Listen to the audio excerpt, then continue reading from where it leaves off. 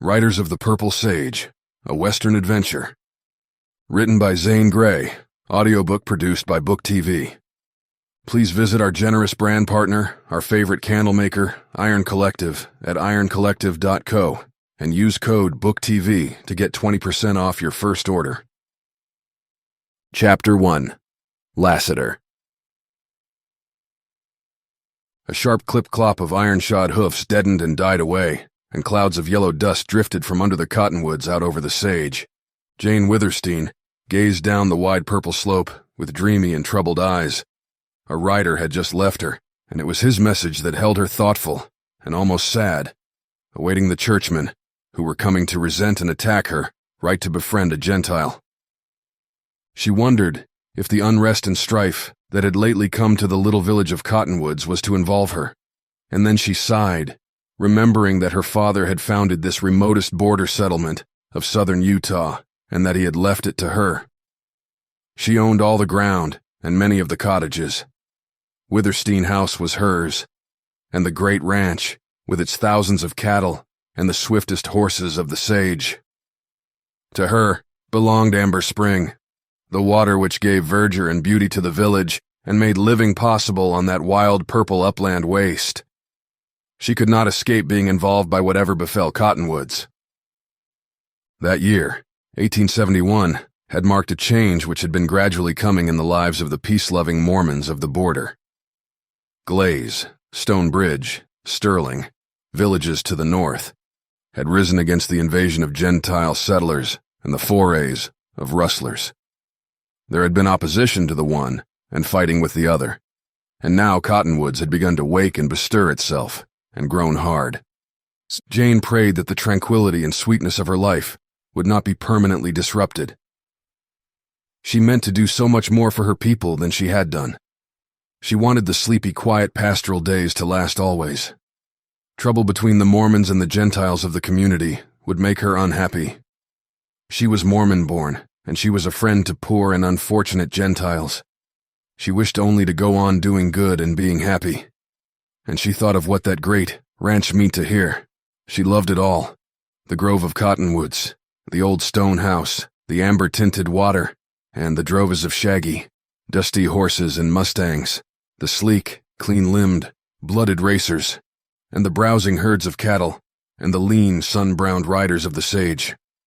While she waited there, she forgot the prospect of untoward change.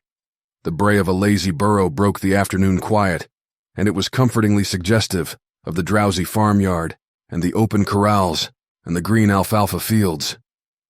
Her clear sight intensified the purple sage slope as it rolled before her. Low swells of prairie-like ground sloped up to the west.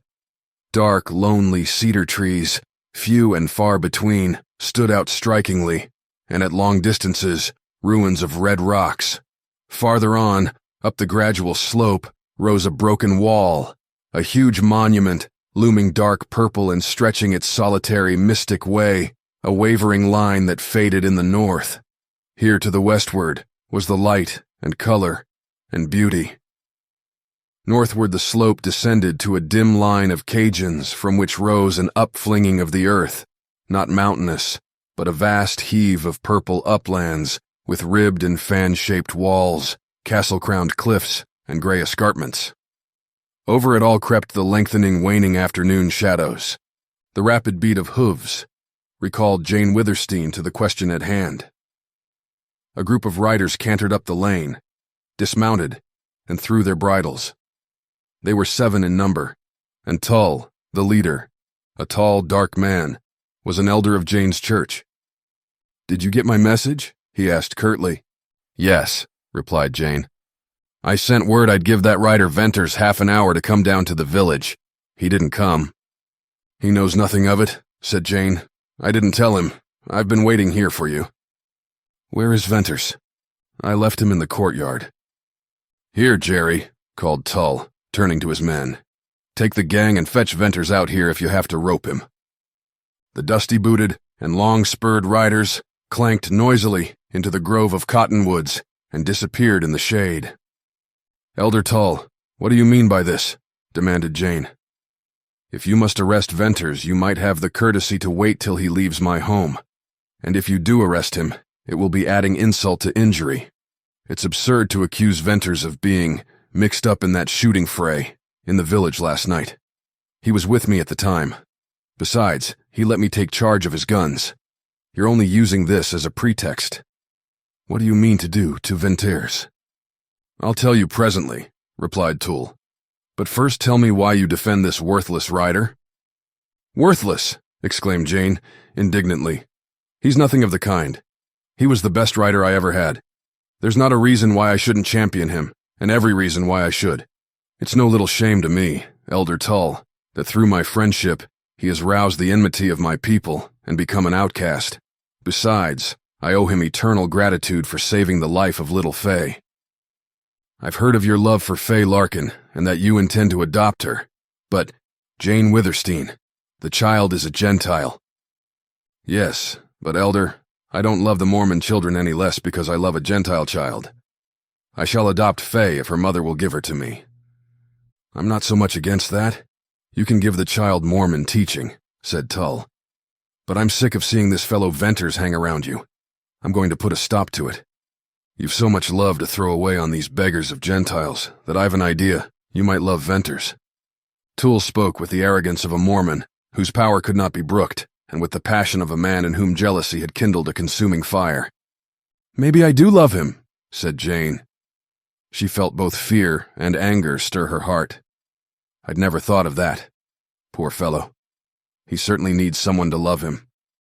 This'll be a bad day for Venters, unless you deny that, returned Tull grimly. Tull's men appeared under the cottonwoods and led a young man out into the lane. His ragged clothes were those of an outcast, but he stood tall and straight, his wide shoulders flung back, with the muscles of his bound arms rippling and a blue flame of defiance in the gaze he bent on Tull.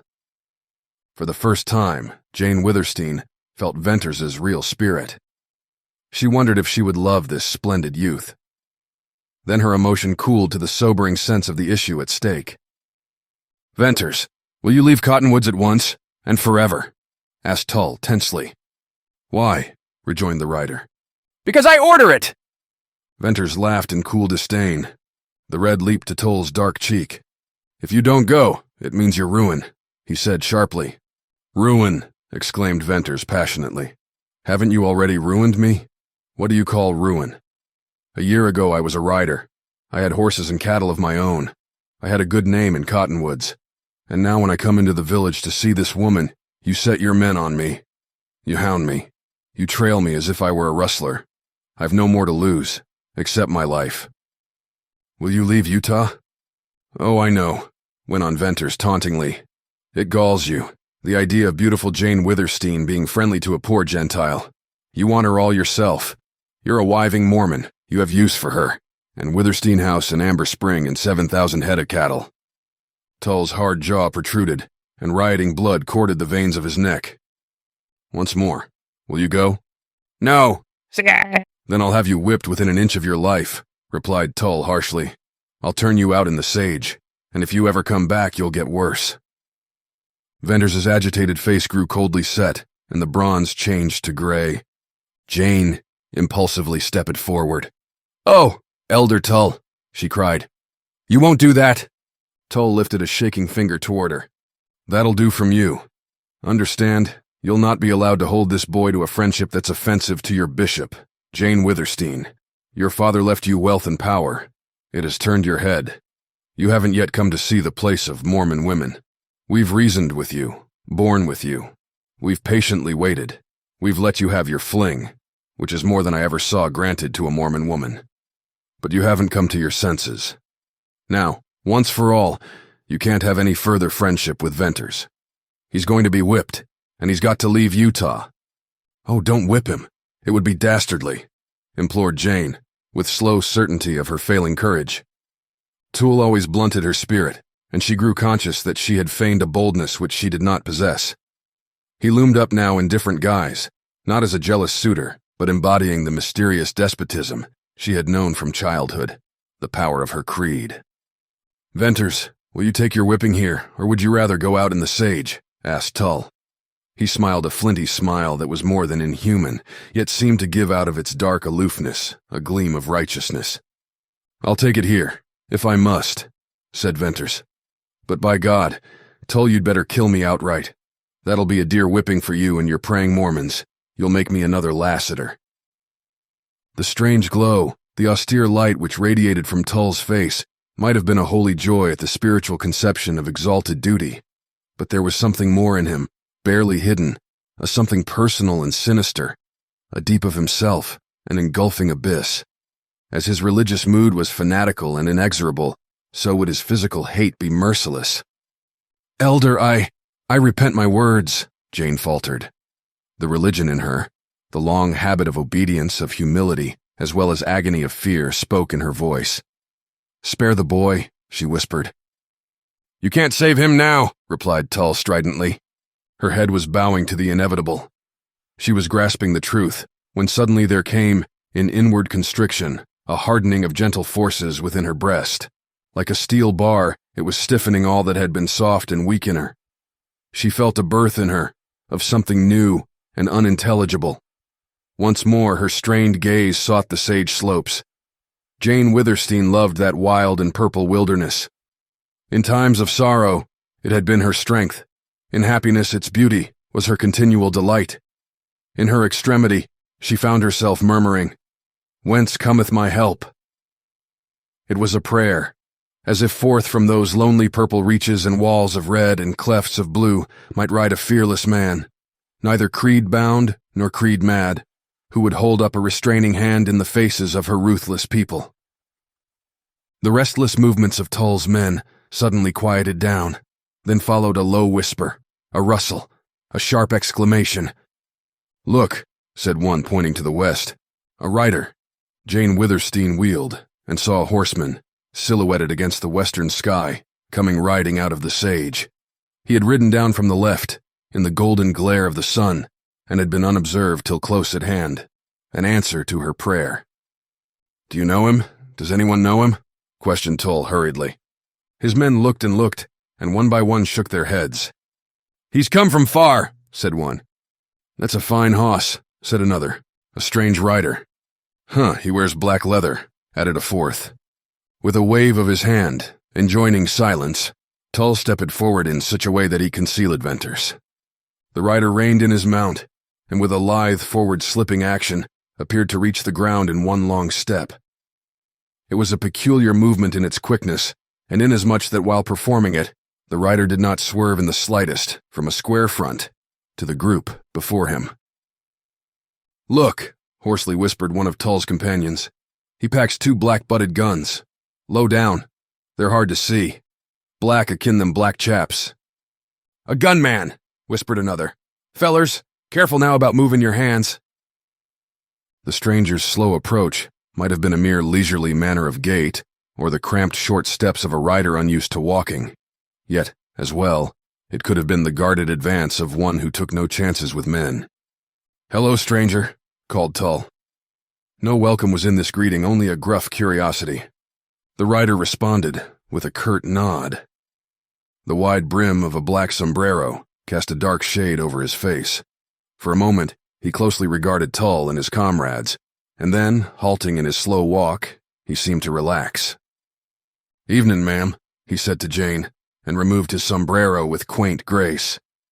Jane, greeting him, looked up into a face that she trusted instinctively and which riveted her attention. It had all the characteristics of the range riders, the leanness, the red burn of the sun, and the set changelessness that came from years of silence and solitude. But it was not these which held her, rather the intensity of his gaze, a strained weariness, a piercing wistfulness of keen gray sight, as if the man was forever looking for that which he never found. Jane's subtle woman's intuition, even in that brief instant, felt a sadness, a hungering, a secret. "Jane Withersteen, ma'am?" he inquired. "Yes," she replied. "The water here is yours?" "Yes." "May I water my horse?"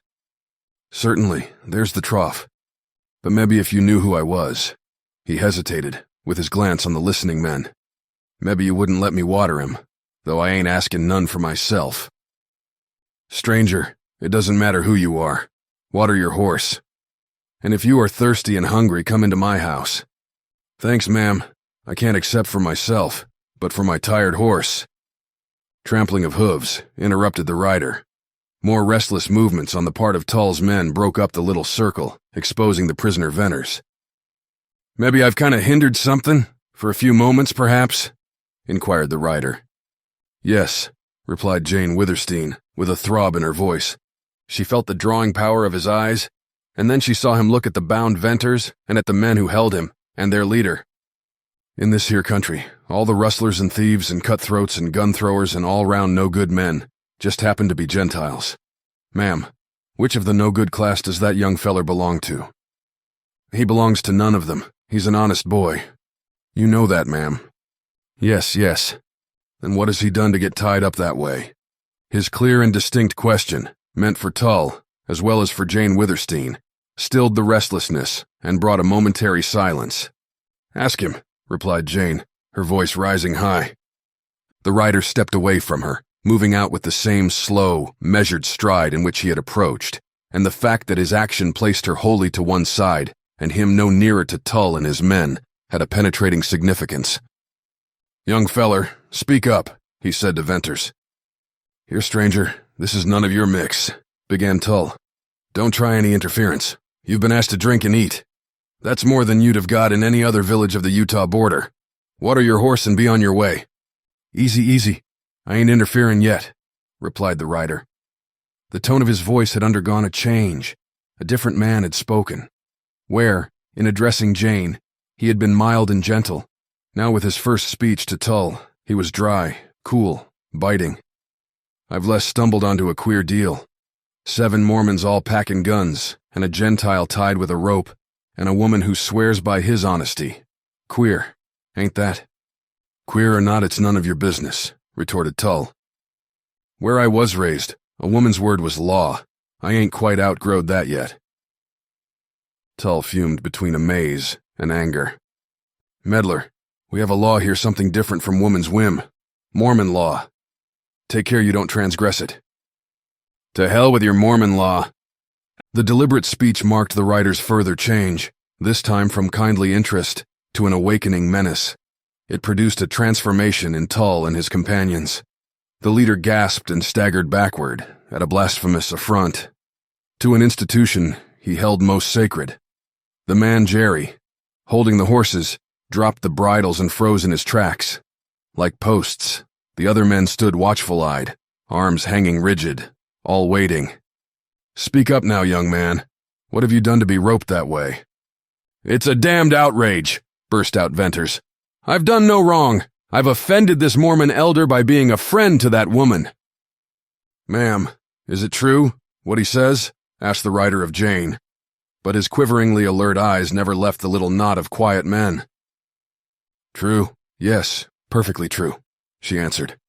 Well, young man, it seems to me that being a friend to such a woman would be what you wouldn't want to help and couldn't help. What's to be done to you for it? They intend to whip me. You know what that means, in Utah. I reckon, replied the rider slowly, with his gray glance cold on the Mormons, with the restive bit-champing of the horses, with Jane failing to repress her mounting agitations, with Venters standing pale and still. The tension of the moment tightened. Tull broke the spell with a laugh without mirth, a laugh that was only a sound betraying fear. Come on, men, he called. Jane Withersteen turned again to the rider. Stranger, can you do nothing to save Venters? Ma'am, you ask me to save him. From your own people. Ask you, I beg of you. But you don't dream who you're asking. Oh, sir, I pray you, save him. These are Mormons, and at any cost, save him. For I care for him. Tull snarled. You lovesick fool. Tell your secrets. There'll be a way to teach you what you've never learned. Come men out of here. Mormon, the young man stays, said the rider. Like a shot, his voice halted Tull. What? Who'll keep him? He's my prisoner, cried Tull hotly. Stranger, again I tell you, don't mix here. You've meddled enough. Go your way now or... Listen. He stays. Absolute certainty, beyond any shadow of doubt, breathed in the rider's low voice. Who are you? We are 7 here. The rider dropped his sombrero and made a rapid movement, singular in that it left him somewhat crouched, arms bent and stiff, with the big black gun sheath swung round to the fore. "Lassiter!" It was Venters's wondering, thrilling cry that bridged the fateful connection between the rider's singular position and the dreaded name.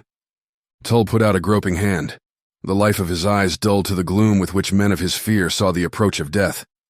But death, while it hovered over him, did not descend, for the rider waited for the twitching fingers, the downwar flash of hand that did not come. Tull, gathering himself together, turned to the horses, attended by his pale camaradas.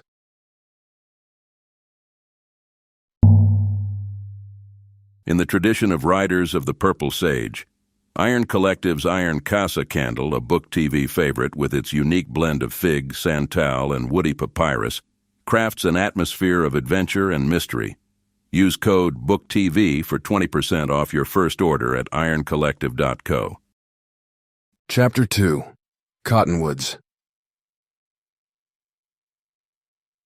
Venters appeared too deeply moved to speak the gratitude his face expressed, and Jane turned upon the rescuer and gripped his hands. Her smiles and tears seemingly dazed him. Presently, as something like calmness returned, she went to Lassiter's weary horse. "I will water him myself," she said, and she led the horse to a trough under a huge old cottonwood. With nimble fingers, she loosened the bridle and removed the bit. The horse snorted and bent his head. The trough was of solid stone, hollowed out, moss-covered and green and wet and cool, and the clear brown water that fed it spouted and splashed from a wooden pipe. "He has brought you far today?" "He has brought you far today?" "Yes, ma'am. A matter of over 60 miles, maybe 70. A long ride, a ride that... he is blind." "Yes, ma'am," replied Lassiter. "What blinded him?" "Some men once roped and tied him, and then held white iron close to his eyes." "Oh, men? You mean devils. Were they your enemies, Mormons?" "Yes, ma'am." "To take revenge on a horse. Lassiter, the men of my creed are unnaturally cruel. To my everlasting sorrow, I confess it. They have been driven, hated, scourged, till their hearts have hardened. But we women hope and pray for the time when our men will soften. Begging your pardon, ma'am, that time will never come." "Oh, it will. Lassiter, do you think Mormon women wicked? Has your hand been against them too?" "No, I believe Mormon women are the best and noblest, the most long-suffering, and the blindest, unhappiest women on earth." "Ah!" She gave him a grave, thoughtful look. "Then you will break bread with me?" Lassiter had no ready response, and he uneasily shifted his weight from one leg to another and turned his sombrero round and round in his hands. "Ma'am," he began presently, "I reckon your kindness of heart makes you overlook things. Perhaps I ain't well known hereabouts, but back up north there's Mormons who'd rest uneasy in their graves at the idea of me sitting to table with you." "I dare say, but will you do it anyway?" she asked. "Maybe you have a brother or relative who might drop in and be offended, and I wouldn't want to." "I've not a relative in Utah that I know of. There's no one with a right to question my actions." She turned smilingly to Venters. "You will come in, Byrne, and Lassiter will come in. We'll eat and be merry while we may." "I'm only wondering if Tull and his men'll raise a storm down in the village," said Lassiter in his last weakening stand. "Yes, he'll raise the storm, after he has prayed," replied Jane. "Come." She led the way, with the bridle of Lassiter's horse over her arm. They entered a grove and walked down a wide path shaded by great low-branching cottonwoods. The last rays of the setting sun sent golden bars through the leaves.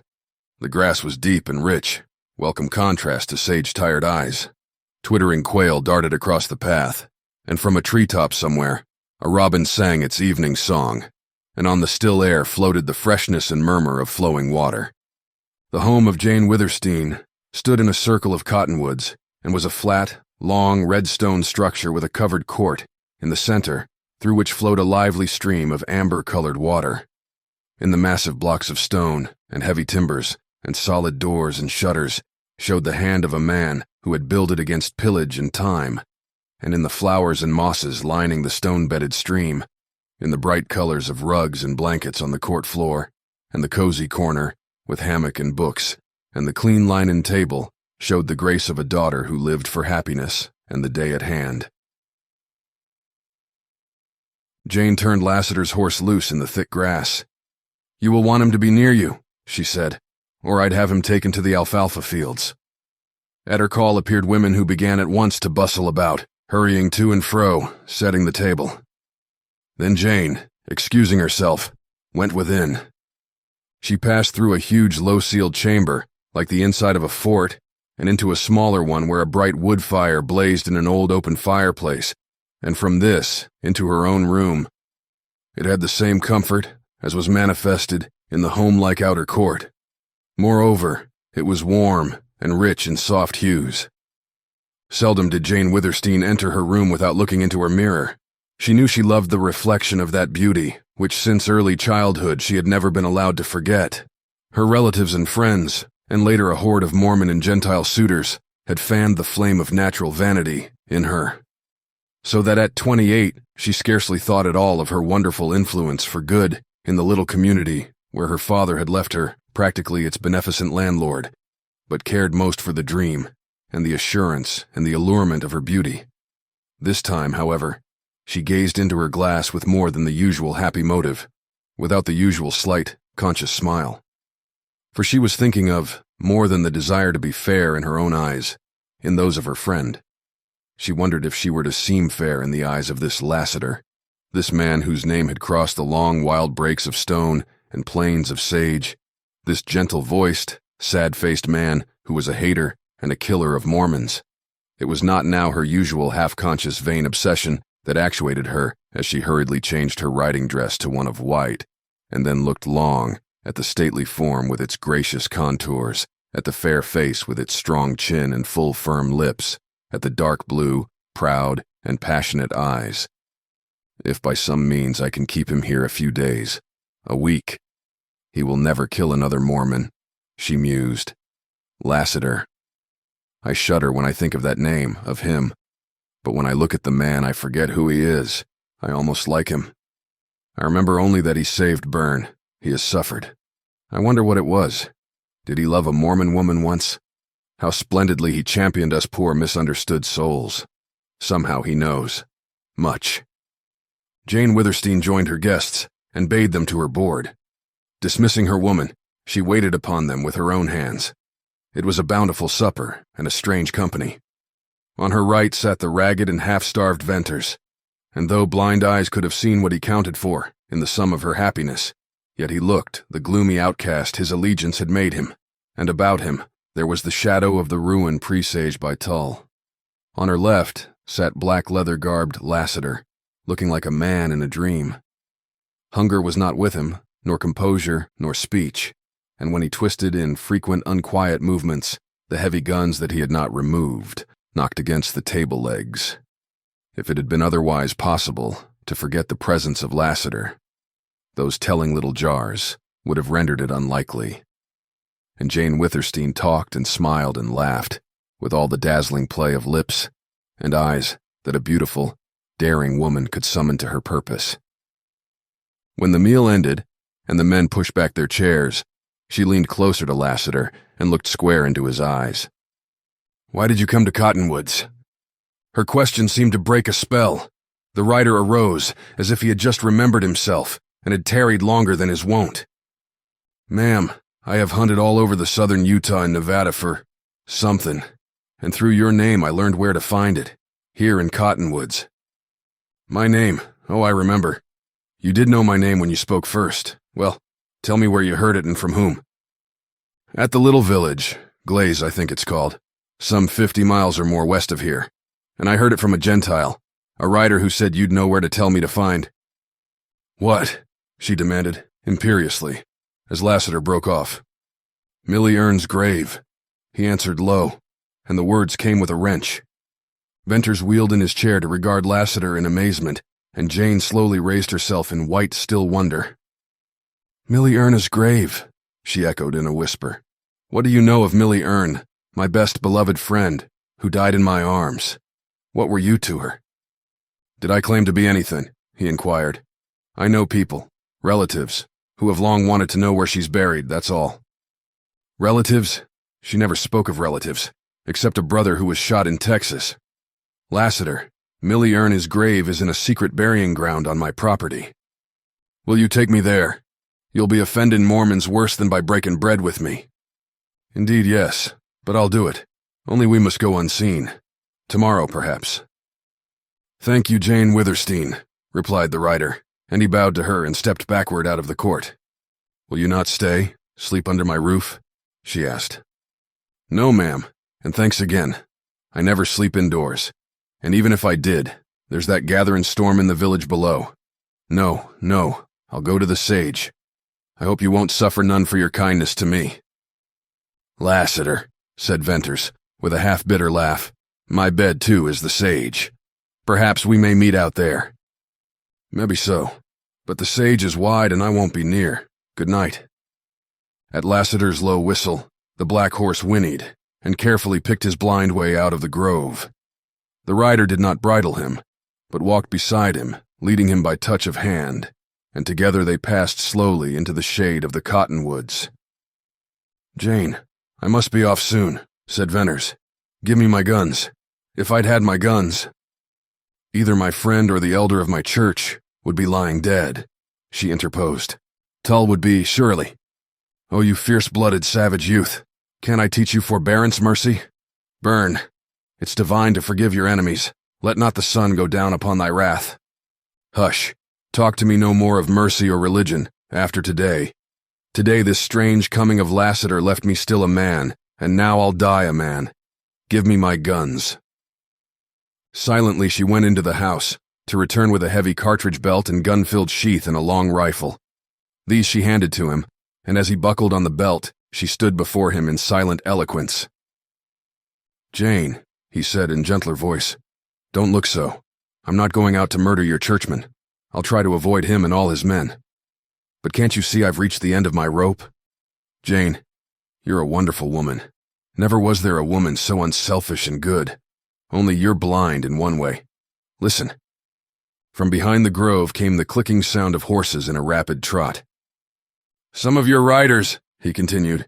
It's getting time for the night shift. Let us go out to the bench in the grove and talk there. It was still daylight in the open, but under the spreading cottonwoods, shadows were obscuring the lanes. Venters drew Jane off from one of these into a shrub-lined trail, just wide enough for the two to walk abreast, and in a roundabout way led her far from the house to a knoll on the edge of the grove. Here, in a secluded nook, was a bench from which, through an opening in the treetops, could be seen the sage slope and the wall of rock, and the dim lines of canyons.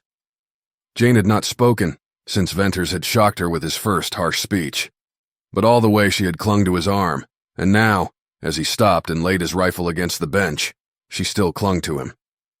Jane, I'm afraid I must leave you. Burn, she cried. Yes, it looks that way. My position is not a happy one. I can't feel right. I've lost all. I'll give you anything you... Listen, please. When I say loss, I don't mean what you think. I mean loss of goodwill, good name, that which would have enabled me to stand up in this village without bitterness. Well, it's too late. Now as to the future, I think you'd do best to give me up. Tull is implacable. You ought to see from his intention today that... But you can't see. Your blindness, your damned religion. Jane, forgive me. I'm sore within, and something rankles. Well, I fear that invisible hand will turn its hidden work to your ruin. Invisible hand? Burn. I mean your bishop. Venters said it deliberately and would not release her as she started back. He's the law. The edict went forth to ruin me. Well, look at me. It'll now go forth to compel you to the will of the church. You wrong Bishop Dyer. Tull is hard, I know. But then he has been in love with me for years. Oh, your faith and your excuses. You can't see what I know, and if you did see it, you'd not admit it to save your life. That's the Mormon of you. These elders and bishops will do absolutely any deed to go on building up the power and wealth of their church, their empire. Think of what they've done to the Gentiles here, to me. Think of Millie Ernie's fate. What do you know of her story? I know enough, all perhaps, except the name of the Mormon who brought her here. But I must stop this kind of talk. She pressed his hand in response, He helped her to a seat beside him on the bench, and he respected a silence that he divined was full of woman's deep emotion beyond his understanding. It was the moment when the last ruddy rays of the sunset brightened momentarily before yielding to twilight. And for Venters, the outlook before him was in some sense similar to a feeling of his future. And with searching eyes, he studied the beautiful, purple, barren waste of sage. Here was the unknown and the perilous. The whole scene impressed Venters as a wild, austere, and mighty manifestation of nature. And as it somehow reminded him of his prospect in life, so it suddenly resembled the woman near him. Only in her there were greater beauty and peril, a mystery more unsolvable, and something nameless that numbed his heart and dimmed his eye. "Look, a rider!" exclaimed Jane, breaking the silence. "Can that be Lassiter?" Venters moved his glance once more to the west. A horseman showed dark on the skyline, then merged into the color of the sage. "It might be, but I think not. That fellow was coming in. One of your riders, more likely. Yes, I see him clearly now, and there's another." "I see them too. Jane, your riders seem as many as the bunches of sage. I ran into 5 yesterday way down near the trail to Deception Pass. They were with the white herd." "You still go to that canyon? Bern, I wish you wouldn't. Oldring and his rustlers live somewhere down there." "Well, what of that?" "Tull has already hinted to your frequent trips into Deception Pass." "I know." Venters uttered a short laugh. "He'll make a rustler of me next.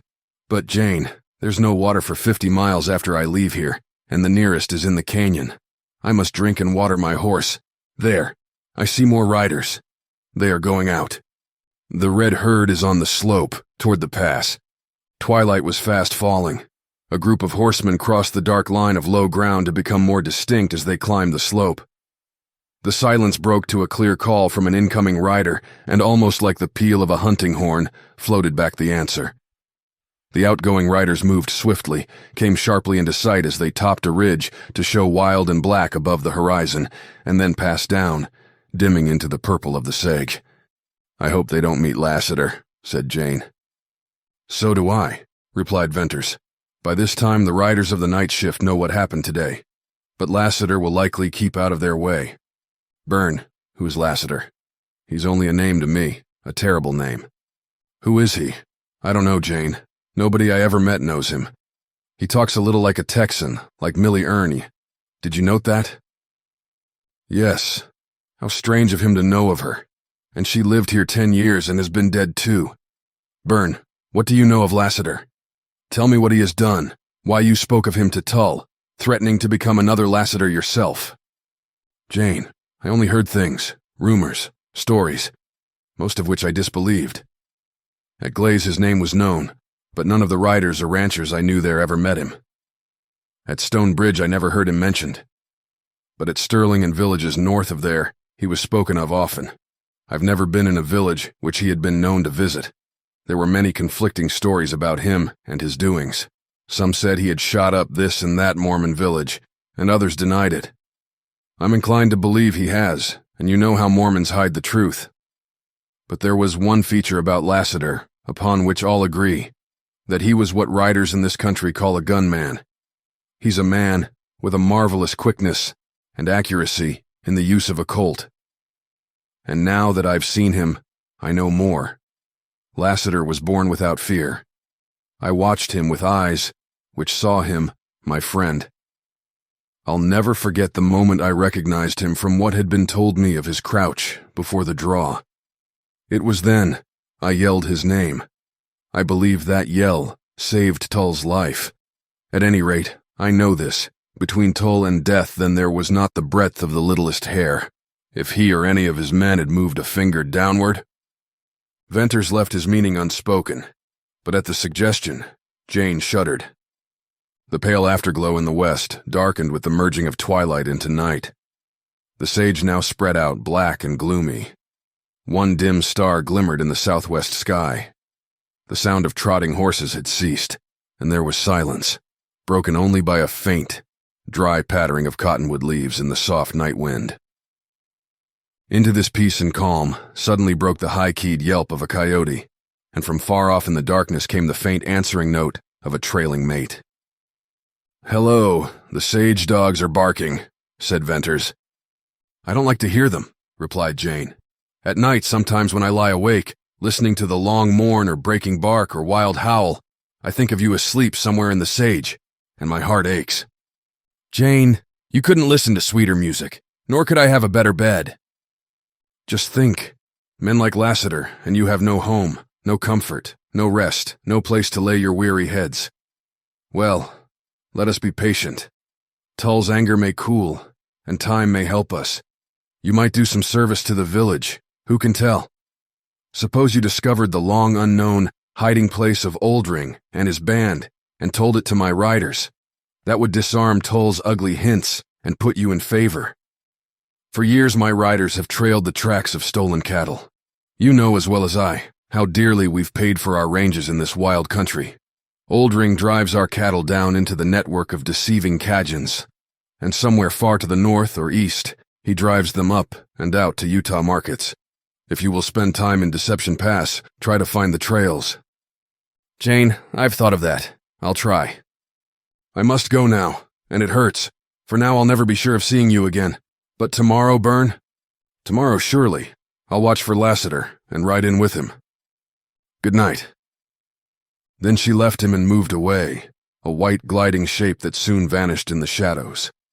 Venters waited until the faint slam of a door assured him she had reached the house, and then, taking up his rifle, he noiselessly slipped through the bushes, down the knoll, and on under the dark trees to the edge of the grove. The sky was now turning from gray to blue. Stars had begun to lighten the earlier blackness, and from the wide flat sweep before him blew a cool wind, fragrant with the breath of sage. Keeping close to the edge of the cottonwoods, he went swiftly and silently westward. The grove was long, and he had not reached the end when he heard something that brought him to a halt. Low padded thuds told him horses were coming this way. He sank down in the gloom, waiting, listening.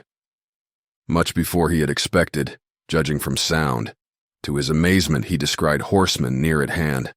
They were riding along the border of the sage, and instantly he knew the hoofs of the horses were muffled.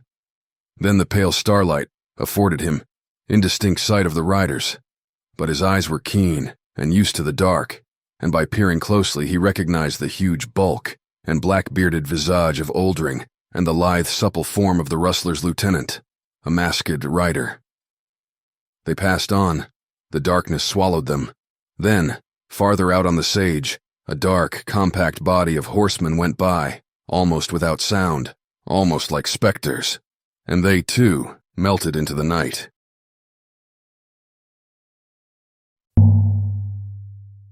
The untamed landscapes of riders of the purple sage call for bold spirits. Complement your journey with Iron Collective's Lavaquera candles, radiating a rich blend of ambergris, leather, and pinion wood. Iron Collective is your gateway to adventure. Use code BookTV for 20% off your first order at ironcollective.co. Chapter 3. Amber Spring. No unusual circumstance was it for Oldring and some of his men to visit cottonwoods in the broad light of day, but for him to prowl about in the dark with the hoofs of his horses muffled meant that mischief was brewing. Moreover, to Venters the presence of the masked rider with Oldring seemed especially ominous. For about this man there was mystery. He seldom rode through the village, and when he did ride through, it was swiftly. Riders seldom met by day on the sage, but wherever he rode, there always followed deeds, as dark and mysterious as the mask he wore. Oldring's band did not confine themselves to the rustling of cattle. Venters lay low in the shade of the cottonwoods, pondering this chance meeting, and not for many moments did he consider it safe to move on. Then, with sudden impulse, he turned the other way and went back along the grove. When he reached the path leading to Jane's home, he decided to go down to the village, so he hurried onward with quick, soft steps. Once beyond the grove, he entered the one and only street. It was wide, lined with tall poplars, and under each row of trees, inside the footpath, were ditches, where ran the water from Jane Withersteen's spring. Between the trees twinkled lights of cottage candles, and far down flared bright windows of the village stores. When Venters got closer to these, he saw knots of men standing together in earnest conversation. The usual lounging on the corners and benches and steps was not in evidence, keeping in the shadow. Venters went closer and closer until he could hear voices, but he could not distinguish what was said. He recognized many Mormons and looked hard for Tull and his men, but looked in vain. Venters concluded that the rustlers had not passed along the village street. No doubt these earnest men were discussing Lassiter's coming, but Venters felt positive that Tull's intention toward himself that day had not been and would not be revealed. So Venters, seeing there was little for him to learn, began retracing his steps. The church was dark. Bishop Dyer's home next to it was also dark, and likewise Tull's cottage. Upon almost any night at this hour, there would be lights here. And Venters marked the unusual omission. As he was about to pass out of the street to skirt the grove, he once more slunk down at the sound of trotting horses. Presently, he descried 2 mounted men riding toward him. He hugged the shadow of a tree. Again the starlight, brighter now, aided him, and he made out Tull's stalwart figure, and beside him the short, frog-like shape of the rider Jerry. They were silent, and they rode on to disappear. Venters went his way, with busy, gloomy mind, revolving events of the day, trying to reckon those brooding in the night. His thoughts overwhelmed him. Up in that dark grove dwelt a woman who had been his friend, and he skulked about her home, gripping a gun, stealthily as an Indian, a man without place or people or purpose. Above her hovered the shadow of grim, hidden, secret power. No queen could have given more royally out of a bounteous store than Jane Withersteen gave her people, and likewise to those unfortunates whom her people hated. She asked only the divine right of all women, freedom, to love and to live as her heart willed. And yet prayer and her hope were vain. For years I've seen a storm clouding over her and the village of Cottonwoods, muttered Venters as he strode on. Soon it'll burst. I don't like the prospects. That night the villagers whispered in the street, and night-riding rustlers, muffled horses, and Tull was at work in secret. And out there, in the sage, hid a man who meant something terrible. Lassiter. Venters passed the black cottonwoods, and entering the sage, climbed the gradual slope. He kept his direction in line with a western star. From time to time, he stopped to listen, and heard only the usual familiar bark of coyote, and sweep of wind, and rustle of sage. Presently, a low jumble of rocks loomed up darkly somewhat to his right, and turning that way, he whistled softly. Out of the rocks glided a dog that leaped and whined about him. He climbed over rough, broken rock, picking his way carefully, and then went down. Here it was darker and sheltered from the wind. A white object guided him. It was another dog, and this one was asleep, curled up between a saddle and a pack. The animal awoke and thumped his tail in greeting. Venters placed the saddle for a pillow, rolled in his blankets, with his face upward to the stars. The white dog snuggled close to him. The other whined and pattered a few yards to the rise of ground, and there crouched on guard. And in that wild covert Venters shut his eyes under the great white stars, an intense vaulted blue, bitterly comparing their loneliness to his own, and fell asleep. When he awoke, day had dawned, and all about him was bright steel gray. The air had a cold tang. Arising, he greeted the fawning dogs and stretched his cramped body, and then, gathering together bunches of dead sage sticks, he lighted a fire. Strips of dried beef, held to the blaze for a moment, served him and the dogs. He drank from a canteen. There was nothing else in his outfit. He had grown used to a scant fire. Then he sat over the fire, palms outspread, and waited.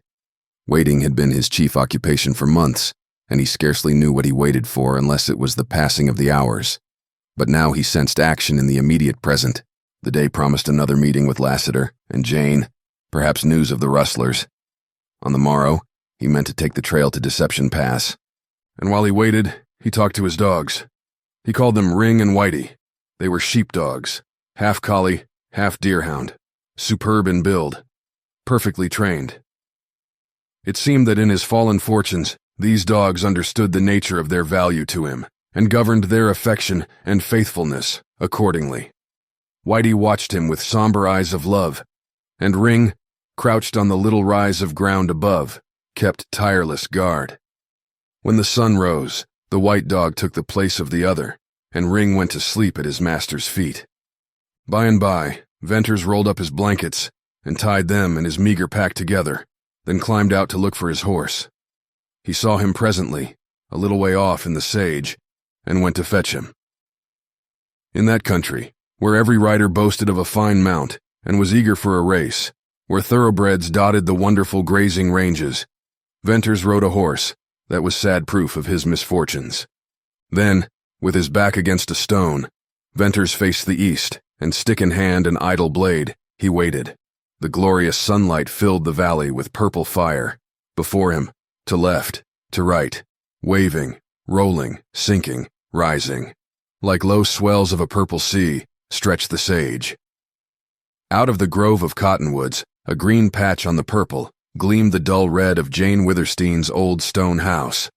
And from there, extended the wide green of the village gardens and orchards, marked by the graceful poplars, and farther down shone the deep, dark richness of the alfalfa fields. Numberless red and black and white dots speckled the sage, and these were cattle and horses. So, watching and waiting, Venters let the time wear away. At length, he saw a horse rise above a ridge, and he knew it to be Lassiter's black. Climbing to the highest rock, so that he would show against the skyline, he stood and waved his hat. The almost instant turning of Lassiter's horse attested to the quickness of that rider's eye. Then Venters climbed down, saddled his horse, tied on his pack, and, with a word to his dogs, was about to ride out to meet Lassiter, when he concluded to wait for him there, on higher ground, where the outlook was commanding. It had been long since Venters had experienced friendly greeting from a man. Lassiter's warmed in him something that had grown cold from neglect, and when he had returned it, with a strong grip of the iron hand that held his, and met the gray eyes, he knew that Lassiter and he were to be friends. "Venters, let's talk a while before we go down there," said Lassiter, slipping his bridle. "I ain't in no hurry. Them's sure fine dogs you've got." With a rider's eye, he took in the points of Venters' horse, but did not speak his thought. "Well, did anything come off after I left you last night?" Venters told him about the rustlers. "I was snug hid in the sage," replied Lassiter, "and didn't see or hear no one. Oldring's got a high hand here, I reckon. It's no news up in Utah how he holes in canyons and leaves no track." Lassiter was silent a moment. "Me and Oldring wasn't exactly strangers, some years back, when he drove cattle into Bostle's Ford, at the head of the Rio Virgin. But he got harassed there, and now he drives someplace else." "Lassiter, you knew him? Tell me, is he Mormon or Gentile?" "I can't say. I've knowed Mormons who pretended to be Gentiles." "No Mormon ever pretended that, unless he was a rustler," declared Venters. "Maybe so. It's a hard country for anyone, but hardest for Gentiles. Did you ever know or hear of a Gentile prospering in a Mormon community?" "I never did." "Well, I want to get out of Utah. I've a mother living in Illinois. I want to go home. It's 8 years now." The older man's sympathy moved Venters to tell his story. He had left Quincy, run off to seek his fortune in the gold fields, had never gotten any farther than Salt Lake City, wandered here and there as helper, teamster, shepherd, and drifted southward, over the divide and across the barrens, and up the rugged plateau through the passes to the last border settlements. Here, he became a rider of the sage, had stock of his own, and for a time, prospered, until chance threw him in the employ of Jane Withersteen. "Lassiter, I needn't tell you the rest." "Well, it'd be no news to me. I know Mormons. I've seen their women's strange love and patience and sacrifice and silence and what I call madness for their idea of God. And over against that I've seen the tricks of men. They work hand in hand, all together, and in the dark. No man can hold out against them unless he takes to packing guns. For Mormons are slow to kill. That's the only good I ever seen in their religion. Venters, take this from me. These Mormons ain't just right in their minds.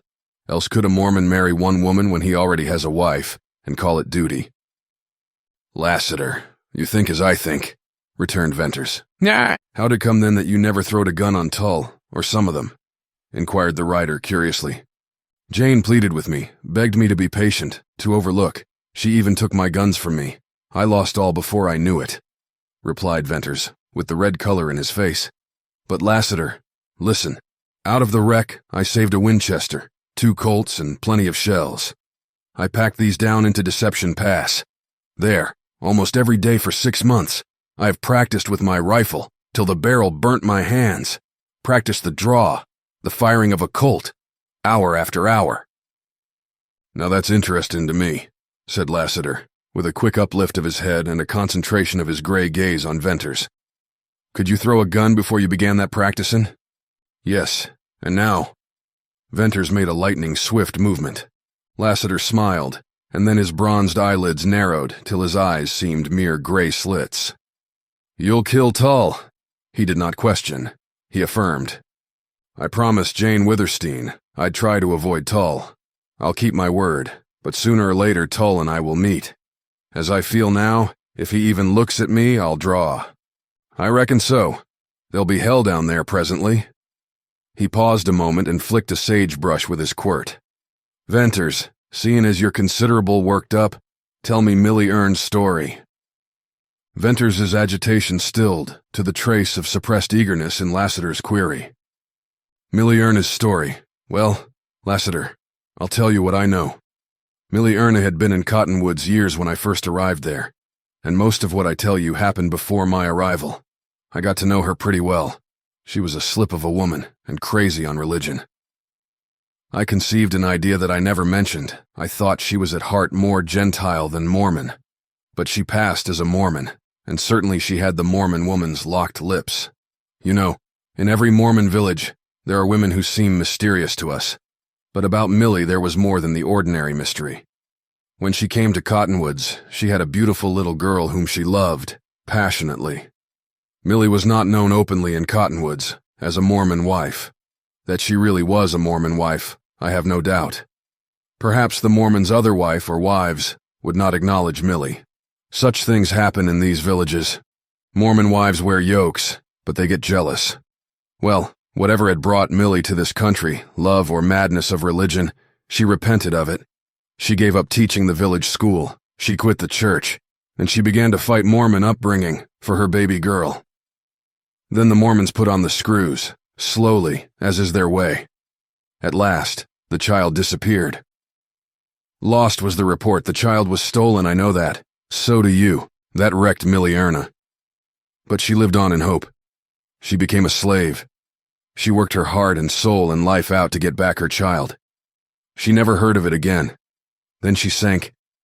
I can see her now, a frail thing, so transparent you could almost look through her, white like ashes. And her eyes.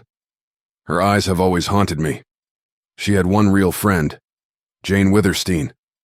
But Jane couldn't mend a broken heart, and Millie died. For moments Lassiter did not speak or turn his head. "The man," he exclaimed presently, in husky accents. "I haven't the slightest idea who the Mormon was," replied Venters, "nor has any Gentile in Cottonwoods." "Does Jane Withersteen know?" "Yes, but a red-hot running iron couldn't burn that name out of her." Without further speech, Lassiter started off, walking his horse, and Venters followed with his dogs. Half a mile down the slope, they entered a luxuriant growth of willows, and soon came into an open space carpeted with grass like deep green velvet. The rushing of water and singing of birds filled their ears. Venters led his comrade to a shady bower and showed him Amber Spring. It was a magnificent outburst of clear, amber water pouring from a dark, stone-lined hole. Lassiter knelt and drank, lingered there to drink again. He made no comment, but Venters did not need words. Next to his horse, a rider of the sage loved a spring, and this spring was the most beautiful and remarkable known to the upland riders of southern Utah. It was the spring that made old Withersteen a feudal lord, and now enabled his daughter to return the toll which her father had exacted from the toilers of the sage. The spring gushed forth in a swirling torrent and leapt down joyously to make its swift way along a willow-skirted channel. Moss and ferns and lilies overhung its green banks. Except for the rough-hewn stones that held and directed the water, this willow thicket and glade had been left as nature had made it. Below were artificial lakes, 3 in number, one above the other in banks of raised earth, and round about them rose the lofty green-foliaged shafts of poplar trees.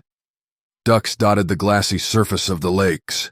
A blue heron stood motionless on a water gate.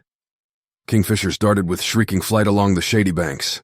A white hawk sailed above, and from the trees and shrubs came the song of robins and catbirds.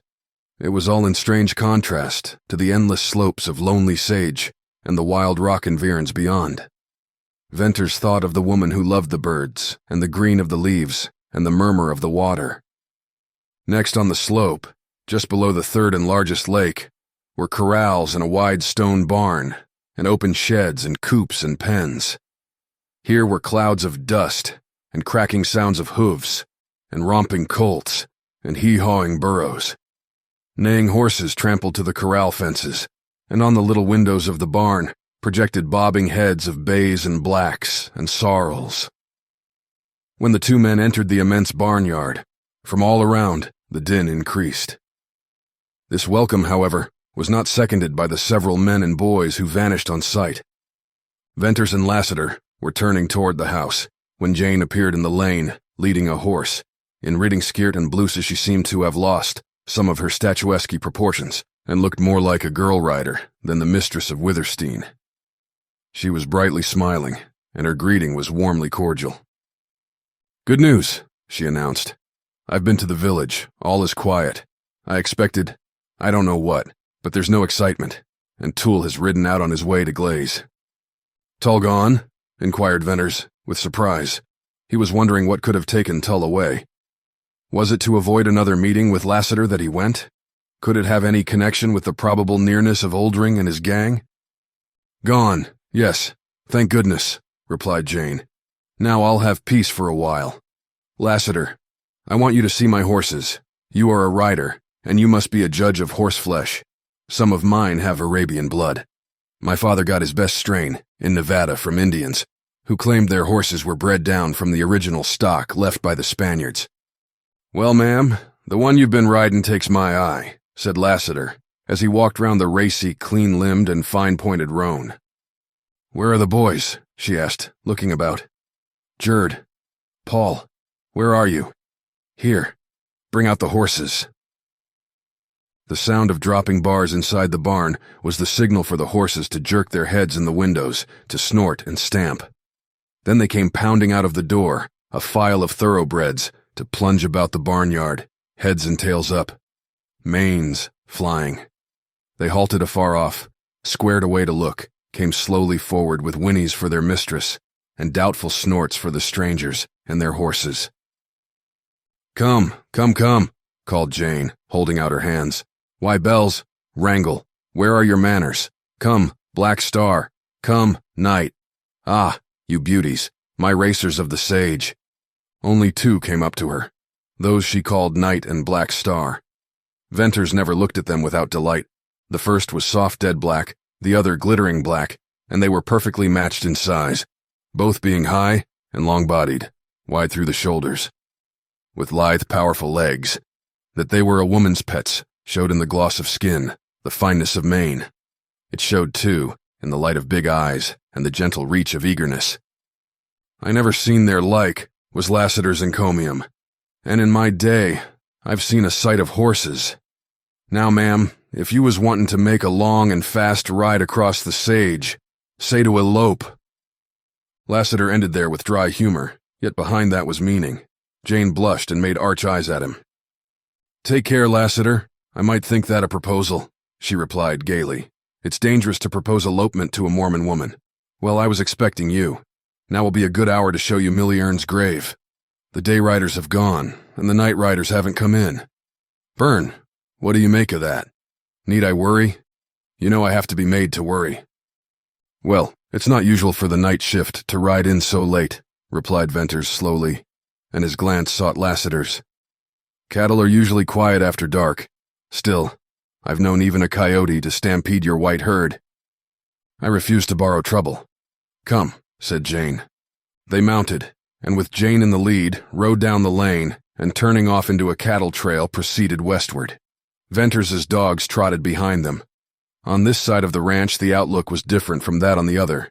The immediate foreground was rough, and the sage more rugged and less colorful.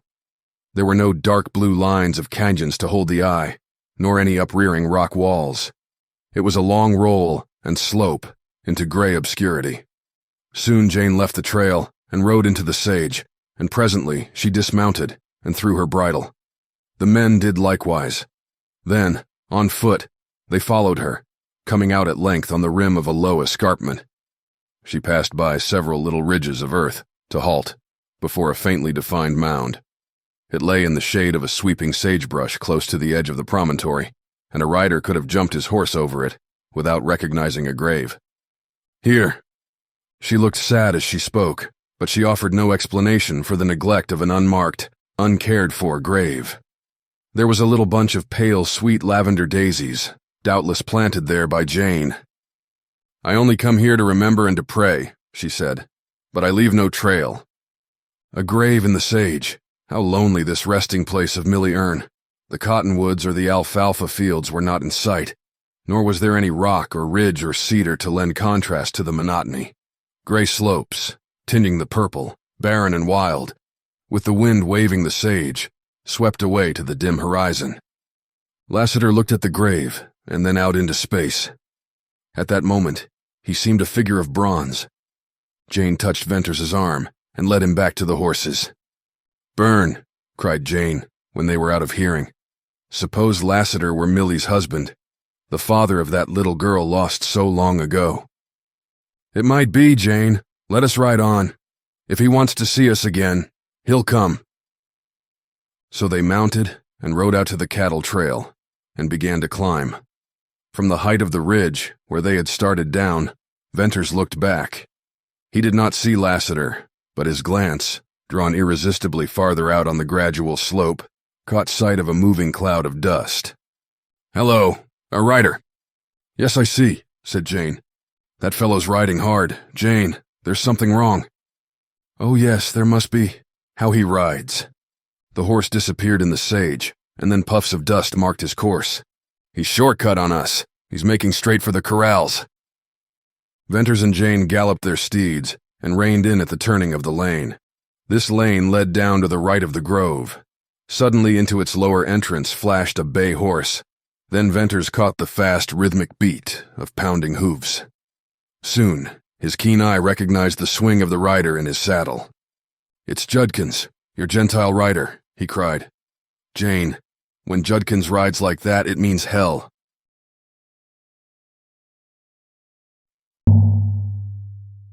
As Riders of the Purple Sage takes you on a journey through the Wild West, Iron Collective's Labyrinth candles, a BookTV favorite, enrich your adventure with their luxurious ambergris, leather, and pinionwood scent. Gallop into the sunset with an infusion of Iron Collective. Use code BookTV for 20% off your first order at ironcollective.co. Chapter 4, Deception Pass. The rider thundered up and almost threw his foam-flecked horse in the sudden stop. He was a giant form, and with fearless eyes. "Judkins, you're all bloody," cried Jane in a fright. "Oh, you been shot." "Nothing much, Miss Withersteen. I got a nick in the shoulder. I'm some wet in the hoss has been throwing lather, so all this ain't blued." "What's up?" queried Venters sharply. "Rustlers sloped off with the red herd." "Where are my riders?" demanded Jane. "Miss Withersteen, I was alone all night with the herd. At daylight this morning, the rustlers rode down. They began to shoot at me on sight. They chased me hard and far, burning powder all the time, but I got away." "Judd, they meant to kill you," declared Venters. "Now I wonder," returned Judkins. "They wanted me bad, and it ain't regular for rustlers to waste time chasing one rider." "Thank heaven you got away," said Jane. "But my riders, where are they?" "I don't know. The night riders weren't there last night when I rode down, and this morning I met no day riders." "Judkins, burn. They've been set upon, killed by Oldring's men." "I don't think so," replied Venters decidedly. "Jane, your riders haven't gone out in the sage." "Burn, what do you mean?" Jane Withersteen turned deathly pale. "You remember what I said about the unseen hand?" "Oh, Impossible. I hope so, but I fear, Venters finished with a shake of his head. Byrne, you're bitter, but that's only natural. We'll wait to see what's happened to my riders. Judkins, come to the house with me. Your wound must be attended to. Jane, I'll find out where Oldring drives the herd, vowed Venters. No. Byrne, don't risk it now, when the rustlers are in such shooting mood.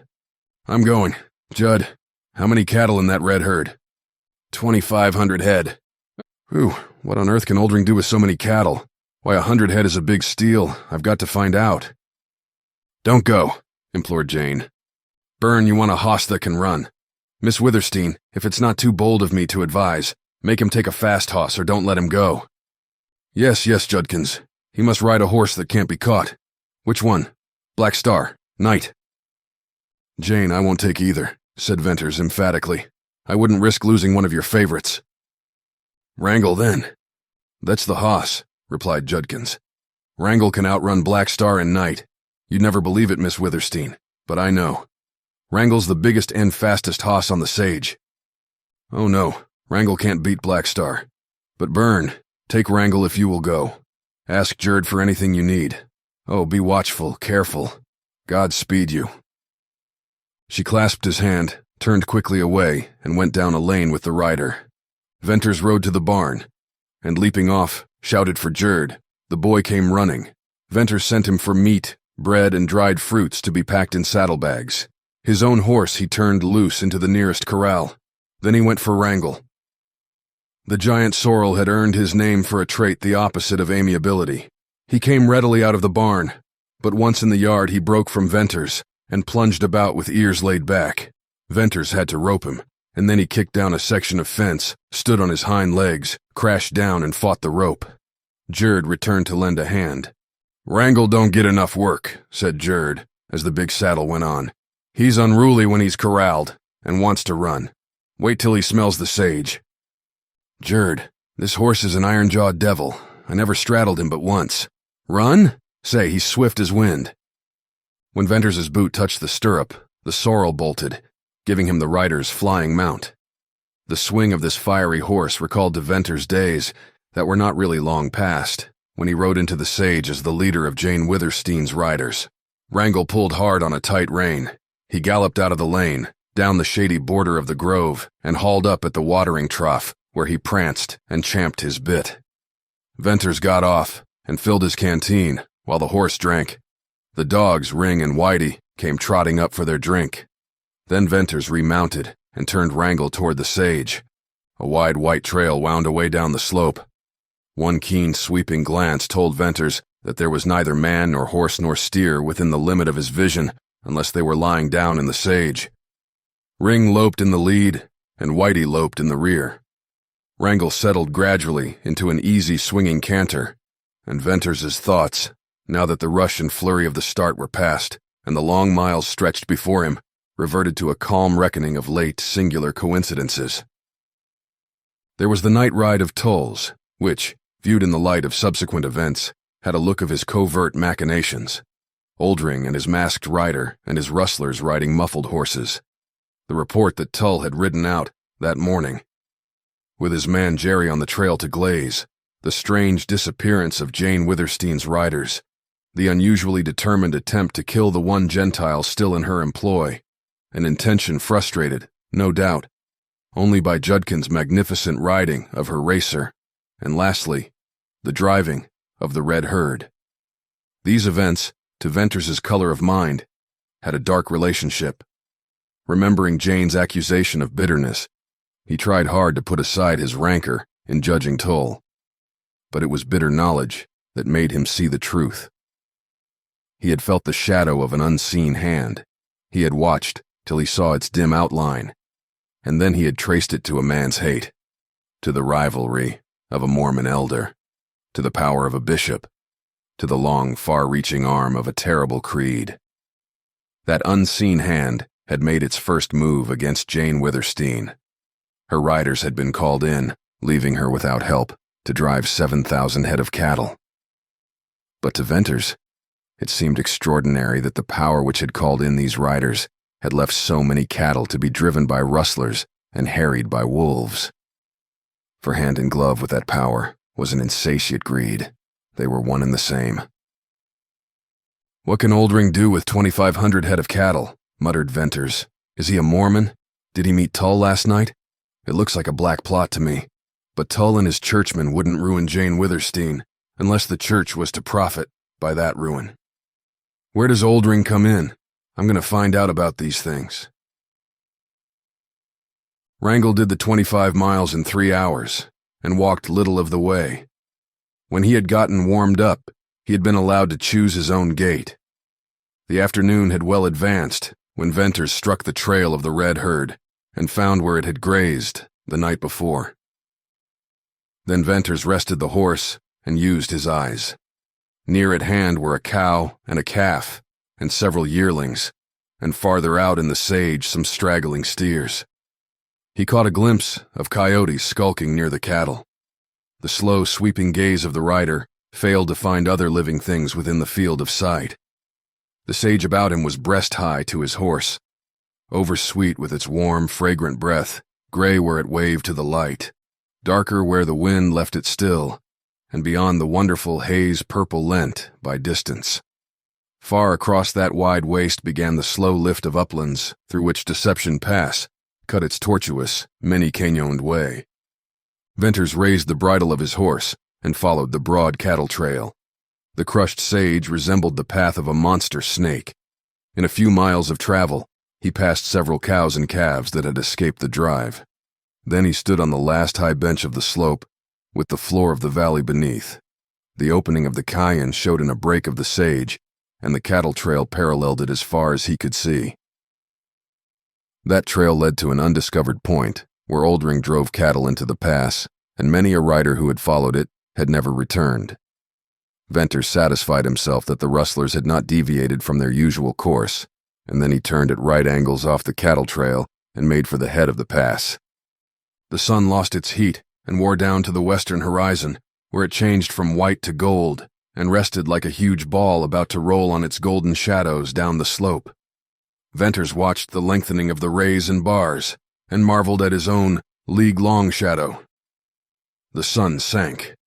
There was instant shading of brightness about him, and he saw a kind of cold purple bloom creep ahead of him to cross the canyon, to mount the opposite slope and chase and darken and bury the last golden flare of sunlight. Venters rode into a trail that he always took to get down into the canyon. He dismounted and found no tracks but his own, made days previous. Nevertheless, he sent the dog Ring ahead and waited. In a little while, Ring returned, whereupon Venters led his horse onto the break in the ground. The opening into Deception Pass was one of the remarkable natural phenomena in a country remarkable for vast slopes of sage, uplands insulated by gigantic red walls, and deep canyons of mysterious source and outlet. Here the valley floor was level, and here opened a narrow chasm, a ragged vent in yellow walls of stone. The trail down the 500 feet of sheer depth always tested Venters's nerve. It was bad going for even a burro. But Wrangel, as Venters led him, snorted defiance or disgust rather than fear, and like a hobbled horse on the jump, lifted his ponderous iron-shod forehooves and crashed down over the first rough step. Venters warmed to greater admiration of the sorrel, and giving him a loose bridle, he stepped down foot by foot. Oftentimes the stones and shale started by Wrangel buried Venters to his knees. Again he was hard put to it to dodge a rolling boulder. There were times when he could not see Wrangel for dust. And once, he and the horse rode a sliding shelf of yellow weathered cliff. It was a trail on which there could be no stops, and therefore, if perilous, it was at least one that did not take long in the descent. Venters breathed lighter when that was over, and felt a sudden assurance in the success of his enterprise. For at first, it had been a reckless determination to achieve something at any cost, and now it resolved itself into an adventure, worthy of all his reason and cunning, and keenness of eye and ear. Pinon pines clustered in little clumps along the level floor of the pass. Twilight had gathered under the walls. Venters rode into the trail and up the canyon. Gradually, the trees and caves and objects low down turned black, and this blackness moved up the walls till night enfolded the pass, while day still lingered above. The sky darkened, and stars began to show, at first pale and then bright. Sharp notches of the rim wall, biting like teeth into the blue, were landmarks by which Venters knew where his camping site lay. He had to feel his way through a thicket of slender oaks to a spring where he watered Wrangle and drank himself. Here he unsaddled and turned Wrangle loose, having no fear that the horsey would leave the thick, cool grass adjacent to the spring. Next he satisfied his own hunger, fed Ring and Whitey, and with them curled beside him, composed himself to await sleep. There had been a time when night in the high altitude of these Utah uplands had been satisfying to Venters. But that was before the oppression of enemies had made the change in his mind. As a rider guarding the herd, he had never thought of the night's wildness and loneliness. As an outcast, now when the full silence set in, and the deep darkness, and trains of radiant stars shone cold and calm, he lay with an ache in his heart. For a year, he had lived as a black fox, driven from his kind. He longed for the sound of a voice, the touch of a hand. In the daytime, there was riding from place to place, and the gun practice to which something drove him, and other tasks that at least necessitated action. At night, before he won sleep, there was strife in his soul. He yearned to leave the endless sage slopes, the wilderness of Cajuns, and it was in the lonely night that this yearning grew unbearable. It was then that he reached forth to feel Ring, or Whitey, immeasurably grateful for the love and companionship of two dogs. On this night, the same old loneliness beset Venters. The old habit of sad thought and burning unquiet had its way. But from it evolved a conviction that his useless life had undergone a subtle change. He had sensed it first when Wrangle swung him up to the high saddle. He knew it now when he lay in the gateway of Deception Pass. He had no thrill of adventure, rather a gloomy perception of great hazard, perhaps death. He meant to find Oldring's retreat. The rustlers had fast horses, but none that could catch Wrangle. Venters knew no rustler could creep upon him at night when Ring and Whitey guarded his hiding place. For the rest, he had eyes and ears, and a long rifle, and an unerring aim, which he meant to use. Strangely, his foreshadowing of change did not hold a thought of the killing of Tull. It related only to what was to happen to him in Deception Pass, and he could no more lift the veil of that mystery than tell where the trails led to in that unexplored canyon. Moreover, he did not care. And at length, tired out by stress of thought, he fell asleep. When his eyes unclosed, day had come again, and he saw the rim of the opposite wall tipped with the gold of sunrise. A few moments sufficed for the morning's simple camp duties. Near at hand, he found Wrangle, and to his surprise, the horse came to him. Wrangle was one of the horses that left his viciousness in the home corral. What he wanted was to be free of mules and burros and steers, to roll in dust patches, and then to run down the wide, open windy sage plains, and at night browse and sleep in the cool wet grass of a spring hole. Yerd knew the sorrel when he said of him, "Wait till he smells the sage." Venters saddled and led him out of the oak thicket, and leaping astride, rode up the canyon, with Ring and Whitey trotting behind. An old grass-grown trail followed the course of a shallow wash, where flowed a thin stream of water. The canyon was 100 rods wide. Its yellow walls were perpendicular. It had abundant sage and a scant growth of oak and pinon. For 5 miles, it held to a comparatively straight bearing, and then began a heightening of rugged walls and a deepening of the floor. Beyond this point of sudden change in the character of the canyon Venters had never explored, and here was the real door to the intricacies of Deception Pass. He reined Wrangle to a walk, halted now and then to listen, and then proceeded cautiously with shifting and alert gaze. The canyon assumed proportions that dwarfed those of its first 10 miles. Venters rode on and on, not losing in the interest of his wide surroundings any of his caution, or keen search for tracks or sight of living thing. If there ever had been a trail here, he could not find it. He rode through sage and clumps of pinon trees and grassy plots, where long-petaled purple lilies bloomed. He rode through a dark constriction of the pass, no wider than the lane in the grove at Cottonwoods, and he came out into a great amphitheater into which jutted huge towering corners of a confluence of intersecting canyons. Venters sat his horse, and with a rider's eye, studied this wild crosscut of huge stone gullies. Then he went on, guided by the course of running water. If it had not been for the main stream of water flowing north, he would never have been able to tell which of those many openings was a continuation of the pass. In crossing this amphitheater, he went by the mouths of 5 canyons, fording little streams that flowed into the larger one. Gaining the outlet, which he took to be the pass, he rode on again, under overhanging walls. One side was dark in shade, the other light in sun. This narrow passageway turned and twisted and opened into a valley that amazed Venters. Here again was a sweep of purple sage, richer than upon the higher levels. The valley was miles long, several wide, and enclosed by unscalable walls. But it was the background of this valley that so forcibly struck him. Across the sage flat rose a strange upflinging of yellow rocks. He could not tell which were close and which were distant. Scrawled mounds of stone, like mountain waves, seemed to roll up to steep bare slopes and towers.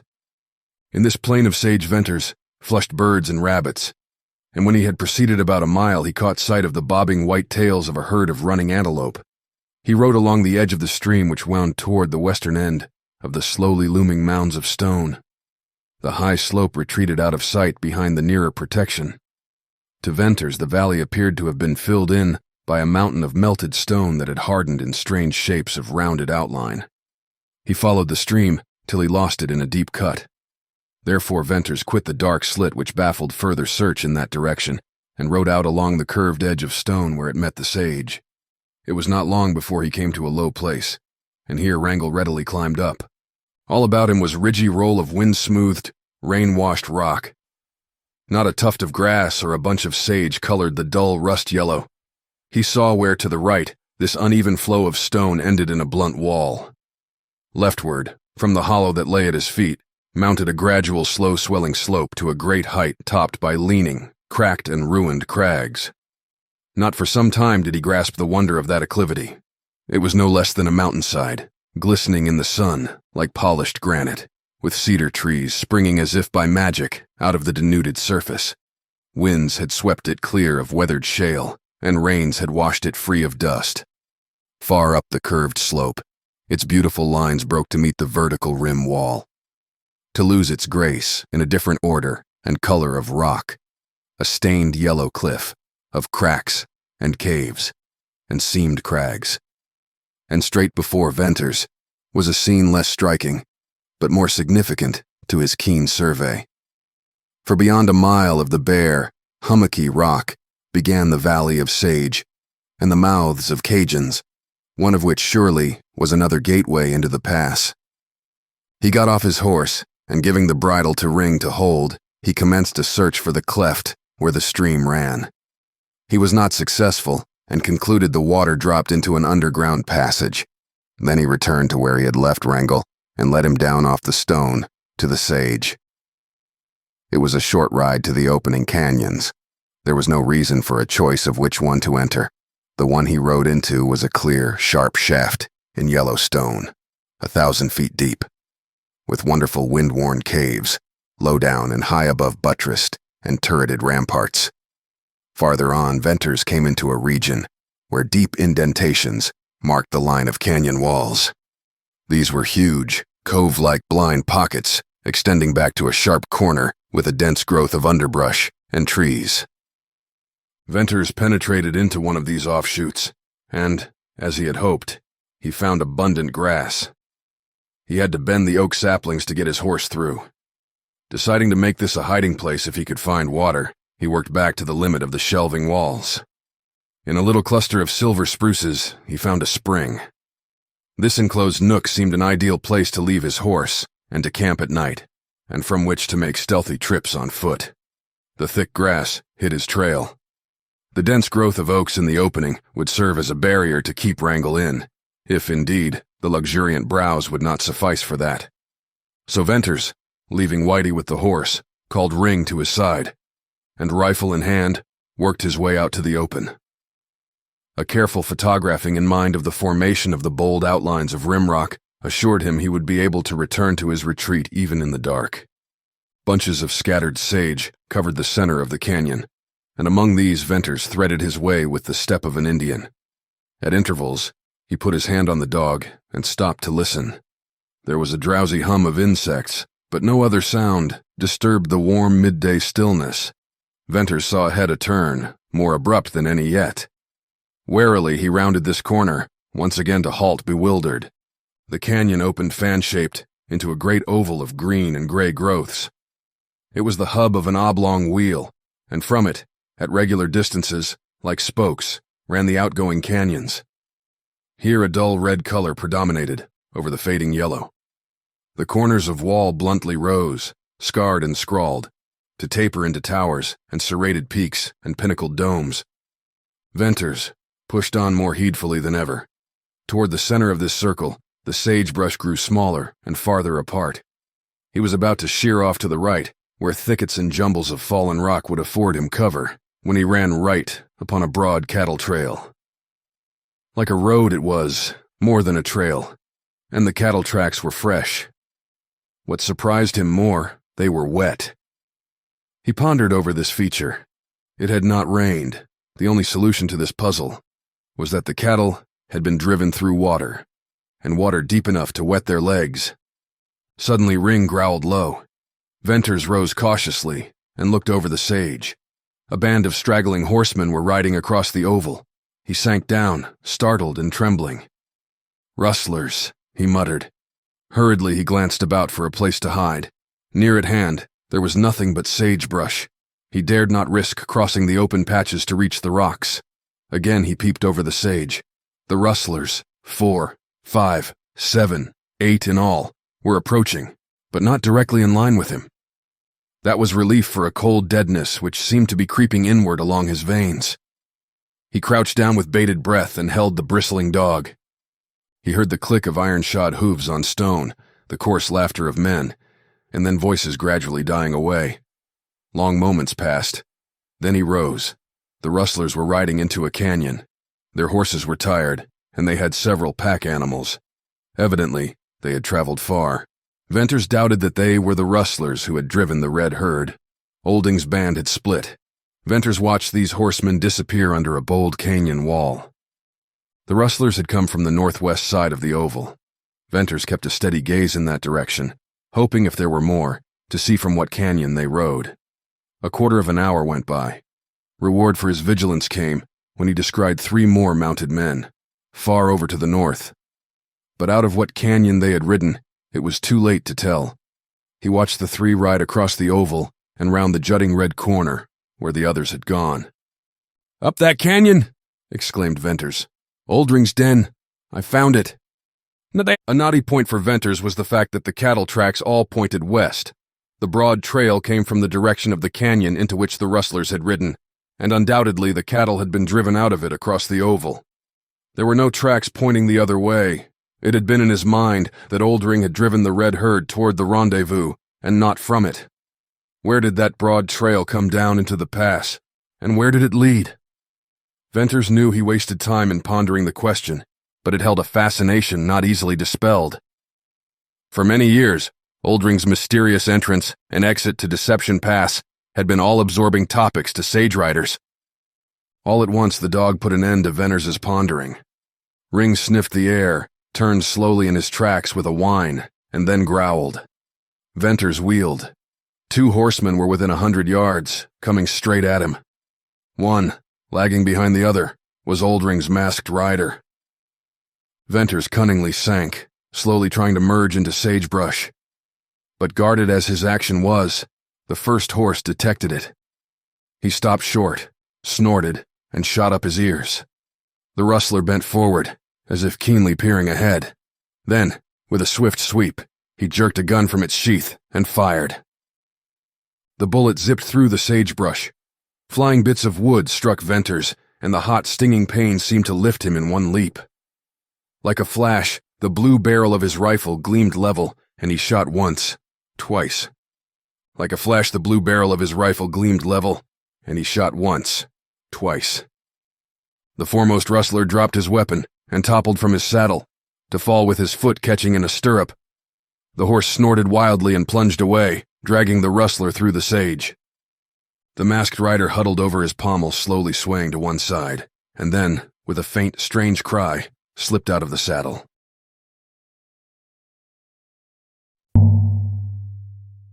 The untamed landscapes of riders of the purple sage call for bold spirits. Complement your journey with Iron Collective's Labyrinth candles, radiating a rich blend of ambergris, leather, and pinion wood. Iron Collective is your gateway to adventure. Use code BookTV for 20% off your first order at ironcollective.co. Chapter 5. The Masked Rider. Venters looked quickly from the fallen rustlers to the canyon where the others had disappeared. He calculated on the time needed for running horses to return to the open if their riders heard shots. He waited breathlessly, but the estimated time dragged by, and no riders appeared. Venters began presently to believe that the rifle reports had not penetrated into the recesses of the canyon, and felt safe for the immediate present. He hurried to the spot where the first rustler had been dragged by his horse. The man lay in deep grass, dead, jaw fallen, eyes protruding, a sight that sickened Venters. The first man at whom he had ever aimed a weapon. He had shot through the heart. With the clammy sweat oozing from every pore, Venters dragged the rustler in among some boulders and covered him with slabs of rock. Then he smoothed out the crushed trail in grass and sage. The rustler's horse had stopped a quarter of a mile off and was grazing. When Venters rapidly strode toward the masked rider, not even the cold nausea that gripped him could wholly banish curiosity, for he had shot Oldring's infamous lieutenant, whose face had never been seen. Venters experienced a grim pride in the feat. What would Tull say to this achievement of the outcast who rode too often to Deception Pass?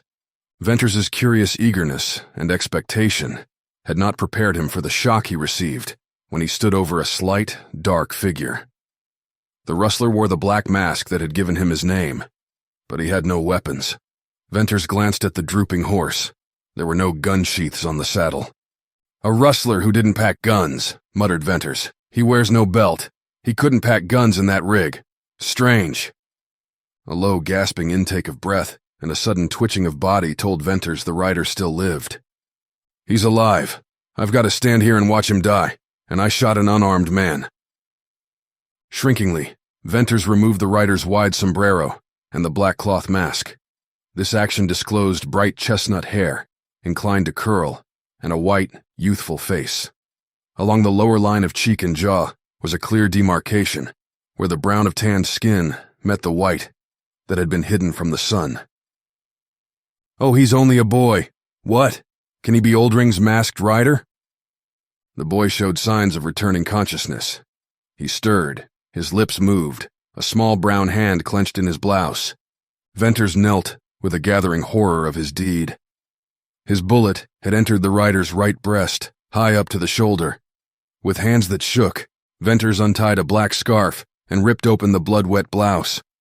First he saw a gaping hole, dark red against a whiteness of skin, from which welled a slender red stream, then the graceful, beautiful swell of a woman's breast. "A woman!" he cried. "A girl! I've killed a girl!" She suddenly opened eyes that transfixed Venters. They were fathomless blue. Consciousness of death was there, a blended terror and pain, but no consciousness of sight. She did not see Venters. She stared into the unknown. Then came a spasm of vitality. She writhed in a torture of reviving strength, and in her convulsions, she almost tore from Ventner's grasp. Slowly she relaxed and sank partly back. The ungloved hand sought the wound and pressed so hard that her wrist half buried itself in her bosom. Blood trickled between her spread fingers, and she looked at Venters with eyes that saw him. He cursed himself and the unerring aim of which he had been so proud. He had seen that look in the eyes of a crippled antelope which he was about to finish with his knife, but in her it had infinitely more, a revelation of mortal spirit. The instinctive bringing to life was there, and the divining helplessness and the terrible accusation of the stricken. "Forgive me, I didn't know," burst out Venters. "You shot me, you've killed me," she whispered. in panting gasps. Upon her lips appeared a fluttering, bloody froth. By that, Venters knew the air in her lungs was mixing with blood. "Oh, I knew. It would come someday. Oh, the burn. Hold me, I'm sinking. It's all dark. Ah, God. Mercy." Her rigidity loosened in one long quiver and she lay back limp, still, white as snow with closed eyes. Venters thought then that she died. But the faint pulsation of her breast assured him that life yet lingered. Death seemed only a matter of moments, for the bullet had gone clear through her. Nevertheless, he tore sage leaves from a bush, and pressing them tightly over her wounds, he bound the black scarf round her shoulder, tying it securely under her arm. Then he closed the blouse, hiding from his sight that blood-stained, accusing breast. "What? Now?" he questioned, with flying mind. "I must get out of here. She's dying, but I can't leave her." He rapidly surveyed the sage to the north and made out no animate object. Then he picked up the girl's sombrero and the mask. This time the mask gave him as great a shock as when he first removed it from her face, for in the woman he had forgotten the rustler, and this black strip of felt cloth established the identity of Oldring's masked rider. Venters had solved the mystery. He slipped his rifle under her, and lifting her carefully upon it, he began to retrace his steps. The dog trailed in his shadow, and the horse, that had stood drooping by, followed without a call. Venters chose the deepest tufts of grass and clumps of sage on his return. From time to time, he glanced over his shoulder. He did not rest. His concern was to avoid jarring the girl and to hide his trail. Gaining the narrow canyon, he turned and held close to the wall till he reached his hiding place. When he entered the dense thicket of oaks, he was hard put to it to force a way through. But he held his burden almost upright, and by slipping sidewise and bending the saplings, he got in. Through sage and grass, he hurried to the grove of silver spruces. He laid the girl down, almost fearing to look at her. Though marble pale and cold, she was living. Venters then appreciated the tax that long carry had been to his strength. He sat down to rest. Whitey sniffed at the pale girl and whined, and crept to Venters's feet. Ring lapped the water in the runway of the spring. Presently Venters went out to the opening, caught the horse, and leading him through the thicket, unsaddled him and tied him with a long halter. Wrangle left his browsing long enough to whinny and toss his head. Venters felt that he could not rest easily till he had secured the other rustler's horse. So, taking his rifle and calling for Ring, he set out. Swiftly, yet watchfully, he made his way through the canyon to the oval and out to the cattle trail. What few tracks might have betrayed him, he obliterated, so only an expert tracker could have trailed him. Then, with many a wary, backward glance across the sage, he started to round up the rustler's horse. This was unexpectedly easy. He led the horse to lower ground, out of sight, from the opposite side of the oval, along the shadowy western wall, and so on into his Cayan and secluded camp. The girl's eyes were open. A feverish spot burned in her cheeks. She moaned something unintelligible to Venters, but he took the movement of her lips to mean that she wanted water. Lifting her head, he tipped the canteen to her lips. After that she again lapsed into unconsciousness, or a weakness which was its counterpart. Venters noted, however, that the burning flush had faded into the former pallor. The sun set behind the high canyon rim, and a cool shade darkened the walls. Venters fed the dogs and put a halter on the dead rustler's horse. He allowed Wrangle to browse free. This done, he cut spruce boughs and made a lean-to for the girl. Then, gently lifting her upon a blanket, he folded the sides over her. The other blanket he wrapped about his shoulders, and found a comfortable seat against a spruce tree that upheld the little shack.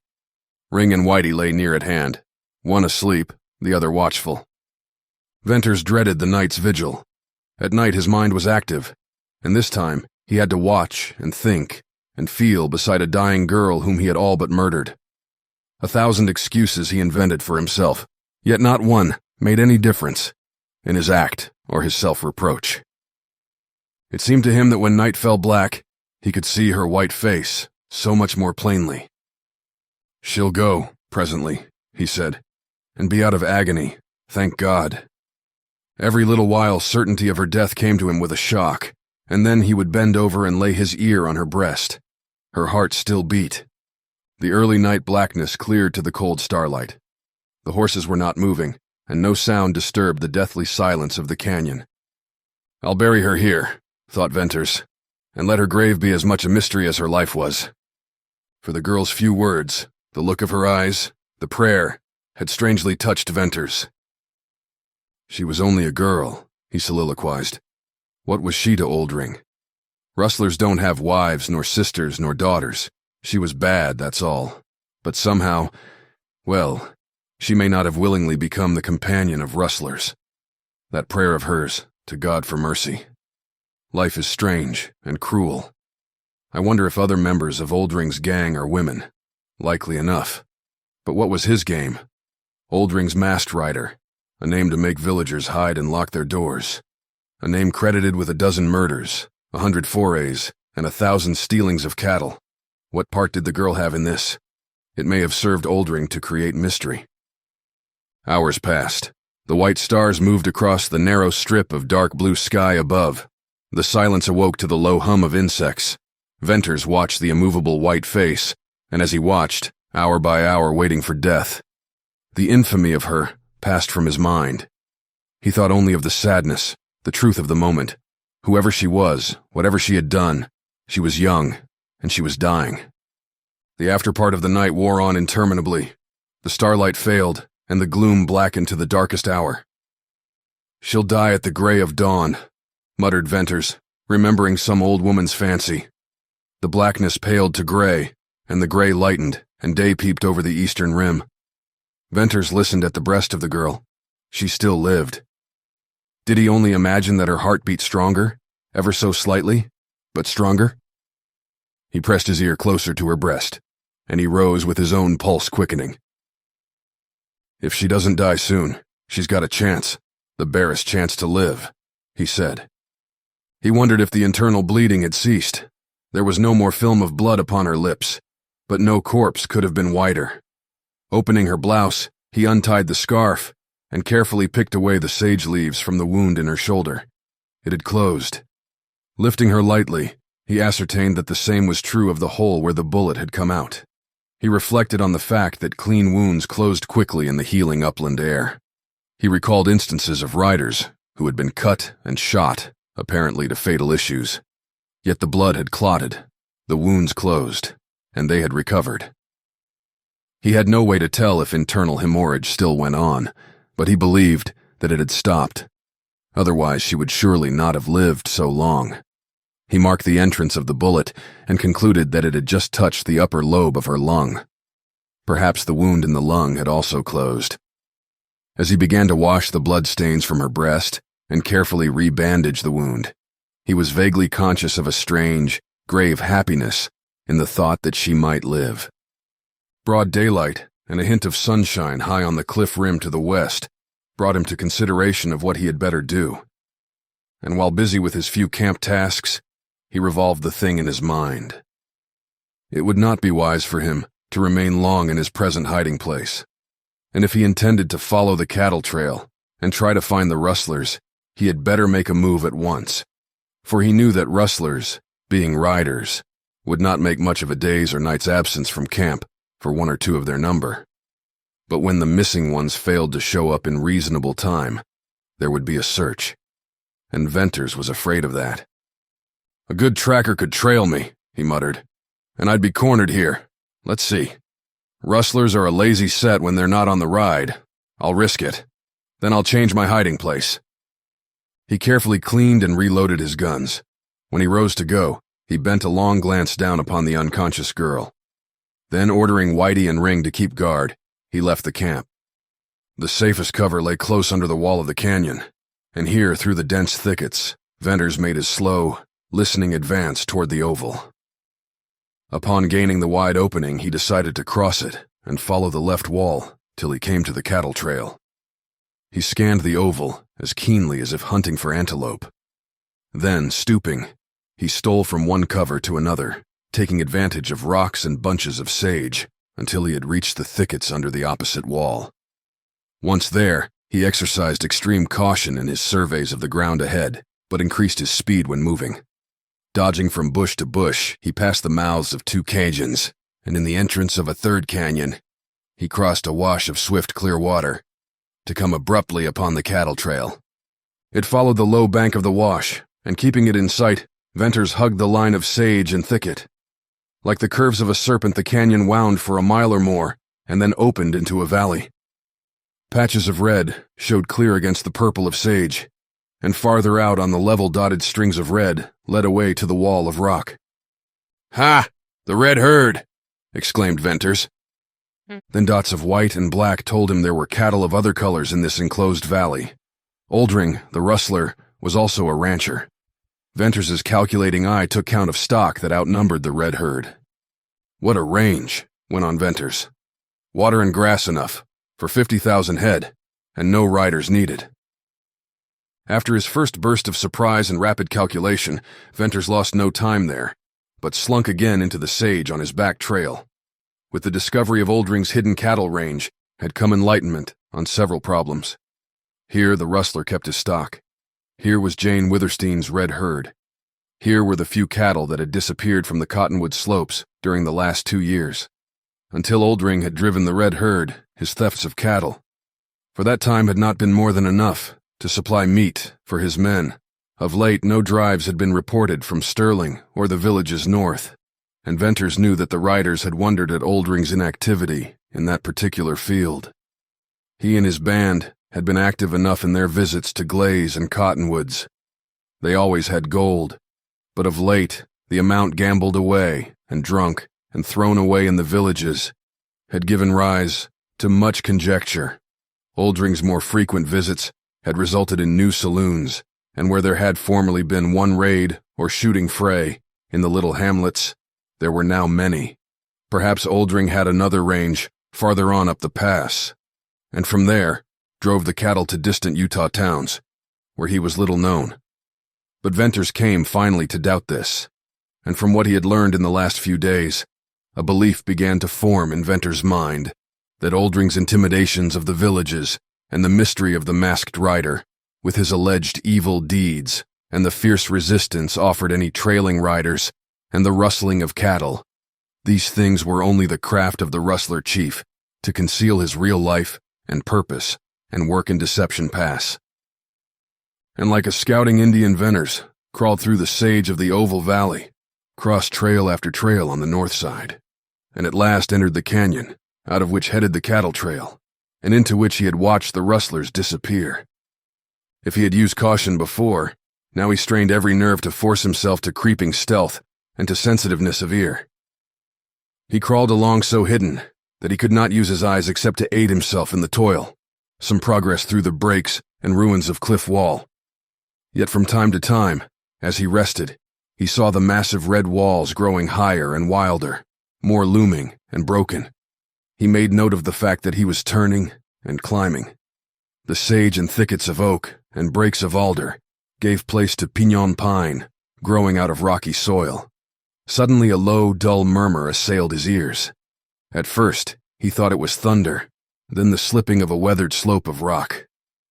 But it was incessant, and as he progressed, it filled out deeper, and from a murmur changed into a soft roar.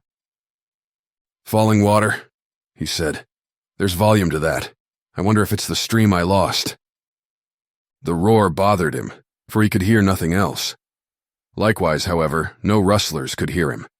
Emboldened by this, and sure that nothing but a bird could see him, he arose from his hands and knees to hurry on. An opening in the pignons warned him that he was nearing the height of slope. He gained it, and dropped low with a burst of astonishment. Before him stretched a short canyon with rounded stone floor bare of grass or sage or tree, and with curved, shelving walls.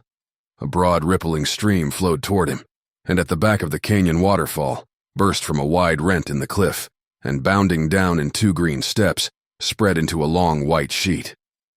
If Venters had not been indubitably certain that he had entered the right canyon, his astonishment would not have been so great.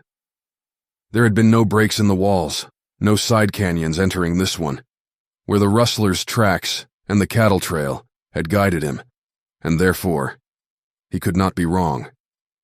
But here the canyon ended, and presumably the trails also.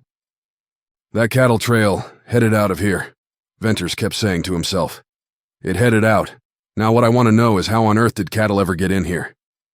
If he could be sure of anything, it was of the careful scrutiny he had given that cattle track, every hoof mark of which headed straight west.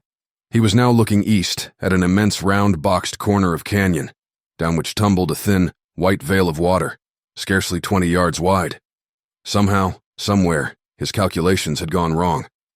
For the first time in years, he found himself doubting his rider's skill in finding tracks, and his memory of what he had actually seen. In his anxiety to keep under cover, he must have lost himself in this offshoot of Deception Pass, and thereby, in some unaccountable manner, missed the canyon with the trails. There was nothing else for him to think. Rustlers could not fly, nor cattle jump down 1,000-foot precipices. He was only proving what the sage riders had long said of this labyrinthine system of deceitful canyons and valleys. Trails led down into Deception Pass, but no rider had ever followed them.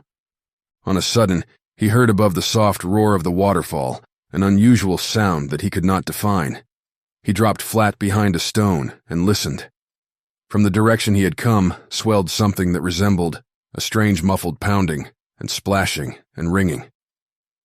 Despite his nerve, the chill sweat began to dampen his forehead. What might not be possible in this stone-walled maze of mystery? The unnatural sound passed beyond him as he lay gripping his rifle and fighting for coolness. Then from the open came the sound, now distinct and different. Venters recognized a hobble-bell of a horse and the cracking of iron on submerged stones and the hollow splash of hoofs in water. Relief surged over him. His mind caught again at realities, and curiosity prompted him to peep from behind the rock. In the middle of the stream waited a long string of packed burros driven by 3 superbly mounted men. Had Venters met these dark-clothed, dark-visaged, heavily armed men anywhere in Utah, let alone in this robber's retreat, he would have recognized them as rustlers. The discerning eye of a rider saw the signs of a long, arduous trip. These men were packing in supplies from one of the northern villages. They were tired, and their horses were almost played out, and the burros plodded on after the manner of their kind when exhausted, faithful, and patient, but as if every weary, splashing, slipping step would be their last. All this Venters noted in one glance. After that he watched with a thrilling eagerness. Straight at the waterfall the rustlers drove the burros, and straight through the middle, where the water spread into a fleecy, thin film like dissolving smoke. Following closely, the rustlers rode into this white mist, showing in bold black relief for an instant, and then they vanished. Venters drew a full breath that rushed out in brief and sudden utterance. Good heaven, of all the holes for a rustler. There's a cavern under that waterfall, and a passageway leading out to a canyon beyond. Oldring hides in there. He needs only to guard a trail leading down from the sage flat above. Little danger of this outlet to the pass being discovered. I stumbled on it by luck after I had given up, and now I know the truth of what puzzled me most. Why that cattle trail was wet. He wheeled and ran down the slope and out to the level of the sagebrush. Returning, he had no time to spare, only now and then, between dashes, a moment when he stopped to cast sharp eyes ahead. The abundant grass left no trace of his trail. Short work. He made of the distance to the circle of canyons. He doubted that he would ever see it again. He knew he never wanted to. Yet he looked at the red corners and towers with the eyes of a rider, picturing landmarks never to be forgotten. Here he spent a panting moment in a slow circling gaze of the sage oval and the gaps between the bluffs. Nothing stirred except the gentle wave of the tips of the brush. Then he pressed on past the mouths of several cajuns and over ground new to him, now close, under the eastern wall. This latter part proved to be easy traveling, well screened from possible observation from the north and west, and he soon covered it and felt safer in the deepening shade of his own canyon. Then the huge notched bulge of red rim loomed over him, a mark by which he knew again the deep cove where his camp lay hidden. As he penetrated the thicket, safe again for the present, his thoughts reverted to the girl he had left there. The afternoon had far advanced. How would he find her? He ran into camp, frightening the dogs. The girl lay with wide-open dark eyes, and they dilated when he knelt beside her. The flush of fever shone in her cheeks. He lifted her and held water to her dry lips, and felt an inexplicable sense of lightness as he saw her swallow in a slow, choking gulp. Gently he laid her back. "Who are you?" she whispered haltingly. "I'm the man who shot you," he replied. "You will not kill me now?" No. "What will you do with me?" "When you get better, strong enough, I'll take you back to the canyon where the rustlers ride through the waterfall." As with a faint shadow from a flitting wing overhead, the marble whiteness of her face seemed to change. "Don't take me back there."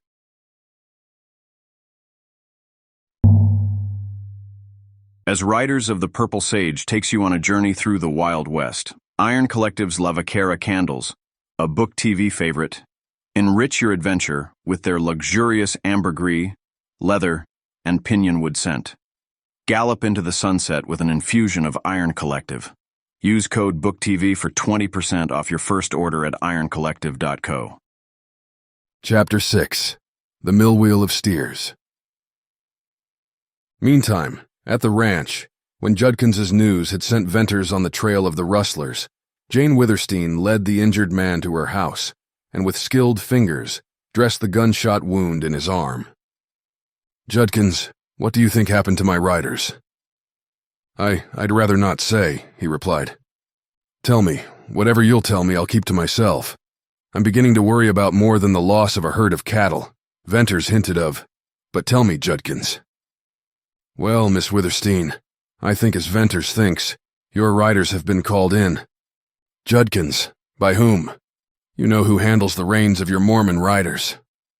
"Do you dare insinuate that my churchmen have ordered in my riders?"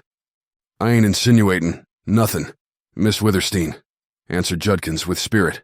"I know what I'm talking about. I didn't want to tell you." "Oh, I can't believe that.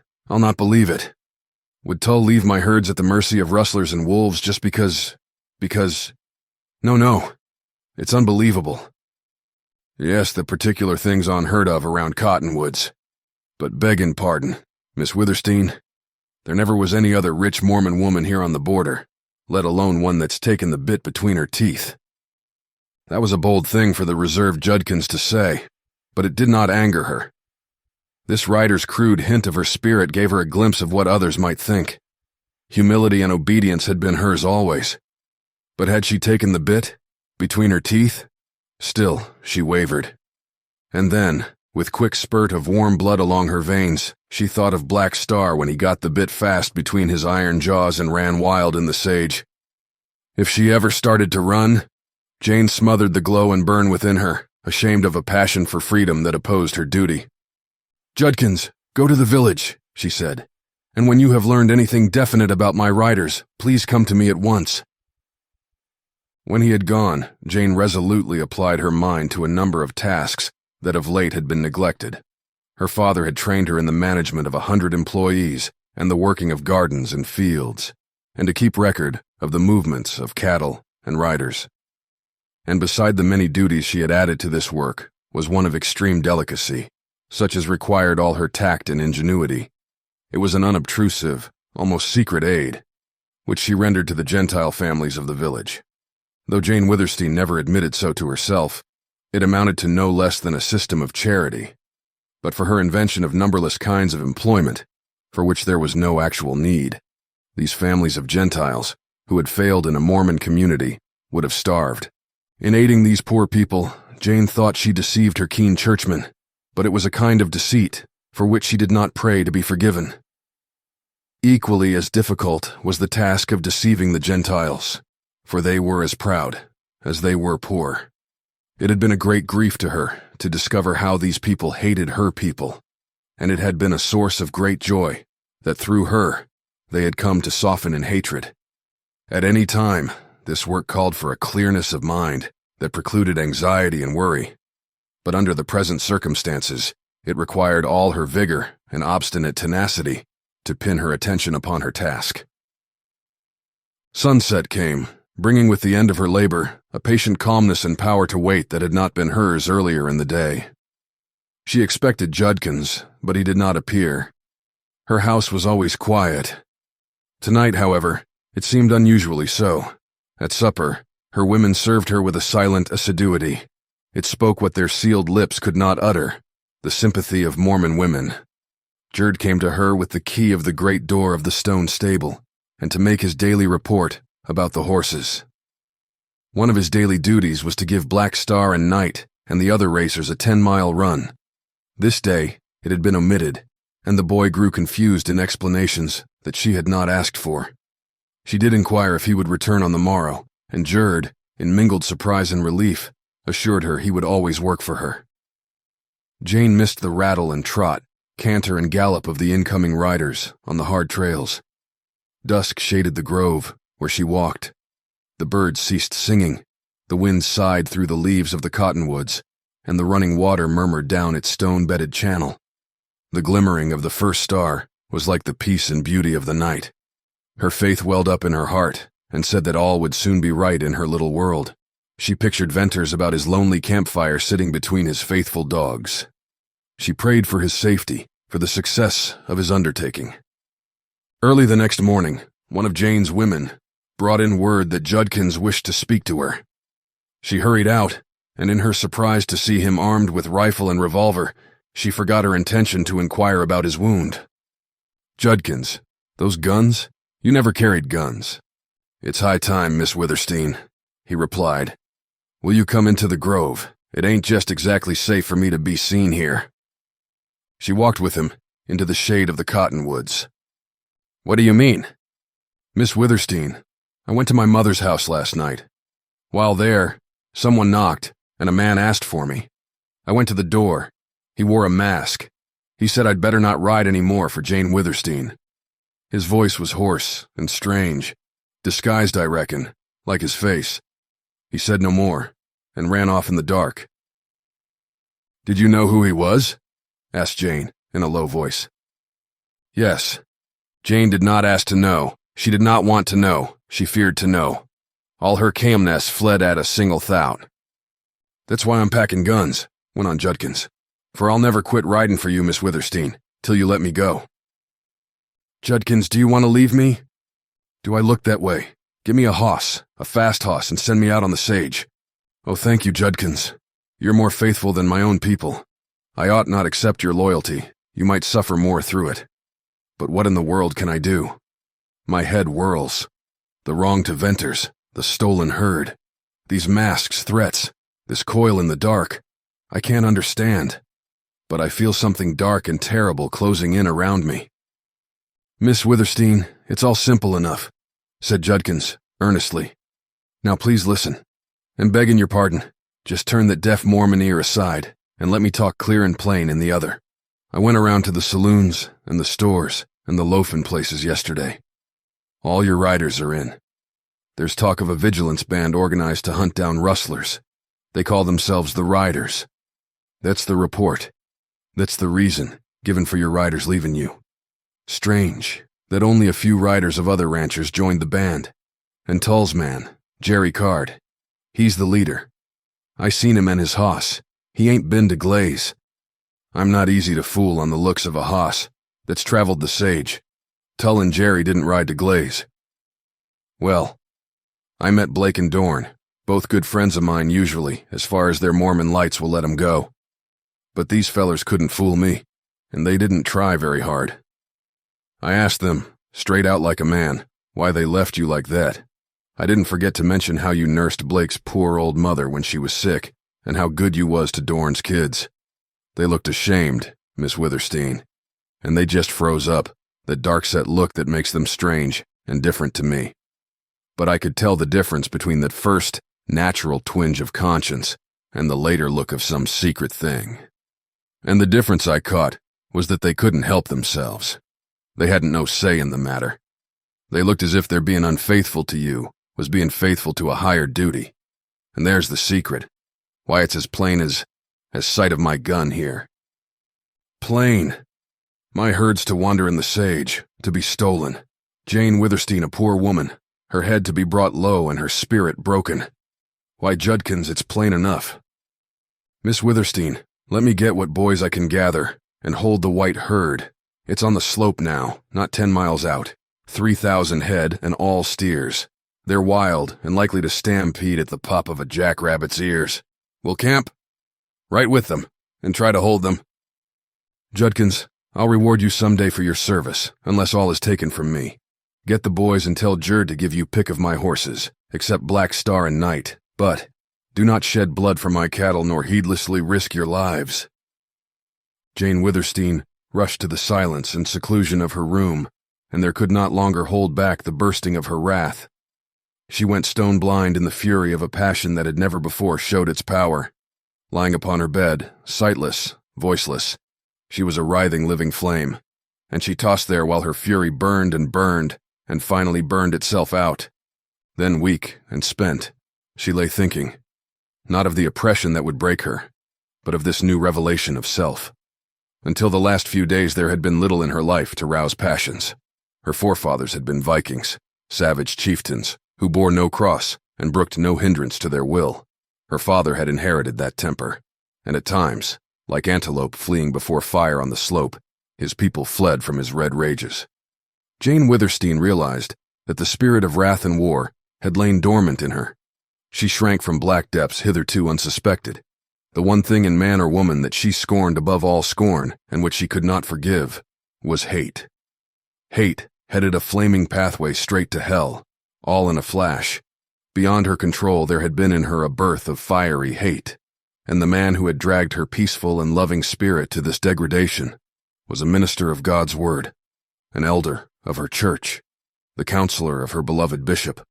The loss of herds and ranges, even of Amber Spring and the old stone house, no longer concerned Jane Withersteen. She faced the foremost thought of her life, what she now considered the mightiest problem, the salvation of her soul. She knelt by her bedside and prayed. She prayed as she had never prayed in all her life, prayed to be forgiven for her sin, to be immune from that dark, hot hate, to love Tull as her minister, though she could not love him as a man, to do her duty by her church and people and those dependent upon her bounty, to hold reverence of God and womanhood inviolate. When Jane Withersteen rose from that storm of wrath and prayer for help, she was serene, calm, sure, a changed woman. She would do her duty as she saw it, live her life as her own truth guided her. She might never be able to marry a man of her choice, but she certainly never would become the wife of Tull. Her churchmen might take her cattle and horses, ranges and fields, her corrals and stables, the house of Withersteen, and the water that nourished the village of Cottonwoods. But they could not force her to marry Tull. They could not change her decision or break her spirit.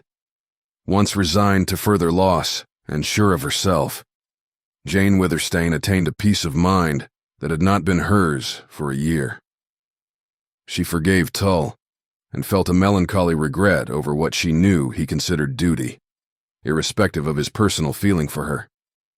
First of all, Tull, as he was a man, wanted her for himself, and secondly, he hoped to save her and her riches for his church. She did not believe that Tull had been actuated solely by his minister's zeal to save her soul. She doubted her interpretation of one of his dark sayings, that if she were lost to him, she might as well be lost to heaven. Jane Withersteen's common sense took arms against the binding limits of her religion, and she doubted that her bishop, whom she had been taught had direct communication with God, would damn her soul for refusing to marry a Mormon. As for Tull and his churchmen, when they had harassed her, perhaps made her poor, they would find her unchangeable, and then she would get back most of what she had lost. So she reasoned, true at last to her faith in all men and in their ultimate goodness. The clank of iron hooves upon the stone courtyard drew her hurriedly from her retirement. There, beside his horse, stood Lassiter, his dark apparel and the great black gun sheaths contrasting singularly with his gentle smile. Jane's active mind took up her interest in him, and her half-determined desire to use what charm she had to foil his evident design in visiting Cottonwoods. If she could mitigate his hatred of Mormons, or at least keep him from killing more of them, not only would she be saving her people, but also be leading back this blood spiller to some semblance of the human. "Morning, ma'am," he said, black sombrero in hand. "Lassiter, I'm not an old woman or even a madam," she replied with her bright smile. "If you can't say Miss Withersteen, call me Jane. I reckon Jane would be easier. First names are always handy for me." "Well, use mine then. Lassiter, I'm glad to see you. I'm in trouble." Then she told him of Judkins's return, of the driving of the red herd, of Venters's departure on Wrangle, and the calling in of her riders. "'Pears to me you're some smilin' and pretty for a woman with so much trouble," he remarked. "Lassiter, are you paying me compliments? But seriously, I've made up my mind not to be miserable. I've lost much, and I'll lose more. Nevertheless, I won't be sour, and I hope I'll never be unhappy. Again." Lassiter twisted his hat round and round, as was his way, and took his time in replying. "Women are strange to me. I got to back trailing myself from them long ago, but I'd like a game woman. Might I ask, seeing as how you take this trouble, if you're going to fight?" "Fight? How? Even if I would, I haven't a friend except that boy who doesn't dare stay in the village. I make bold to say, ma'am, Jane, that there's another, if you want him." "Lassiter, thank you. But how can I accept you as a friend? Think, why you'd ride down into the village with those terrible guns and kill my enemies, who are also my churchmen." "I reckon I might be riled up to jest about that," he replied, dryly. She held out both hands to him. "Lassiter, I'll accept your friendship. Be proud of it. Return it, if I may keep you from killing another Mormon." "I'll tell you one thing," he said bluntly, as the gray lightning formed in his eyes. "You're too good a woman to be sacrificed as you're going to be. No, I reckon you and me can't be friends on such terms." In her earnestness, she stepped closer to him, repelled yet fascinated by the sudden transition of his moods. That he would fight for her was at once horrible and wonderful. "You came here to kill a man, the man who Millie Erne. The man who dragged Millie Erne to hell, put it that way. Jane Withersteen, yes. That's why I came here. I'd tell so much to no other living soul. There are things such a woman as you'd never dream of. So don't mention her again. Not till you tell me the name of the man." "Tell you, never. I reckon you will, and I'll never ask you. I'm a man of strange beliefs and ways of thinking, and I seem to see into the future and feel things hard to explain. The trail I've been following for so many years was twisted and tangled, but it's straightening out now. And, Jane Withersteen, you crossed it long ago to ease poor Millie's agony. That, whether you want or not, makes Lassiter your friend. But you cross it now strangely to mean something to me, God knows what, unless by your noble blindness to incite me to greater hatred of Mormon men." Jane felt swayed by a strength that far exceeded her own. In a clash of wills with this man, she would go to the wall. If she were to influence him, it must be wholly through womanly allurement. There was that about Lassiter which commanded her respect. She had abhorred his name. Face to face with him, she found she feared only his deeds. His mystic suggestion, his foreshadowing of something that she was to mean to him, pierced deep into her mind. She believed fate had thrown in her way the lover or husband of Millie Erne. She believed that through her an evil man might be reclaimed. His allusion to what he called her blindness terrified her. Such a mistaken idea of his might unleash the bitter, fatal mood she sensed in him. At any cost, she must placate this man. She knew the die was cast, and that if Lassiter did not soften to a woman's grace and beauty and wiles, then it would be because she could not make him. "I reckon you'll hear no more such talk from me," Lassiter went on, presently. "Now, Miss Jane, I rode in to tell you that your herd of white steers is down on the slope behind them big ridges, and I seen something going on that'd be mighty interesting to you, if you could see it. Have you a field glass?" "Yes, I have 2 glasses. I'll get them and ride out with you. Wait, Lassiter." "Please," she said, and hurried within. Sending word to Jerd to saddle Black Star and fetch him to the court, she then went to her room and changed to the riding clothes she always donned when going into the sage. In this male attire, her mirror showed her a jaunty, handsome rider. If she expected some little need of admiration from Lassiter, she had no cause for disappointment. The gentle smile that she liked, which made of him another person, slowly overspread his face. "If I didn't take you for a boy," he exclaimed. "It's powerful queer what difference clothes make. Now I've been some scared of your dignity, like when the other night you was all in white but in this rig." Black Star came pounding into the court, dragging Jerd half off his feet, and he whistled at Lassiter's black. But at sight of Jane, all his defiant lines seemed to soften, and with tosses of his beautiful head, he whipped his bridle. "Down, Black Star, down," said Jane. He dropped his head, and slowly lengthening, he bent one foreleg, then the other, and sank to his knees. Jane slipped her left foot in the stirrup, swung lightly into the saddle, and Black Star rose with a ringing stamp. It was not easy for Jane to hold him to a canter through the grove, and like the wind he broke when he saw the sage. Jane let him have a couple of miles of free running on the open trail, and then she coaxed him in and waited for her companion. Lassiter was not long in catching up, and presently they were riding side by side.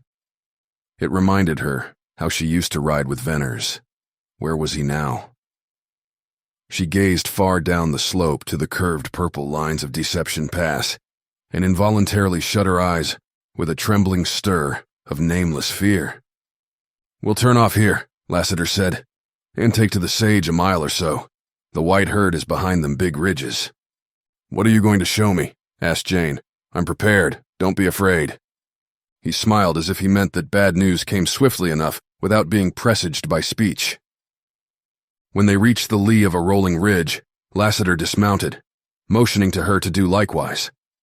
They left the horses standing, bridles down. Then Lassiter, carrying the field glasses, began to lead the way up the slow rise of ground. Upon nearing the summit, he halted her with a gesture. "I reckon we'd see more if we didn't show ourselves against the sky," he said. "I was here less than an hour ago.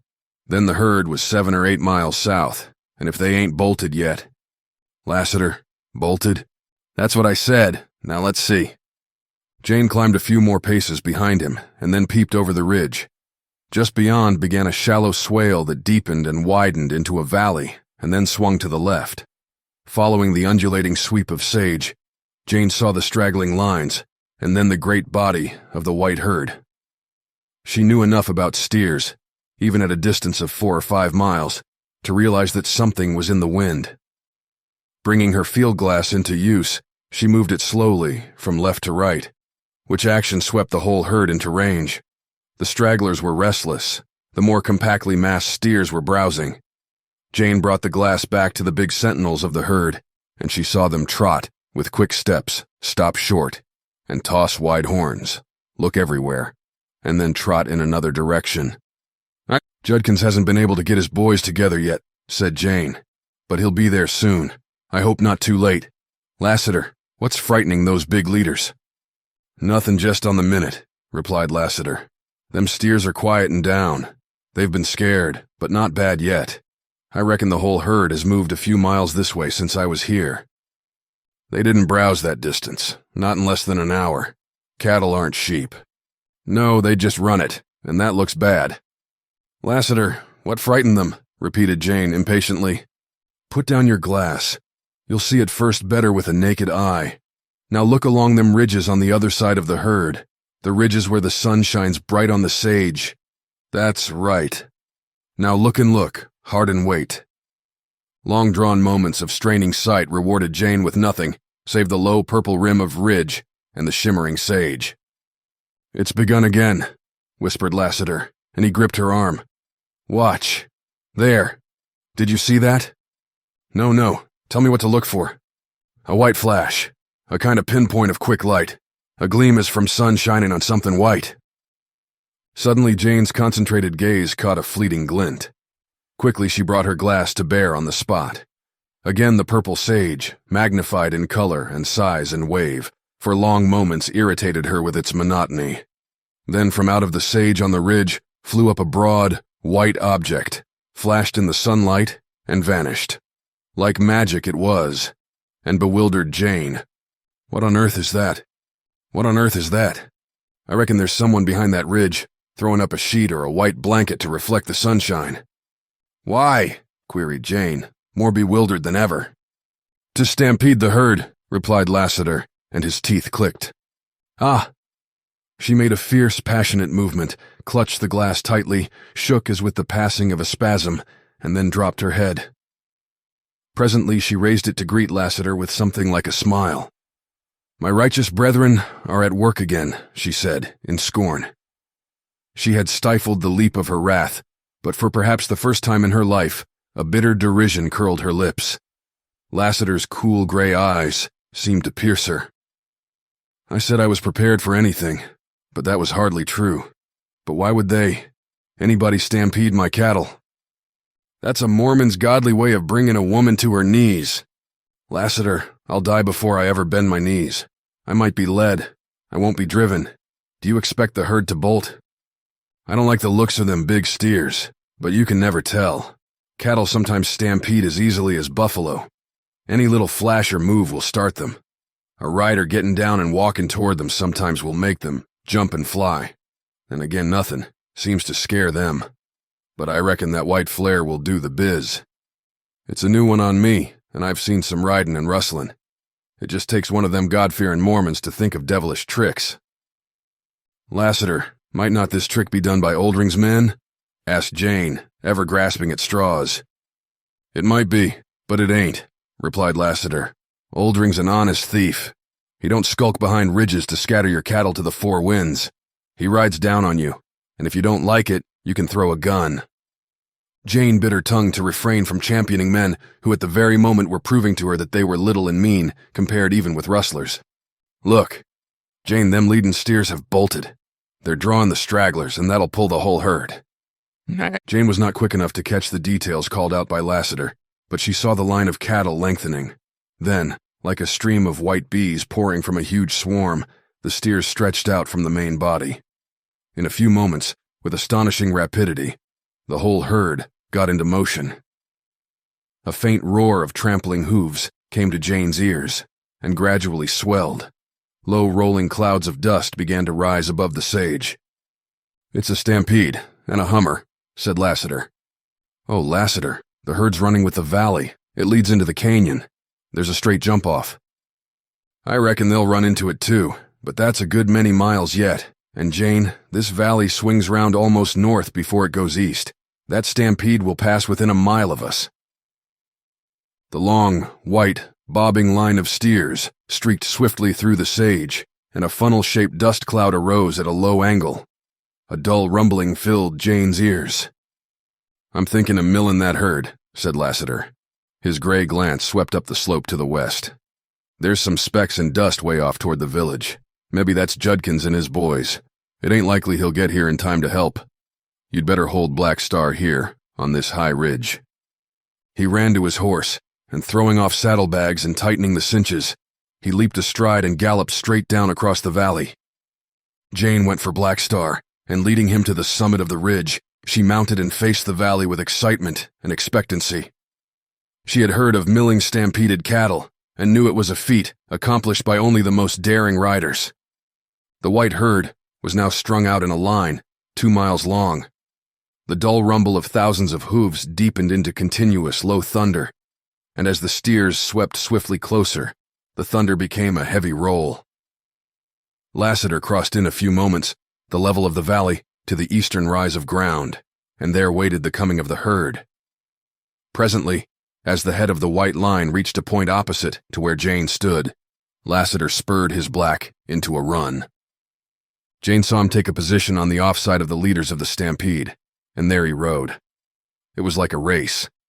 They swept on down the valley, and when the end of the white line neared Lassiter's first stand, the head had begun to swing round to the west.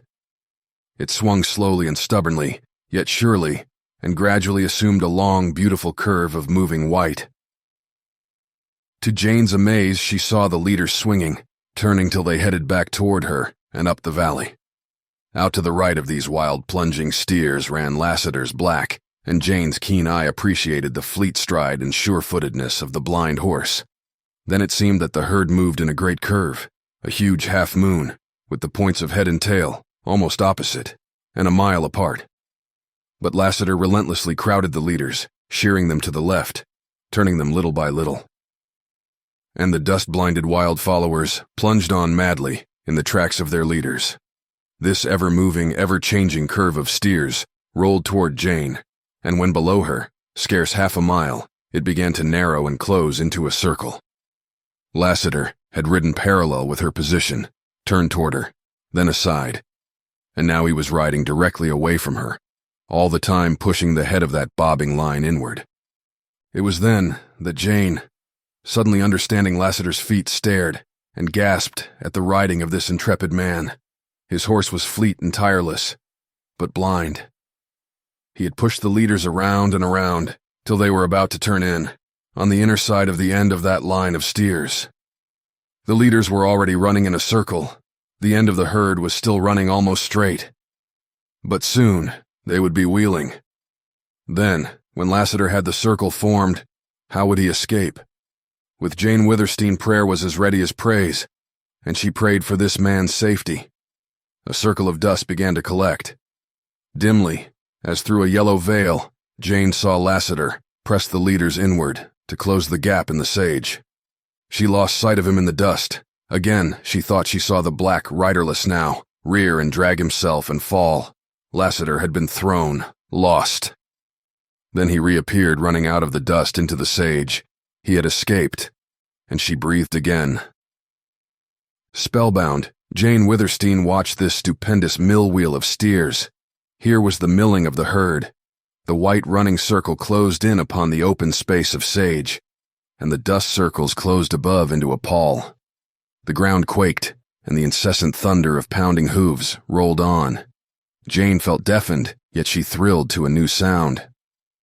As the circle of sage lessened, the steers began to bawl, and when it closed entirely, there came a great upheaval in the center, and a terrible thumping of heads and clicking of horns.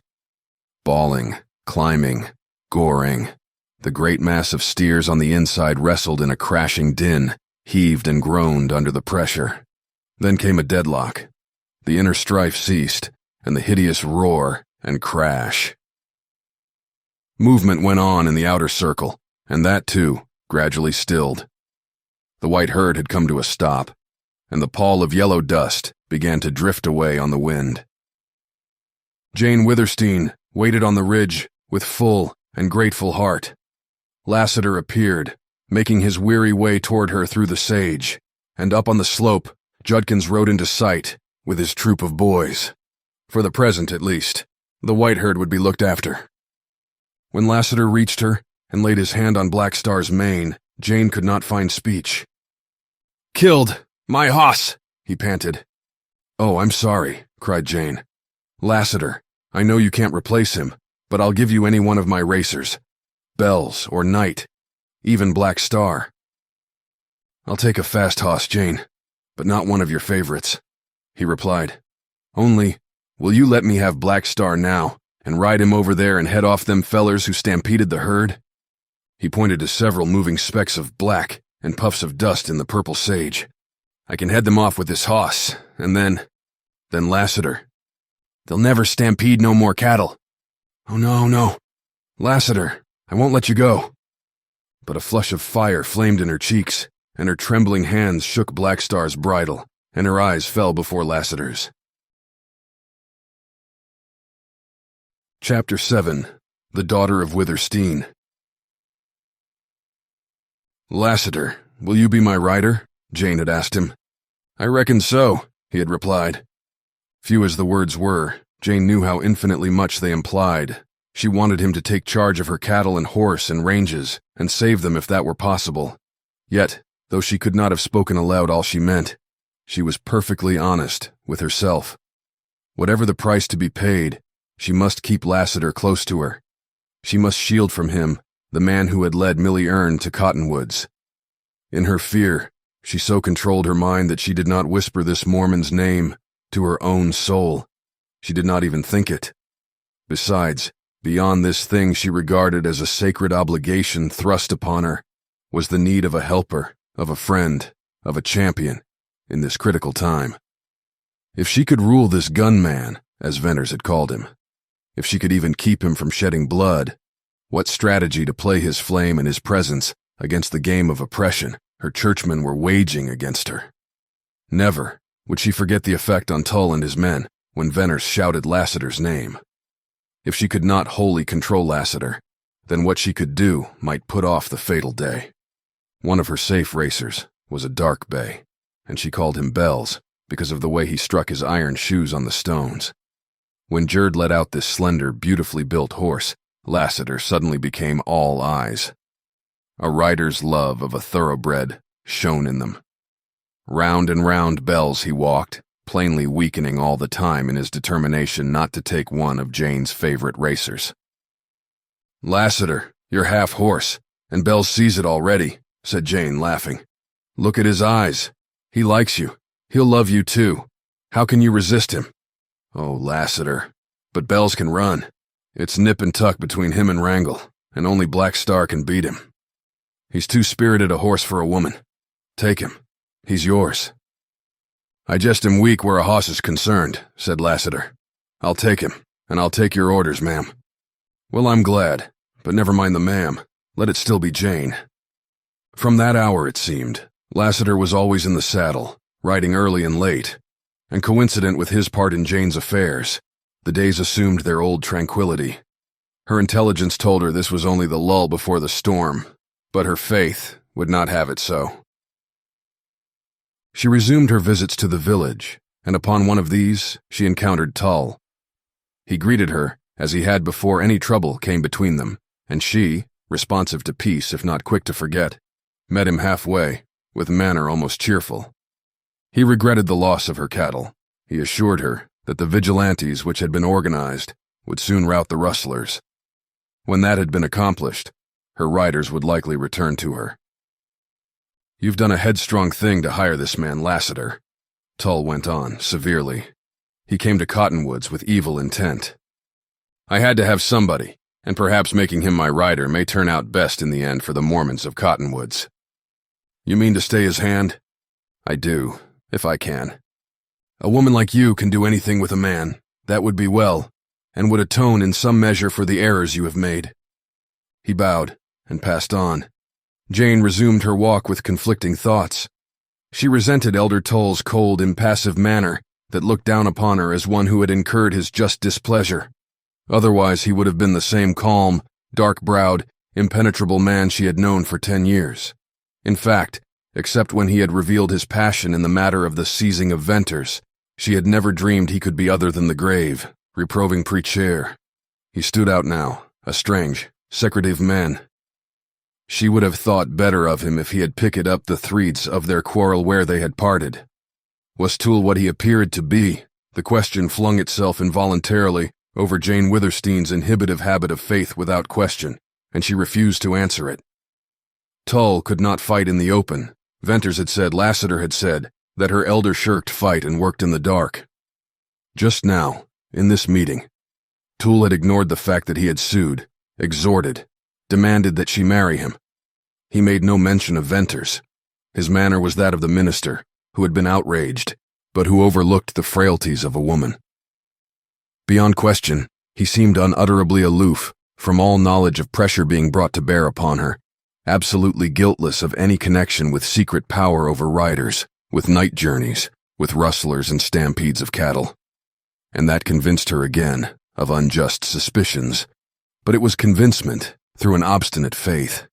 She shuddered as she accepted it, and that shudder was the nucleus of a terrible revolt. Jane turned into one of the wide lanes leading from the main street and entered a huge shady yard. Here were sweet-smelling clover, alfalfa, flowers, and vegetables, all growing in happy confusion. And like these fresh green things were the dozens of babies, tots, toddlers, noisy urchins, laughing girls, a whole multitude of children of one family. For Collier Brandt, the father of all this numerous progeny, was a Mormon with 4 wives. The big house where they lived was old, solid, picturesque, the lower part built of logs, the upper of rough clapboards, with vines growing up the outside stone chimneys. There were many wooden shuttered windows, and one pretentious window, of glass proudly curtained, in white. As this house had 4 mistresses, it likewise had 4 separate sections, not one of which communicated with another, and all had to be entered from the outside. In the shade of a wide, low, vine-roofed porch, Jane found Brant's wives entertaining Bishop Dyer. They were motherly women, of comparatively similar ages and plain-featured, and just at this moment, anything but grave. The bishop was rather tall, of stout build, with iron-gray hair and beard, and eyes of light blue. They were merry now, but Jane had seen them when they were not, and then she feared him as she had feared her father. The women flocked around her in welcome. "Daughter of Withersteen," said the bishop, gaily, as he took her hand, "you have not been prodigal of your gracious self of late. A Sabbath without you at service. I shall reprove Elder Tull." "Bishop, the guilt is mine. I'll come to you and confess," Jane replied lightly, but she felt the undercurrent of her words. "Mormon lovemaking," exclaimed the bishop, rubbing his hands. "Tull keeps you all to himself." "No, he is not courting me." "What? The laggard? If he does not make haste, I'll go a-courting myself up to Withersteen House." There was laughter and further bantering by the bishop, and then mild talk of village affairs, after which he took his leave, and Jane was left with her friend, Mary Brant. "Jane, you're not yourself. Are you sad about the rustling of the cattle? But you have so many. You are so rich." Then Jane confided in her, telling much, yet holding back her doubts of fear. "Oh, why don't you marry Tull and be one of us?" "But Mary, I don't love Tull," said Jane stubbornly. "I don't blame you for that. But Jane Withersteen, you've got to choose between the love of man and love of God. Often we Mormon women have to do that. It's not easy. The kind of happiness you want I wanted once. I never got it, nor will you, unless you throw away your soul. We've all watched your affair with Venters in fear and trembling. Some dreadful thing will come of it. You don't want him hanged or shot, or treated worse, as that Gentile boy was treated in Glaze for fooling round a Mormon woman. Marry Tull. It's your duty as a Mormon. You'll feel no rapture as his wife. But think of heaven. Mormon women don't marry for what they expect on earth.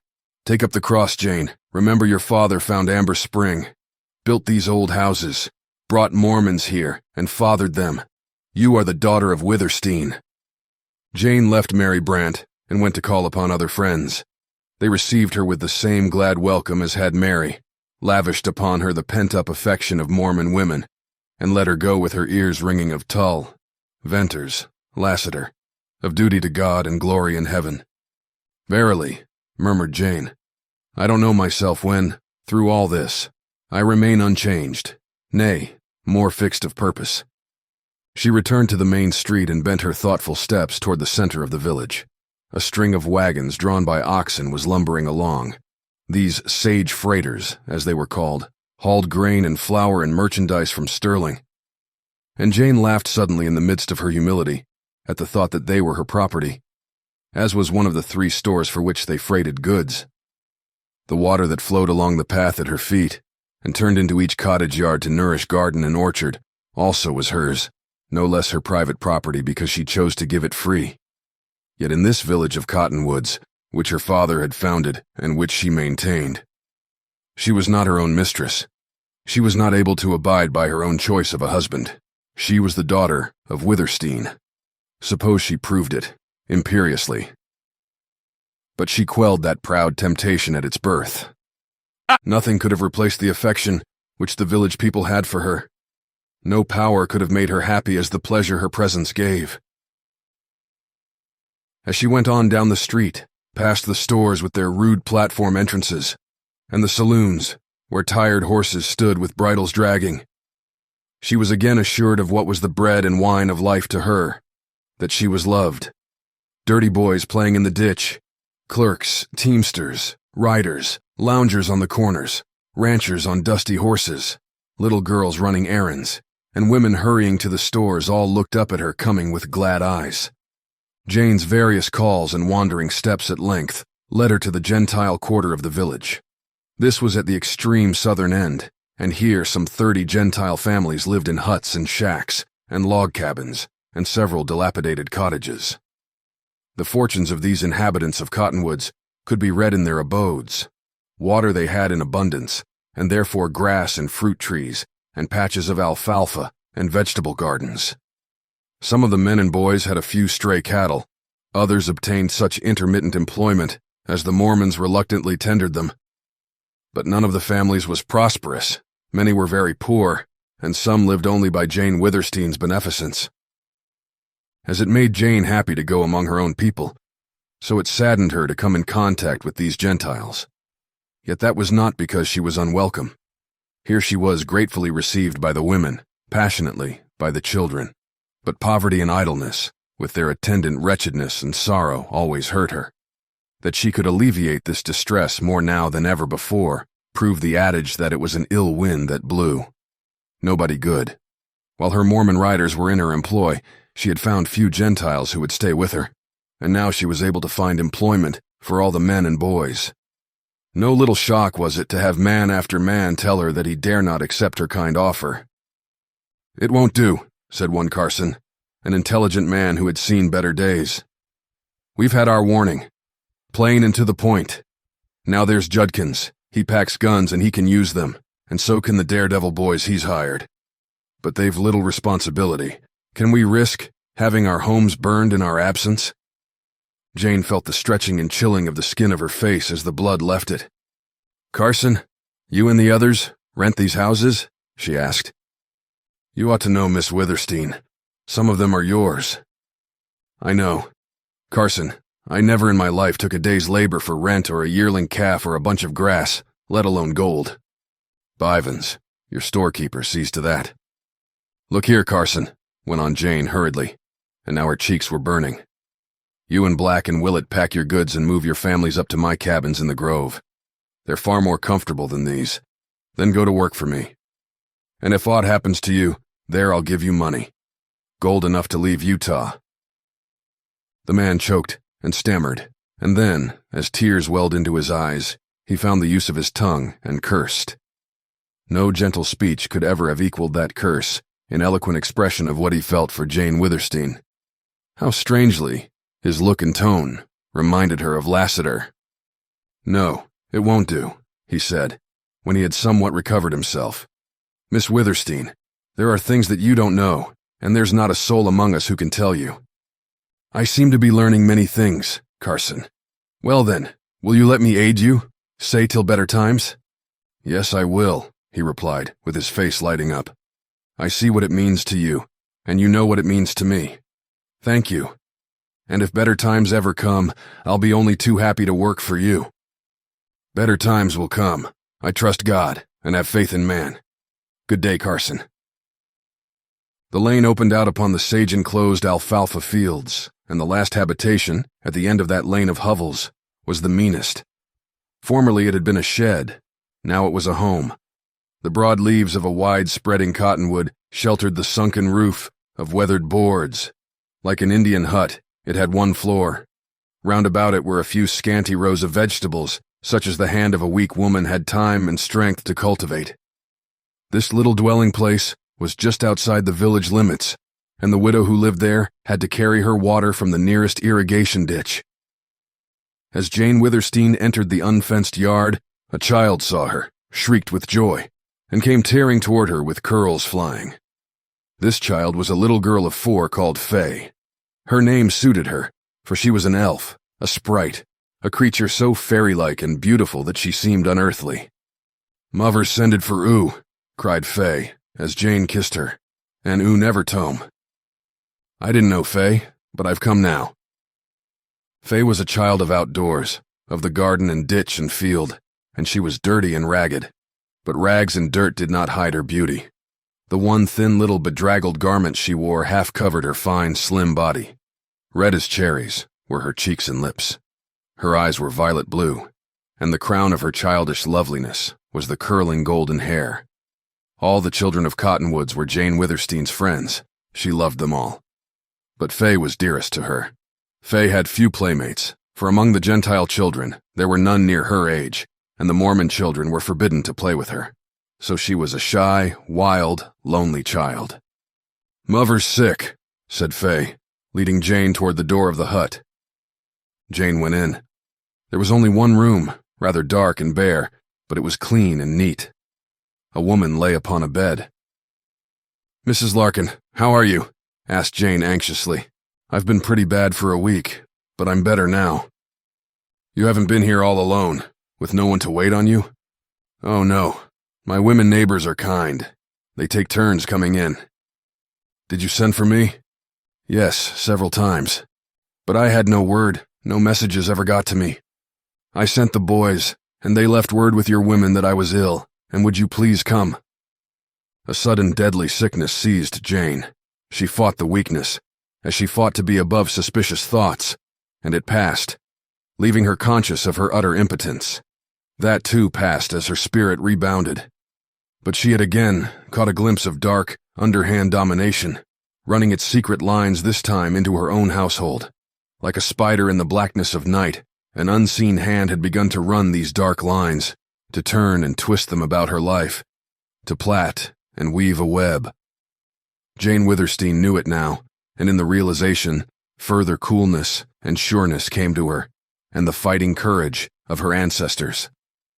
"Mrs. Larkin, you're better, and I'm so glad," said Jane. "But may I not do something for you? A turn at nursing? Or send you things? Or take care of Faye?" "You're so good. Since my husband's been gone, what would have become of Faye and me but for you?" "It was about Faye that I wanted to speak to you. This time I thought surely I'd die, and I was worried about Faye. Well, I'll be around all right shortly, but my strength's gone, and I won't live long. So I may as well speak now. You remember you've been asking me to let you take Faye and bring her up as your daughter." "Indeed, yes, I remember. I'll be happy to have her. But I hope the day— Never mind that. The day'll come, sooner or later. I refused your offer, and now I'll tell you why." "I know why," interposed Jane. "It's because you don't want her brought up as a Mormon." "No, it wasn't altogether that." Mrs. Larkin raised her thin hand and laid it appealingly on Jane's. "I don't like to tell you, but it's this. I told all my friends what you wanted. They know you, care for you, and they said for me to trust Faye to you. Women will talk, you know. It got to the ears of Mormons, gossip of your love for Faye and your wanting her. And it came straight back to me, in jealousy perhaps, that you wouldn't take Faye as much for love of her as because of your religious duty to bring up another girl for some Mormon to marry." "That's a damnable lie," cried Jane Withersteen. "It was what made me hesitate," went on Mrs. Larkin, "but I never believed it at heart, and now I guess I'll let you— Wait, Mrs. Larkin, I may have told little white lies in my life, but never a lie that mattered, that hurt anyone. Now believe me, I love little Faye. If I had her near me, I'd grow to worship her. When I asked for her, I thought only of that love. Let me prove this. You and Faye come to live with me. I've such a big house, and I'm so lonely. I'll help nurse you, take care of you. When you're better, you can work for me. I'll keep little Faye and bring her up, without Mormon teaching. When she's grown, if she should want to leave me, I'll send her, and not empty-handed, back to Illinois where you came from. I promise you." "I knew it was a lie," replied the mother, and she sank back upon her pillow, with something of peace in her white, worn face. "Jane Withersteen, may heaven bless you. I've been deeply grateful to you. But because you're a Mormon, I never felt close to you till now. I don't know much about religion as religion, but your God and my God are the same."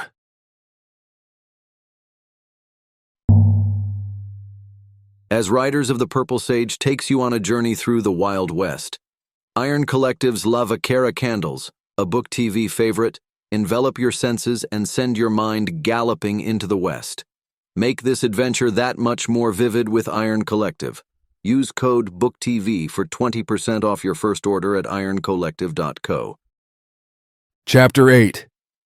Surprise Valley. Back in that strange canyon, which Venters had found indeed a valley of surprises, the wounded girl's whispered appeal, almost a prayer, not to take her back to the rustlers crowned the events of the last few days with a confounding climax. That she should not want to return to them staggered Venters. Presently, as a logical thought returned, her appeal confirmed his first impression, that she was more unfortunate than bad, and he experienced a sensation of gladness. If he had known before that Oldring's masked rider was a woman, his opinion would have been formed, and he would have considered her abandoned. But his first knowledge had come when he lifted a white face quivering in a convulsion of agony. He had heard God's name whispered by blood-stained lips. Through her solemn and awful eyes, he had caught a glimpse of her soul. And just now had come the entreaty to him. Don't take me back. There. Once for all, Venters's quick mind formed a permanent conception of this poor girl. He based it, not upon what the chances of life had made her, but upon the revelation of dark eyes that pierced the infinite, upon a few pitiful, halting words that betrayed failure and wrong and misery, yet breathed the truth of a tragic fate rather than a natural leaning to evil. "What's your name?" he inquired. "Bess," she answered. "Bess what?" "That's enough, just Bess." The red that deepened in her cheeks was not all the flush of fever. Venters marveled anew, and this time at the tint of shame in her face, at the momentary drooping of long lashes. She might be a rustler's girl, but she was still capable of shame. She might be dying, but she still clung to some little remnant of honor. "Very well, Bess, it doesn't matter," he said. "But this matters. What shall I do with you?" "Are you a writer?" she whispered. "Not now. I was once. I drove the Withersteen herds.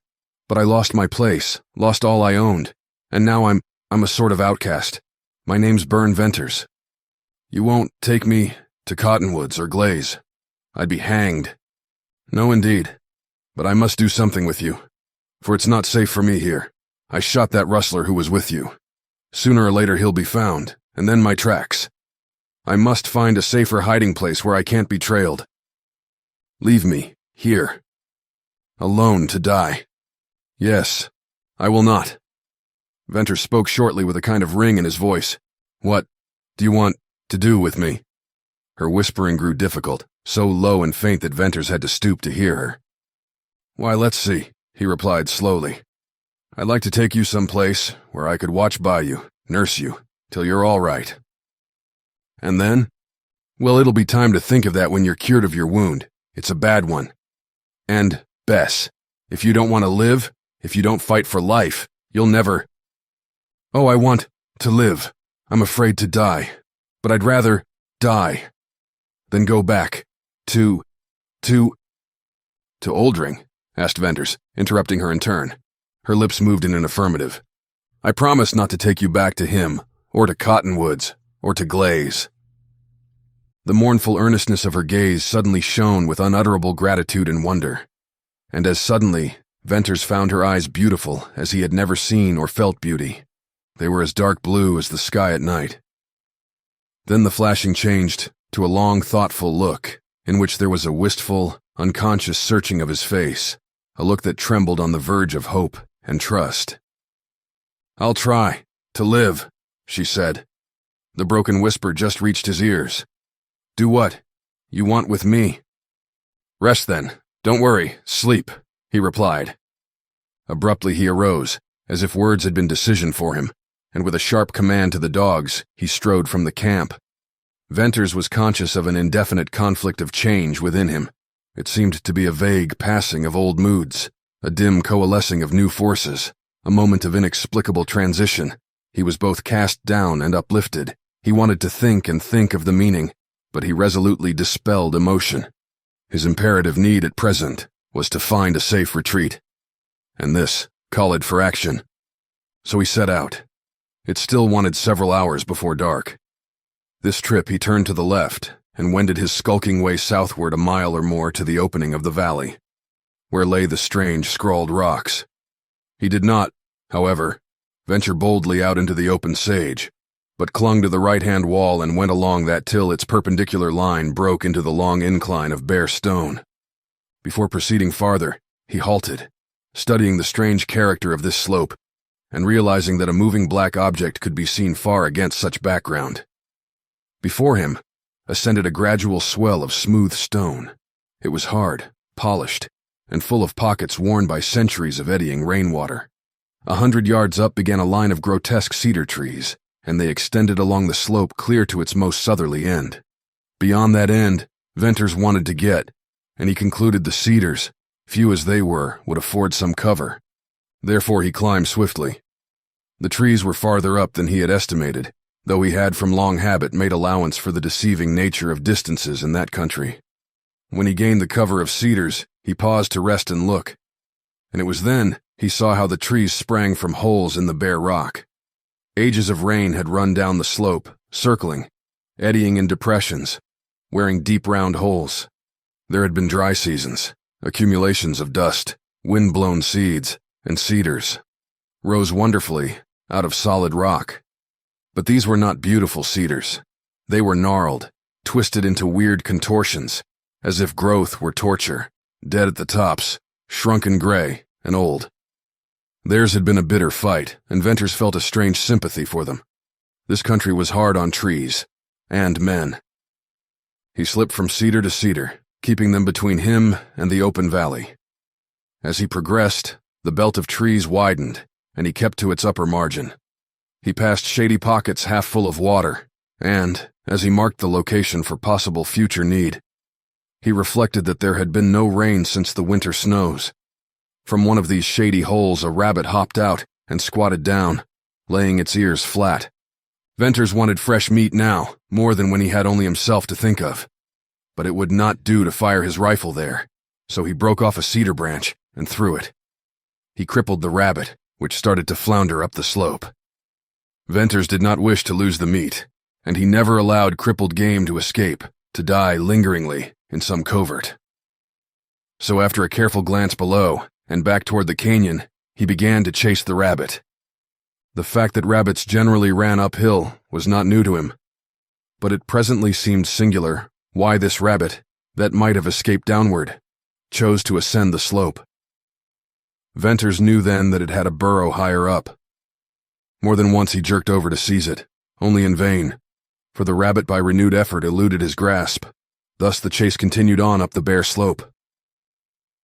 The farther Venters climbed, the more determined he grew to catch his quarry. At last, panting and sweating, he captured the rabbit at the foot of a steeper grade.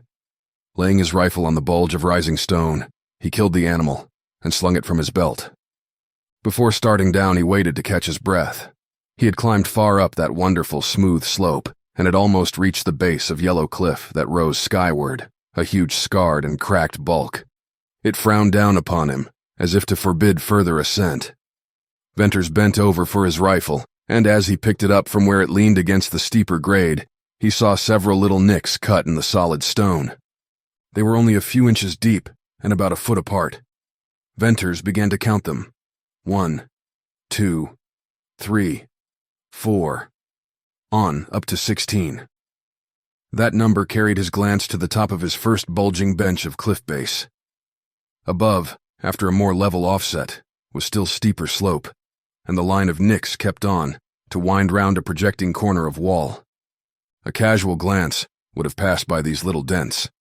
If Venters had not known what they signified, he would never have bestowed upon them the second glance. But he knew they had been cut there by hand, and though age-worn, he recognized them as steps cut in the rock by the cliff dwellers. With a pulse beginning to beat and hammer away his calmness, he eyed that indistinct line of steps, up to where the buttress of wall hid further sight of them.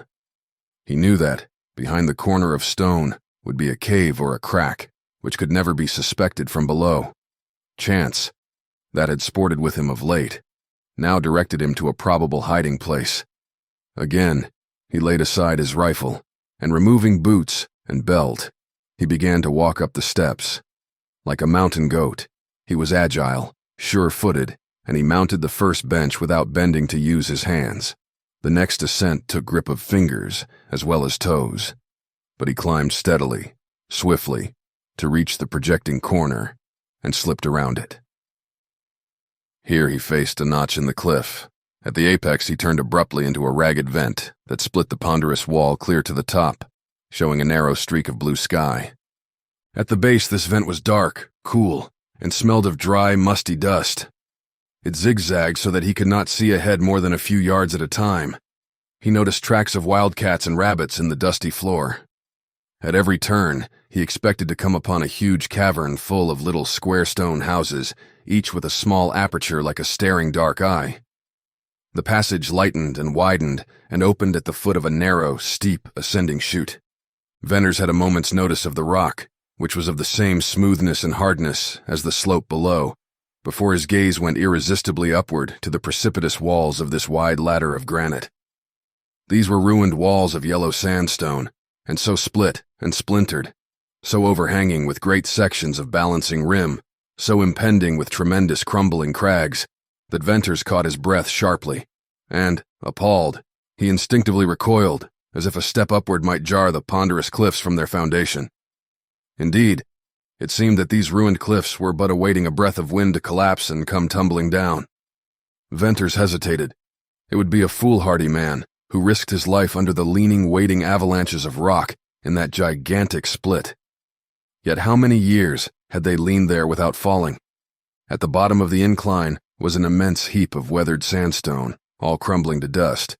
But there were no huge rocks, as large as houses, such as rested so lightly and frightfully above, waiting patiently and inevitably to crash down. Slowly split from the parent rock by the weathering process, and carved and sculptured by ages of wind and rain, they waited their moment. Venters felt how foolish it was for him to fear these broken walls, to fear that after they had endured for thousands of years, the moment of his passing should be the one for them to slip. Yet he feared it. "What a place to hide," muttered Venters. "I'll climb. I'll see where this thing goes. If only I can find water." With teeth tight shut, he essayed the incline, and as he climbed, he bent his eyes downward. This, however, after a little grew impossible. He had to look to obey his eager, curious mind. He raised his glance and saw light between row on row of shafts and pinnacles and crags that stood out from the main wall. Some leaned against the cliff, others against each other. Many stood sheer and alone. All were crumbling, cracked, rotten. It was a place of yellow, ragged ruin. The passage narrowed as he went up. It became a slant, hard for him to stick on. It was smooth as marble. Finally, he surmounted it, surprised to find the walls still several hundred feet high and a narrow gorge leading down on the other side. This was a divide between two inclines, about 20 yards wide. At one side stood an enormous rock. Venters gave it a second glance because it rested on a pedestal. It attracted closer attention. It was like a colossal pear of stone standing on its stem. Around the bottom were thousands of little nicks just distinguishable to the eye. They were marks of stone hatchets. The cliff dwellers had chipped and chipped away at this boulder till it rested its tremendous bulk upon a mere pinpoint of its surface. Venters pondered. Why had the little stone men hacked away at that big boulder? It bore no semblance to a statue, or an idol, or a godhead, or a sphinx. Instinctively, he put his hands on it and pushed, then his shoulder, and heaved. The stone seemed to groan, to stir, to grate, and then to move. It tipped a little downward and hung, balancing for a long instant. Slowly returned, rocketed slightly, groaned, and settled back to its former position. Venters divined its significance. It had been meant for defense. The cliff dwellers, driven by dreaded enemies to this last stand, had cunningly cut the rock until it balanced perfectly, ready to be dislodged by strong hands. Just below it leaned a tottering crag that would have toppled, starting an avalanche on an acclivity where no sliding mass could stop. Crags and pinnacles, splintered cliffs, and leaning shafts and monuments would have thundered down to block forever the outlet to Deception Pass. "That was a narrow shave for me," said Venters soberly. "A balancing rock. The cliff dwellers never had to roll it. They died, vanished, and here the rock stands, probably little changed, but it might serve another lonely dweller of the cliffs. I'll hide up here somewhere, if I can only find water." He descended the gorge on the other side. The slope was gradual, the space narrow, the course straight for many rods. A gloom hung between the upsweeping walls. In a turn, the passage narrowed to scarce a dozen feet, and here was darkness of night. But light shone ahead. Another abrupt turn brought day again, and then wide open space. Above Venters loomed a wonderful arch of stone, bridging the canyon rims, and through the enormous round portal gleamed and glistened a beautiful valley, shining under sunset gold, reflected by surrounding cliffs. He gave a start of surprise, The valley was a cove, a mile long, half that wide, and its enclosing walls were smooth and stained, and curved inward, forming great caves. He decided that its floor was far higher than the level of Deception Pass and the intersecting canyons. No purple sage colored this valley floor. Instead, there were the white of aspens, streaks of branch and slender trunk glistening from the green of leaves and the darker green of oaks. And through the middle of this forest, from wall to wall, ran a winding line of brilliant green which marked the course of cottonwoods and willows. "There's water here, and this is the place for me," said Venters. "Only birds can peep over those walls. I've gone Oldring one better." Venters waited no longer and turned swiftly to retrace his steps. He named the canyon's Surprise Valley and the huge boulder that guarded the outlet Balancing Rock. Going down, he did not find himself attended by such fears as had beset him in the climb. Still, he was not easy in mind and could not occupy himself with plans of moving the girl and his outfit until he had descended to the notch. There he rested a moment and looked about him. The pass was darkening with the approach of night. At the corner of the wall, where the stone steps turned, he saw a spur of rock that would serve to hold the noose of a lasso. He needed no more aid to scale that place. As he intended to make the move under cover of darkness, he wanted most to be able to tell where to climb up. So, taking several small stones with him, he stepped and slid down to the edge of the slope, where he had left his rifle and boots. He placed the stones some yards apart. He left the rabbit lying upon the bench where the steps began. Then he addressed a keen-sighted, remembering gaze to the rim wall above. It was serrated, and between two spears of rock, directly in line with his position, showed a zigzag crack that at night would let through the gleam of sky. This settled, he put on his belt and boots and prepared to descend. Some consideration was necessary to decide whether or not to leave his rifle there. On the return, carrying the girl in a pack, it would be added encumbrance. And after debating the matter, he left the rifle leaning against the bench. As he went straight down the slope, he halted every few rods to look up at his mark on the rim.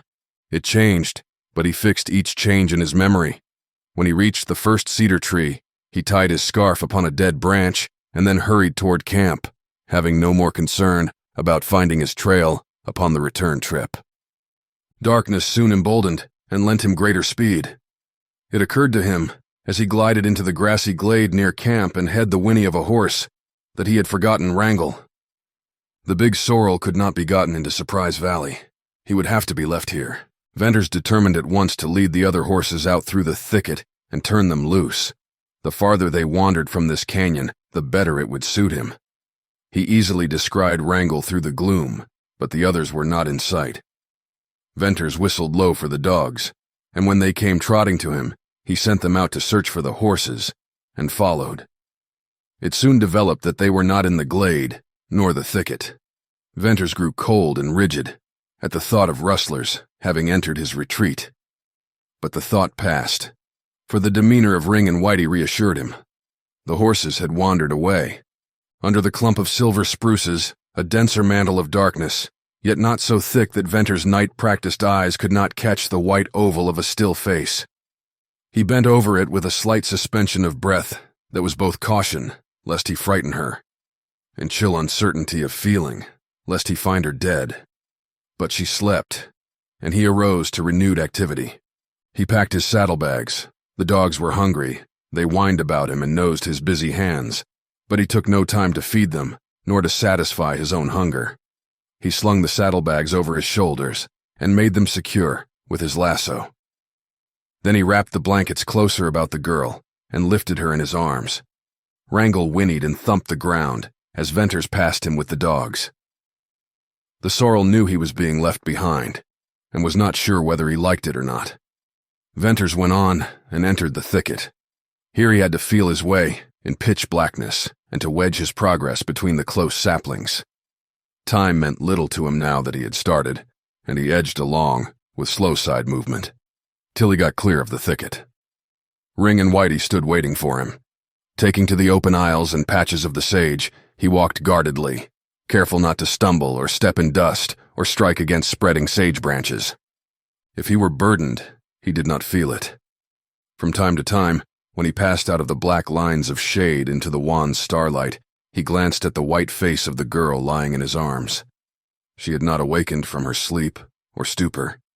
He did not rest until he cleared the black gate of the canyon. Then he leaned against a stone breast high to him and gently released the girl from his hold. His brow and hair and the palms of his hands were wet, and there was a kind of nervous contraction of his muscles. They seemed to ripple and string tense. He had a desire to hurry and no sense of fatigue. A wind blew the scent of sage in his face. The first early blackness of night passed with the brightening of the stars. Somewhere back on his trail, a coyote yelped, splitting the dead silence. Venters's faculties seemed singularly acute. He lifted the girl again and pressed on. The valley afforded better traveling than the canyon. It was lighter, freer of sage, and there were no rocks. Soon, out of the pale gloom shone a still paler thing, and that was the low swell of slope. Venters mounted it and his dogs walked beside him. Once upon the stone, he slowed to snail pace, straining his sight to avoid the pockets and holes. Foot by foot he went up. The weird cedars, like great demons and witches, chained to the rock and writhing in silent anguish, loomed up with wide and twisting naked arms. Venters crossed this belt of cedars, skirted the upper border, and recognized the tree he had marked, even before he saw his waving scarf.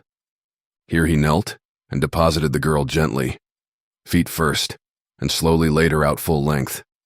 What he feared was to reopen one of her wounds, if he gave her a violent jar or slipped and fell.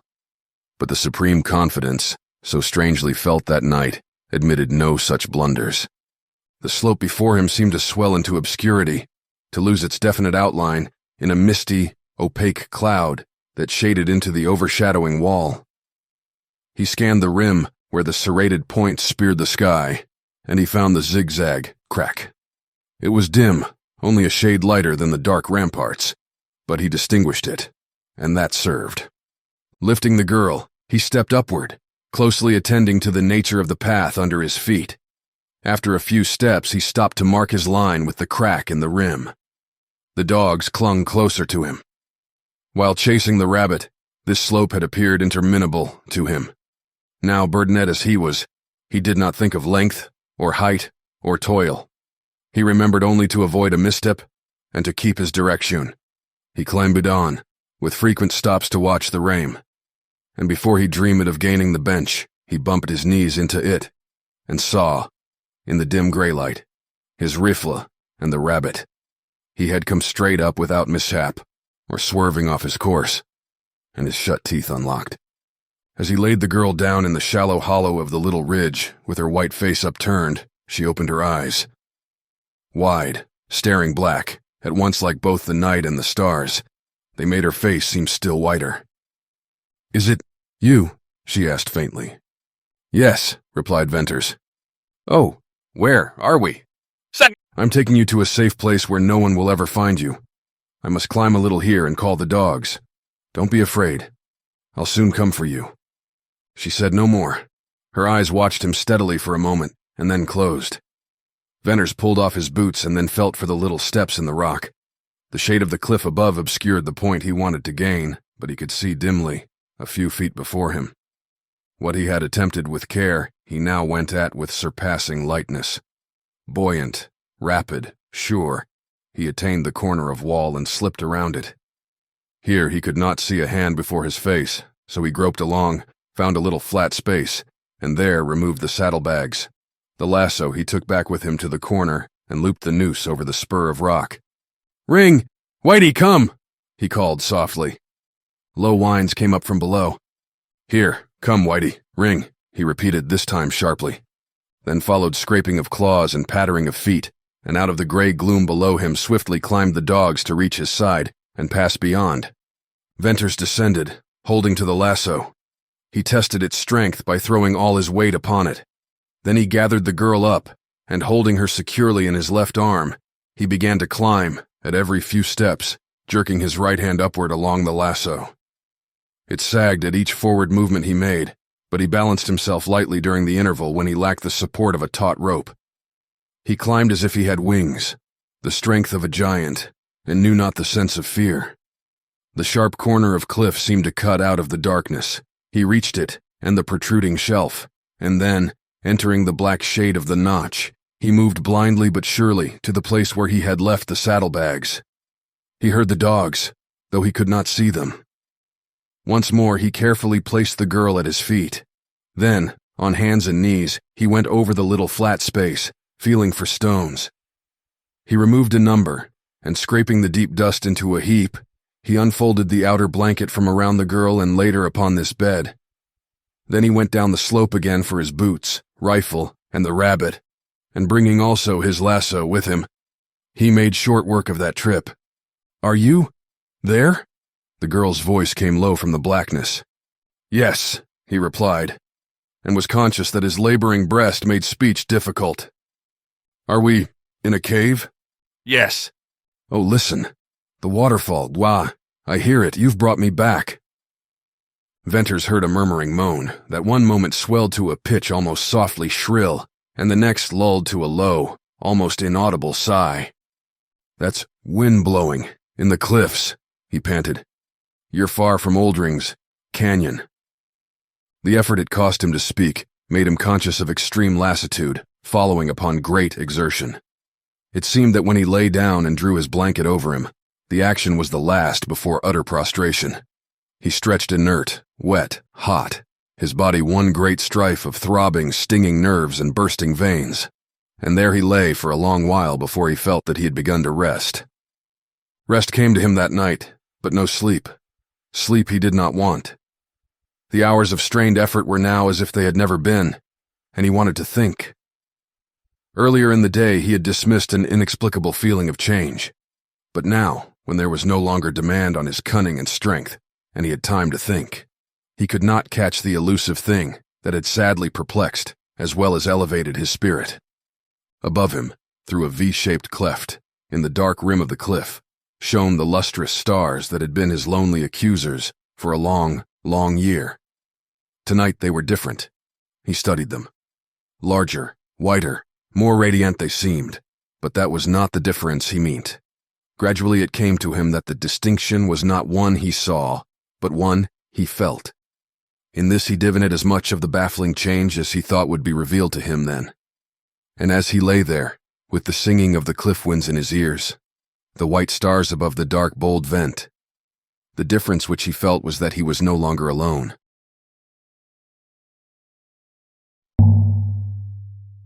As Riders of the Purple Sage takes you on a journey through the Wild West, Iron Collective's Lavacara Candles, a BookTV favorite, envelop your senses and send your mind galloping into the West. Make this adventure that much more vivid with Iron Collective. Use code BookTV for 20% off your first order at ironcollective.co. Chapter 9. Silver Spruce and Aspens. The rest of that night seemed to Venters only a few moments of starlight, a dark overcasting of sky, an hour or so of gray gloom, and then the lighting of dawn.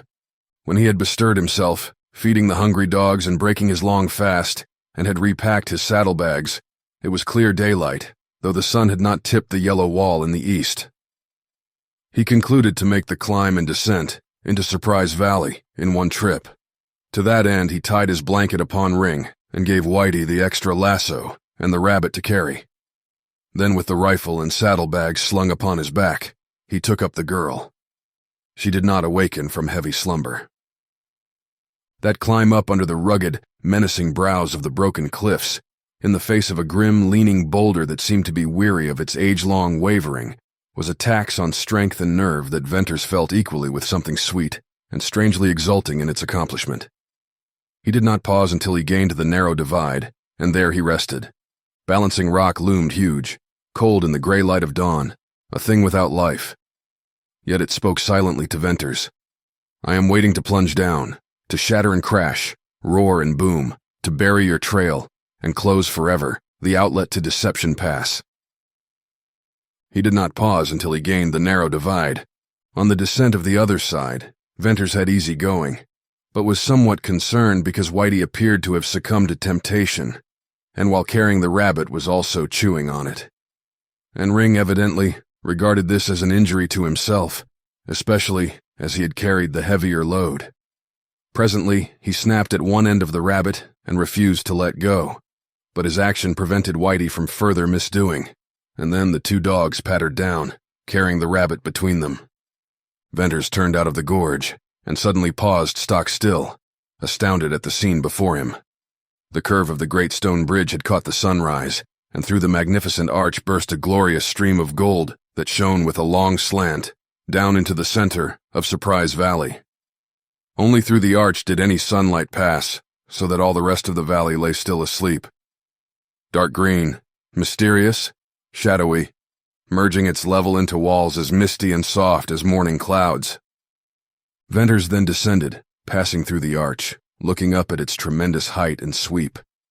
It spanned the opening to Surprise Valley, stretching an almost perfect curve from rim to rim.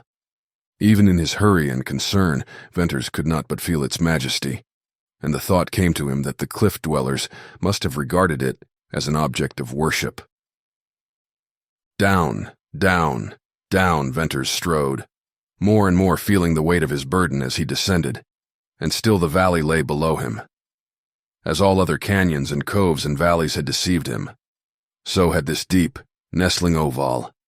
At length he passed beyond, the slope of weathered stone that spread fan-shape from the arch, and encountered a grassy terrace running to the right and about on a level with the tips of the oaks and cottonwoods below. Scattered here and there, upon this shelf, were clumps of aspens, and he walked through them, into a glade that surpassed in beauty and adaptability for a wild home, any place he had ever seen. Silver spruces bordered the base of a precipitous wall that rose loftily. Caves indented its surface, and there were no detached ledges or weathered sections that might dislodge a stone. The level ground, beyond the spruces, dropped down into a little ravine. This was one dense line of slender aspens, from which came the low splashing of water, and the terrace, lying open to the west, afforded unobstructed view of the valley of green treetops. For his camp, Venters chose a shady, grassy plot between the silver spruces and the cliff. Here, in the stone wall, had been wonderfully carved by wind or washed by water several deep caves above the level of the terrace. They were clean, dry, roomy. He cut spruce boughs and made a bed in the largest cave, and laid the girl there. The first intimation that he had of her being aroused from sleep or lethargy was a low call for water. He hurried down into the ravine with his canteen. It was a shallow, grass-green place, with aspens growing up everywhere. To his delight, he found a tiny brook of swift-running water. Its faint tinge of amber reminded him of the spring at Cottonwoods, and the thought gave him a little shock. The water was so cold it made his fingers tingle as he dipped the canteen. Having returned to the cave, he was glad to see the girl drink thirstily. This time he noted that she could raise her head slightly, without his help. "You were thirsty," he said. "It's good water. I found a fine place. Tell me, how do you feel?" "There's pain here," she replied, and moved her hand to her left side. "Why, that's strange. Your wounds are on your right side. I believe you're hungry. Is the pain a kind of dull ache? A gnawing?" "It's like that. Then it's hunger." Venters laughed, and suddenly caught himself with a quick breath and felt again the little shock. When had he laughed? "It's hunger," he went on. "I've had that gnaw many a time. I've got it now. But you mustn't eat. You can have all the water you want, but no food just yet." "Won't I starve?" "No, people don't starve easily. I've discovered that. You must lie perfectly still and rest and sleep, for days. My hands are dirty. My face feels so hot and sticky. My boots hurt." It was her longest speech as yet, and it trailed off in a whisper. Well, I'm a fine nurse. It annoyed him that he had never thought of these things. But then, awaiting her death and thinking of her comfort were vastly different matters. He unwrapped the blanket which covered her. What a slender girl she was. No wonder he had been able to carry her miles and pack her up that slippery ladder of stone. Her boots were of soft, fine leather, reaching clear to her knees. He recognized the make as one of a bootmaker in Sterling. Her spurs, that he had stupidly neglected to remove, consisted of silver frames and gold chains, and the rowels, large as silver dollars, were fancifully engraved. The boots slipped off rather hard. She wore heavy woolen rider's stockings, half-length, and these were pulled up over the ends of her short trousers. Venters took off the stockings to note her little feet were red and swollen. He bathed them. Then he removed his scarf and bathed her face and hands. "I must see your wounds now," he said gently. She made no reply, but watched him steadily as he opened her blouse and untied the bandage. His strong fingers trembled a little as he removed it. If the wounds had reopened. A chill struck him as he saw the angry red bullet mark and a tiny stream of blood winding from it, down her white breast. Very carefully he lifted her to see that the wound in her back had closed perfectly. Then he washed the blood from her breast, bathed the wound, and left it unbandaged, open to the air. Her eyes thanked him. "Listen," he said, earnestly. "I've had some wounds and I've seen many. I know a little about them. The hole in your back is closed. If you lie still 3 days, the one in your breast will close and you'll be safe. The danger from hemorrhage will be over." He had spoken with earnest sincerity, almost eagerness. "Why, do you want me to get well?" she asked, wonderingly. The simple question seemed unanswerable, except on grounds of humanity. But the circumstances under which he had shot this strange girl, the shock and realization, the waiting for death, the hope, had resulted in a condition of mind where inventors wanted her to live more than he had ever wanted anything. Yet he could not tell why. He believed the killing of the rustler and the subsequent excitement had disturbed him. For how else could he explain the throbbing of his brain, the heat of his blood? The undefined sense of full hours, charged, vibrant with pulsating mystery, where once they had dragged in loneliness. "I shot you," he said slowly, "and I want you to get well, so I shall not have killed a woman. But for your own sake, too." A terrible bitterness darkened her eyes, and her lips quivered. "Hush," said Venters. "You've talked too much already." In her unutterable bitterness, he saw a darkness of mood that could not have been caused by her present weak and feverish state. She hated the life she had led, that she probably had been compelled to lead. She had suffered some unforgivable wrong at the hands of Oldring. With that conviction, Venters felt a shame throughout his body, and it marked the rekindling of fierce anger and ruthlessness. In the past long year he had nursed resentment. He had hated the wilderness, the loneliness of the uplands. He had waited for something to come to pass. It had come. Like an Indian stealing horses, he had skulked into the recesses of the canyons. He had found Oldring's retreat. He had killed a rustler. He had shot an unfortunate girl, then had saved her from this unwitting act, and he meant to save her from the consequent wasting of blood, from fever and weakness. Starvation he had to fight for her and for himself. Where he had been sick, at the letting of blood, now he remembered it in grim, cold calm. And as he lost that softness of nature, so he lost his fear of men. He would watch for Oldring, biding his time, and he would kill this great black-bearded rustler, who had held a girl in bondage, who had used her to his infamous ends. Venters surmised this much of the change in him. Idleness had passed. Keen, fierce vigor flooded his mind and body. All that had happened to him at Cottonwood seemed remote and hard to recall. The difficulties and perils of the present absorbed him, held him in a kind of spell. First, then, he fitted up the little cave adjoining the girl's room for his own comfort and use. His next work was to build a fireplace of stones and to gather a store of wood. That done, he spilled the contents of his saddlebags upon the grass and took stock.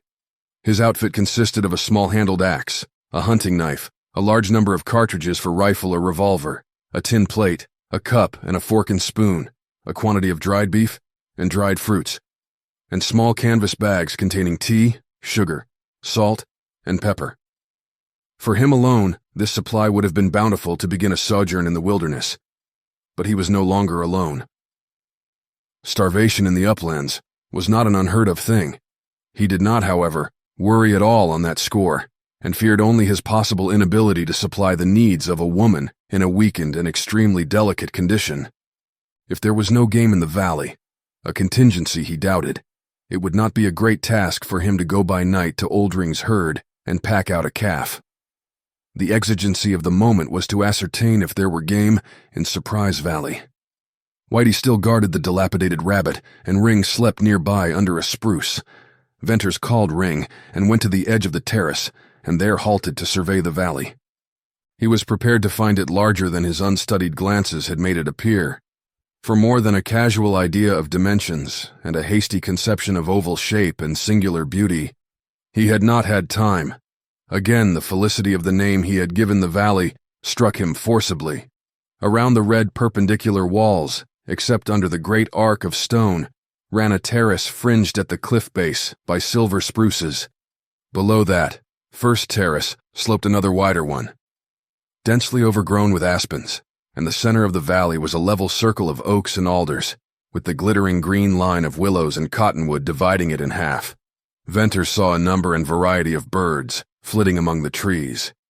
To his left, facing the stone bridge, an enormous cavern opened in the wall, and low down just above the treetops, he made out a long shelf of cliff dwellings, with little black, staring windows or doors, like eyes they were, and seemed to watch him. The few cliff dwellings he had seen, all ruins, had left him with haunting memory of age and solitude, and of something past. He had come, in a way, to be a cliff dweller himself, and those silent eyes would look down upon him, as if in surprise that after thousands of years, a man had invaded the valley. Venters felt sure that he was the only white man who had ever walked under the shadow of the wonderful stone bridge, down into that wonderful valley, with its circle of caves and its terraced rings of silver spruce and aspens. The dog growled below and rushed into the forest. Venters ran down the declivity to enter a zone of light shade streaked with sunshine. The oak trees were slender, none more than half a foot thick, and they grew close together, intermingling their branches. Ring came running back with a rabbit in his mouth. Venters took the rabbit and, holding the dog near him, stole softly on. There were fluttering of wings among the branches and quick bird notes, and rustling of dead leaves and rapid patterings. Venters crossed well-worn trails, marked with fresh tracks, and when he had stolen on a little farther, he saw many birds, and running quail, and more rabbits than he could count. He had not penetrated the forest of oaks for 100 yards, had not approached anywhere near the line of willows and cottonwoods, which he knew grew along a stream. But he had seen enough to know that Surprise Valley was the home of many wild creatures. Venters returned to camp. He skinned the rabbits and gave the dogs the one they had quarreled over, and the skin of this he dressed and hung up to dry, feeling that he would like to keep it. It was a particularly rich, furry pelt with a beautiful white tail. Venters remembered that, but for the bobbing of that white tail catching his eye, he would not have espied the rabbit, and he would never have discovered Surprise Valley. Little incidents of chance like this had turned him here and there in Deception Pass, and now they had assumed to him the significance and direction of destiny. His good fortune in the matter of game at hand brought to his mind the necessity of keeping it in the valley. Therefore he took the axe and cut bundles of aspens and willows and packed them up under the bridge to the narrow outlet of the gorge. Here he began fashioning a fence by driving aspens into the ground and lacing them fast with willows. Trip after trip he made down for more building material, and the afternoon had passed when he finished the work to his satisfaction. Wildcats might scale the fence, but no coyote could come in to search for prey, and no rabbits or other small game could escape from the valley. Upon returning to camp, he set about getting his supper at ease, around a fine fire, without hurry or fear of discovery. After hard work that had definite purpose, this freedom and comfort gave him peculiar satisfaction. He caught himself often, as he kept busy round the campfire, stopping to glance at the quiet form in the cave, and at the dogs stretched cozily near him, and then out across the beautiful valley. The present was not yet real to him. While he ate, the sun set beyond a dip in the rim of the curved wall. As the morning sun burst wondrously through a grand arch into this valley, in a golden, slanting shaft, so the evening sun, at the moment of setting, shone through a gap of cliffs, sending down a broad red burst to brighten the oval with a blaze of fire. To Venters, both sunrise and sunset were unreal. A cool wind blew across the oval, waving the tips of oaks, and while the light lasted, fluttering the aspen leaves into millions of facets of red and sweeping the graceful spruces. Then with the wind soon came a shade and a darkening, and suddenly the valley was gray. Night came there quickly after the sinking of the sun. Venters went softly to look at the girl. She slept, and her breathing was quiet and slow. He lifted Ring into the cave, with stern whisper for him to stay there on guard. Then he drew the blanket carefully over her and returned to the campfire. Though exceedingly tired, he was yet loath to yield to lassitude. But this night it was not from listening, watchful vigilance. It was from a desire to realize his position. The details of his wild environment seemed the only substance of a strange dream. He saw the darkening rims, the gray oval turning black, the undulating surface of forest, like a rippling lake, and the spear-pointed spruces. He heard the flutter of aspen leaves and the soft, continuous splash of falling water. The melancholy note of a canyon bird broke clear and lonely from the high cliffs. Venters had no name for this night singer, and he had never seen one, but the few notes, always pealing out just at darkness, were as familiar to him as the canyon silence. Then they ceased, and the rustle of leaves and the murmur of water hushed in a growing sound that Venters fancied was not of earth. Neither had he a name for this, only it was inexpressibly wild and sweet. The thought came that it might be a moan of the girl in her last outcry of life, and he felt a tremor shake him. But no, this sound was not human, though it was like despair. He began to doubt his sensitive perceptions, to believe that he half dreamed what he thought he heard. Then the sound swelled with the strengthening of the breeze, and he realized it was the singing of the wind in the cliffs. By and by a drowsiness overcame him, and Venters began to nod, half asleep, with his back against a spruce. Rousing himself and calling Whitey, he went to the cave. The girl lay barely visible in the dimness. Ring crouched beside her, and the patting of his tail on the stone assured Venters that the dog was awake and faithful to his duty. Venters sought his own bed of fragrant boughs, and as he lay back, somehow grateful for the comfort and safety, the night seemed to steal away from him, and he sank softly into intangible space and rest and slumber. Venters awakened to the sound of melody that he imagined was only the haunting echo of dream music. He opened his eyes to another surprise of this valley, of beautiful surprises. Out of his cave he saw the exquisitely fine foliage of the silver spruces, crossing a round space of blue morning sky, and in this lacy leafage fluttered a number of gray birds with black and white stripes and long tails. They were mockingbirds, and they were singing as if they wanted to burst their throats. Venters listened. One long, silver-tipped branch dropped almost to his cave, and upon it, within a few yards of him, sat one of the graceful birds. Venters saw the swelling and quivering of its throat in song. He arose, and when he slid down out of his cave, the birds fluttered and flew farther away. Venters stepped before the opening of the other cave and looked in. The girl was awake, with wide eyes and listening look, and she had a hand on Ring's neck. "Mockingbirds," she said. "Yes," replied Venters, "and I believe they like our company. Where are we?" "Never mind now. After a little I'll tell you. The birds woke me. When I heard them and saw the shiny trees, and the blue sky, and then a blaze of gold dropping down, I wondered—" She did not complete her fancy, but Venters imagined he understood her meaning. She appeared to be wandering in mind. Venters felt her face and hands and found them burning with fever. He went for water and was glad to find it almost as cold as if flowing from ice. That water was the only medicine he had, and he put faith in it. She did not want to drink, but he made her swallow, and then he bathed her face and head and cooled her wrists. The day began with the heightening of the fever. Venters spent the time reducing her temperature, cooling her hot cheeks and temples. He kept close watch over her, and at the least indication of restlessness that he knew led to tossing and rolling of the body, He held her tightly, so no violent move could reopen her wounds. Hour after hour she babbled and laughed and cried and moaned in delirium, but whatever her secret was, she did not reveal it. Attended by something somber, for Venters, the day passed. At night, in the cool winds, the fever abated, and she slept. The second day was a repetition of the first.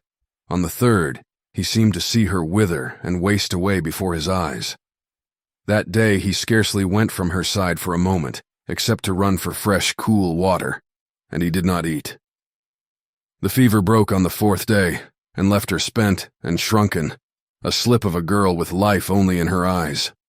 They hung upon Venters with a mute observance, and he found hope in that. To rekindle the spark that had nearly flickered out, to nourish the little life and vitality that remained in her, was Venters's problem. But he had little resource other than the meat of the rabbits and quail, and from these he made broths and soups as best he could, and fed her with a spoon. It came to him that the human body, like the human soul, was a strange thing and capable of recovering from terrible shocks. For almost immediately, she showed faint signs of gathering strength. There was one more waiting day, in which he doubted, and spent long hours by her side as she slept, and watched the gentle swell of her breast rise and fall in breathing, and the wind stir the tangled chestnut curls. On the next day, he knew that she would live. Upon realizing it, he abruptly left the cave, and sought his accustomed seat against the trunk of a big spruce, where once more he let his glance stray along the sloping terraces. She would live, and the somber gloom lifted out of the valley, and he felt relief that was pain. Then he roused to the call of action, to the many things he needed to do in the way of making camp fixtures and utensils, to the necessity of hunting food, and the desire to explore the valley. But he decided to wait a few more days before going far from camp, because he fancied that the girl rested easier when she could see him near at hand. And on the first day, her languor appeared to leave her in a renewed grip of life. She awoke stronger from each short slumber. She ate greedily, and she moved about in her bed of boughs. And always, it seemed to Venters, her eyes followed him. He knew now that her recovery would be rapid.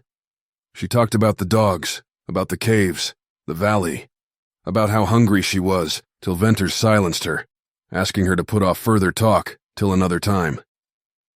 She obeyed, but she sat up in her bed, and her eyes roved to and fro, and always back to him. Upon the second morning, she sat up when he awakened her, and would not permit him to bathe her face and feed her, which actions she performed for herself. She spoke little, however, and Venters was quick to catch in her the first intimations of thoughtfulness and curiosity and appreciation of her situation. He left camp and took Whitey out to hunt for rabbits.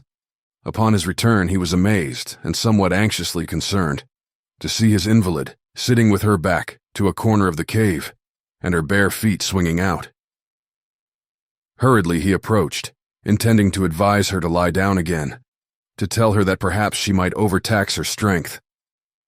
The sun shone upon her, glinting on the little head, with its tangle of bright hair, and the small oval face with its pallor, and dark blue eyes underlined by dark blue circles. She looked at him, and he looked at her. In that exchange of glances, he imagined each saw the other in some different guise. It seemed impossible to Venters that this frail girl could be Oldring's masked rider. It flashed over him that he had made a mistake, which presently she would explain. "Help me down," she said. "But are you well enough?" he protested. "Wait, a little longer. I'm weak, dizzy, but I want to get down." He lifted her, what a light burden now, and stood her upright beside him and supported her as she essayed to walk with halting steps. She was like a stripling of a boy. The bright small head scarcely reached his shoulder. But now, as she clung to his arm, the rider's costume she wore did not contradict, as it had done at first, his feeling of her femininity.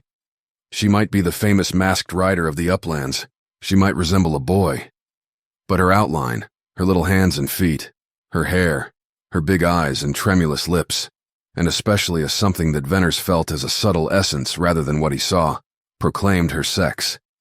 She soon tired. He arranged a comfortable seat for her under the spruce that overspread the campfire.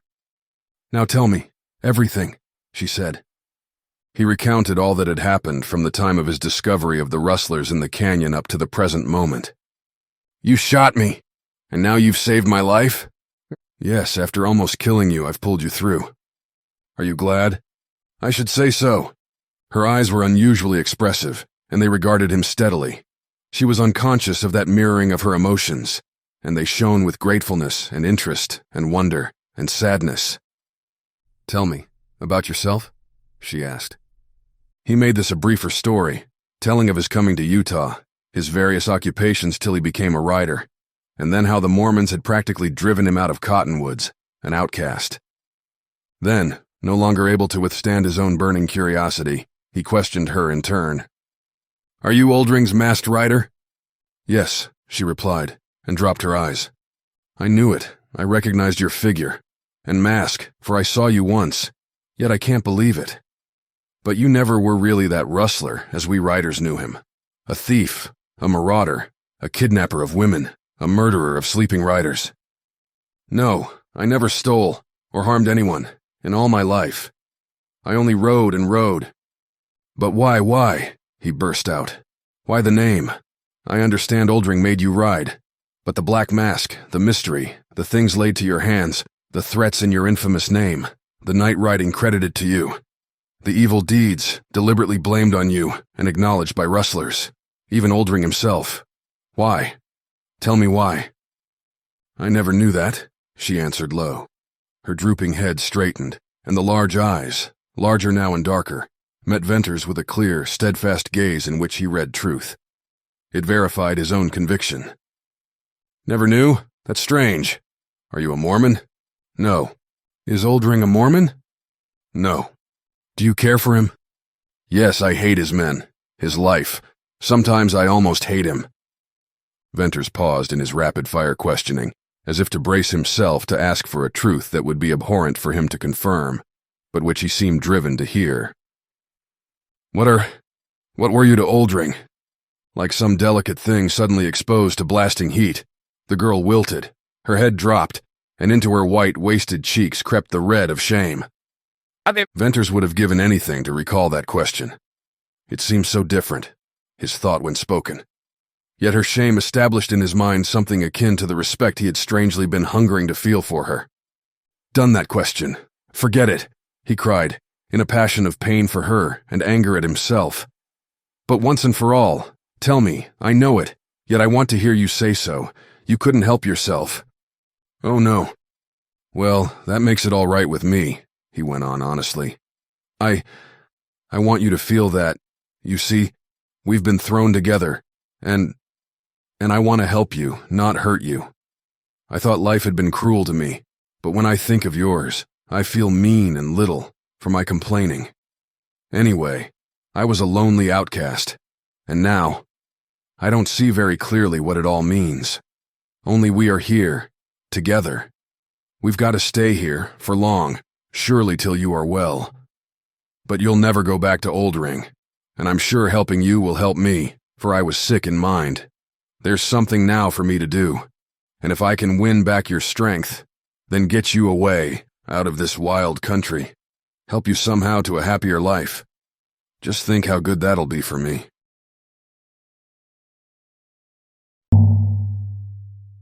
As Riders of the Purple Sage takes you on a journey through the Wild West, Iron Collective's La Vaquera candles, a BookTV favorite, enrich your adventure with their luxurious ambergris, leather, and pinionwood scent. Gallop into the sunset with an infusion of Iron Collective. Use code BookTV for 20% off your first order at ironcollective.co. Chapter 10. Love. During all these waiting days, Venters, with the exception of the afternoon when he had built the gate in the gorge, had scarcely gone out of sight of camp and never out of hearing. His desire to explore Surprise Valley was keen, and on the morning after his long talk with the girl, he took his rifle and cowling ring, made a move to start. The girl lay back in a rude chair of boughs he had put together for her. She had been watching him, and when he picked up the gun and called the dog, Venters thought she gave a nervous start. "I'm only going to look over the valley," he said. "Will you be gone long?" "No," he replied, and started off. The incident set him thinking of his former impression that, after her recovery from fever, she did not seem at ease unless he was close at hand. It was fear of being alone, due, he concluded, most likely to her weakened condition. He must not leave her much alone. As he strode down the sloping terrace, rabbits scampered before him, and the beautiful valley quail, as purple in color as the sage on the uplands, ran fleetly along the ground into the forest. It was pleasant, under the trees, in the gold-flecked shade, with the whistle of quail and twittering of birds everywhere. Soon he had passed the limit of his former excursions and entered new territory. Here the woods began to show open glades and brooks, running down from the slope, and presently he emerged from shade into the sunshine of a meadow. The shaking of the high grass told him of the running of animals. What species he could not tell, but from Ring's manifest desire to have a chase, they were evidently some kind wilder than rabbits. Venters approached the willow and cottonwood belt that he had observed from the height of slope. He penetrated it to find a considerable stream of water and great, half-submerged mounds of brush and sticks, and all about him were old and new gnawed circles at the base of the cottonwoods. "Beaver," he exclaimed. "By all that's lucky, the meadow's full of beaver. How did they ever get here?" Beaver had not found a way into the valley by the trail of the cliff dwellers, of that he was certain, and he began to have more than curiosity as to the outlet or inlet of the stream. When he passed some dead water, which he noted was held by a beaver dam, there was a current in the stream, and it flowed west. Following its course, he soon entered the oak forest again, and passed through to find himself before massed and jumbled ruins of cliff wall. There were tangled thickets of wild plum trees and other thorny growths that made passage extremely laborsome. He found innumerable tracks of wildcats and foxes. Rustlings in the thick undergrowth told him of stealthy movements of these animals.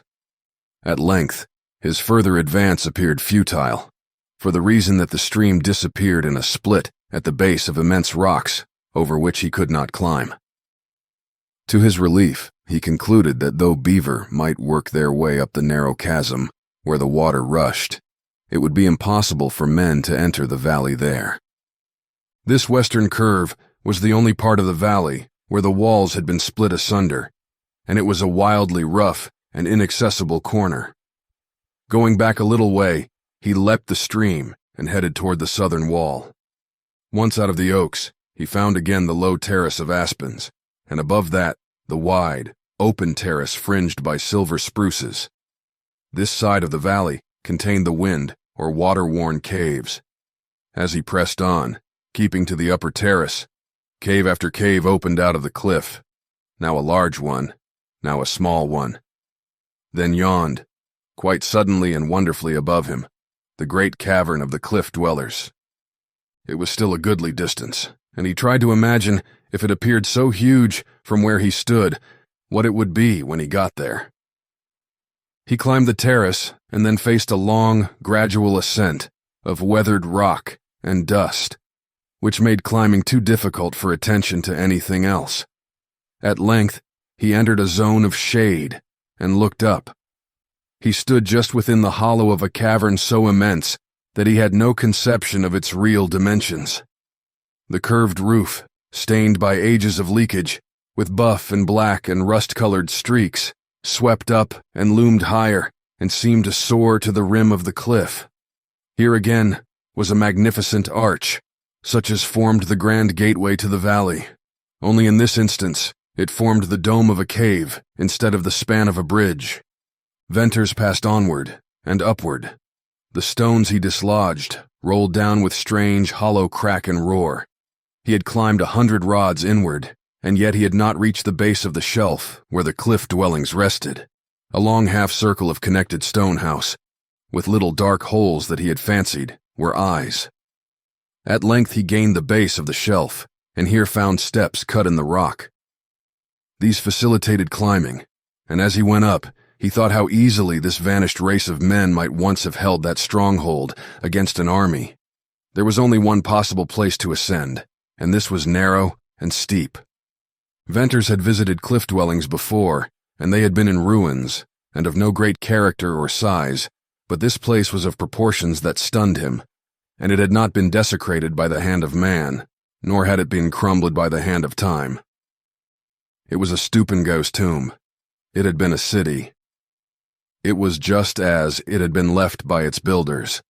The little houses were there, the smoke blackened, stains of fires, the pieces of pottery scattered about cold hearths, the stone hatchets, and stone pestles and mealing stones lay beside round holes polished by years of grinding maize.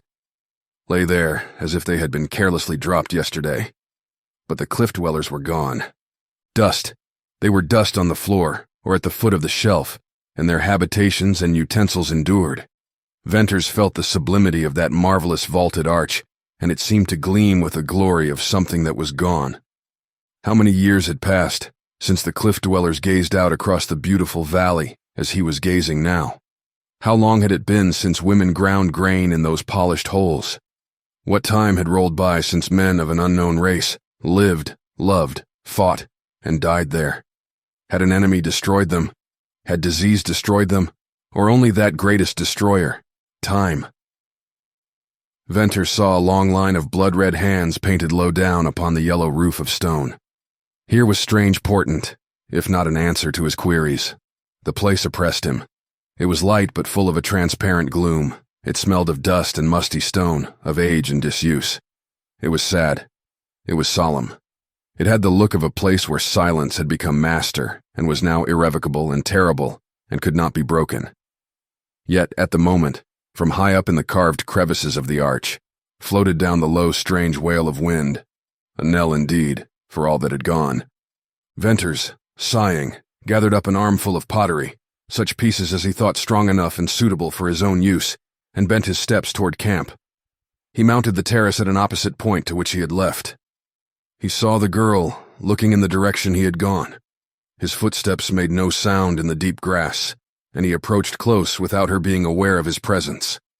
Whitey lay on the ground near where she sat, and he manifested the usual actions of welcome, but the girl did not notice them. She seemed to be oblivious to everything near at hand. She made a pathetic figure drooping there, with her sunny hair contrasting so markedly with her white, wasted cheeks, and her hands listlessly clasped, and her little bare feet propped in the framework of the rude seat. Venters could have sworn and laughed in one breath at the idea of the connection between this girl and Oldring's masked rider. She was the victim of more than accident of fate, a victim to some deep plot, the mystery of which burned him. As he stepped forward with a half-formed thought that she was absorbed in watching for his return, she turned her head and saw him. A swift start, a change rather than rush of blood under her white cheeks, a flashing of big eyes that fixed their glance upon him, transformed her face in that single instant of turning. And he knew she had been watching for him, that his return was the one thing in her mind. She did not smile, she did not flush, she did not look glad. All these would have meant little compared to her indefinite expression. Venters grasped the peculiar, vivid, vital something that leaped from her face. It was as if she had been in a dead, hopeless clamp of inaction and feeling, and had been suddenly shot through and through with quivering animation. Almost it was as if she had returned to life. And Venters thought with lightning swiftness, "I've saved her. I've unlinked her from that old life. She was watching as if I were all she had left on earth. She belongs to me." The thought was startlingly new. Like a blow, it was in an unprepared moment. The cheery salutation he had ready for her died unborn, and he tumbled the pieces of pottery awkwardly on the grass, while some unfamiliar, deep-seated emotion, mixed with pity and glad assurance of his power to succor her, held him dumb. "What a load you had," she said. "Why, they're pots and crocks. Where did you get them?" Venters laid down his rifle, and filling one of the pots from his canteen, he placed it on the smoldering campfire. "Hope it'll hold water," he said presently. "Why, there's an enormous cliff dwelling just across here. I got the pottery there. Don't you think we needed something? That tin cup of mine has served to make tea, broth, soup, everything. I noticed we hadn't a great deal to cook in. She laughed. It was the first time. He liked that laugh, and though he was tempted to look at her, he did not want to show his surprise or his pleasure. Will you take me over there, and all around in the valley? Pretty soon, when I'm well, she added. Indeed I shall. It's a wonderful place.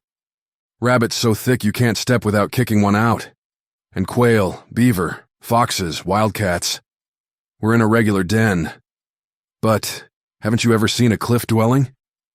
No, I've heard about them, though.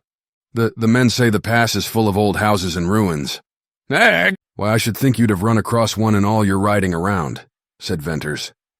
He spoke slowly, choosing his words carefully, and he essayed a perfectly casual manner and pretended to be busy assorting pieces of pottery.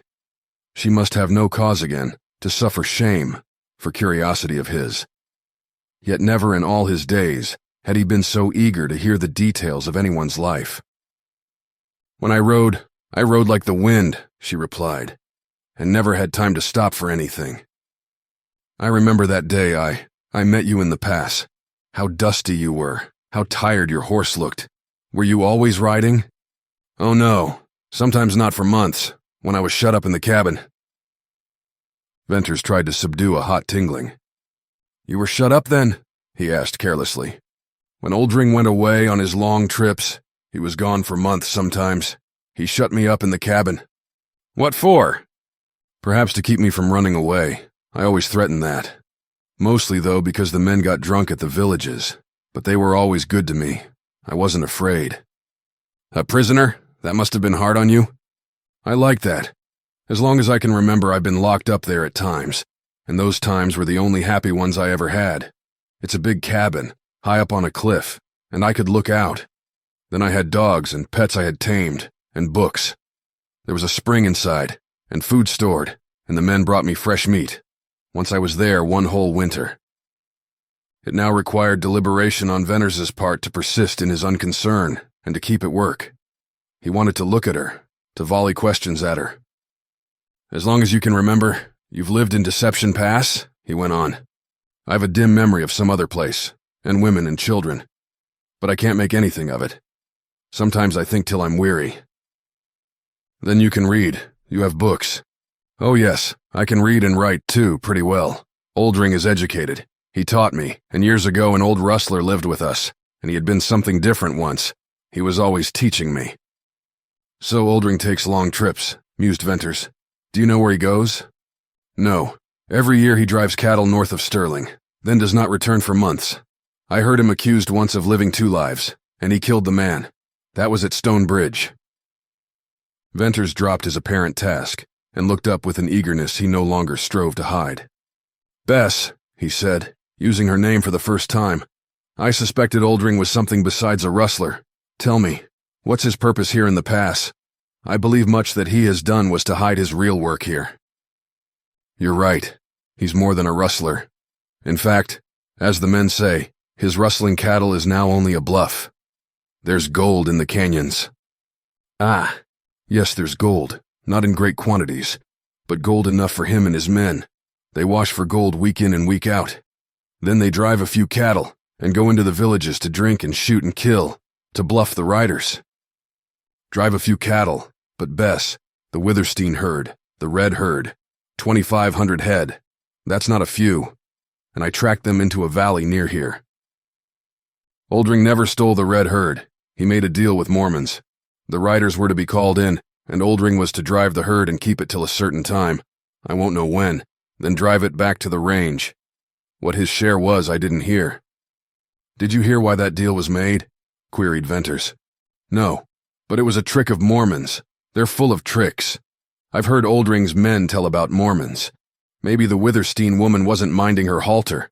I saw the man who made the deal. He was a little, queer-shaped man, all humped up. He sat his horse well. I heard one of our men say afterward there was no better rider on the sage than this fellow. What was the name? I forget. Jerry Card? Suggested Venters. That's it. I remember. It's a name easy to remember. And Jerry Card appeared to be on fair terms with Oldring's men. I shouldn't wonder, replied Venters, thoughtfully. Verification of his suspicions in regard to Tull's underhand work, for the deal with Oldring made by Jerry Card assuredly had its inception in the Mormon elder's brain and had been accomplished through his orders. Revived in Venters a memory of hatred that had been smothered by press of other emotions. Only a few days had elapsed since the hour of his encounter with Tull, yet they had been forgotten and now seemed far off, and the interval one that now appeared large and profound, with incalculable change in his feelings. Hatred of Tull still existed in his heart, but it had lost its white heat. His affection for Jane Withersteen had not changed in the least. Nevertheless, he seemed to view it from another angle and see it as another thing. What? He could not exactly define. The recalling of these two feelings was to Venters like getting glimpses into a self that was gone. And the wonder of them, perhaps the change which was too elusive for him, was the fact that a strange irritation accompanied the memory and a desire to dismiss it from mind. And straightway he did dismiss it to return to thoughts of his significant present. "Bess, tell me one more thing," he said. "Haven't you known any women? Any young people?" "Sometimes there were women with the men, but Oldring never let me know them. And all the young people I ever saw in my life was when I rode fast through the villages." Perhaps that was the most puzzling and thought-provoking thing she had yet said to Venters. He pondered, more curious the more he learned, but he curbed his inquisitive desires, for he saw her shrinking on the verge of that shame, the causing of which had occasioned him such self-reproach. He would ask no more. Still he had to think, and he found it difficult to think clearly. This sedated girl was so utterly different from what it would have been. Reason to believe such a remarkable life would have made her. On this day, he had found her simple and frank, as natural as any girl he had ever known. About her, there was something sweet. Her voice was low and well modulated. He could not look into her face, meet her steady, unabashed, yet wistful eyes, and think of her as the woman she had confessed herself. Oldring's masked rider sat before him, a girl dressed as a man. She had been made to ride at the head of infamous forays and drives. She had been imprisoned for many months of her life in an obscure cabin. At times the most vicious of men had been her companions, and the vilest of women, if they had not been permitted to approach her, had at least cast their shadows over her. But in spite of all this, there thundered at Venters some truth that lifted its voice higher than the clamoring facts of dishonor, some truth that was the very life of her beautiful eyes, and it was innocence. In the days that followed, Venters balanced perpetually in mind this haunting conception of innocence over against the cold and sickening fact of an unintentional yet actual gift. How could it be possible for the two things to be true? He believed the latter to be true, and he would not relinquish his conviction of the former. And these conflicting thoughts augmented the mystery that appeared to be a part of Bess.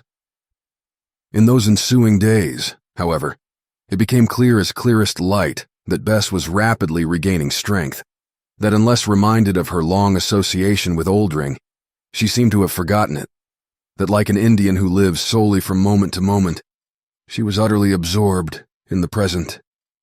Day by day, Venters watched the white of her face slowly change to brown, and the wasted cheeks fill out by imperceptible degrees. There came a time when he could just trace the line of demarcation between the part of her face once hidden by a mask and that left exposed to wind and sun. When that line disappeared in clear bronze tan, it was as if she had been washed clean of the stigma of Oldring's masked rider. The suggestion of the mask always made Venters remember. Now that it was gone, he seldom thought of her past. Occasionally, he tried to piece together the several stages of strange experience and to make a whole. He had shot a masked outlaw, the very sight of whom had been ill omen to writers. He had carried off a wounded woman, whose bloody lips quivered in prayer. He had nursed what seemed a frail, shrunken boy. And now, he watched a girl whose face had become strangely sweet, whose dark blue eyes were ever upon him without boldness, without shyness, but with a steady, grave, and growing light.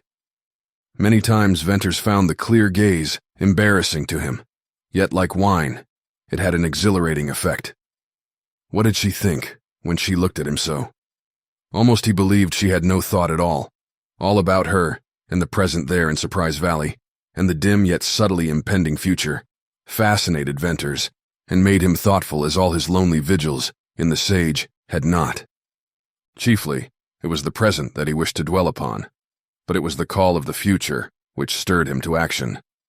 No idea had he of what that future had in store for Bess and him.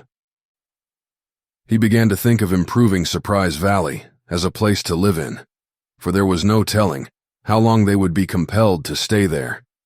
Venters stubbornly resisted the entering into his mind of an insistent thought that, clearly realized, might have made it plain to him that he did not want to leave Surprise Valley at all.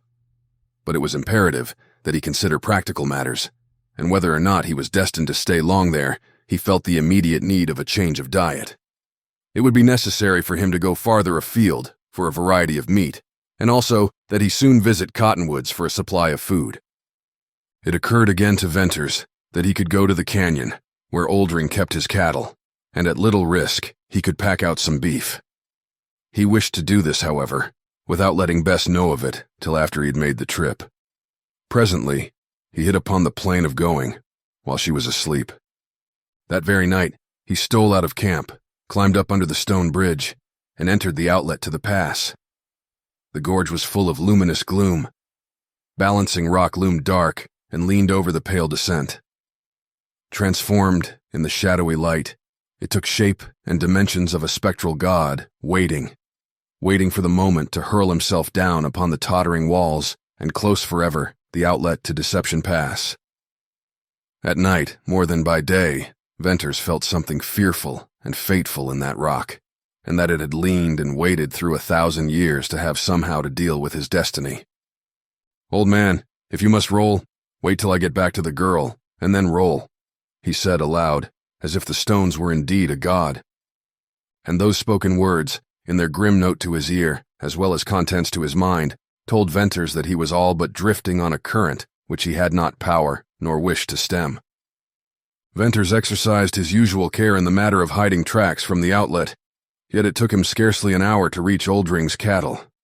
Here, sight of many calves changed his original intention, and instead of packing out meat, he decided to take a calf out alive. He roped one, securely tied its feet, and swung it over his shoulder. Here was an exceedingly heavy burden, but Venters was powerful.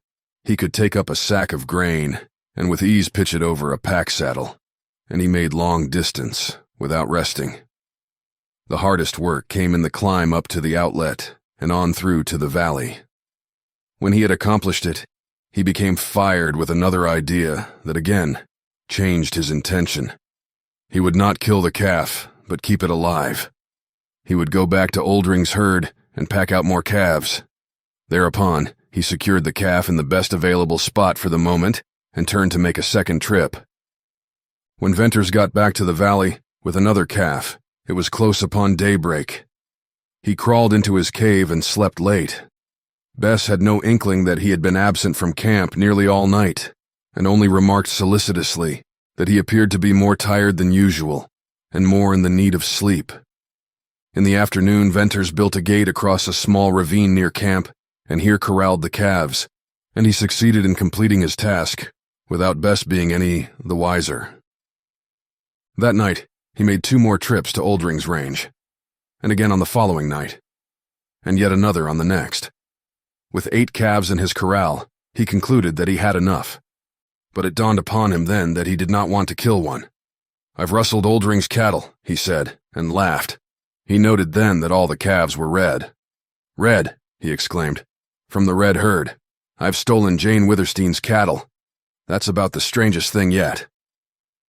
One more trip he undertook to Oldring's Valley, and this time he roped a yearling steer and killed it and cut out a small quarter of beef.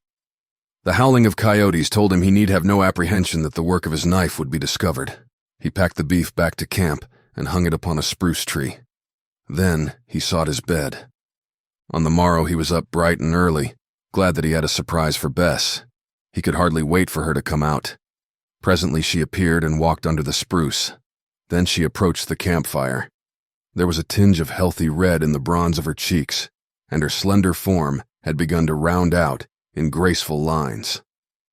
"Bess, didn't you say you were tired of rabbit?" inquired Venters. "And quail and beaver?" "Indeed I did." "What would you like?" "I'm tired of meat, but if we have to live on it, I'd like some beef." "Well, how does that strike you?" Venters pointed to the quarter hanging from the spruce tree. "We'll have fresh beef for a few days, then we'll cut the rest into strips and dry it." "Where did you get that?" asked Bess slowly. "I stole that from Oldring." "You went back to the canyon. You risked—" While she hesitated, the tinge of bloom faded out of her cheeks. "It wasn't any risk, but it was hard work. I'm sorry I said I was tired of rabbit. Why? How? When did you get that beef?" "Last night, while I was asleep."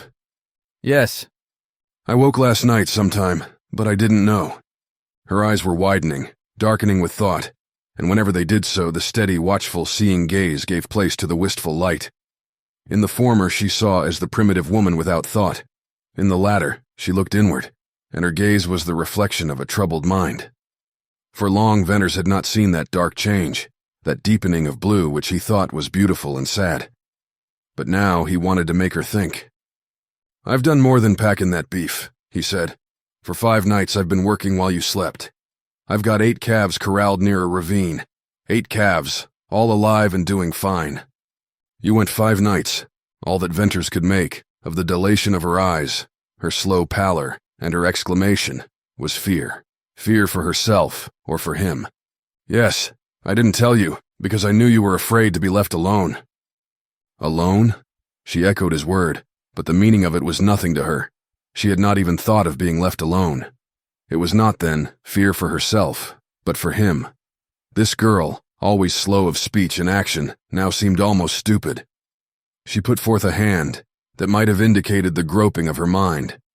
Suddenly she stepped swiftly to him, with a look and touch that drove from him any doubt of her quick intelligence or feeling. "Oldring has men watch the herds. They would kill you. You must never go again." When she had spoken, the strength and the blaze of her died, and she swayed toward Venters. "Bess, I'll not go again," he said, catching her. "Bess, I'll not go again." She leaned against him, and her body was limp and vibrated to a long, wavering tremble. Her face was upturned to his. Woman's face, woman's eyes, woman's lips, all acutely and blindly and sweetly and terribly truthful in their betrayal. But as her fear was instinctive, so was her clinging to this one and only friend. Venters gently put her from him and steadied her upon her feet, and all the while his blood raced wild, and a thrilling tingle unsteadied his nerve, and something that he had seen and felt in her, that he could not understand, seemed very close to him, warm and rich as a fragrant breath, sweet as nothing had ever before been sweet to him. With all his will, Venters strove for calmness and thought and judgment unbiased by pity, and reality unswayed by sentiment. Bess's eyes were still fixed upon him, with all her soul bright in that wistful light. Swiftly, resolutely, he put out of mind all of her life, except what had been spent with him. He scorned himself for the intelligence that made him still doubt. He meant to judge her as she had judged him. He was face to face with the inevitableness of life itself. He saw destiny in the dark, straight path of her wonderful eyes. Here was the simplicity, the sweetness of a girl contending with new and strange and enthralling emotions. Here the living truth of innocence. Here the blind terror of a woman confronted with the thought of death to her savior and protector.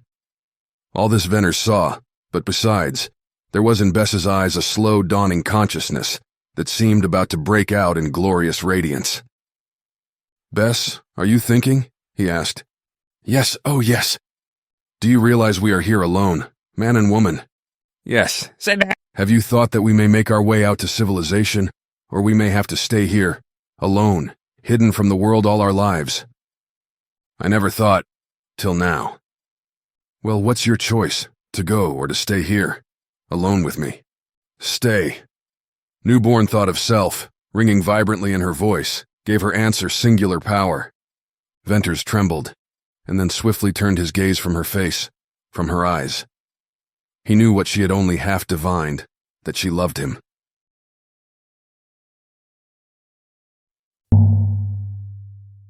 The untamed landscapes of riders of the purple sage call for bold spirits. Complement your journey with Iron Collective's Lavacera candles, radiating a rich blend of ambergris, leather, and pinion wood. Iron Collective is your gateway to adventure. Use code BookTV for 20% off your first order at ironcollective.co. Chapter 11. Faith and Unfaith. At Jane Withersteen's home, the promise made to Mrs. Larkin to care for little Fay had begun to be fulfilled. Like a gleam of sunlight through the cottonwoods was the coming of the child to the gloomy house of Withersteen. The big silent halls echoed with childish laughter. In the shady court, where Jane spent many of the hot July days, Fay's tiny feet pattered over the stone flags and splashed in the amber stream. She prattled incessantly. What difference, Jane thought, a child made in her home. It had never been a real home, she discovered. Even the tidiness and neatness she had so observed, and upon which she had insisted to her women, became in the light of Fay's smile. Habits that now lost their importance. Fay littered the court with Jane's books and papers, and other toys her fancy improvised, and many a strange craft went floating down the little brook. And it was owing to Fay's presence that Jane Withersteen came to see more of Lassiter. The rider had for the most part kept to the sage. He rode for her, but he did not seek her except on business, and Jane had to acknowledge and pique that her overtures had been made in vain. Fay, however, captured Lassiter the moment he first laid eyes on her. Jane was present at the meeting, and there was something about it which dimmed her sight and softened her toward this foe of her people. The rider had clanked into the court, a tired yet wary man, always looking for the attack upon him that was inevitable and might come from any quarter. And he had walked right upon little Fay. The child had been beautiful even in her rags and amid the surroundings of the hovel in the sage. But now, in a pretty white dress, with her shining curls brushed and her face clean and rosy, she was lovely. She left her play and looked up at Lassiter. If there was not an instinct for all three of them in that meeting, an unreasoning tendency toward a closer intimacy, then Jane Withersteen believed she had been subject to a queer fancy. She imagined any child would have feared Lassiter. And Fay Larkin had been a solitary elf of the sage, not at all an ordinary child, and exquisitely shy with strangers. She watched Lassiter with great round, grave eyes, but showed no fear. The rider gave Jane a favorable report of cattle and horses, and as he took the seat to which she invited him, little Fay edged as much as half an inch nearer. Jane replied to his look of inquiry and told Fay's story. The rider's gray, earnest gaze troubled her. Then he turned to Fay and smiled in a way that made Jane doubt her sense of the true relation of things. How could Lassiter smile so at a child when he had made so many children fatherless? But he did smile, and to the gentleness she had seen a few times, he added something that was infinitely sad and sweet. Jane's intuition told her that Lassiter had never been a father, but if life ever so blessed him, he would be a good one. Fay also must have found that smile singularly winning, for she edged closer and closer, and then by way of feminine capitulation, went to Jane, from whose side she bent a beautiful glance upon the rider. Lassiter only smiled at her. Jane watched them, and realized that now was the moment she should seize, if she was ever to win this man from his hatred. But the step was not easy to take. The more she saw of Lassiter, the more she respected him, and the greater her respect, the harder it became to lend herself to mere coquetry. Yet as she thought of her great motive, of Tull, and of that other whose name she had schooled herself never to think of in connection with Millie Earn's avenger, she suddenly found she had no choice. And her creed gave her boldness far beyond the limit to which vanity would have led her. "Lassiter, I see so little of you now," she said, and was conscious of heat in her cheeks. "I've been riding hard," he replied, "but you can't live in the saddle. You come in sometimes. Won't you come here to see me? Oftener?" "Is that an order?" "Nonsense. I simply ask you to come to see me when you find time." "Why?" The query once heard was not so embarrassing to Jane as she might have imagined. Moreover, it established in her mind a fact that there existed actually other than selfish reasons for her wanting to see him, and as she had been bold, so she determined to be both honest and brave. "I've reasons, only one of which I need mention," she answered. "If it's possible, I want to change you toward my people, and on the moment I can conceive of little I wouldn't do to gain that end." How much better and freer Jane felt after that confession. She meant to show him that there was one Mormon who could play a game or wage a fight in the open. "I reckon," said Lassiter, and he laughed. It was the best in her, if the most irritating, that Lassiter always aroused. "Will you come?" She looked into his eyes, and for the life of her could not quite subdue an imperiousness that rose with her spirit. "I never asked so much of any man, except Burn Venters. 'Pears to me that you'd run no risk, or Venters either, but maybe that doesn't hold good for me." "You mean it wouldn't be safe for you to be off in here? You look for ambush in the cottonwoods?" "Not that so much." At this juncture, little Fay sidled over to Lassiter. "Has oo a little dirl?" she inquired. "No, lassie," replied the rider. Whatever Fay seemed to be searching for in Lassiter's sun-reddened face and quiet eyes she evidently found. "Oo tan Tom to see me," she added, and with that, shyness gave place to friendly curiosity. First his sombrero, with its leather band and silver ornaments, commanded her attention. Next his quirt, and then the clinking silver spurs. These held her for some time, but presently, true to childish fickleness, she left off playing with them to look for something else. She laughed in glee as she ran her little hands down the slippery, shiny surface of Lassiter's leather chaps. Soon she discovered one of the hanging gun sheaths, and she dragged it up and began tugging at the huge black handle of the gun. Jane Withersteen repressed an exclamation. What significance there was to her in the little girl's efforts to dislodge that heavy weapon. Jane Withersteen saw Fay's play and her beauty and her love as most powerful allies to her own woman's part, in a game that suddenly had acquired a strange zest and a hint of danger. And as for the rider, he appeared to have forgotten Jane in the wonder of this lovely child playing about him. At first he was much the shyer of the two. Gradually her confidence overcame his backwardness, and he had the temerity to stroke her golden curls with a great hand. Fay rewarded his boldness with a smile, and when he had gone to the extreme of closing that great hand over her little brown one, she said simply, "I like Ao." Sight of his face then made Jane oblivious for the time to his character as a hater of Mormons. Out of the mother longing that swelled her breast, she divined the child hunger in Lassiter. He returned the next day, and the next, and upon the following he came both at morning and at night. Upon the evening of this fourth day, Jane seemed to feel the breaking of a brooding struggle in Lassiter. During all these visits, he had scarcely a word to say, though he watched her and played absent-mindedly with Fay. Jane had contented herself with silence. Soon little Fay substituted for the expression of regard, "I like oo," a warmer and more generous one, "I love oo." Thereafter Lassiter came oftener to see Jane and her little protégé. Daily he grew more gentle and kind, and gradually developed a quaintly merry mood. In the morning he lifted Fay upon his horse and let her ride, as he walked beside her, to the edge of the sage. In the evening, he played with the child at an infinite variety of games she invented, and then, oftener than not, he accepted Jane's invitation to supper. No other visitor came to Withersteen House during those days, so that in spite of watchfulness, he never forgot. Lassiter began to show he felt at home there. After the meal, they walked into the grove of cottonwoods or up by the lakes, and little Fay held Lassiter's hand as much as she held Jane's. Thus, a strange relationship was established, and Jane liked it. At twilight, they always returned to the house, where Fay kissed them and went in to her mother. Lassiter and Jane were left alone.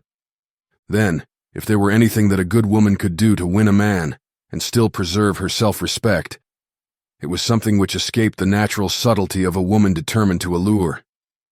Jane's vanity, that after all was not great, was soon satisfied with Lassiter's silent admiration, and her honest desire to lead him from his dark, blood-stained path would never have blinded her to what she owed herself. But the driving passion of her religion and its call to save Mormons' lives, one life in particular, bore Jane Withersteen close to an infringement of her womanhood. In the beginning, she had reasoned that her appeal to Lassiter must be through the senses. With whatever means she possessed. In the way of adornment, she enhanced her beauty. And she stooped to artifices that she knew were unworthy of her, but which she deliberately chose to employ. She made of herself a girl, in every variable mood wherein a girl might be desirable. In those moods she was not above the methods of an inexperienced though natural flirt. She kept close to him whenever opportunity afforded, and she was forever, playfully, yet passionately underneath the surface, fighting him for possession of the great black guns. These he would never yield to her, and so in that manner their hands were often and long in contact. The more of simplicity that she sensed in him, the greater the advantage she took. She had a trick of changing, and it was not altogether voluntary, from this gay, thoughtless, girlish coquettishness to the silence and the brooding, burning mystery of a woman's mood. The strength and passion and fire of her were in her eyes, and she so used them that Lassiter had to see this depth in her, this haunting promise more fitted to her years than to the flaunting guise of a willful girl. The July days flew by. Jane reasoned that if it were possible for her to be happy during such a time, then she was happy. Little Fay completely filled a long aching void in her heart. In fettering the hands of this Lassiter, she was accomplishing the greatest good of her life, and to do good even in a small way rendered happiness to Jane Withersteen. She had attended the regular Sunday services of her church. Otherwise, she had not gone to the village for weeks. It was unusual that none of her churchmen or friends had called upon her of late, but it was neglect for which she was glad. Judkins and his boy riders had experienced no difficulty in driving the white herd. So these warm July days were free of worry, and soon Jane hoped she had passed the crisis, and for her to hope was presently to trust, and then to believe. She thought often of Venters, but in a dreamy, abstract way. She spent hours teaching and playing with little Fay, and the activity of her mind centered around Lassiter. The direction she had given her will seemed to blunt any branching off of thought from that straight line. The mood came to obsess her. In the end, when her awakening came, she learned that she had builded better than she knew. Lassiter, though kinder and gentler than ever, had parted with his quaint humor and his coldness and his tranquility to become a restless and unhappy man. Whatever the power of his deadly intent toward Mormons, that passion now had a rival, the one equally burning and consuming. Jane Withersteen had one moment of exultation before the dawn of a strange uneasiness. What if she had made of herself a lure at tremendous cost to him and to her, and all in vain? That night in the moonlit grove she summoned all her courage, and turning suddenly in the path, she faced Lassiter and leaned close to him, so that she touched him and her eyes looked up to his. "Lassiter, will you do anything for me?" In the moonlight she saw his dark, worn face change, and by that change she seemed to feel him immovable as a wall of stone. Jane slipped her hands down to the swinging gun sheaths, and when she had locked her fingers around the huge, cold handles of the guns, she trembled as with a chilling ripple over all her body. "May I take your guns?" "Why?" he asked, and for the first time to her, his voice carried a harsh note. Jane felt his hard, strong hands close round her wrists. It was not wholly with intent that she leaned toward him, for the look of his eyes and the feel of his hands made her weak. "It's no trifle, no woman's whim. It's deep, as my heart. Let me take them?" "Why?" "I want to keep you from killing more men, Mormons. You must let me save you from more wickedness, more wanton bloodshed." Then the truth forced itself falteringly from her lips. "You must help me to keep my vow to Millie Earn. I swore to her, as she lay dying, that if ever anyone came here to avenge her, I swore I would stay his hand. Perhaps I alone can save the man who, oh, Lassiter. I feel that I can't change you. Then soon, you'll be out to kill, and you'll kill by instinct. And among the Mormons, you kill will be the one who, Lassiter, if you care a little for me, let me, for my sake, Let me take your guns." As if her hands had been those of a child, he unclasped their clinging grip from the handles of his guns, and pushing her away, he turned his gray face to her in one look of terrible realization, and then strode off into the shadows of the cottonwoods. When the first shock of her futile appeal to Lassiter had passed, Johnny took his cold, silent condemnation and abrupt departure not so much as a refusal to her entreaty as a hurt and stunned bitterness for her attempt at his betrayal. Upon further thought and slow consideration of Lassiter's past actions, she believed he would return and forgive her. The man could not be hard to a woman, and she doubted that he could stay away from her. But at the point where she had hoped to find him vulnerable, she now began to fear he was proof against all persuasion.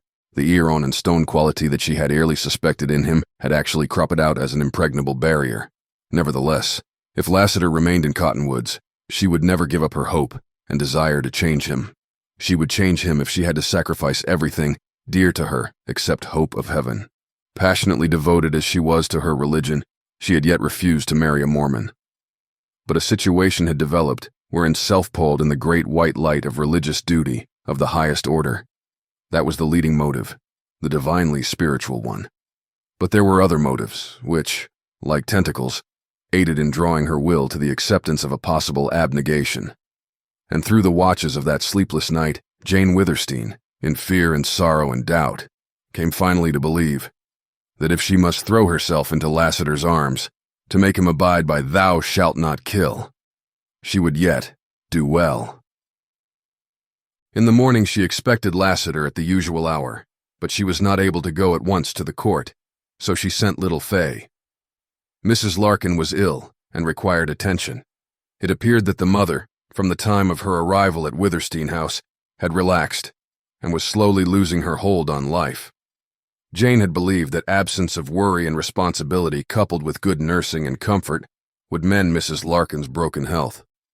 Such, however, was not the case.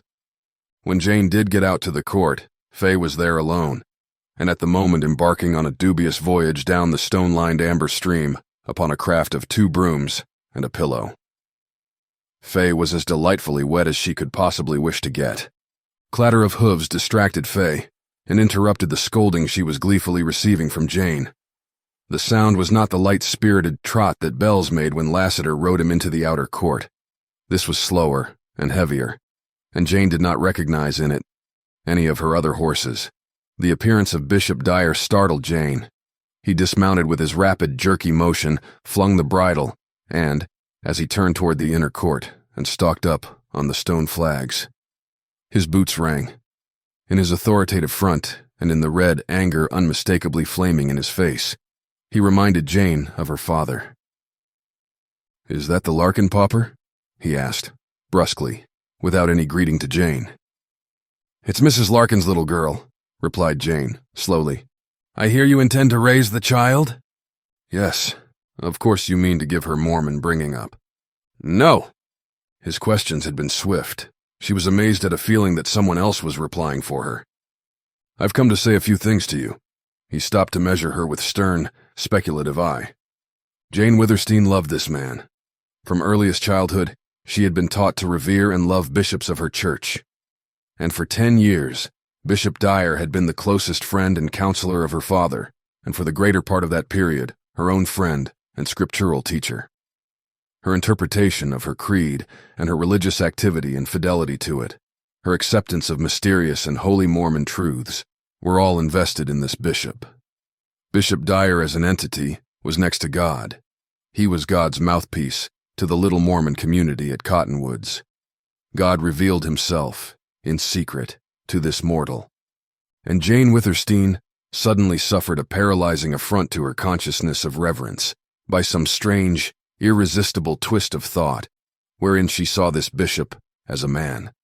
And the train of thought hurtled the rising, crying protests of that other self whose poise she had lost. It was not her bishop who eyed her in curious measurement. It was a man who tramped into her presence without removing his hat, who had no greeting for her, who had no semblance of courtesy. In looks, as in action, he made her think of a bull stamping cross-grained into a corral. She had heard of Bishop Dyer forgetting the minister in the fury of a common man, and now she was to feel it. The glance by which she measured him in turn momentarily veiled the divine in the ordinary. He looked a rancher. He was booted, spurred, and covered with dust. He carried a gun at his hip, and she remembered that he had been known to use it.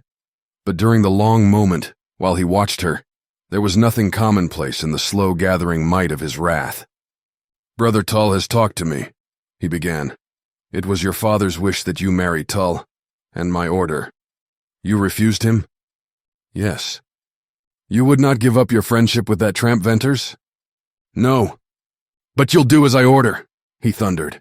"Why, Jane Withersteen, you are in danger of becoming a heretic. You can thank your Gentile friends for that. You face the damning of your soul to perdition." In the flux and reflux of the whirling torture of Jane's mind, that new daring spirit of hers vanished in the old habitual order of her life. She was a Mormon, and the bishop regained ascendance. "It's well I got you in time, Jane Withersteen. What would your father have said to these goings-on of yours? He would have put you in a stone cage on bread and water. He would have taught you something about Mormonism. Remember, you're a born Mormon. There have been Mormons who turned heretic. Damn their souls. But no born Mormon ever left us yet. Ah, I see your shame. Your faith is not shaken. You are only a wild girl." The bishop's tone softened. "Well, it's enough that I got to you in time. Now tell me about this Lassiter. I hear strange things." "What do you wish to know?" queried Jane. "About this man. You hired him?" "Yes, he's riding for me. When my riders left me, I had to have anyone I could get. Is it true what I hear, that he's a gunman, a Mormon hater, steeped in blood?" "True. Terribly true, I fear." "But what's he doing here in Cottonwoods? This place isn't notorious enough for such a man. Sterling and the villages north, where there's universal gun packing and fights every day, where there are more men like him. It seems to me they would attract him most. We're only a wild, lonely border settlement. It's only recently that the rustlers have made killings here. Nor have there been saloons till lately, nor the drifting in of outcasts. Has not this gunman some special mission here?" Jane maintained silence. "Tell me," ordered Bishop Dyer sharply. "Yes," she replied. "Do you know what it is?" "Yes." "Tell me that." "Bishop Dyer, I don't want to tell." He waved his hand in an imperative gesture of command. The red once more leaped to his face, and in his steel-blue eyes glinted a pinpoint of curiosity. "That first day," whispered Jane, "Lassiter said he came here to find Millie Ern's grave." With downcast eyes, Jane watched the swift flow of the amber water. She saw it and tried to think of it, of the stones, of the ferns. But like her body, her mind was in a leaden vise. Only the bishop's voice could release her. Seemingly there was silence of longer duration than all her former life. For what else? When Bishop Dyer's voice did cleave the silence, it was high, curiously shrill, and on the point of breaking. It released Jane's tongue, but she could not lift her eyes. "To kill the man who persuaded Millie Erne to abandon her home, and her husband, and her God." With wonderful distinctness, Jane Withersteen heard her own clear voice. She heard the water murmur at her feet and flow onto the sea. She heard the rushing of all the waters in the world. They filled her ears with low, unreal murmurings, these sounds that deadened her brain, and yet could not break the long and terrible silence. Then, from somewhere, from an immeasurable distance, came a slow, guarded, clanking step. Into her it shot electrifying life. It released the weight upon her numbed eyelids. Lifting her eyes, she saw, ashen, shaken, stricken, not the bishop, but the man. And beyond him, from round the corner came that soft, silvery step. A long black boot, with a gleaming spur, swept into sight. And then Lassiter. Bishop Dyer did not see, did not hear. He stared at Jane in the throes of sudden revelation. "Ah, I understand," he cried, in hoarse accents. "That's why you made love to this Lassiter, to bind his hands." It was Jane's gaze riveted upon the rider that made Bishop Dyer turn, then clear sight failed her. Dizzily, in a blur, she saw the bishop's hand jerk to his hip. She saw a gleam of blue and spout of red, In her ears burst a thundering report. The court floated in darkening circles around her, and she fell into utter blackness. It was Jane's gaze, riveted upon the rider, that made Bishop Dyer turn. The darkness lightened, turned to slow-drifting haze, and lifted. Through a thin film of blue smoke, she saw the rough-hewn timbers of the court roof. A cool, damp touch moved across her brow. She smelled powder, and it was that which galvanized her suspended thought. She moved to see that she lay prone upon the stone flags with her head on Lassiter's knee, and he was bathing her brow with water from the stream. The same swift glance, shifting low, brought into range of her sight a smoking gun and splashes of blood. "Ah!" she moaned, and was drifting, sinking again into darkness, when Lassiter's voice arrested her. "It's all right, Jane. It's all right." "Did you kill him?" she whispered. "Who? That fat party who was here?" "No, I didn't kill him." "Oh, Lassiter!" "Say, it was queer for you to faint. I thought you were such a strong woman, not faintish like that. You're all right now, only some pale. I thought you'd never come to. But I'm awkward round women folks. I couldn't think of anything." "Lassiter, the gun there, the blood." "So that's troubling you. I reckon it needn't. You see, it was this way. I come around the house and seen that fat party and heard him talking loud. Then he seen me, and very impolite goes straight for his gun. He oughtn't have tried to throw a gun on me, whatever his reason was. For that's meeting me on my own grounds. I've seen running molasses that was quicker in him. Now I didn't know who he was, visitor or friend or relation of yours, though I seen he was a Mormon all over, and I couldn't get serious about shooting. So I winged him, put a bullet through his arm as he was pulling at his gun. And he dropped the gun there, and a little blood. I told him he'd introduced himself sufficient, and to please move out of my vicinity. And he went. Lassiter spoke with slow, cool, soothing voice, in which there was a hint of levity, and his touch, as he continued to bathe her brow, was gentle and steady. His impassive face, and the kind gray eyes, further stilled her agitation. "He drew on you first, and you deliberately shot to cripple him. You wouldn't kill him. You, Lassiter? That's about the size of it."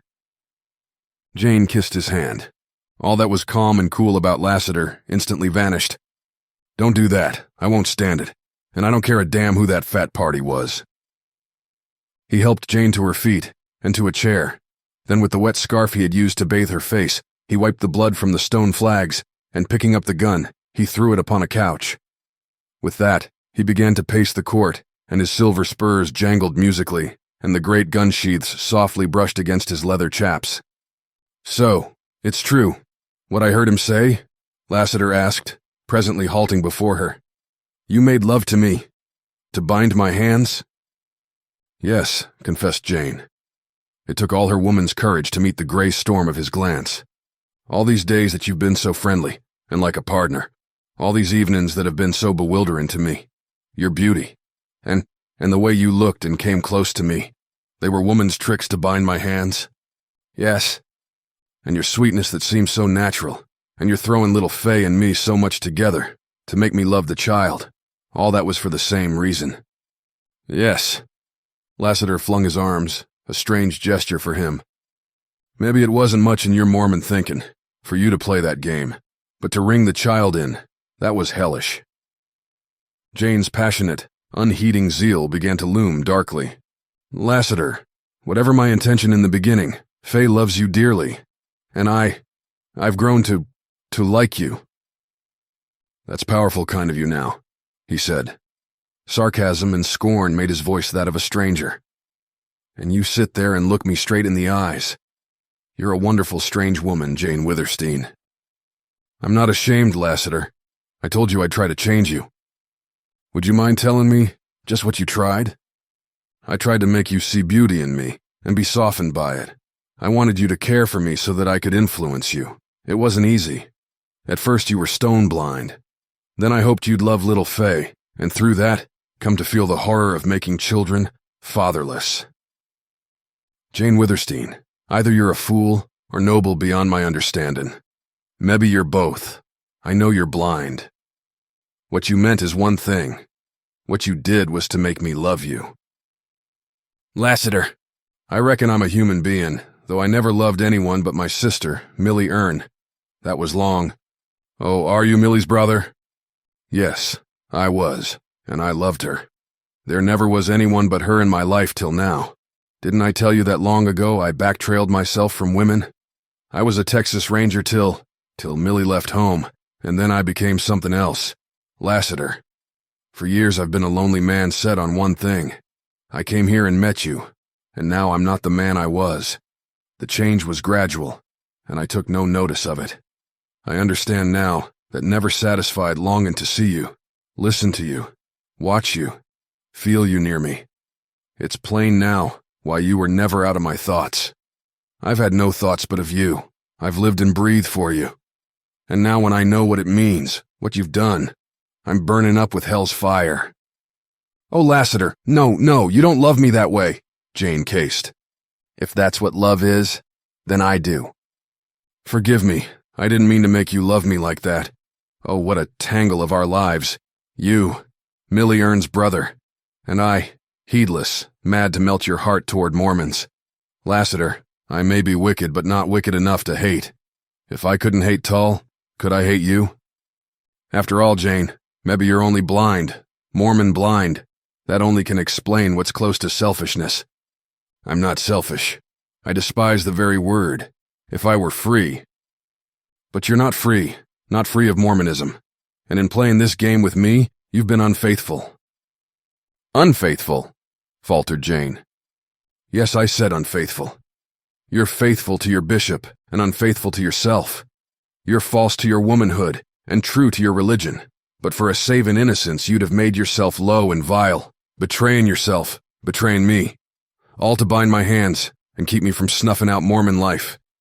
It's your damned Mormon blindness. Is it vile? Is it blind? Is it only Mormonism to save human life? No, Lassiter. That's God's law, divine, universal for all Christians. The blindness, I mean, is blindness that keeps you from seeing the truth. I've known many good Mormons, but some are blacker than hell. You won't see that even when you know it. Else why all this blind passion to save the life of that... Jane shut out the light, and the hands she held over her eyes trembled and quivered against her face. Blind, yes, and let me make it clear and simple to you, Lassiter went on, his voice losing its tone of anger. Take, for instance, that idea of yours last night when you wanted my guns. It was good and beautiful, and showed your heart. But why, Jane? It was crazy. Mind, I'm assuming that life to me is as sweet as to any other man, and to preserve that life is each man's first and closest thought. Where would any man be on this border without guns? Where, especially, would Lassiter be?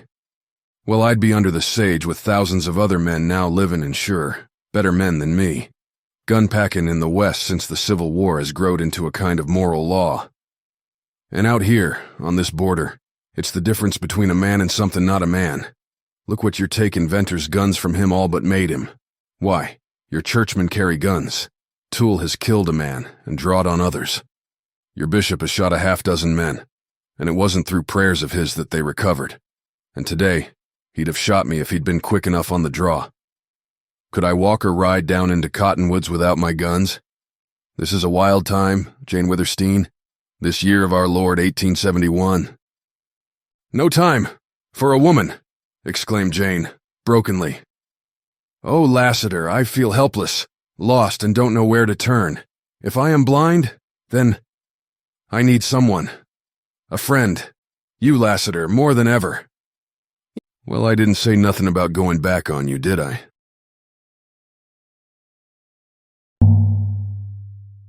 As Riders of the Purple Sage takes you on a journey through the Wild West, Iron Collective's La Vaquera Candles, a BookTV favorite, envelop your senses and send your mind galloping into the West.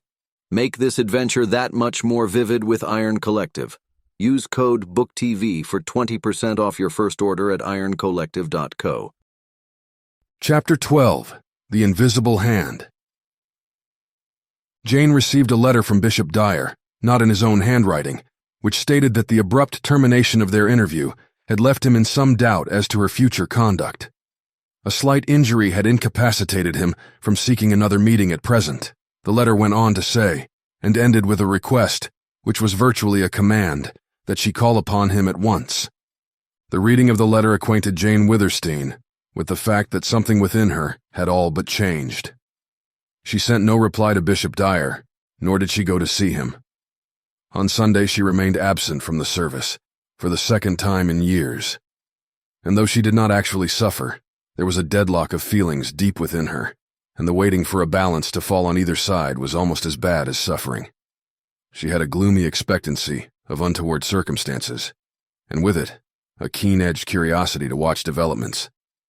She had a half-formed conviction that her future conduct, as related to her churchmen, was beyond her control, and would be governed by their attitude toward her. Something was changing in her, forming, waiting for decision to make it a real and fixed thing. She had told Lassiter that she felt helpless and lost in the fateful tangle of their lives.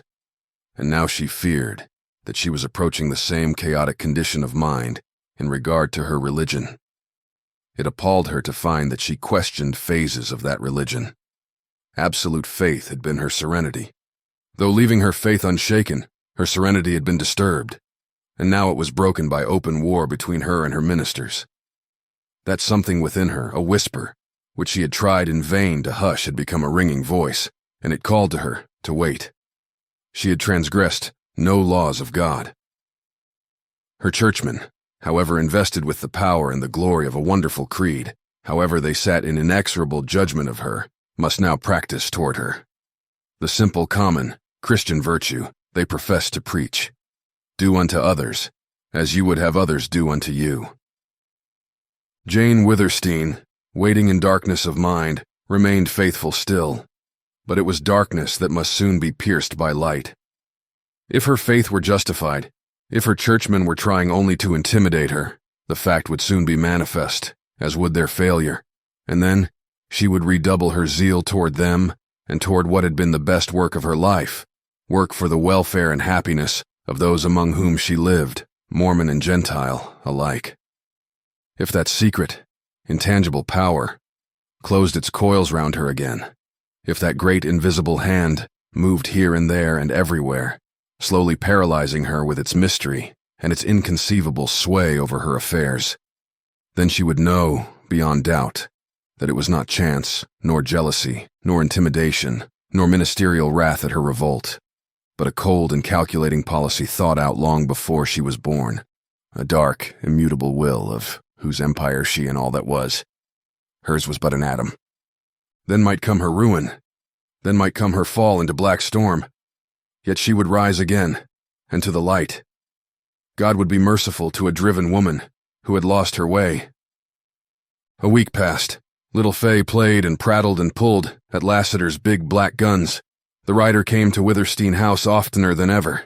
Jane saw a change in him, though it did not relate to his kindness and gentleness. He was quieter and more thoughtful. While playing with Fay or conversing with Jane, he seemed to be possessed of another self that watched with cool, roving eyes, that listened always, as if the murmuring amber stream brought messages, and the moving leaves whispered something. Lassiter never rode Bells into the court anymore, nor did he come by the lane or the paths. When he appeared, it was suddenly and noiselessly out of the dark shadow of the grove. I left Bells out in the sage, he said, one day at the end of that week. I must carry water to him. Why not let him drink at the trough, or here? Asked Jane quickly. I reckon it'll be safer for me to slip through the grove. I've been watched when I rode in from the sage. Watched? By whom? By a man who thought he was well hid, but my eyes are pretty sharp, and Jane, he went on, almost in a whisper, I reckon it'd be a good idea for us to talk low. You're spied on here by your women. Lassiter, she whispered in turn. That's hard to believe. My women love me. What of that? He asked. Of course they love you, but they're Mormon women. Jane's old rebellious loyalty clashed with her doubt. I won't believe it, she replied stubbornly. Well then, just act natural and talk natural, and pretty soon, give them time to hear us. Pretend to go over there to the table, and then quick-like make a move for the door and open it. I will, said Jane, with heightened color. Lassiter was right. He never made mistakes. He would not have told her unless he positively knew. Yet Jane was so tenacious of faith that she had to see with her own eyes, and so constituted that to employ even such small deceit toward her women made her ashamed, and angry for her shame as well as theirs.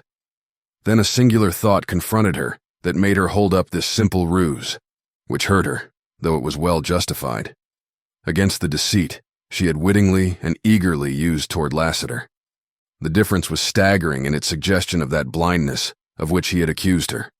Fairness and justice and mercy that she had imagined were anchor cables. To hold fast, her soul to righteousness had not been hers in the strange, biased duty that had so exalted and confounded her. Presently, Jane began to act her little part, to laugh and play with Faye, to talk of horses and cattle to Lassiter.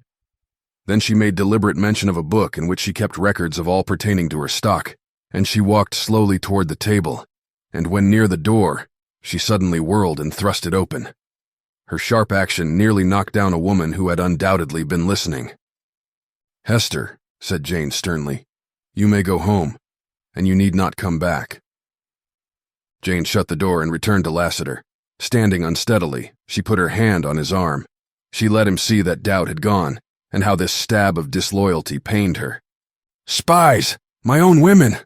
Oh, miserable!" she cried, with flashing, tearful eyes. "I hate to tell you," he replied. By that she knew he had long spared her. "It's begun again, that work in the dark." "Nay, Lassiter, it never stopped." So bitter certainty claimed her at last, and trust fled Withersteen House, and fled forever.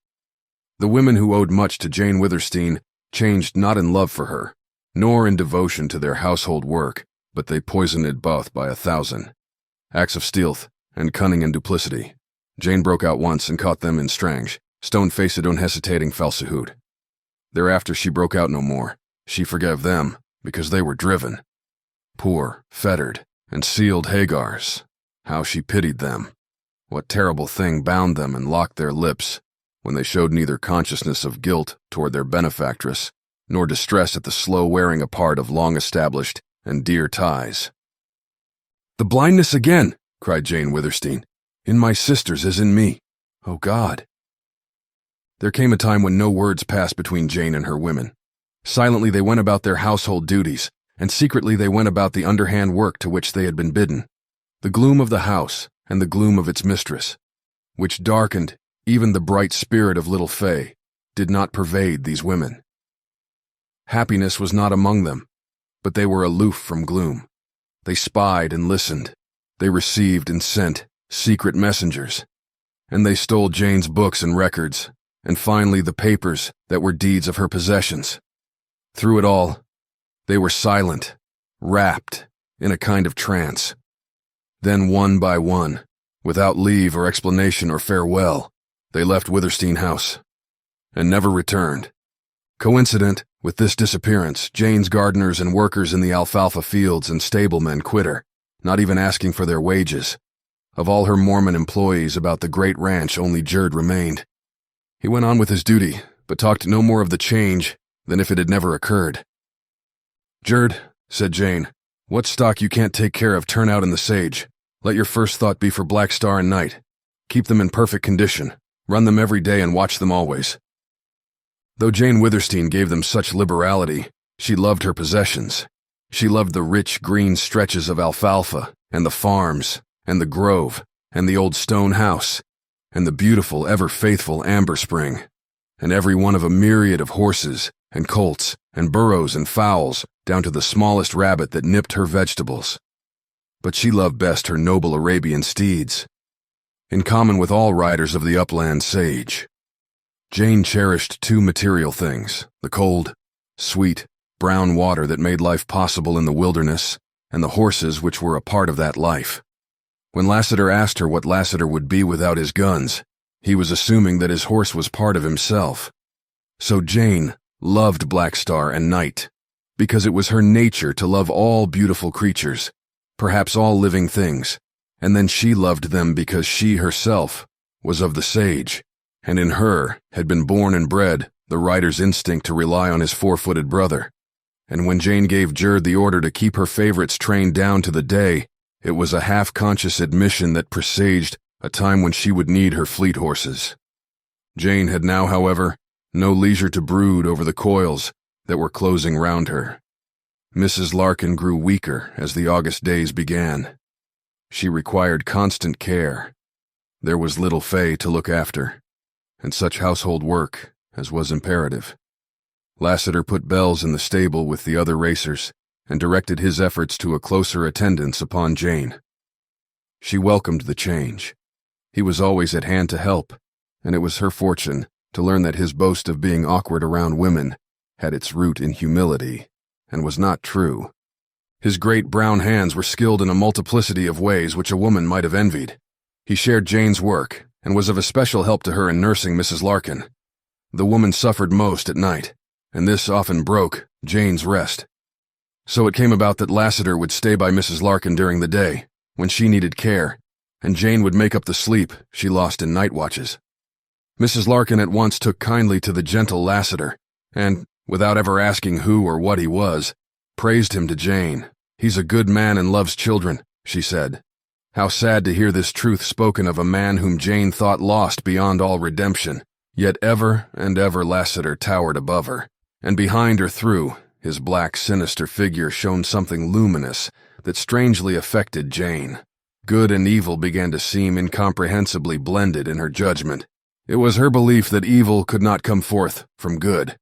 Yet here was a murderer who dwarfed in gentleness, patience, and love any man she had ever known. She had almost lost track of her more outside concerns when early one morning Judkins presented himself before her in the courtyard. Thin, hard, burnt, bearded, with the dust and sage thick on him, with his leather wristbands shining from use, and his boots worn through on the stirrup side, he looked the rider of riders.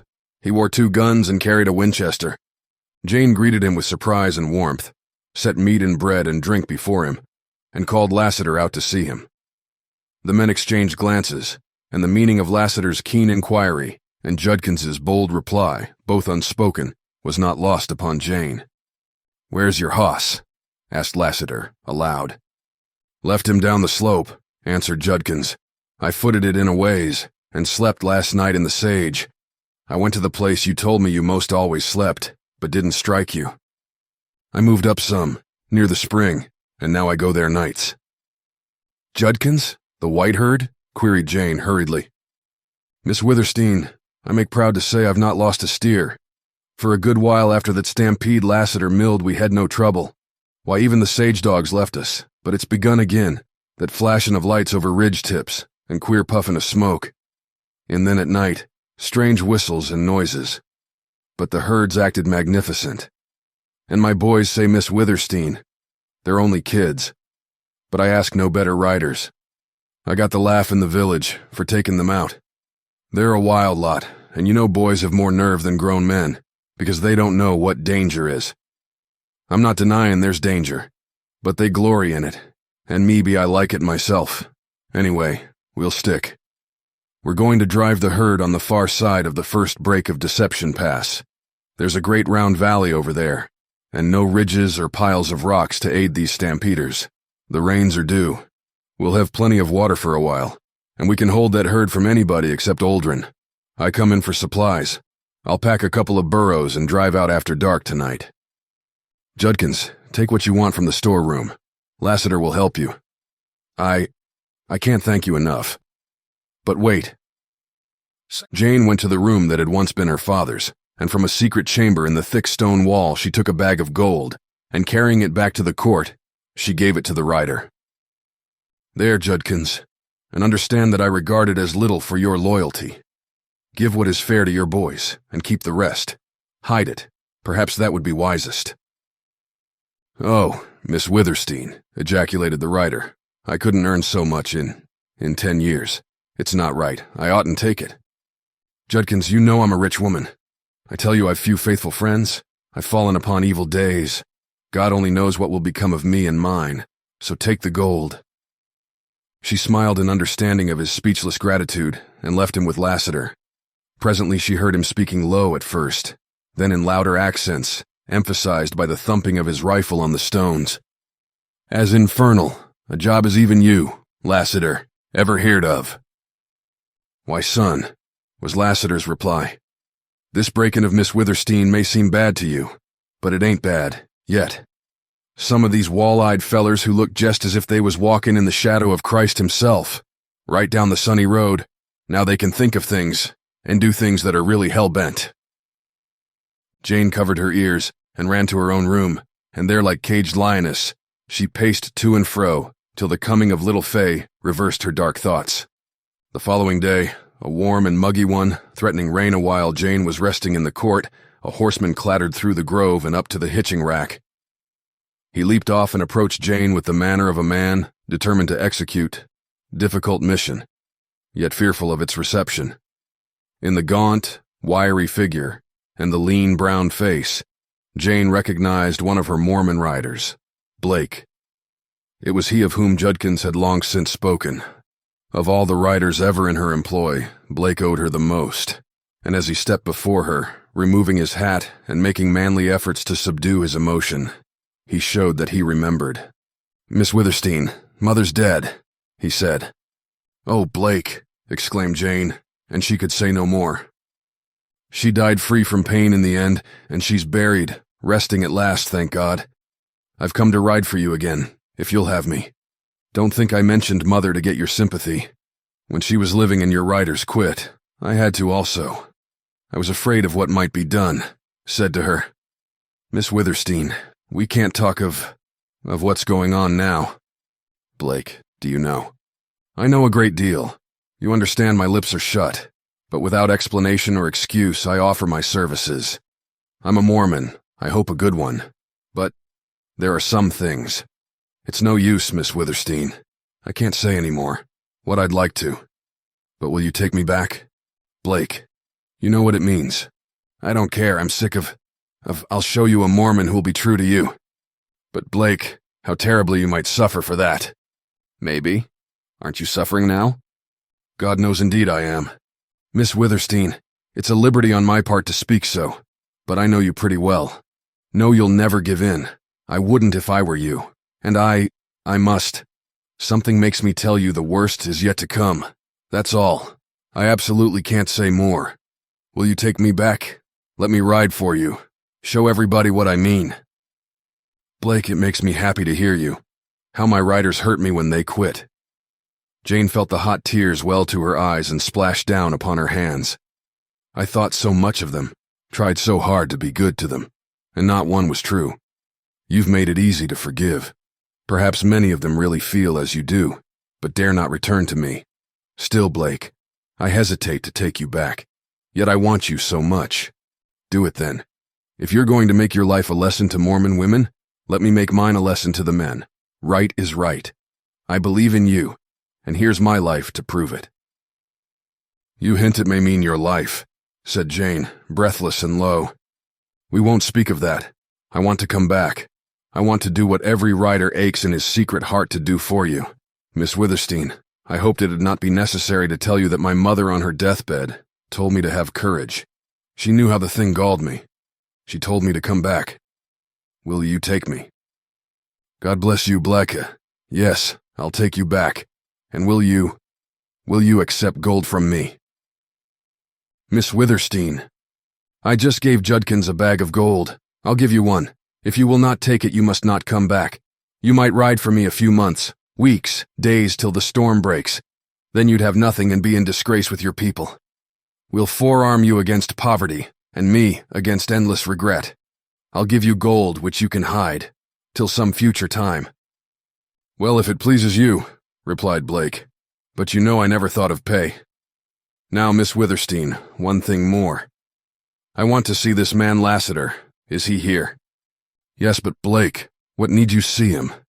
Why? Asked Jane, instantly worried. I can speak to him. Tell him about you. That won't do. I've got to tell him myself. Where is he? Lassiter is with Mrs. Larkin.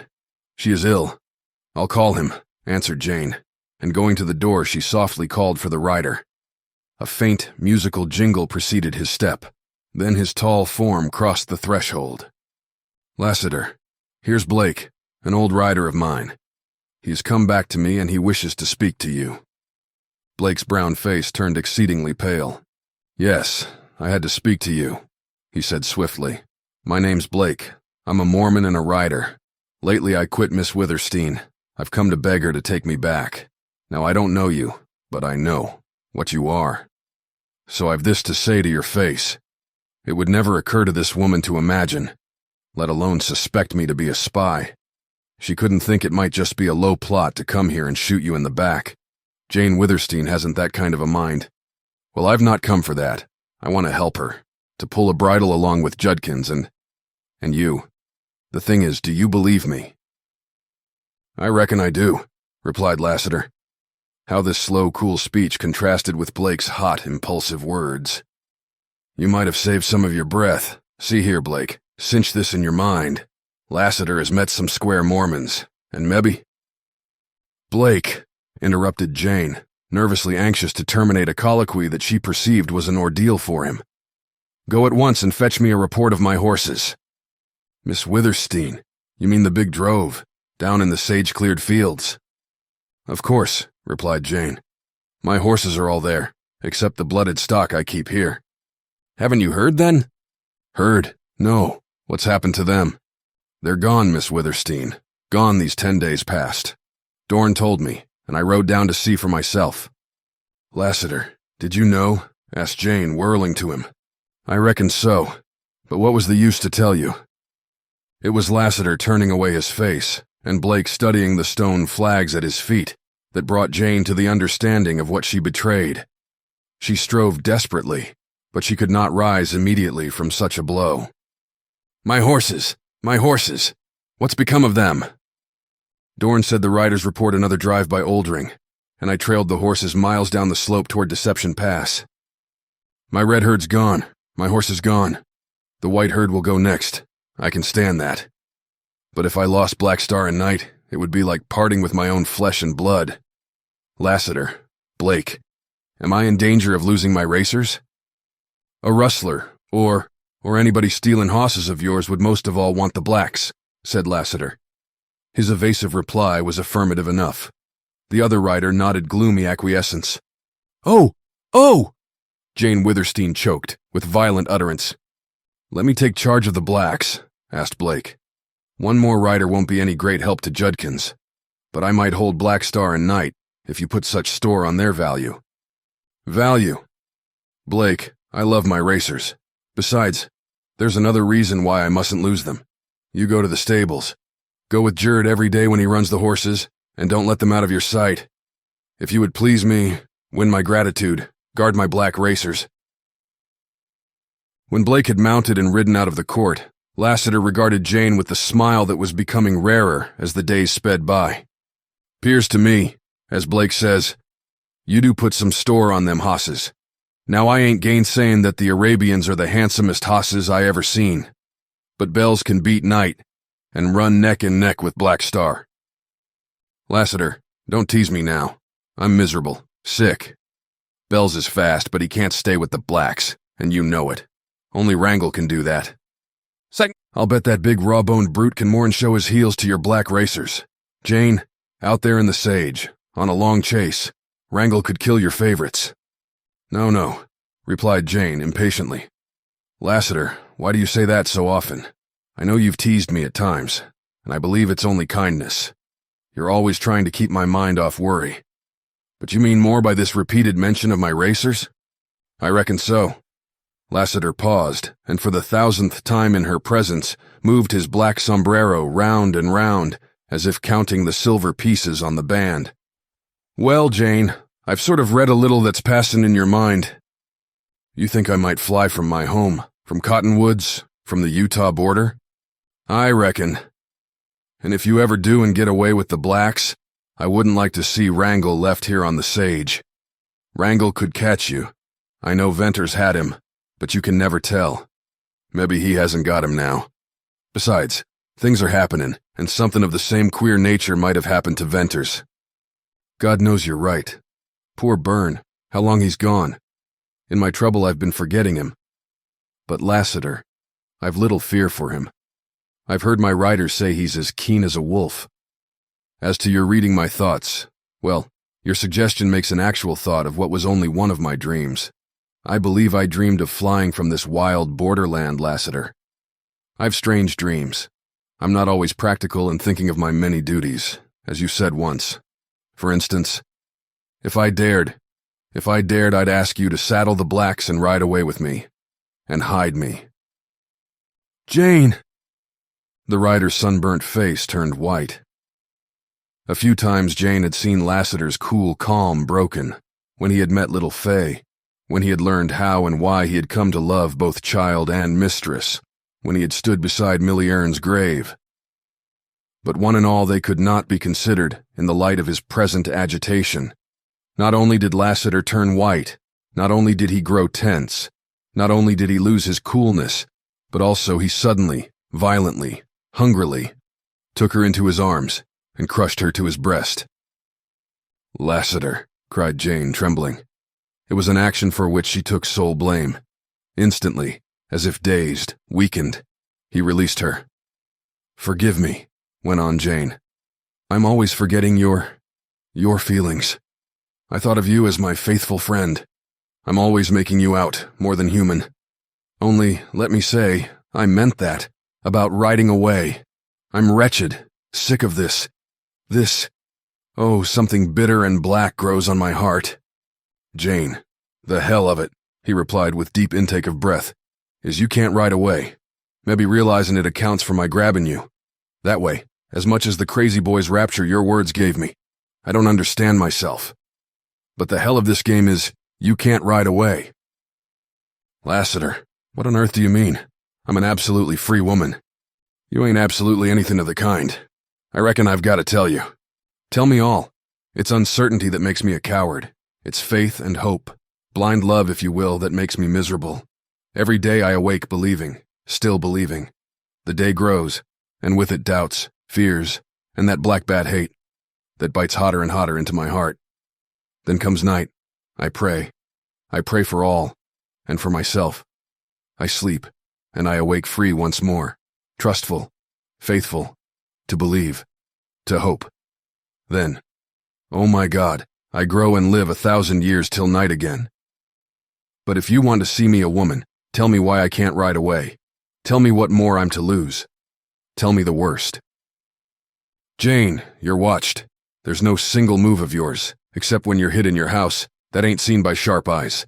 The cottonwood grove's full of creepin', crawlin' men, like Indians in the grass. When you rode, which wasn't often lately, the sage was full of sneakin' men. At night they crawl under your windows into the court, and I reckon into the house. Jane Withersteen, you know, never locked a door. This here grove's a hummin' beehive of mysterious happenin's. Jane, it ain't so much that these spies keep out of my way as me keepin' out of theirs. They're gonna try to kill me, that's plain. But maybe I'm as hard to shoot in the back as in the face. So far, I've seen fit to watch only. This all means, Jane, that you're a marked woman. You can't get away, not now. Maybe later, when you're broken, you might. But that's sure doubtful. Jane, you're to lose the cattle that's left, your home and ranch, and Amber Spring. You can't even hide a sack of gold, for it couldn't be slipped out of the house day or night and hid or buried, let alone be rid off with. You may lose all. I'm telling you, Jane, hoping to prepare you, if the worst does come. I told you once before about that strange power I've got to feel things." "Lassiter, what can I do?" "Nothing, I reckon, except know what's comin' and wait and be game. If you'd let me make a call on Tull and a long-deferred call on—" "Hush, hush," she whispered. "Well, even that wouldn't help you any in the end." "What does it mean?" "Oh, what does it mean? I'm my father's daughter, a Mormon, yet I can't see. I've not failed in religion, in duty. For years I've given with a free and full heart. When my father died, I was rich. If I'm still rich, it's because I couldn't find enough ways to become poor. What am I? What are my possessions to set in motion such intensity of secret oppression? Jane, the mind behind it all, is an empire builder. But Lassiter, I would give freely, all I own to avert this wretched thing. If I gave, that would leave me with faith still. Surely my churchmen think of my soul. if I lose my trust in them?" "Child, be still," said Lassiter, with a dark dignity that had in it something of pity. "You are a woman, fine and big and strong, and your heart matches your size. But in mind, you're a child. I'll say a little more, then I'm done. I'll never mention this again. Among many thousands of women, you're one who has bucked against your churchmen. They tried you out, and failed of persuasion, and finally of threats. You meet now the cold steel of a will, as far from Christ-like as the universe is wide. You're to be broken. Your body's to be held, given to some man, made, if possible, to bring children into the world. But your soul, what do they care for your soul?"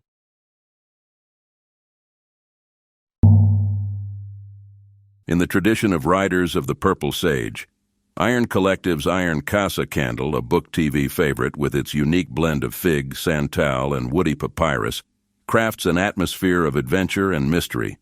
Use code BookTV for 20% off your first order at ironcollective.co.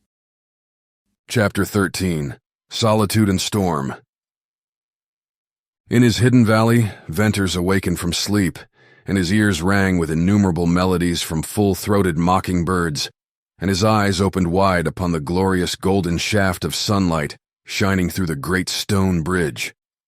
The circle of cliffs surrounding Surprise Valley lay shrouded in morning mist, a dim blue low down along the terraces, a creamy, moving cloud along the ramparts. The oak forest in the center was a plumed and tufted oval of gold. He saw Bess under the spruces. Upon her complete recovery of strength, she always rose with the dawn. At the moment she was feeding the quail she had tamed, and she had begun to tame the mockingbirds. They fluttered among the branches overhead, and some left off their songs to flit down and shyly hop near the twittering quail. Little gray and white rabbits crouched in the grass, now nibbling, now laying long ears flat and watching the dogs.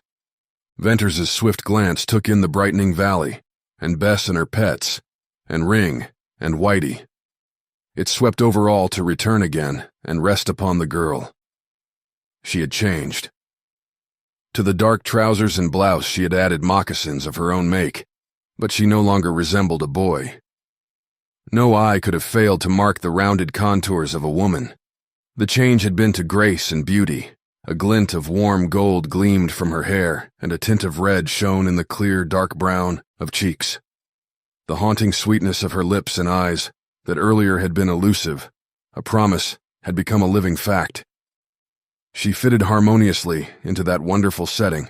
She was like Surprise Valley, wild and beautiful. Venters leaped out of his cave to begin the day. He had postponed his journey to Cottonwoods until after the passing of the summer rains. The rains were due soon, but until their arrival and the necessity for his trip to the village, he sequestered in a far corner of mind all thought. Of peril, of his past life, and almost that of the present. It was enough to live. He did not want to know what lay hidden in the dim and distant future. Surprise Valley had enchanted him. In this home of the cliff dwellers, there were peace and quiet and solitude. And another thing, wondrous as the golden morning shaft of sunlight, that he dared not ponder over long enough to understand. The solitude he had hated when alone, he had now come to love. He was assimilating something from this valley of gleams and shadows. From this strange girl, he was assimilating more. The day at hand resembled many days gone before.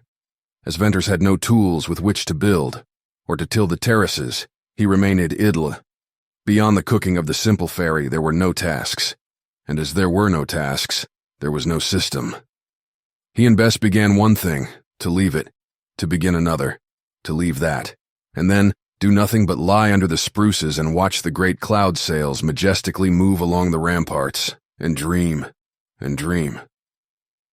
The valley was a golden, sunlit world. It was silent. The sighing wind, and the twittering quail, and the singing birds, even the rare and seldom occurring hollow crack of a sliding weathered stone, only thickened and deepened that insulated silence. Venters and Bess had vagrant minds. "Bess, did I tell you about my horse wrangle?" inquired Venters. "100 times," she replied. "Oh, have I? I'd forgotten. I want you to see him. He'll carry us both. I'd like to ride him. Can he run? Run? He's a demon. Swiftest horse on the sage. I hope he'll stay in that canyon. He'll stay. They left camp to wander along the terraces, into the aspen ravines, under the gleaming walls. Ring and Whitey wandered in the fore, often turning, often trotting back, open-mouthed and solemn-eyed and happy. Venners lifted his gaze to the grand archway over the entrance to the valley, and Bess lifted hers to follow his, and both were silent. Sometimes the bridge held their attention for a long time. Today, a soaring eagle attracted them. "How he sails," exclaimed Bess. "I wonder where his mate is." "She's at the nest. It's on the bridge in a crack near the top. I see her often. She's almost white." They wandered on down the terrace, into the shady, sun-flecked forest. A brown bird fluttered, crying from a bush. Bess peeped into the leaves. "Look, a nest and 4 little birds. They're not afraid of us. See how they open their mouths. They're hungry." Rabbits rustled the dead brush and pattered away. The forest was full of a drowsy hum of insects. Little darts of purple that were running quail crossed the glades, and a plaintive, sweet peeping came from the coverts. Bess's soft step disturbed a sleeping lizard that scampered away over the leaves. She gave chase and caught it, a slim creature of nameless color, but of exquisite beauty. "Jewel eyes," she said. "It's like a rabbit, afraid. We won't eat you. There, go." Murmuring water drew their steps down into a shallow, shaded ravine where a brown brook brawled softly over mossy stones. Multitudes of strange gray frogs with white spots and black eyes lined the rocky bank and leaped only at close approach. Then Venter's eye descried a very thin, very long green snake coiled round a sapling. They drew closer and closer till they could have touched it. The snake had no fear and watched them with scintillating eyes. "It's pretty," said Bess. "How tame. I thought snakes always ran." "No, even the rabbits didn't run here till the dogs chased them." On and on, they wandered to the wild jumble of massed and broken fragments of cliff at the west end of the valley. The roar of the disappearing stream dinned in their ears. Into this maze of rocks they threaded a tortuous way, climbing, descending, halting to gather wild plums and great lavender lilies, and going on at the will of fancy. Idle and keen perceptions guided them equally. "Oh, let us climb there!" cried Bess, pointing upward to a small space of terrace left green and shady between huge abutments of broken cliff. And they climbed to the nook and rested and looked out across the valley to the curling column of blue smoke from their campfire. But the cool shade and the rich grass and the fine view were not what they had climbed for. They could not have told, although whatever had drawn them was well satisfying. Light, sure-footed as a mountain goat, Bess pattered down at Venners's heels, and they went on, calling the dogs, eyes dreamy and wide, listening to the wind and the bees and the crickets and the birds. Part of the time Ring and Whitey led the way, then Venters, then Bess, and the direction was not an object. They left the sun-streaked shade of the oaks, brushed the long grass of the meadows, entered the green and fragrant swaying willows, to stop, at length, under the huge old cottonwoods, where the beavers were busy. Here they rested and watched. A dam of brush and logs and mud and stones backed the stream into a little lake. The round, rough beaver houses projected from the water. Like the rabbits, the beavers had become shy. Gradually, however, as Venners and Bess knelt low, holding the dogs, the beavers emerged to swim with logs and gnaw at cottonwoods, and pat mud walls with their paddle-like tails, and, glossy and shiny in the sun, to go on with their strange, persistent industry. They were the builders. The lake was a mud hole, and the immediate environment a scarred and dead region, but it was a wonderful home of wonderful animals. "Look at that one. He puddles in the mud," said Bess. "And there, see him dive, hear them gnawing. I'd think they'd break their teeth. How's it they can stay out of the water and under the water?" And she laughed. Then Venters and Bess wandered farther, and perhaps not all unconsciously this time, wended their slow steps to the cave of the cliff dwellers, where she liked best to go. The tangled thicket, and the long slant of dust, and little chips of weathered rock, and the steep bench of stone, and the worn steps, all were arduous work for Bess in the climbing. But she gained the shelf, gasping, hot of cheek, glad of eye, with her hand in Venters's. Here they rested. The beautiful valley glittered below with its millions of wind-turned leaves bright-faced in the sun, and the mighty bridge towered heavenward, crowned with blue sky. Bess, however, never rested for long. Soon she was exploring and Venters followed. She dragged forth from corners and shelves a multitude of crudely fashioned and painted pieces of pottery, and he carried them. They peeped down into the dark holes of the kivas, and Bess gleefully dropped a stone and waited for the long-coming hollow sound to rise. They peeped into the little globular houses, like mud wasp nests, and wondered if these had been store places for grain, or baby cribs, or what. And they crawled into the larger houses and laughed when they bumped their heads on the low roofs, and they dug in the dust of the floors. And they brought from dust and darkness armloads of treasure, which they carried to the light. Flints and stones and strange curved sticks and pottery they found, and twisted grass rope that crumbled in their hands, and bits of whitish stone which crushed to powder at a touch and seemed to vanish in the air. That white stuff was bone, said Venters slowly. Bones of a cliff dweller. No, exclaimed Bess. Here's another piece. Look. Whew, dry powdery smoke, that's bone. Then it was that Venters's primitive childlike mood, like a savage's, seeing, yet unthinking, gave way to the encroachment of civilized thought. The world had not been made for a single day's play, or fancy, or idle watching. The world was old. Nowhere could be gotten a better idea of its age than in this gigantic, silent tomb. The gray ashes in Venters's hand had once been bone of a human being like himself. The pale gloom of the cave had shadowed people long ago. He saw that Bess had received the same shock, could not in moments such as this escape her feeling living, thinking destiny. Byrne, people have lived here, she said with wide, thoughtful eyes. Yes, he replied. How long ago? 1,000 years and more. What were they? Cliff dwellers, men who had enemies and made their homes high out of reach. They had to fight? Yes. They fought for what? For life, for their homes, food, children, parents, for their women. Has the world changed any in 1,000 years? I don't know. Perhaps a little. Have men? I hope so, I think so. Things crowd into my mind, she went on, and the wistful light in her eyes told Venters the truth of her thoughts. I've ridden the border of Utah. I've seen people, know how they live, but they must be few of all who are living. I had my books and I studied them. But all that doesn't help me anymore. I want to go out into the big world and see it. Yet I want to stay here more. What's to become of us? Are we cliff dwellers? We're alone here. I'm happy when I don't think. These bones that fly into dust, they make me sick and a little afraid. Did the people who lived here once have the same feelings as we have? What was the good of their living at all? They're gone. What's the meaning of it all, of us? Bess, you ask more than I can tell. It's beyond me. Only there was laughter here once. And now there's silence. There was life. And now there's death. Men cut these little steps, made these arrowheads and mealing stones, plaited the ropes we found, and left their bones to crumble in our fingers. As far as time is concerned, it might all have been yesterday. We're here today. Maybe we're higher in the scale of human beings, in intelligence. But who knows? We can't be any higher in the things for which life is lived at all. What are they?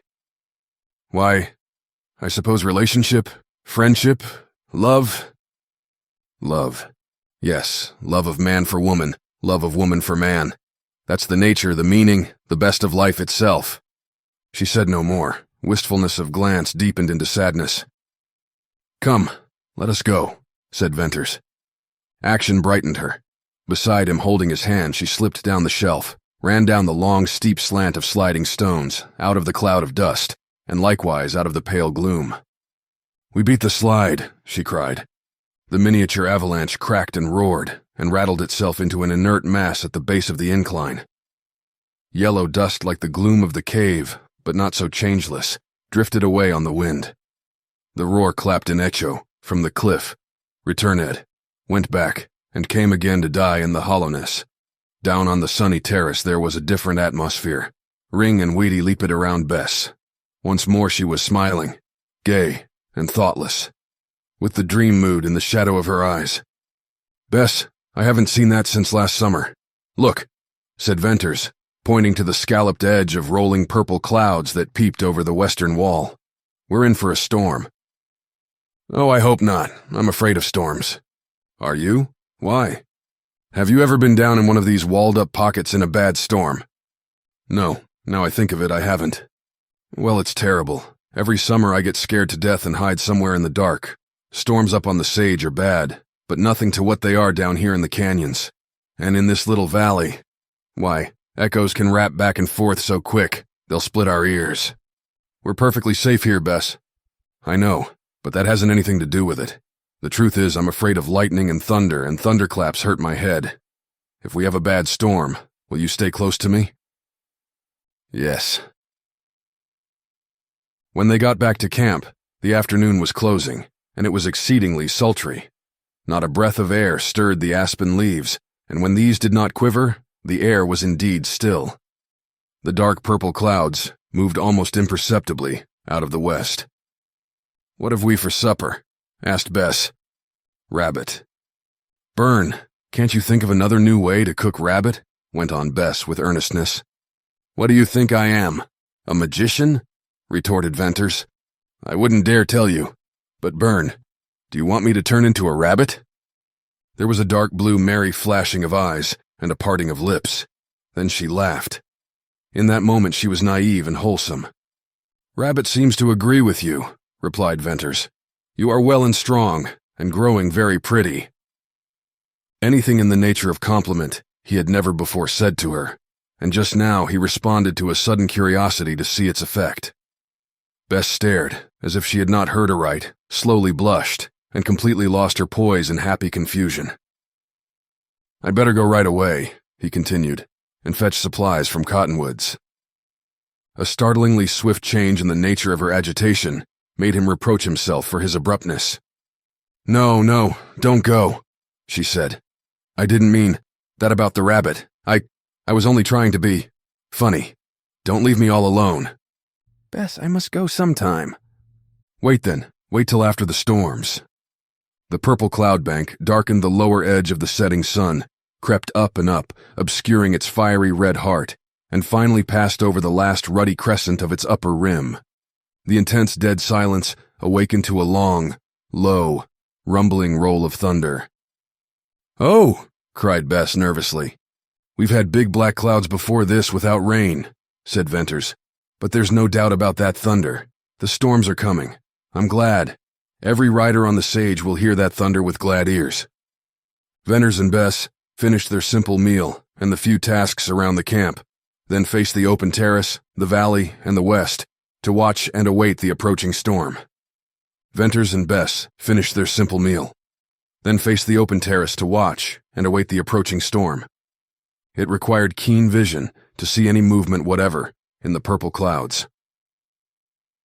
By infinitesimal degrees, the dark cloud line merged upward into the golden-red haze of the afterglow of sunset. A shadow lengthened from under the western wall across the valley. As straight and rigid as steel rose the delicate spear-pointed silver spruces. The aspen leaves, by nature pendant and quivering, hung limp and heavy. No slender blade of grass moved. A gentle splashing of water came from the ravine. Then again from out of the west sounded the low, dull, and rumbling roll of thunder. A wave, a ripple of light, a trembling and turning of the aspen leaves. Like the approach of a breeze on the water, crossed the valley from the west, and the lull in the deadly stillness and the sultry air passed away on a cool wind. The night bird of the canyon, with clear and melancholy notes, announced the twilight, and from all along the cliffs rose the faint murmur and moan and mourn of the wind singing in the caves. The bank of clouds now swept hugely out of the western sky. Its front was purple and black, with gray between, a bulging, mushrooming, vast thing instinct with storm. It had a dark, angry, threatening aspect, as if all the power of the winds were pushing and piling behind. It rolled ponderously across the sky. A red flare burned out instantaneously, flashed from the west to east and died. Then from the deepest black of the purple cloud burst a boom. It was like the bowling of a huge boulder along the crags and ramparts, and seemed to roll on and fall into the valley to bound and bang and boom from cliff to cliff. "Oh!" cried Bess, with her hands over her ears. "What did I tell you?" "Why, Bess, be reasonable," said Venners. "I'm a coward." "Not quite that, I hope. It's strange you're afraid. I love a storm." "I tell you, a storm down in these canyons is an awful thing. I know Oldring hated storms. His men were afraid of them. There was one who went deaf in a bad storm and never could hear again." "Maybe I've lots to learn, Bess. I'll lose my guess if this storm isn't bad enough. We're going to have heavy wind first, then lightning and thunder, then the rain. Let's stay out as long as we can." The tips of the cottonwoods and the oaks waved to the east, and the rings of aspens along the terraces twinkled their myriad of bright faces in fleet and glancing gleam. A low roar rose from the leaves of the forest, and the spruces swished in the rising wind. It came in gusts, with light breezes between. As it increased in strength, the lulls shortened in length, till there was a strong and steady blow all the time, and violent puffs at intervals, and sudden whirling currents. The clouds spread over the valley, rolling swiftly and low, and twilight faded into a sweeping darkness. Then the singing of the wind in the caves drowned the swift roar of rustling leaves. Then the song swelled to a moaning wail. Then with the gathering power of the wind the wail changed to a shriek. Steadily the wind strengthened it, and constantly the strang sound changed. The last bit of blue sky yielded to the on-sweep of clouds. Like angry surf, the pale gleams of gray, amid the purple of that scudding front, swept beyond the eastern rampart of the valley. The purple deepened to black. Broad sheets of lightning flared over the western wall. There were not yet any ropes or zigzag streaks darting down through the gathering darkness. The storm center was still beyond Surprise Valley. "Listen! Listen!" cried Bess, with her lips close to Venders's ear. "You'll hear Oldring's knell." "What's that?" "Oldring's knell. When the wind blows a gale in the caves, it makes what the rustlers call Oldring's knell. They believe it bodes his death. I think he believes so too. It's not like any sound on earth. It's beginning. Listen." The gale swooped down with a hollow, unearthly howl. It yelled and pealed and shrilled and shrieked. It was made up of 1,000 piercing cries. It was a rising and a moving sound. Beginning at the western break of the valley, it rushed along each gigantic cliff, whistling into the caves and cracks, to mount in power, to bellow a blast through the great stone bridge. Gone, as into an engulfing roar of surging waters, it seemed to shoot back and begin all over again. It was only wind, thought Venners. Here sped and shrieked the sculptor that carved out the wonderful caves in the cliffs. It was only a gale. But as Venners listened, as his ears became accustomed to the fury and strife, out of it all, or through it, or above it, pealed low and perfectly clear and persistently uniform a strange sound that had no counterpart in all the sounds of the elements. It was not of earth or of life. It was the grief and agony of the gale, a knell of all upon which it blew. Black night enfolded the valley. Venters could not see his companion, and knew of her presence only through the tightening hold of her hand on his arm. He felt the dogs huddle closer to him. Suddenly the dense, black vault overhead split asunder to a blue-white, dazzling streak of lightning. The whole valley lay vividly clear and luminously bright in his sight. Upreared, vast, and magnificent, the stone bridge glimmered like some grand god of storm in the lightning's fire. Then all flashed black again, blacker than pitch, a thick, impenetrable coal blackness, and there came a ripping, crashing report. Instantly an echo resounded with clapping crash. The initial report was nothing to the echo. It was a terrible, living, reverberating, detonating crash. The wall threw the sound across, and could have made no greater roar if it had slipped an avalanche. From cliff to cliff, the echo went in crashing retort, and banged in lessening power, and boomed in thinner volume, and clapped weaker and weaker, till a final clap could not reach across the waiting cliff. In the pitchy darkness, Venters led Bess, and groping his way, by feel of hand found the entrance to her cave, and lifted her up. On the instant, a blinding flash of lightning illumined the cave and all about him. He saw Bess's face white now, with dark, frightened eyes. He saw the dogs leap up, and he followed suit. The golden glare vanished. All was black. Then came the splitting crack, and the infernal din of echoes. Bess shrank closer to him, and closer, found his hands, and pressed them tightly over her ears, and dropped her face upon his shoulder, and hid her eyes. Then the storm burst, with a succession of ropes, and streaks, and shafts of lightning, playing continuously, filling the valley with a broken radiance, and the cracking shots followed each other swiftly, till the echoes blended in one fearful, deafening crash.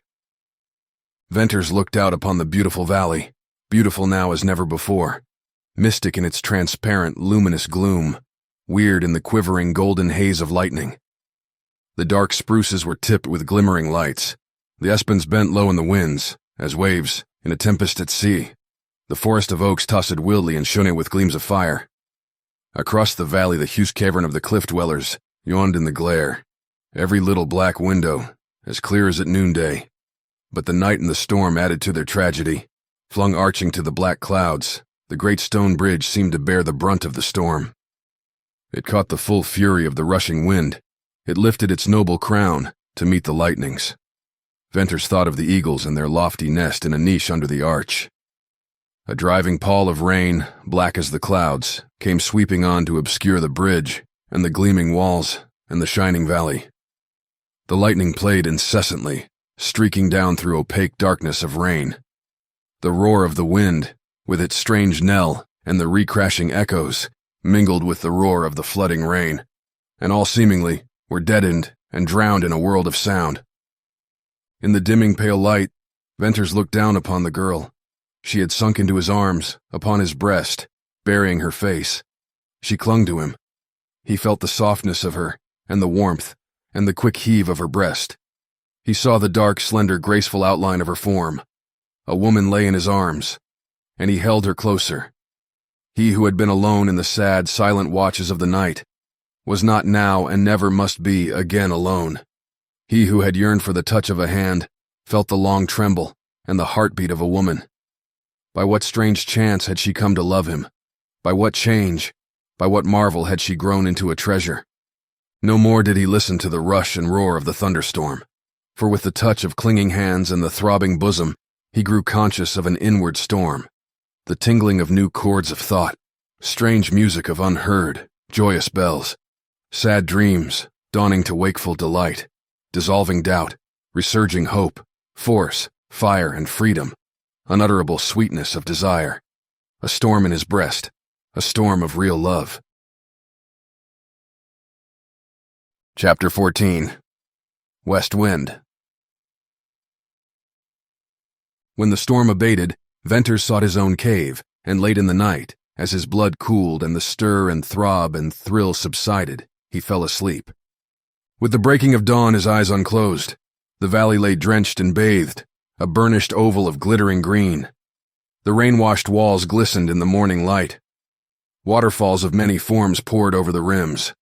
One, a broad lacy sheet, thin as smoke, slid over the western notch and struck a ledge in its downward fall, to bound into broader leap, to burst far below into white and gold and rosy mist. Venters prepared for the day, knowing himself a different man. "It's a glorious morning," said Bess in greeting. "Yes, after the storm, the west wind," he replied. "Last night was I very much of a baby?" she asked, watching him. "Pretty much." "Oh, I couldn't help it." "I'm glad you were afraid." "Why?" she asked in slow surprise. "I'll tell you someday," he answered soberly. Then around the campfire and through the morning meal he was silent. Afterward he strolled thoughtfully off alone along the terrace. He climbed a great yellow rock, raising its crest among the spruces, and there he sat down to face the valley and the west. "I love her." Aloud he spoke, unburdened his heart, confessed his secret. For an instant, the golden valley swam before his eyes, and the walls waved, and all about him whirled with tumult within. "I love her. I understand now." Reviving memory of Jane Withersteen and thought of the complications of the present amazed him with proof of how far he had drifted from his old life. He discovered that he hated to take up the broken threads, to delve into dark problems and difficulties. In this beautiful valley, he had been living a beautiful dream. Tranquility had come to him, and the joy of solitude, and interest in all the wild creatures and crannies of this incomparable valley. And love. Under the shadow of the great stone bridge, God had revealed himself to Venters. "The world seems very far away," he muttered. "But it's there, and I'm not yet done with it. Perhaps I never shall be. Only, how glorious it would be to live here always, and never think again." Whereupon the resurging reality of the present, as if in irony of his wish, steeped him instantly in contending thought. Out of it all he presently evolved these things. He must go to Cottonwoods. He must bring supplies back to Surprise Valley. He must cultivate the soil and raise corn and stock. And most imperative of all, he must decide the future of the girl who loved him and whom he loved. The first of these things required tremendous effort. The last one, concerning Bess, seemed simply and naturally easy of accomplishment. He would marry her. Suddenly, as from roots of poisonous fire, flamed up the forgotten truth concerning her. It seemed to wither and shrivel up all his joy on its hot, tearing way to his heart. She had been Oldring's masked rider. To Venters's question, "What were you to Oldring?" she had answered with scarlet shame and drooping head. "What do I care who she is, or what she was?" he cried passionately. And he knew it was not his old self speaking. It was this softer, gentler man who had awakened to new thoughts in the quiet valley. Tenderness, masterful in him now, matched the absence of joy and blunted the knife edge of entering jealousy. Strong and passionate effort of will, surprising to him, held back the poison from piercing his soul. "Wait! Wait!" he cried, as if calling. His hand pressed his breast, and he might have called to the pang there. "Wait! It's all so strange, so wonderful. Anything can happen. Who am I to judge her? I'll glory in my love for her, but I can't tell it, can't give up to it." Certainly he could not then decide her future. Marrying her was impossible in Surprise Valley and in any village south of Sterling. Even without the mask she had once worn, she would easily have been recognized as Oldring's rider. No man who had ever seen her would forget her, regardless of his ignorance as to her sex. Then more poignant than all other argument was the fact that he did not want to take her away from Surprise Valley. He resisted all thought of that. He had brought her to the most beautiful and wildest place of the uplands. He had saved her, nursed her back to strength, watched her bloom as one of the valley lilies. He knew her life there to be pure and sweet. She belonged to him, and he loved her. Still, these were not all the reasons why he did not want to take her away. Where could they go? He feared the rustlers, he feared the riders, he feared the Mormons. And if he should ever succeed in getting Bess safely away from these immediate perils, he feared the sharp eyes of women and their tongues, the big outside world with its problems of existence. He must wait to decide her future, which, after all, was deciding his own. But between her future and his something hung, impending. Like balancing rock, which waited darkly over the steep gorge, ready to close forever the outlet to Deception Pass. That nameless thing, as certain yet intangible as fate, must fall and close forever, all doubts and fears of the future. "I've dreamed," muttered Venters, as he rose. "Well, why not? To dream is happiness, but let me just once see this clearly wholly. Then I can go on dreaming till the thing falls. I've got to tell Jane Withersteen. I've dangerous trips to take. I've work here to make comfort for this girl. She's mine. I'll fight to keep her safe from that old life. I've already seen her forget it. I love her. And if a beast ever rises in me, I'll burn my hand off before I lay it on her with shameful intent. And by God, sooner or later, I'll kill the man who hid her and kept her in Deception Pass."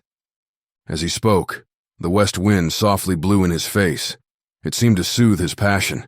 That west wind was fresh, cool, fragrant, and it carried a sweet, strange burden of far-off things, tidings of life in other climes, of sunshine asleep on other walls, of other places where reigned peace.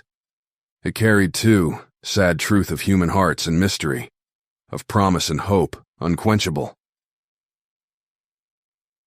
Bauspre. Valley was only a little niche in the wide world whence blew that burdened wind.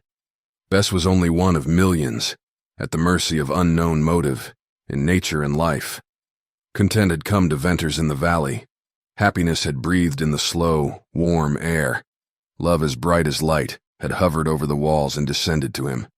And now on the west wind came a whisper of the eternal triumph of faith over doubt. "How much better I am for what has come to me," he exclaimed. "I'll let the future take care of itself. Whatever falls, I'll be ready." Venters retraced his steps along the terrace, back to camp, and found Bess in the old familiar seat, waiting and watching for his return. "I went off by myself to think a little," he explained. "You never looked that way before. What is it? Won't you tell me?" "Well, Bess, the fact is I've been dreaming a lot. This valley makes a fellow dream. So I forced myself to think. We can't live this way much longer. Soon I'll simply have to go to Cottonwoods. We need a whole pack train of supplies. Can you go safely?" she interrupted. "Why, I'm sure of it. I'll ride through the pass at night. I haven't any fear that Wrangel isn't where I left him. And once on him, Bess, just wait till you see that horse." "Oh, I want to see him, to ride him. But Bern, this is what troubles me," she said. Will you come back?" "Give me 4 days. If I'm not back in 4 days, you'll know I'm dead. For that only shall keep me." Oh. "Bess, I'll come back. There's danger. I wouldn't lie to you. But I can take care of myself." "Bern, I'm sure. Oh, I'm sure of it. All my life I've watched hunted men. I can tell what's in them. And I believe you can ride and shoot and see with any rider of the sage. It's not that I fear." "Well, what is it then? Why should you come back at all?" "I couldn't leave you here alone. You might change your mind when you get to the village, among old friends. I won't change my mind. As for old friends," he uttered a short, expressive laugh. "Then there must be a woman." Dark red mantled the clear tan of temple and cheek and neck. Her eyes were eyes of shame, upheld a long moment by intense, straining search for the verification of her fear. Suddenly they drooped. Her head fell to her knees. Her hands flew to her hot cheeks. "Bess, look here," said Venters, with a sharpness due to the violence with which he checked his quick surging emotion, as if compelled against her will. Answering to an irresistible voice, Bess raised her head, looked at him with sad, dark eyes, and tried to whisper with tremulous lips. "There's no woman," went on Venters, deliberately holding her glance with his. "Nothing on earth, barring the chances of life, can keep me away." Her face flashed and flushed with the glow of a leaping joy. But like the vanishing of a gleam, it disappeared to leave her as he had never beheld her. "I am nothing. I am lost. I am nameless." "Do you want me to come back?" he asked with sudden stern coldness. "Maybe you want to go back to Oldring." That brought her erect, trembling and ashy pale, with dark, proud eyes and mute lips refuting his insinuation. "Bess, I beg your pardon. I shouldn't have said that. But you angered me. I intend to work, to make a home for you here, to be a brother to you as long as ever you need me, and you must forget what you were, and be happy. When you remember that old life, you are bitter, and it hurts me. I was happy. I shall be very happy. Oh, you're so good that it kills me. If I think, I can't believe it. I grow sick with wondering why. I'm only let me say it, only a lost, nameless girl of the rustlers. Oldring's girl, they called me. That you should save me, be so good and kind, want to make me happy. Why, it's beyond belief. No wonder I'm wretched at the thought of your leaving me. But I'll be wretched and bitter no more, I promise you. If only I could repay you even a little." "You've repaid me 100-fold. Will you believe me?" "Believe you. I couldn't do else." "Then listen. Saving you, I saved myself. Living here in this valley with you, I've found myself. I've learned to think while I was dreaming. I never troubled myself about God. But God, or some wonderful spirit, has whispered to me here. I absolutely deny the truth of what you say about yourself. I can't explain it. There are things too deep to tell. Whatever the terrible wrongs you've suffered, God holds you blameless. I see that. Feel that in you, every moment you are near me. I've a mother and a sister way back in Illinois. If I could, I'd take you to them, tomorrow. If it were true, oh, I might lift my head, she cried. Lift it then, you child, for I swear it's true. She did lift her head, with the singular wild grace always a part of her actions, with that old unconscious intimation of innocence which always tortured Venters, but now with something more, a spirit rising from the depths that linked itself to his brave words. I've been thinking too, she cried, with quivering smile and swelling breast. I've discovered myself too. I'm young. I'm alive. I'm so full. Oh, I'm a woman. Bess, I believe I can claim credit of that last discovery, before you, Venters said and laughed. Oh, there's more. There's something I must tell you. Tell it then. When will you go to Cottonwoods? As soon as the storms are past, or the worst of them? I'll tell you before you go. I can't now. I don't know how I shall then. But it must be told. I'd never let you leave me without knowing, for in spite of what you say, there's a chance you mightn't come back. Day after day, the west wind blew across the valley. Day after day, the clouds clustered gray and purple and black. The cliffs sang and the caves rang with Oldring's knell, and the lightning flashed, the thunder rolled, the echoes crashed and crashed, and the rains flooded the valley.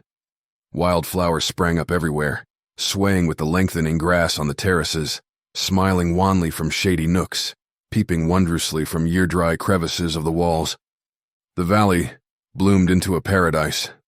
Every single moment, from the breaking of the gold bar through the bridge at dawn onto the reddening of rays over the western wall, was one of colorful change. The valley swam in thick transparent haze, golden at dawn, warm and white at noon, purple in the twilight. At the end of every storm, a rainbow curved down into the leaf-bright forest to shine and fade and leave lingeringly some faint essence of its rosy iris in the air. Venters walked with Bess, once more in a dream, and watched the lights change on the walls and faced the wind from out of the west. Always it brought softly to him strange, sweet tidings of far-off things. It blew from a place that was old and whispered of youth. It blew down the grooves of time. It brought a story of the passing hours. It breathed low of fighting men and praying women. It sang clearly the song of love. That ever was the burden of its tidings. Youth in the shady woods, waders through the wet meadows, boy and girl at the hedgerow stile, bathers in the booming surf, sweet, idle hours on grassy, windy hills, long strolls down moonlit lanes, everywhere in far-off lands, fingers locked and bursting hearts and longing lips, from all the world tidings of unquenchable love. Often, in these hours of dreams, he watched the girl and asked himself of what was she dreaming. For the changing light of the valley reflected its gleam and its color and its meaning in the changing light of her eyes. He saw in them infinitely more than he saw in his dreams. He saw thought and soul and nature, strong vision of life. All tidings the west wind blew from distance and age he found deep in those dark blue depths, and found the mysteries solved. Under their wistful shadow he softened, and in the softening felt himself grow a sadder, a wisser, and a better man.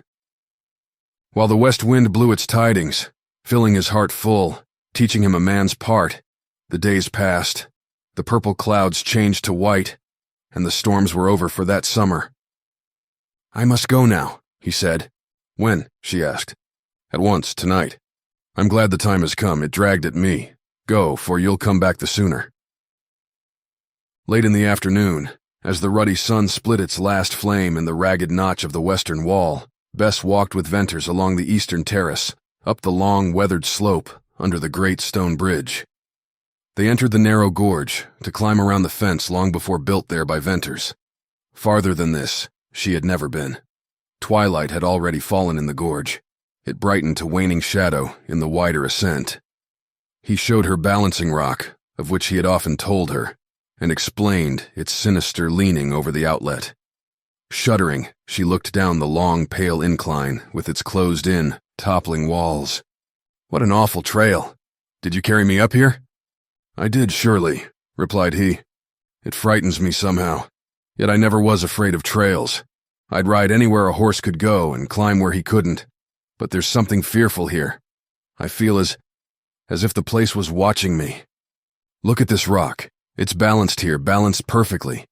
You know I told you the cliff dwellers cut the rock and why. But they're gone and the rock waits. Can't you see? Feel how it waits here? I moved it once, and I'll never dare again. A strong heave would start it. Then it would fall and bang and smash that crag and jar the walls and close forever the outlet to Deception Pass. Ah, when you come back, I'll steal up here and push with all my might to roll the rock and close forever the outlet to the pass. She said it lightly, but in the undercurrent of her voice was a heavier note. A ring deeper than any ever given mere play of words. Bess, you can't dare me. Wait till I come back with supplies, then roll the stone. I was in fun. Her voice now throbbed low. Always you must be free to go when you will. Go now. This place presses on me, stifles me. I'm going, but you had something to tell me? Yes. Will you come back? I'll come if I live. But you mightn't come. That's possible, of course. It'll take a good deal to kill me. A man couldn't have a faster horse or keener dog. And Bess, I've guns, and I'll use them if I'm pushed. But don't worry. I've faith in you. I'll not worry until after 4 days. Only because you mightn't come. I must tell you. She lost her voice. Her pale face, her great, glowing, earnest eyes seemed to stand alone out of the gloom of the gorge. The dog whined, breaking the silence. I must tell you, because you mightn't come back, she whispered. You must know what I think of your goodness, of you. Always I've been tongue-tied. I seem not to be grateful. It was deep in my heart. Even now, if I were other than I am, I couldn't tell you. But I'm nothing, only a rustler's girl, nameless, infamous. You've saved me, and I'm yours to do with as you like. With all my heart and soul, I love you.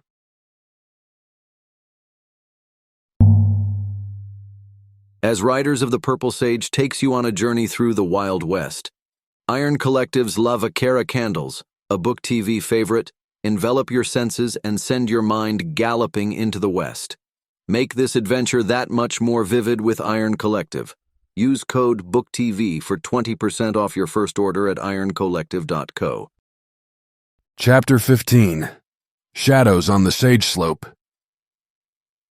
In the cloudy, threatening, waning summer days, shadows lengthened down the sage slope, and Jane Withersteen likened them to the shadows gathering and closing in around her life.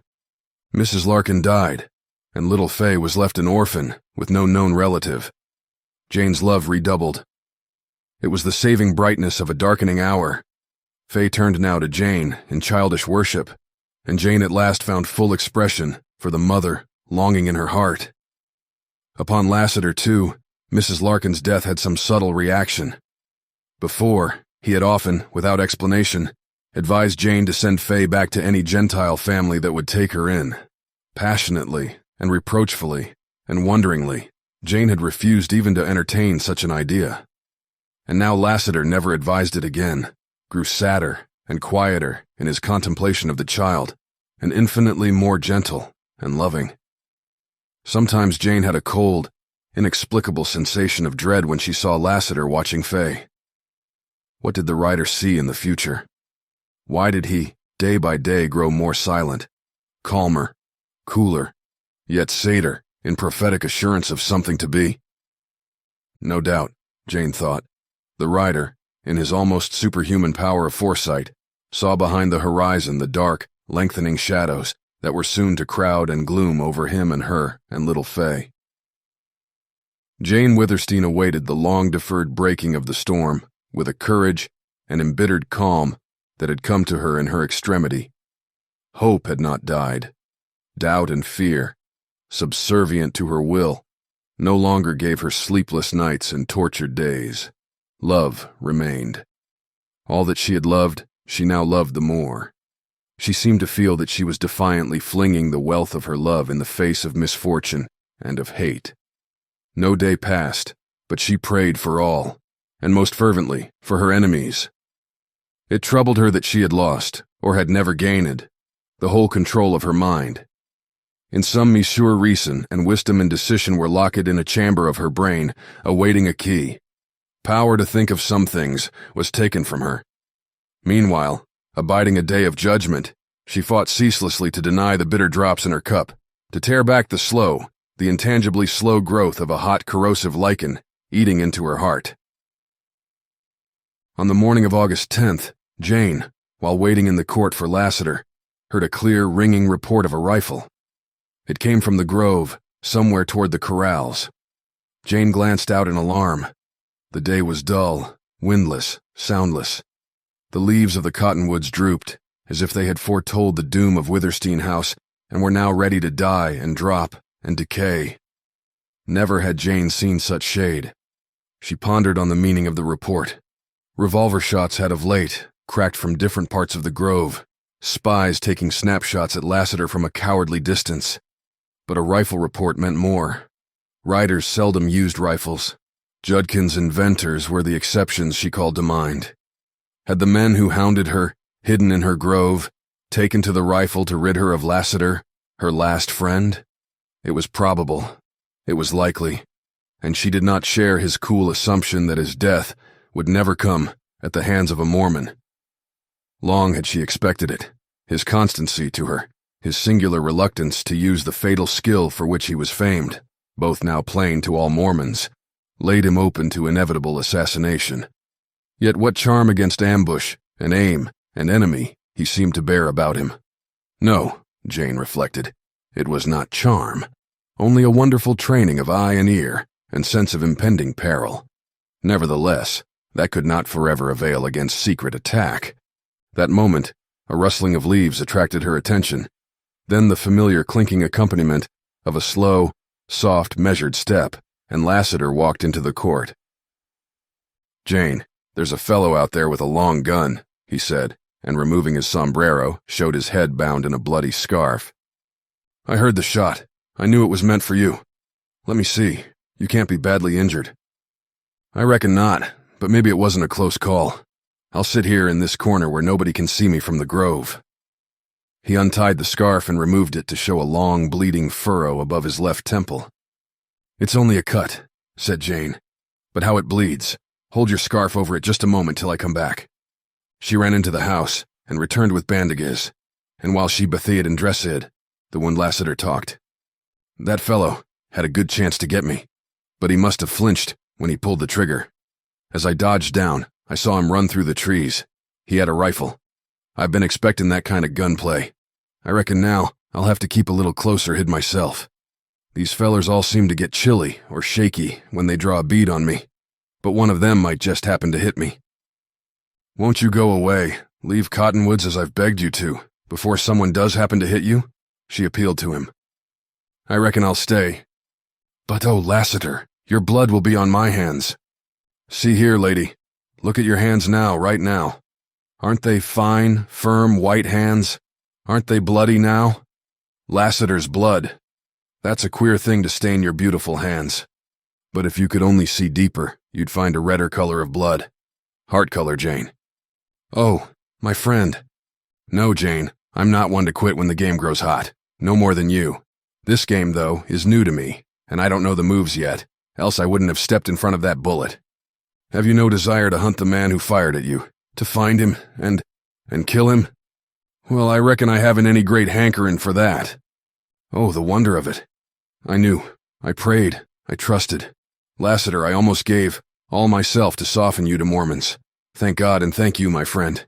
But selfish woman that I am, this is no great test. What's the life of one of those sneaking cowards to such a man as you? I think of your great hate toward him, who, I think of your life's implacable purpose. Can it be? Wait. Listen, he whispered. I hear a hoss. He rose noiselessly, with his ear to the breeze.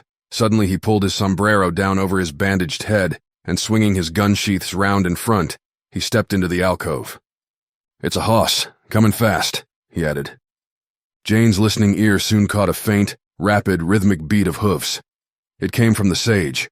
It gave her a thrill that she was at a loss to understand. The sound rose stronger, louder. Then came a clear, sharp difference when the horse passed from the sage trail to the hard-packed ground of the grove.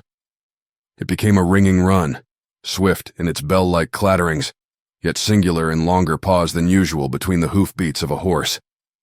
"It's Wrangle! It's Wrangle!" cried Jane Withersteen. "I'd know him from a million horses."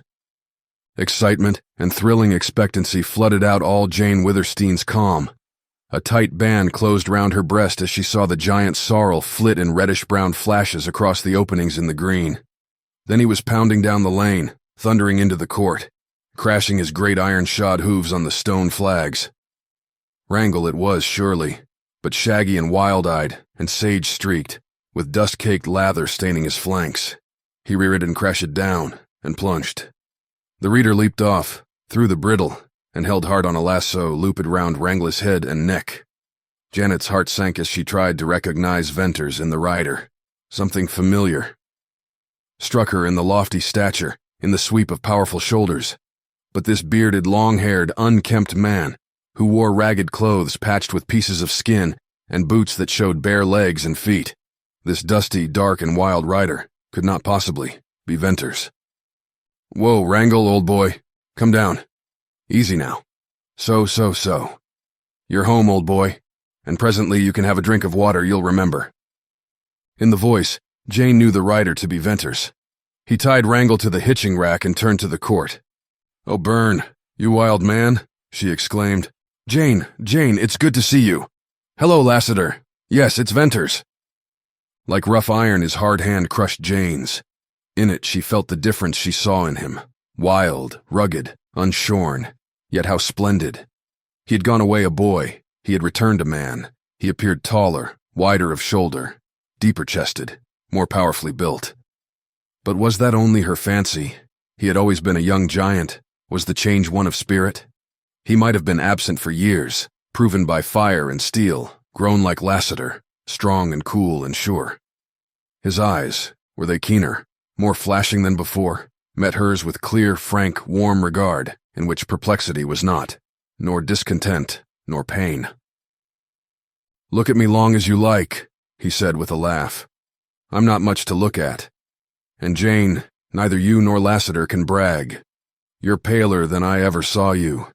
Lassiter, here, he wears a bloody bandage under his hat. That reminds me, someone took a flying shot at me down in the sage. It made Wrangle run some... Well, perhaps you've more to tell me than I've got to tell you." Briefly, in few words, Jane outlined the circumstances of her undoing in the weeks of his absence. Under his beard and bronze, she saw his face whiten in terrible wrath. "Lassiter, what held you back?" No time in the long period of fiery moments and sudden shocks had Jane Withersteen ever beheld Lassiter as calm and serene and cool as then. "Jane had gloom enough without my adding to it by shooting up the village," he said. As strange as Lassiter's coolness was, Venters's curious, intent scrutiny of them both, and under it Jane felt a flaming tide wave from bosom to temples. "Well, you're right," he said with slow pause. "It surprises me a little, that's all." Jane sensed then a slight alteration in Venters, and what it was, in her own confusion, she could not tell. It had always been her intention to acquaint him with the deceit she had fallen to in her zeal to move Lassiter. She did not mean to spare herself, yet now, at the moment, before these riders, it was an impossibility to explain. Venters was speaking somewhat haltingly, without his former frankness. "I found Oldring's hiding place in your red herd. I learned, I know. I'm sure there was a deal between Tull and Oldring." He paused and shifted his position and his gaze. He looked as if he wanted to say something that he found beyond him. Sorrow and pity and shame seemed to contend for mastery over him. Then he raised himself and spoke with effort. "Jane, I've cost you too much. You've almost ruined yourself for me. It was wrong, for I'm not worth it. I never deserved such friendship. Well, maybe it's not too late. You must give me up. Mind, I haven't changed. I am just the same as ever. I'll see Tull while I'm here, and tell him to his face." "Byrne, it's too late," said Jane. "I'll make him believe," cried Venters violently. "You ask me to break our friendship? Yes, if you don't, I shall. Forever? Forever. Jane sighed. Another shadow had lengthened down the sage slope to cast further darkness upon her. A melancholy sweetness pervaded her resignation. The boy who had left her had returned a man, nobler, stronger, one in whom she divined something unbending as steel. There might come a moment later when she would wonder why she had not fought against his will, but just now she yielded to it. She liked him as well. Nay, more, she thought. Only her emotions were deadened by the long, menacing wait for the bursting storm. Once before, she had held out her hand to him. When she gave it, now she stretched it tremblingly forth in acceptance of the decree circumstance had laid upon them.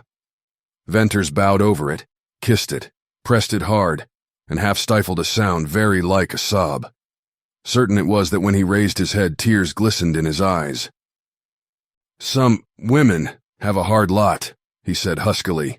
Then he shook his powerful form, and his rags lashed about him. "I'll say a few things to Tull, when I meet him." "Burn, you'll not draw on Tull? Oh, that must not be. Promise me." "I promise you this," he interrupted, in stern passion that thrilled while it terrorized her. "If you say one more word for that plotter, I'll kill him as I would a mad coyote." Jane clasped her hands. Was this fire-eyed man the one whom she had once made as wax to her touch? Had Venters become Lassiter and Lassiter Venters? "I'll say no more," she faltered. "Jane, Lassiter once called you blind," said Venters. "It must be true, but I won't upbraid you. Only don't rouse the devil in me by praying for Tull. I'll try to keep cool when I meet him, that's all. Now there's one more thing I want to ask of you. The last. I've found a valley down in the pass. It's a wonderful place. I intend to stay there. It's so hidden I believe no one can find it. There's good water, and browse, and game. I want to raise corn and stock. I need to take in supplies. Will you give them to me?" "Assuredly. The more you take the better you'll please me, and perhaps the less my enemies will get." "Venters, I reckon you'll have trouble packing anything away," put in Lassiter. "I'll go at night." "Maybe that wouldn't be best. You'd sure be stopped. You'd better go early in the morning. Say just after dawn. That's the safest time to move round here." "Lassiter, I'll be hard to stop," returned Venters darkly. "I reckon so." "Burn," said Jane. "Go first to the riders' quarters and get yourself a complete outfit. You're a sight. Then help yourself to whatever else you need. Burros, packs, grain, dried fruits, and meat. You must take coffee and sugar, and flour. All kinds of supplies. Don't forget corn and seeds. I remember how you used it to starve. Please take all you can pack away from here. I'll make a bundle for you, which you mustn't open till you're in your valley. How I'd like to see it. To judge by you and Wrangle, how wild it must be." Jane walked down into the outer court and approached the sorrel. Upstarting, he laid back his ears and eyed her. "Wrangle, dear old Wrangle," she said, and put a caressing hand on his matted mane. "Oh, he's wild, but he knows me. Burn, can he run as fast as ever?" "Run? Jane, he's done 60 miles since last night at dark, and I could make him kill Black Star right now in a 10-mile race." "He never could," protested Jane. "He couldn't even if he was fresh." "I reckon maybe the best hoss'll prove himself yet," said Lassiter. "And Jane, if it ever comes to that race, I'd like you to be on Wrangle." "I'd like that too," rejoined Venters. "But Jane, maybe Lassiter's hint is extreme. Bad as your prospects are, you'll surely never come to the running point." "Who knows?" she replied, with mournful smile. No, Jane, it can't be so bad as all that. Soon as I see Tull, there'll be a change in your fortunes. I'll hurry down to the village. Now don't worry." Jane retired to the seclusion of her room. Lassiter's subtle forecasting of disaster, Venters's forced optimism, neither remained in mind. Material loss weighed nothing in the balance with other losses she was sustaining. She wondered dully at her sitting there, hands folded, listlessly, with a kind of numb deadness to the passing of time and the passing of her riches. She thought of Venters's friendship. She had not lost that, but she had lost him. Lassiter's friendship, that was more than love. It would endure, but soon he too would be gone. Littleface slept dreamlessly upon the bed, her golden curls streaming over the pillow. Jane had the child's worship. Would she lose that too? And if she did, what then would be left? Conscience thundered at her that there was left her religion. Conscience thundered that she should be grateful on her knees for this baptism of fire, that through misfortune, sacrifice, and suffering, her soul might be fused pure gold. But the old, spontaneous, rapturous spirit no more exalted her. She wanted to be a woman, not a martyr. Like the saint of old who mortified his flesh, Jane Withersteen had in her the temper for heroic martyrdom, if by sacrificing herself she could save the souls of others. But here the damnable verdict blistered her that the more she sacrificed herself, the blacker grew the souls of her churchmen. There was something terribly wrong with her soul, something terribly wrong with her churchmen and her religion. In the whirling gulf of her thought, there was yet one shining light to guide her, to sustain her in her hope. And it was that, despite her errors and her frailties and her blindness, she had one absolute and unfaltering hold on ultimate and supreme justice. That was love. Love your enemies as yourself was a divine word, entirely free from any church or creed.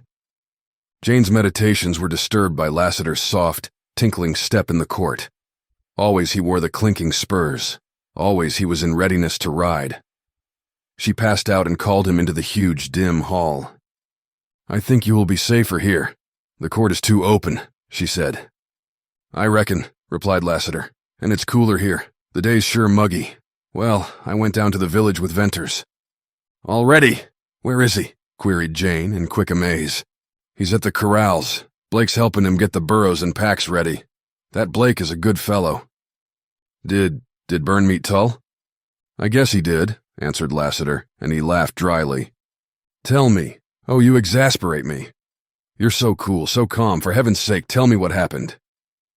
"First time I've been in the village for weeks," went on Lassiter mildly. "I reckon there ain't been more of a show for a long time. Me and Venters walking down the road.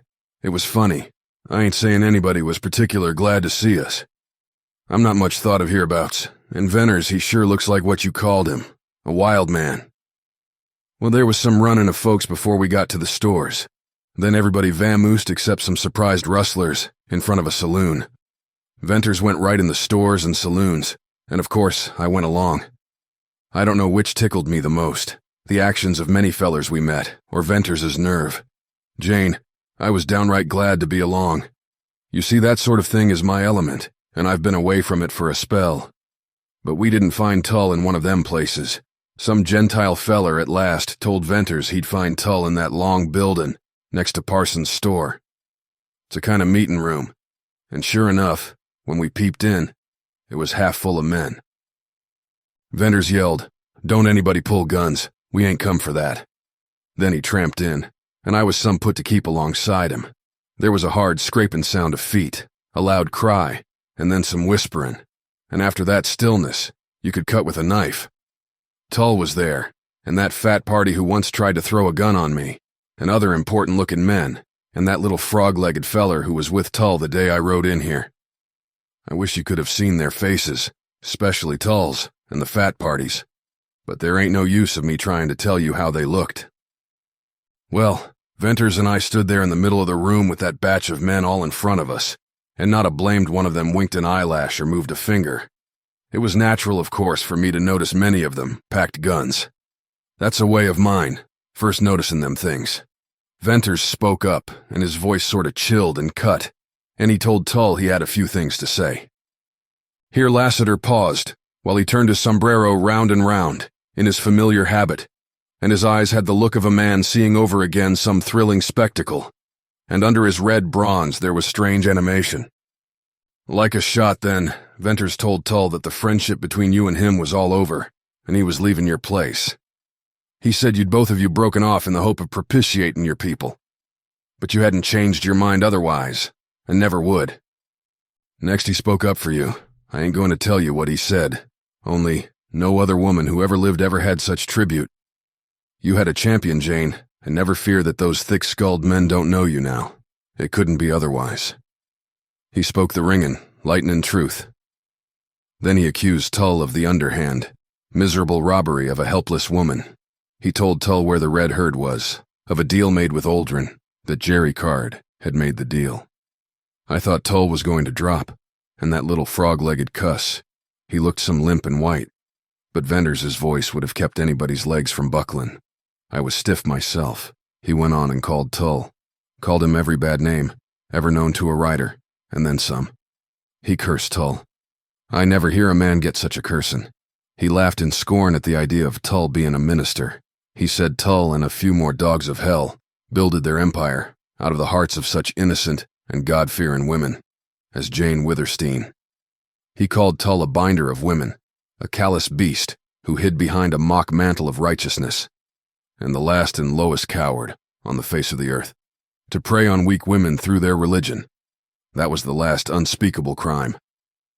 Then he finished, and by this time he'd almost lost his voice, but his whisper was enough. "Tull," he said, "she begged me not to draw on you today. She would pray for you if you burned her at the stake. But listen, I swear if you and I ever come face to face again, I'll kill you." We backed out of the door then, and up the road, but nobody followed us. Jane found herself weeping passionately. She had not been conscious of it till Lassiter ended his story, and she experienced exquisite pain and relief in shedding tears. Long had her eyes been dry, her grief deep. Long had her emotions been dumb. Lassiter's story put her on the rack. The appalling nature of Venters's act and speech had no parallel as an outrage. It was worse than bloodshed. Men like Tull had been shot, but had one ever been so terribly denounced in public? Overmounting her horror, an uncontrollable quivering passion shook her very soul. It was sheer human glory in the deed of a fearless man. It was hot, primitive instinct to live, to fight. It was a kind of mad joy in Venters's chivalry. It was close to the wrath that had first shaken her in the beginning of this war waged upon her. "Well, well, Jane, don't take it that way," said Lassiter, in evident distress. "I had to tell you. There's some things a feller just can't keep. It's strange you give up on hearing that, when all this long time, you've been the gamest woman I ever seen. But I don't know women. Maybe there's reason for you to cry. I know this. Nothing ever rang in my soul and so filled it as what Venters did. I'd like to have done it, but I'm only good for throwing a gun, and it seems you hate that. Well, I'll be going now." "Where?" "Venters took Wrangle to the stable. The sorrel's shy as shoe, and I've got to help hold the big devil and put on another. Tell Byrne to come for the pack I want to give him, and to say goodbye," called Jane, as Lassiter went out. Jane passed the rest of that day in a vain endeavor to decide what and what not to put in the pack for Venters. This task was the last she would ever perform for him, and the gifts were the last she would ever make him. So she picked and chose and rejected and chose again, and often paused in sad reverie, and began again, till at length she filled the pack. It was about sunset, and she and Fay had finished supper and were sitting in the court, when Venters's quick steps rang on the stones. She scarcely knew him, for he had changed the tattered garments, and she missed the dark beard and long hair. Still, he was not the Venters of old. As he came up the steps, she felt herself pointing to the pack, and heard herself speaking words that were meaningless to her. He said goodbye, he kissed her, released her, and turned away. His tall figure blurred in her sight, grew dim through dark streaked vision, and then he vanished. Twilight fell around Withersteen House, and dusk and night. Little Fay slept, but Jane lay with strained, aching eyes. She heard the wind moaning in the cottonwoods and mice squeaking in the walls. The night was interminably long, yet she prayed to hold back the dawn. What would another day bring forth? The blackness of her room seemed blacker for the sad, entering gray of morning light. She heard the chirp of awakening birds, and fancied. She caught a faint clatter of hooves, then low, dull, distant, throbbed a heavy gunshot. She had expected it, was waiting for it. Nevertheless, an electric shock checked her heart, froze the very living fiber of her bones. The vice-like hold on her faculties apparently did not relax for a long time, and it was a voice under her window that released her. "Jane, Jane," softly called Lassiter. She answered somehow. "It's all right. Venters got away." I thought maybe you'd heard that shot, and I was worried some. What was it? Who fired? Said, Well, some fool feller tried to stop Venters out there in the sage, and he only stopped lead. I think it'll be all right. I haven't seen or heard of any other fellers round. Venters'll go through safe. And, Jane, I've got bells saddled, and I'm going to trail Venters. Mind, I won't show myself unless he falls foul of somebody and needs me. I want to see if this place where he's going is safe for him. He says nobody can track him there. I never seen the place yet. I couldn't track a man to. Now, Jane, you stay indoors while I'm gone, and keep close watch on Faye. Will you? Yes. Oh, yes. And another thing, Jane, he continued, then paused for long. Another thing. If you ain't here when I come back, if you're gone, don't fear. I'll trail you. I'll find you out. My dear Lassiter, where could I be gone, as you put it? Asked Jane, in curious surprise. I reckon you might be somewhere, maybe tied in an old barn, or corralled in some gulch, or chained in a cave. Millie Earn was, till she give in. Maybe that's news to you. Well, if you're gone, I'll hunt for you. No, Lassiter, she replied, sadly and low. If I'm gone, just forget the unhappy woman whose blinded selfish deceit you repaid with kindness and love. She heard a deep, muttering curse under his breath, and then the silvery tinkling of his spurs as he moved away. Jane entered upon the duties of that day with a settled, gloomy calm. Disaster hung in the dark clouds, in the shade, in the humid west wind. Blake, when he reported, appeared without his usual cheer, and Jared wore a harassed look of a worn and worried man. And when Judkins put in appearance, riding a lame horse, and dismounted with the cramp of a rider, his dust-covered figure and his darkly grim, almost dazed expression told Jane of dire calamity. She had no need of words. Miss Withersteen, I have to report. Loss of the white herd, said Judkins hoarsely. Come, sit down. You look played out, replied Jane solicitously. She brought him brandy and food, and while he partook of refreshments, of which he appeared badly in need, she asked no questions. No one rider. Could he've done more, Miss Withersteen? He went on presently.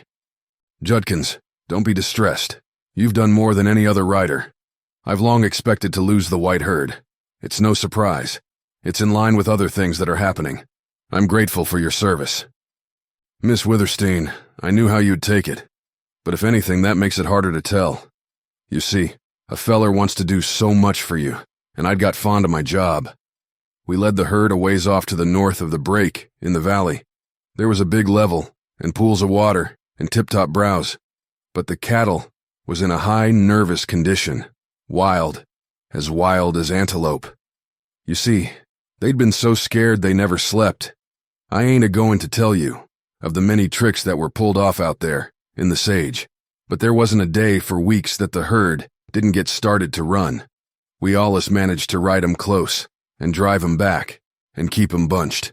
Honest, Miss Withersteen, them steers was thin. They was thin when water and grass was everywhere, thin at this season. That'll tell you how your steers was pestered. For instance, one night a strange running streak of fire run right through the herd. That streak was a coyote, with an oiled and blazing tail. Fear I shot it and found out. We had hell with the herd that night, and if the sage and grass hadn't been wet, we, hosses, steers, and all would have burned up. But I said I wasn't going to tell you any of the tricks. Strange now, Miss Withersteen, when the stampede did come it was from natural cause, just a whirling devil of dust. You've seen the like often. And this wasn't no big whirl, for the dust was mostly settled. It had dried out in a little swale, and ordinarily no steer would ever have run for it. But the herd was nervous and wild, and just as Lassiter said, when that bunch of white steers got to moving, they was as bad as buffalo. I've seen some buffalo stampedes back in Nebraska, and this bolt of the steers was the same kind. I tried to mill the herd just as Lassiter did, but I wasn't equal to it, Miss Withersteen. I don't believe the rider lives who could have turned that herd. We kept along of the herd for miles, and more'n one of my boys tried to get the steers a-millin'. It wasn't no use. We got off level ground, going down, and then the steers ran something fierce. We left the little gullies and washes level full of dead steers. Finally, I saw the herd was making to pass a kind of low pocket between ridges. There was a hogback, as we used to call 'em, a pile of rocks sticking up, and I saw the herd was going to split round it, or swing out to the left. And I wanted 'em to go to the right, so maybe we'd be able to drive 'em into the pocket. So, with all my boys except 3, I rode hard to turn the herd a little to the right. We couldn't budge 'em. They went on and split round the rocks. E'en the most of 'em was turned sharp to the left by a deep wash we hadn't seen. He'd no chance to see. The other 3 boys, Jimmy Vale, Joe Willis, and that little Cairns boy, a nervy kid, they, with Cairns leadin', tried to buck that herd round to the pocket. It was a wild fool idea. I couldn't do nothin'. The boys got hemmed in between the steers and the wash, that they hadn't no chance to see either. Vale and Willis was run down right before our eyes. And Cairns, who rode a fine hoss, he did some ridin' I never seen equaled, and would have beat the steers if there'd been any room to run in. I was high up, and could see how the steers kept spillin' by 2s and 3s over into the wash. Cairns put his hoss to a place that was too wide for any hoss, and broke his neck, and the hosses too. We found that out after, and as for Vale and Willis, 2,000 steers ran over the poor boys. There wasn't much left to pack home for burying. And, Miss Withersteen, that all happened yesterday, and I believe, if the white herd didn't run over the wall of the pass, it's running yet. On the morning of the second day, after Judkins's recital, during which time Jane remained indoors, a prey to regret and sorrow for the boy riders, and a new, and now strangely insistent fear for her own person, she again heard what she had missed more than she dared honestly confess, the soft, jingling step of Lassiter. Almost overwhelming relief surged through her, a feeling as akin to joy as any she could have been capable of in those gloomy hours of shadow, and one that suddenly stunned her with the significance of what Lassiter had come to mean to her. She had begged him, for his own sake, to leave Cottonwoods. She might yet beg that if her weakening courage permitted her to dare absolute loneliness and helplessness. But she realized now that if she were left alone, her life would become one long, hideous nightmare. When his soft steps clinked into the hall, in answer to her greeting, and his tall, black-garbed form filled the door, she felt an inexpressible sense of immediate safety. In his presence, she lost her fear of the dim passageways of Withersteen House and of every sound.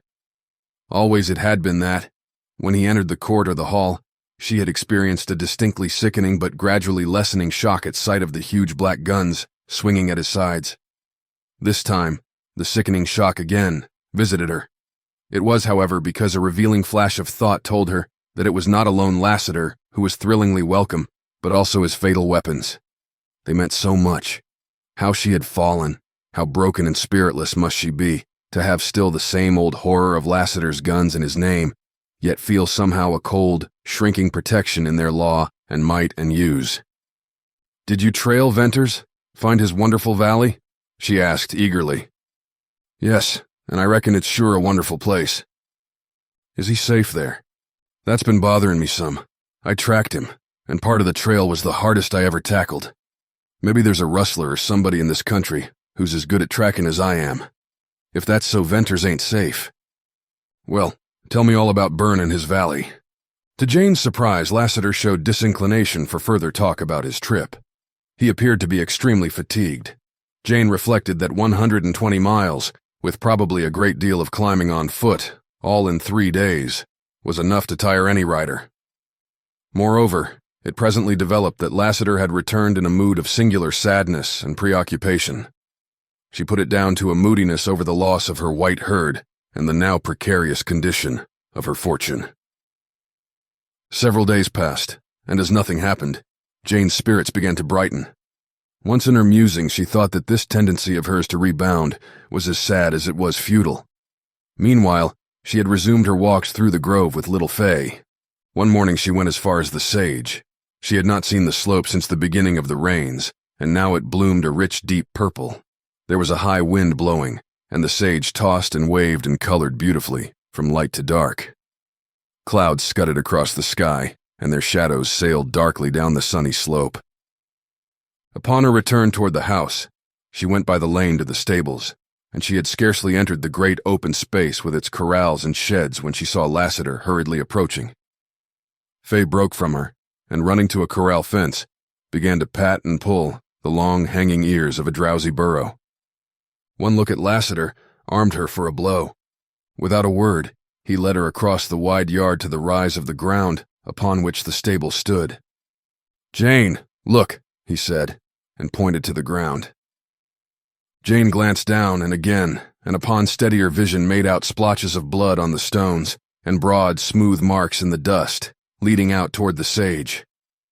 "What made these?" she asked. "I reckon somebody has dragged dead or wounded men out to where there was hosses in the sage." "Dead or wounded men." "I reckon. Jane, are you strong? Can you bear up?" His hands were gently holding hers, and his eyes, suddenly, she could no longer look into them. "Strong?" she echoed, trembling. I will be." Up on the stone-flagged drive, nicked with the marks made by the iron-shod hooves of her racers, Lassiter led her, his grasp ever growing firmer. "Where's Blake and Jerb?" she asked haltingly. "I don't know where Jerb is. Bolted, most likely," replied Lassiter as he took her through the stone door. "But Blake, poor Blake, he's gone forever. Be prepared, Jane."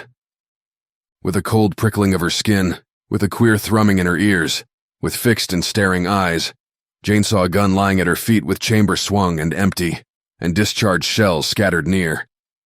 Outstretched upon the stable floor lay Blake, ghastly white, dead, one hand clutching a gun and the other twisted in his bloody blouse. "Whoever the thieves were, whether your people or rustlers, Blake killed some of them," said Lassiter. "Thieves?" whispered Jane.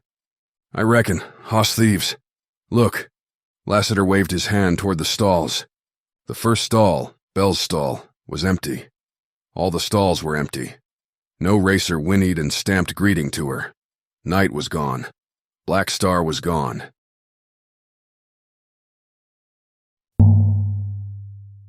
The untamed landscapes of riders of the Purple Sage call for bold spirits. Complement your journey with Iron Collective's Lavaquera candles, radiating a rich blend of ambergris, leather, and pinyon wood. Iron Collective is your gateway to adventure. Use code BookTV for 20% off your first order at ironcollective.co. Chapter 16. Gold. As Lassiter had reported to Jane, Venters went through safely, and after a toilsome journey reached the peaceful shelter of Surprise Valley. When finally he lay wearily down under the silver spruces, resting from the strain of dragging packs and burros. Up the slope and through the entrance to Surprise Valley, he had leisure to think, and a great deal of the time went in, regretting that he had not been frank with his loyal friend, Jane Withersteen. But he kept continually recalling when he had stood once more face to face with her and had been shocked at the change in her and had heard the details of her adversity, he had not had the heart to tell her of the closer interest which had entered his life. He had not lied, yet he had kept silence. Bess was in transports over the stores of supplies and the outfit he had packed from Cottonwoods. He had certainly brought 100 times more than he had gone for, enough surely for years, perhaps to make permanent home in the valley. He saw no reason why he need ever leave there again. After a day of rest, he recovered his strength and shared Bess's pleasure in rummaging over the endless packs and began to plan for the future. And in this planning, his trip to Cottonwoods, with its revived hate of Tull and consequent unleashing of fierce passions, soon faded out of mind. By slower degrees, his friendship for Jane Withersteen and his contrition drifted from the active preoccupation of his present thought to a place in memory, with more and more infrequent recalls. And as far as the state of his mind was concerned, upon the second day after his return, the valley, with its golden hues and purple shades, the speaking west wind, and the cool, silent night, and Bess's watching eyes with their wonderful light, so wrought upon Venters that he might never have left them at all. That very afternoon, he set to work. Only one thing hindered him upon beginning, though it in no wise checked his delight, and that in the multiplicity of tasks planned to make a paradise out of the valley, he could not choose the one with which to begin. He had to grow into the habit of passing from one dreamy pleasure to another, like a bee going from flower to flower in the valley. And he found this wandering habit likely to extend to his labors. Nevertheless, he made a start. At the outset, he discovered Bess to be both a considerable help in some ways and a very great hindrance in others. Her excitement and joy were spurs, inspirations, but she was utterly impracticable in her ideas, and she flitted from one plan to another with bewildering vacillation.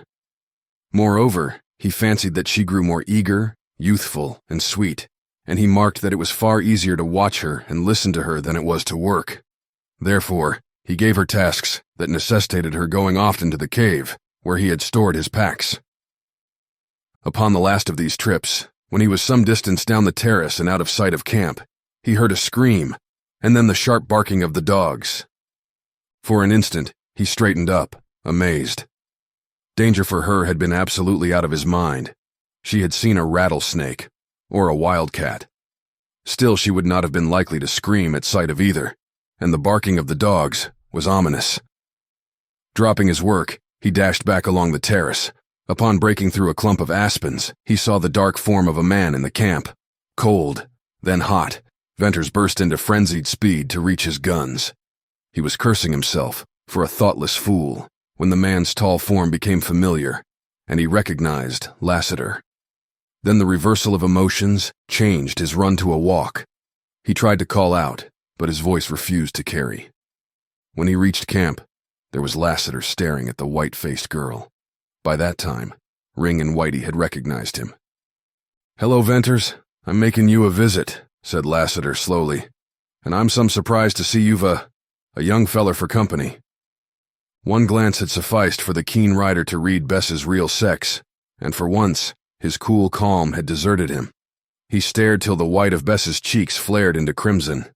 That, if it were needed, was the concluding evidence of her femininity, for it went fittingly with her sun-tinted hair and darkened, dilated eyes, the sweetness of her mouth, and the striking symmetry of her slender shape. "Heavens, Lassiter," panted Venters when he caught his breath.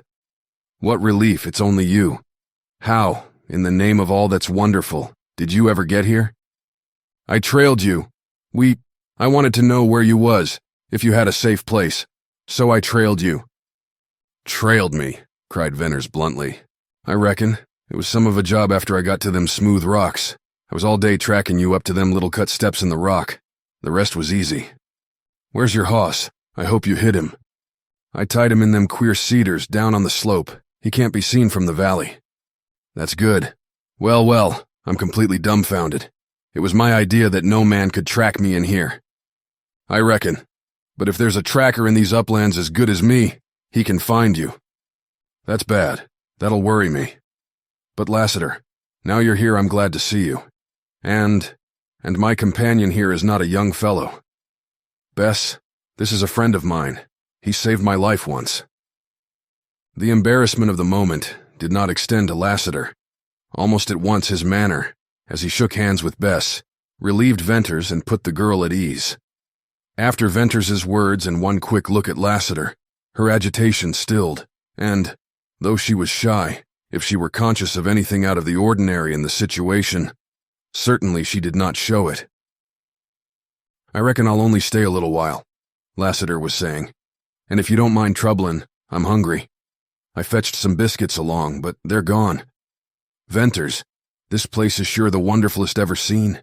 Them cut steps on the slope, that outlet into the gorge. And it's like climbing up through hell into heaven to climb through that gorge into this valley. There's a queer-looking rock at the top of the passage. I didn't have time to stop. I'm wondering how you ever found this place. It's sure interesting." During the preparation and eating of dinner, Lassiter listened mostly, as was his wont, and occasionally he spoke in his quaint and dry way. Venters noted, however, that the rider showed an increasing interest in Bess. He asked her no questions, and only directed his attention to her, while she was occupied and had no opportunity to observe his scrutiny. It seemed to Venters that Lassiter grew more and more absorbed in his study of Bess, and that he lost his coolness in some strange, softening sympathy. Then, quite abruptly, he arose and announced the necessity for his early departure. He said goodbye to Bess in a voice gentle and somewhat broken, and turned hurriedly away. Venters accompanied him, and they had traversed the terrace, climbed the weathered slope, and passed under the stone bridge before either spoke again.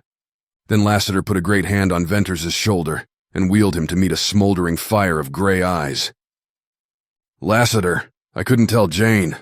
I couldn't," burst out Venters, reading his friend's mind. "I tried, but I couldn't. She wouldn't understand, and she has troubles enough. And I love the girl. Venters, I reckon this beats me. I've seen some queer things in my time, too. This girl, who is she?" "I don't know." "Don't know, what is she then?" "I don't know that either. Oh, it's the strangest story you ever heard. I must tell you, but you'll never believe." Venters' women were always puzzles to me. But for all that, if this girl ain't a child, and is innocent, I'm no fit person to think of virtue and goodness in anybody. Are you going to be square with her?" "I am, so help me God." "I reckon so. Maybe my temper oughtn't led me to make sure.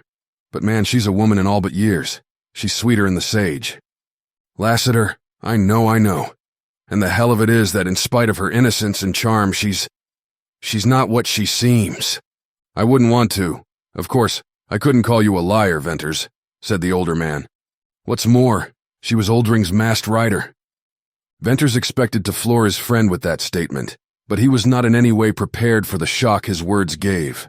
For an instant, he was astounded to see Lassiter stunned. Then his own passionate eagerness to unbosom himself, to tell the wonderful story, precluded any other thought. "Son, tell me all about this," presently said Lassiter, as he seated himself on a stone and wiped his moist brow. Thereupon, Venters began his narrative at the point where he had shot the rustler and Oldring's masked rider, and he rushed through it, telling all, not holding back even Bess's unreserved avowal of her love or his deepest emotions. "That's the story," he said, concluding. "I love her, though I've never told her. If I did tell her, I'd be ready to marry her, and that seems impossible in this country. I'd be afraid to risk taking her anywhere, so I intend to do the best I can for her here." "The longer I live, the stranger life is," mused Lassiter, with downcast eyes. "I'm reminded of something you once said to Jane about hands in her game of life. There's that unseen hand of power, and Tull's black hand, and my red one, and your indifferent one, and the girl's little brown helpless one, and Venters, there's another one, that's all wise and all wonderful. That's the hand guiding Jane Withersteen's game of life.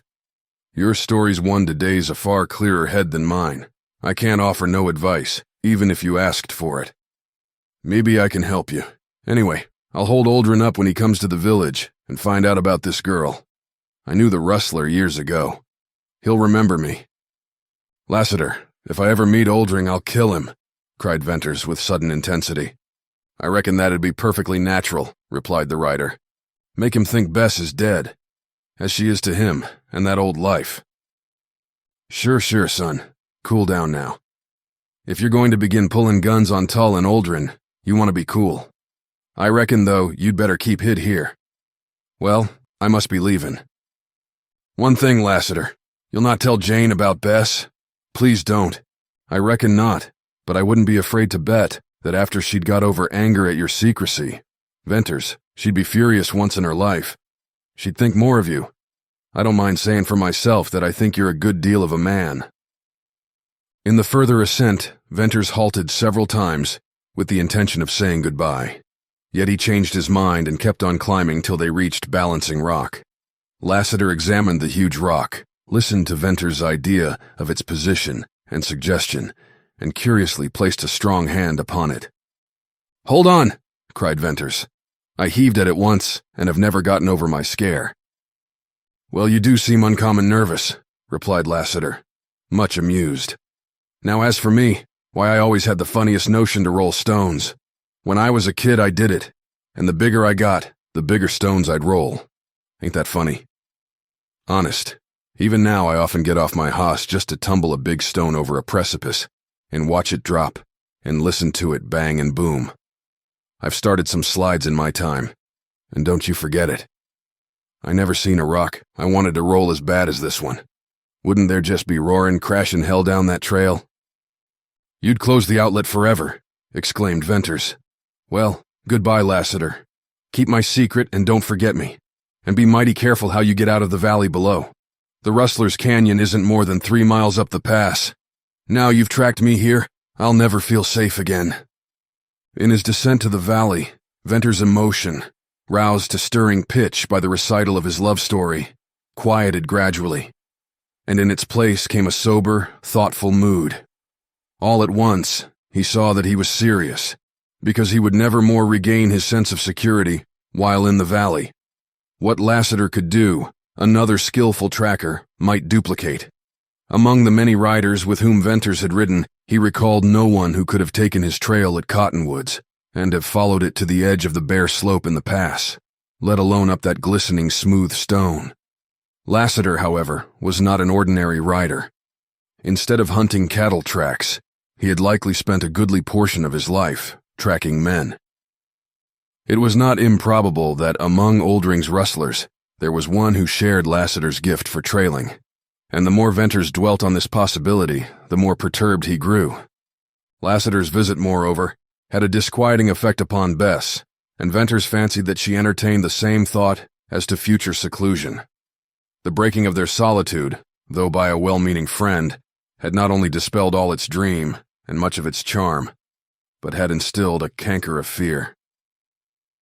Both had seen the footprint in the sand.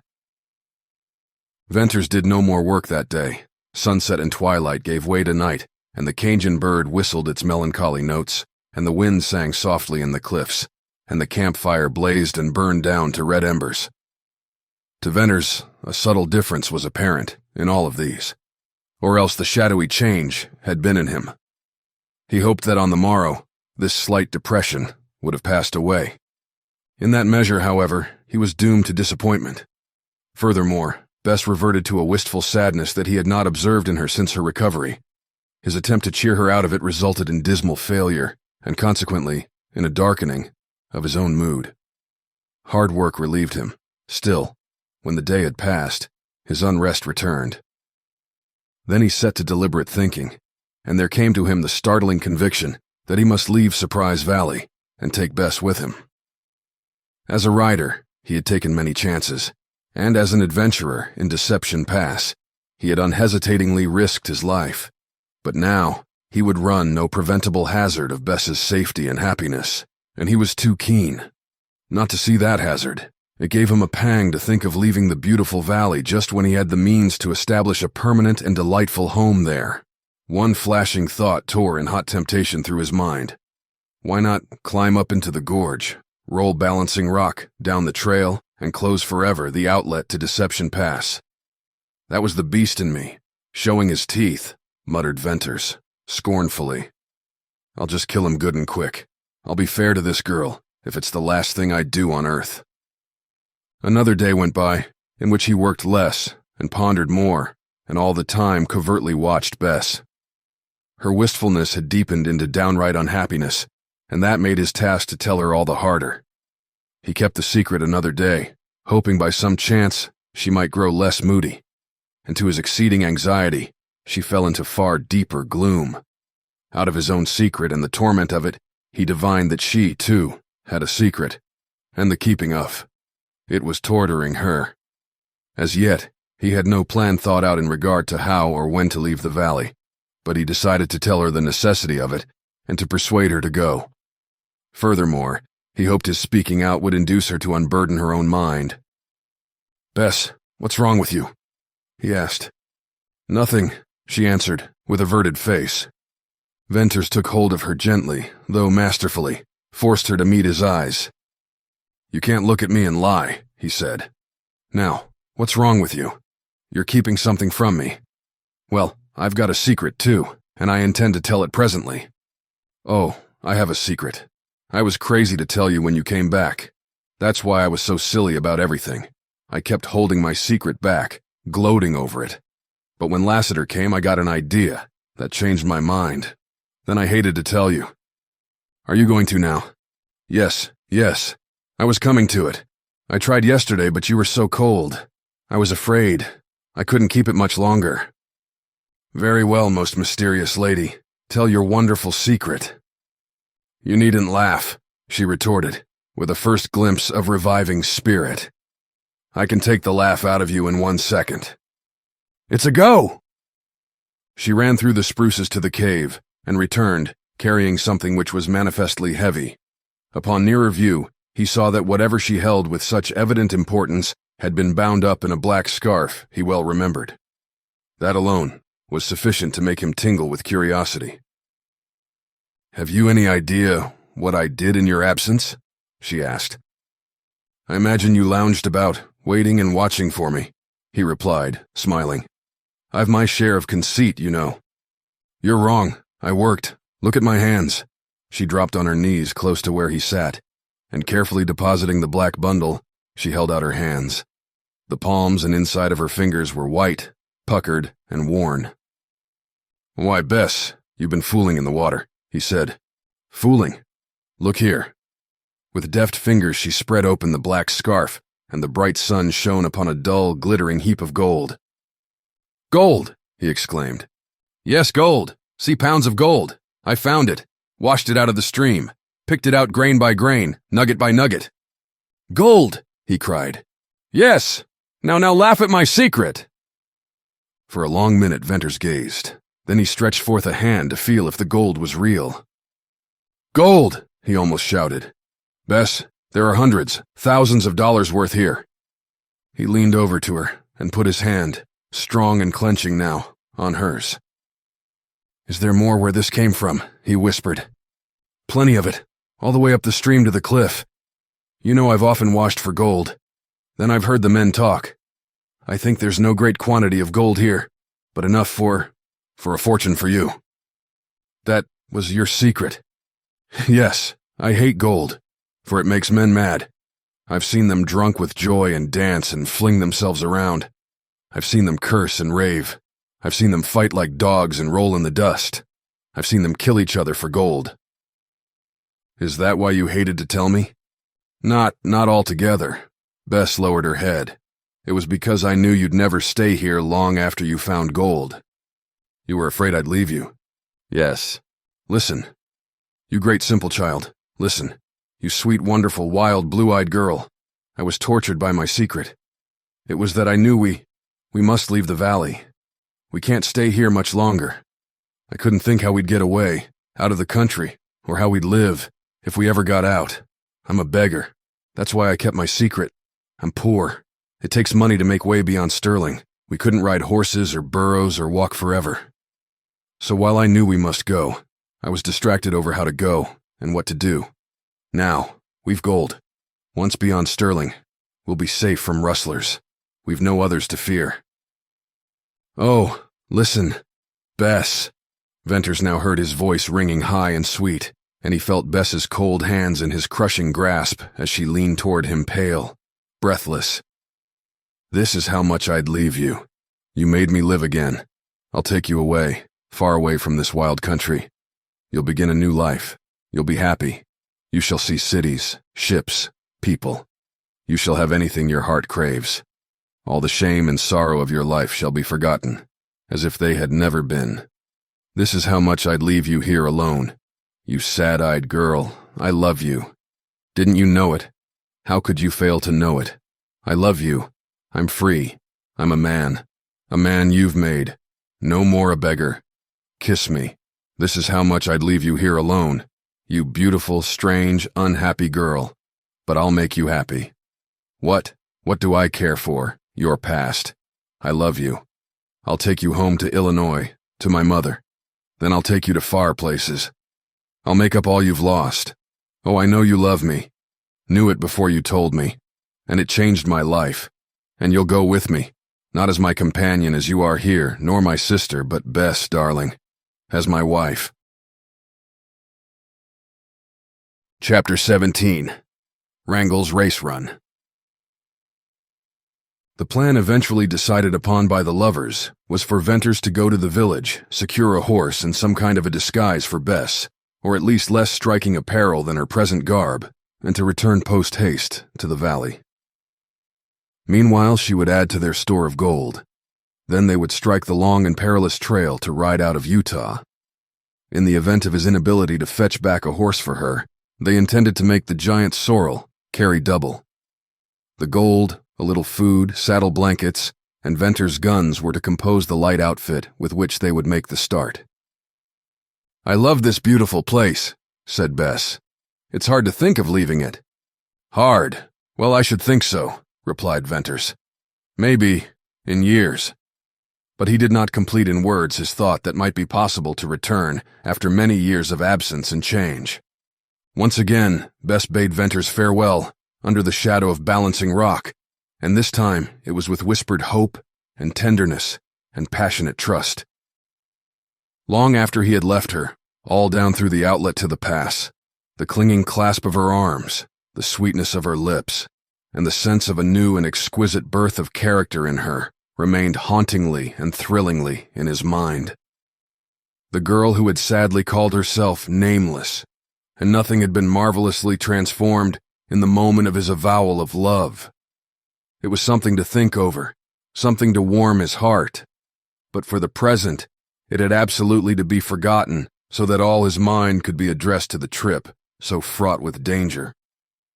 He carried only his rifle, revolver, and a small quantity of bread and meat, and thus lightly burdened, he made swift progress down the slope and out into the valley. Darkness was coming on, and he welcomed it. Stars were blinking when he reached his old hiding place in the split of Cajun wall, and by their aid, he slipped through the dense thickets to the grassy enclosure. Wrangle stood in the center of it with his head up, and he appeared black and of gigantic proportions in the dim light. Venters whistled softly, began a slow approach, and then called. The horse snorted, and plunging away with dull, heavy sound of hooves, he disappeared in the gloom. "Wilder than ever," muttered Venters. He followed the sorrel into the narrowing split between the walls, and presently had to desist because he could not see a foot in advance. As he went back toward the open, Wrangle jumped out of an ebony shadow of cliff, and like a thunderbolt shot huge and black past him, down into the starlit glade. Deciding that all attempts to catch Wrangle at night would be useless, Venters repaired to the shelving rock where he had hidden saddle and blanket, and there went to sleep. The first peep of day found him stirring, and as soon as it was light enough to distinguish objects, he took his lasso off his saddle and went out to rope the sorrel. He espied Wrangle at the lower end of the cove and approached him in a perfectly natural manner. When he got near enough, Wrangle evidently recognized him, but was too wild to stand. He ran up the glade and on into the narrow lane between the walls. This favored Venters' speedy capture of the horse, so, coiling his noose ready to throw, he hurried on. Wrangle let Venters get to within 100 feet and then he broke. But as he plunged by, rapidly getting into his stride, Venters made a perfect throw, with the rope. He had time to brace himself for the shock. Nevertheless, Wrangle threw him and dragged him several yards before halting.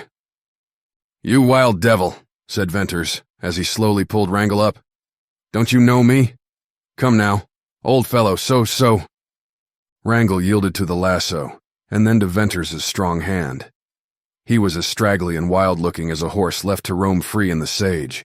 He dropped his long ears and stood readily to be saddled and bridled, but he was exceedingly sensitive and quivered at every touch and sound. Venters led him to the thicket, and bending the close saplings to let him squeeze through, at length reached the open. Sharp survey in each direction assured him of the usual lonely nature of the canyon. Then he was in the saddle, riding south. Wrangle's long swinging canter was a wonderful ground gainer. His stride was almost twice that of an ordinary horse, and his endurance was equally remarkable. Venters pulled him in occasionally and walked him up the stretches of rising ground and along the soft washes. Wrangle had never yet shown any indication of distress while Venters rode him. Nevertheless, there was now reason to save the horse. Therefore, Venters did not resort to the hurry that had characterized his former trip. He camped at the last water in the pass. What distance that was to Cottonwoods he did not know. He calculated, however, that it was in the neighborhood of 50 miles. Early in the morning, he proceeded on his way, and about the middle of the forenoon reached the constricted gap that marked the southerly end of the pass. and through which led the trail up to the sage level. He spied out Lassiter's tracks in the dust, but no others, and dismounting, he straightened out Wrangle's bridle and began to lead him up the trail. The short climb, more severe on beast than on man, necessitated a rest on the level above, and during this, he scanned the wide purple reaches of slope. Wrangle whistled his pleasure at the smell of the sage. Remounting, Venters headed up the white trail with the fragrant wind in his face. He had proceeded for perhaps a couple of miles when Wrangle stopped with a suddenness that threw Venters heavily against the pommel. "What's wrong, old boy?" called Venters, looking down for a loose shoe or a snake or a foot lamed by a picked-up stone. Unrewarded, he raised himself from his scrutiny. Wrangle stood stiff head high, with his long ears erect. Thus guided, Venters swiftly gazed ahead to make out a dust-clouded dark group of horsemen riding down the slope. If they had seen him, it apparently made no difference in their speed or direction. "Wonder who they are," exclaimed Venters. He was not disposed to run. His cool mood tightened under grip of excitement as he reflected that, whoever the approaching riders were, they could not be friends. He slipped out of the saddle and led Wrangle behind the tallest sagebrush. It might serve to conceal them until the riders were close enough for him to see who they were. After that, he would be indifferent to how soon they discovered him. After looking to his rifle and ascertaining that it was in working order, he watched, and as he watched, slowly the force of a bitter fierceness, long dormant, gathered ready to flame into life. If those riders were not rustlers, he had forgotten how rustlers looked and rode. On they came, a small group, so compact and dark that he could not tell their number. How unusual that their horses did not see Wrangle. But such failure, Venters decided, was owing to the speed with which they were traveling. They moved at a swift canter, affected more by rustlers than by riders. Venters grew concerned over the possibility that these horsemen would actually ride down on him before he had a chance to tell what to expect. When they were within 300 yards, he deliberately led Wrangle out into the trail. Then he heard shouts and the hard scrape of sliding hoofs, and saw horses rear and plunge back with upflung heads and flying manes. Several little white puffs of smoke appeared sharply against the black background of riders and horses, and shots rang out. Bullets struck far in front of Venters, and whipped up the dust, and then hummed low into the sage. The range was great for revolvers, but whether the shots were meant to kill or merely to check advance, they were enough to fire that waiting ferocity in Venters. Slipping his arm through the bridle so that Wrangle could not get away, Venters lifted his rifle and pulled the trigger twice. He saw the first horseman lean sideways and fall. He saw another lurch in his saddle and heard a cry of pain. Then Wrangle, plunging in fright, lifted Venters and nearly threw him. He jerked the horse down with a powerful hand and leaped into the saddle. Wrangle plunged again, dragging his bridle that Venters had not had time to throw in place. Bending over with a swift movement, he secured it and dropped the loop over the pommel. Then, with grinding teeth, he looked to see what the issue would be. The band had scattered, so as not to afford such a broad mark for bullets. The riders faced Venters, some with red-belching guns. He heard a sharper report, and just as Wrangle plunged again, he caught the whiz of a leaden missile that would have hit him. But for Wrangle's sudden jump, a swift, hot wave, turning cold, passed over Venters. Deliberately, he picked out the one rider with a carbine and killed him. Wrangle snorted shrilly and bolted into the sage. Venters let him run a few rods, then with iron arm checked him. Just as Wrangle plunged again, he caught the whiz of a leaden missile. 5 riders, surely rustlers, were left. One leaped out of the saddle to secure his fallen comrade's carbine. A shot from Venters, which missed the man but sent the dust flying over him, made him run back to his horse. Then they separated. The crippled rider went one way. The one frustrated in his attempt to get the carbine rode another. Venters thought he made out a third rider, carrying a strange-appearing bundle and disappearing in the sage. But in the rapidity of action and vision, he could not discern what it was. 2 riders with 3 horses swung out to the right. Afraid of the long rifle, a burdensome weapon seldom carried by rustlers or riders, they had been put to rout. Suddenly, Venters discovered that one of the 2 men last noted was riding Jane Withersteen's horse Bells, the beautiful bay racer she had given to Lassiter. Venters uttered a savage outcry. Then the small, wiry, frog-like shape of the second rider, and the ease and grace of his seat in the saddle, things so strikingly incongruous, grew more and more familiar in Venters's sight. "Jerry Card," cried Venters. It was indeed Tull's right-hand man. Such a white-hot wrath inflamed Venters that he fought himself to see with clearer gaze. "It's Jerry Card," he exclaimed instantly, "and he's riding Black Star and leading Night." The long-kindling, stormy fire in Venters's heart burst into flame.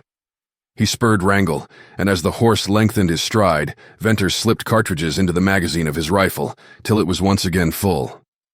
Card and his companion were now half a mile or more in advance, riding easily down the slope. Venters marked the smooth gait and understood it when Wrangle galloped out of the sage into the broad cattle trail, down which Venters had once tracked Jane Withersteen's red herd. This hard-packed trail, from years of use, was as clean and smooth as a road. Venters saw Jerry Card look back over his shoulder. The other rider did likewise. Then the three racers lengthened their stride to the point where the swinging canter was ready to break into a gallop. "Wrangle, the race is on," said Venters grimly. "We'll canter with them and gallop with them and run with them. We'll let them set the pace." Venters knew he bestrode the strongest, swiftest, most tireless horse ever ridden by any rider across the Utah uplands. Recalling Jane Withersteen's devoted assurance that Night could run neck and neck with Wrangle, and Black Star could show his heels to him, Venters wished that Jane were there to see the race, to recover her blacks, and in the unqualified superiority of the giant sorrel. Then Venters found himself thankful that she was absent, for he meant that race to end in Jerry Card's death. The first flush, the raging of Venters's wrath, passed, to leave him in sullen, almost cold possession of his will. It was a deadly mood, utterly foreign to his nature, engendered, fostered, and released by the wild passions of wild men in a wild country. The strength in him then, the thing rife in him that was not hate, but something as remorseless, might have been the fiery fruition of a whole lifetime of vengeful quest. Nothing could have stopped him. Venters thought out the race shrewdly. The rider on Bells would probably drop behind and take to the sage.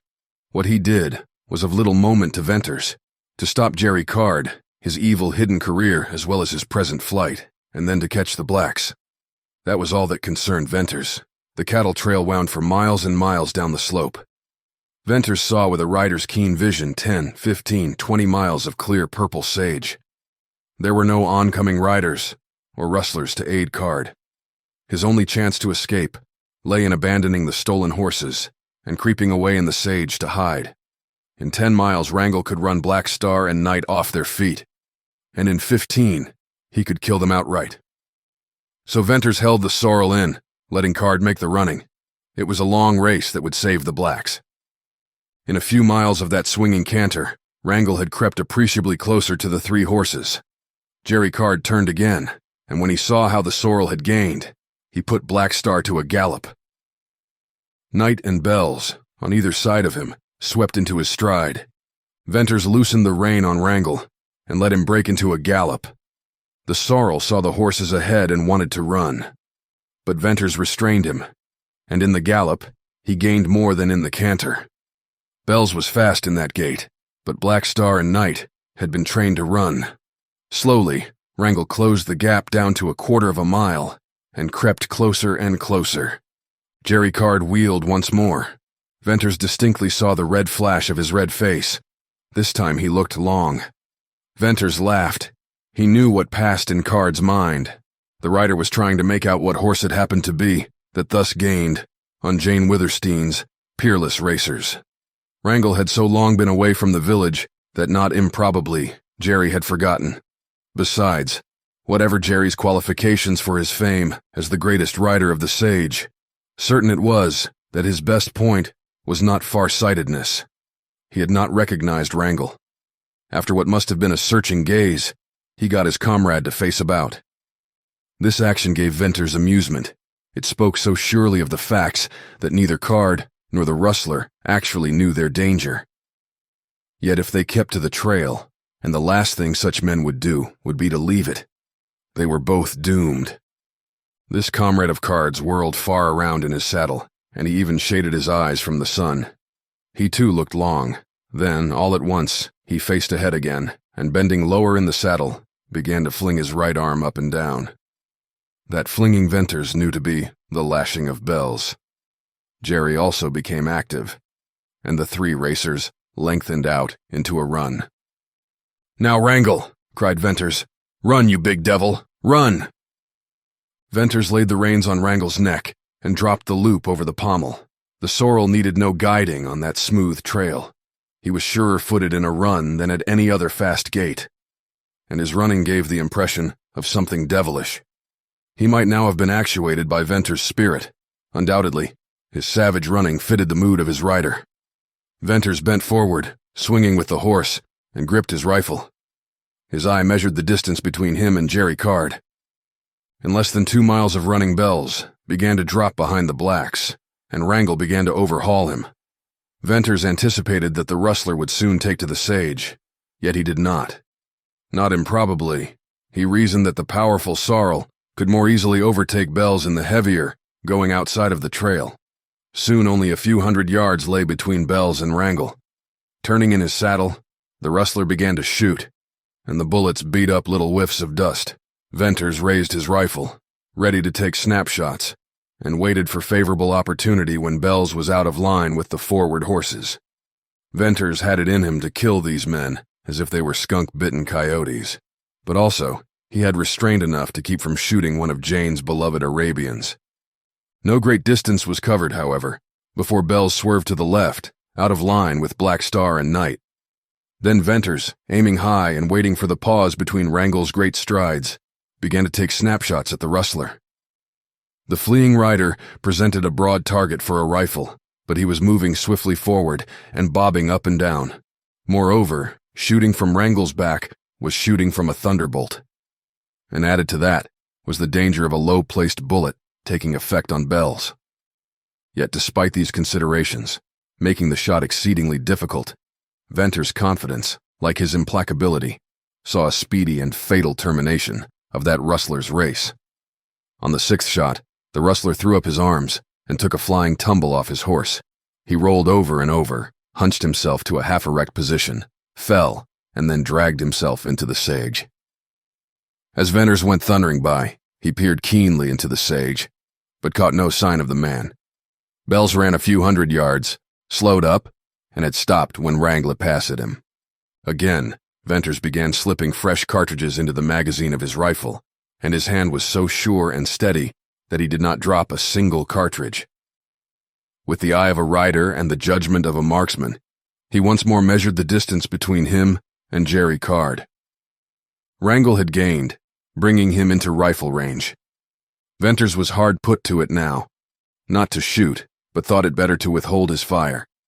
Jerry, who, in anticipation of a running fusillade, had huddled himself into a little twisted ball on Black Star's neck, now surmising that this pursuer would make sure of not wounding one of the blacks, rose to his natural seat in the saddle. In his mind, perhaps, as certainly as in Venters's, this moment was the beginning of the real race. Venters leaned forward to put his hand on Wrangle's neck, then backward to put it on his flank. Under the shaggy, dusty hair trembled and vibrated and rippled a wonderful muscular activity, but Wrangle's flesh was still cold. What a cold-blooded brute, thought Venters, and felt in him a love for the horse he had never given to any other. It would not have been humanly possible for any rider, even though clutched by hate or revenge or a passion, to save a loved one or fear of his own life, to be astride the sorrel, to swing with his swing, to see his magnificent stride and hear the rapid thunder of his hoofs, to ride him in that race and not glory in the ride. So, with his passion to kill still keen and unabated, Venters lived out that ride, and drank a rider's sage-sweet cup of wildness to the dregs. When Wrangle's long mane, lashing in the wind, stung Venters in the cheek, the sting added a beat to his flying pulse.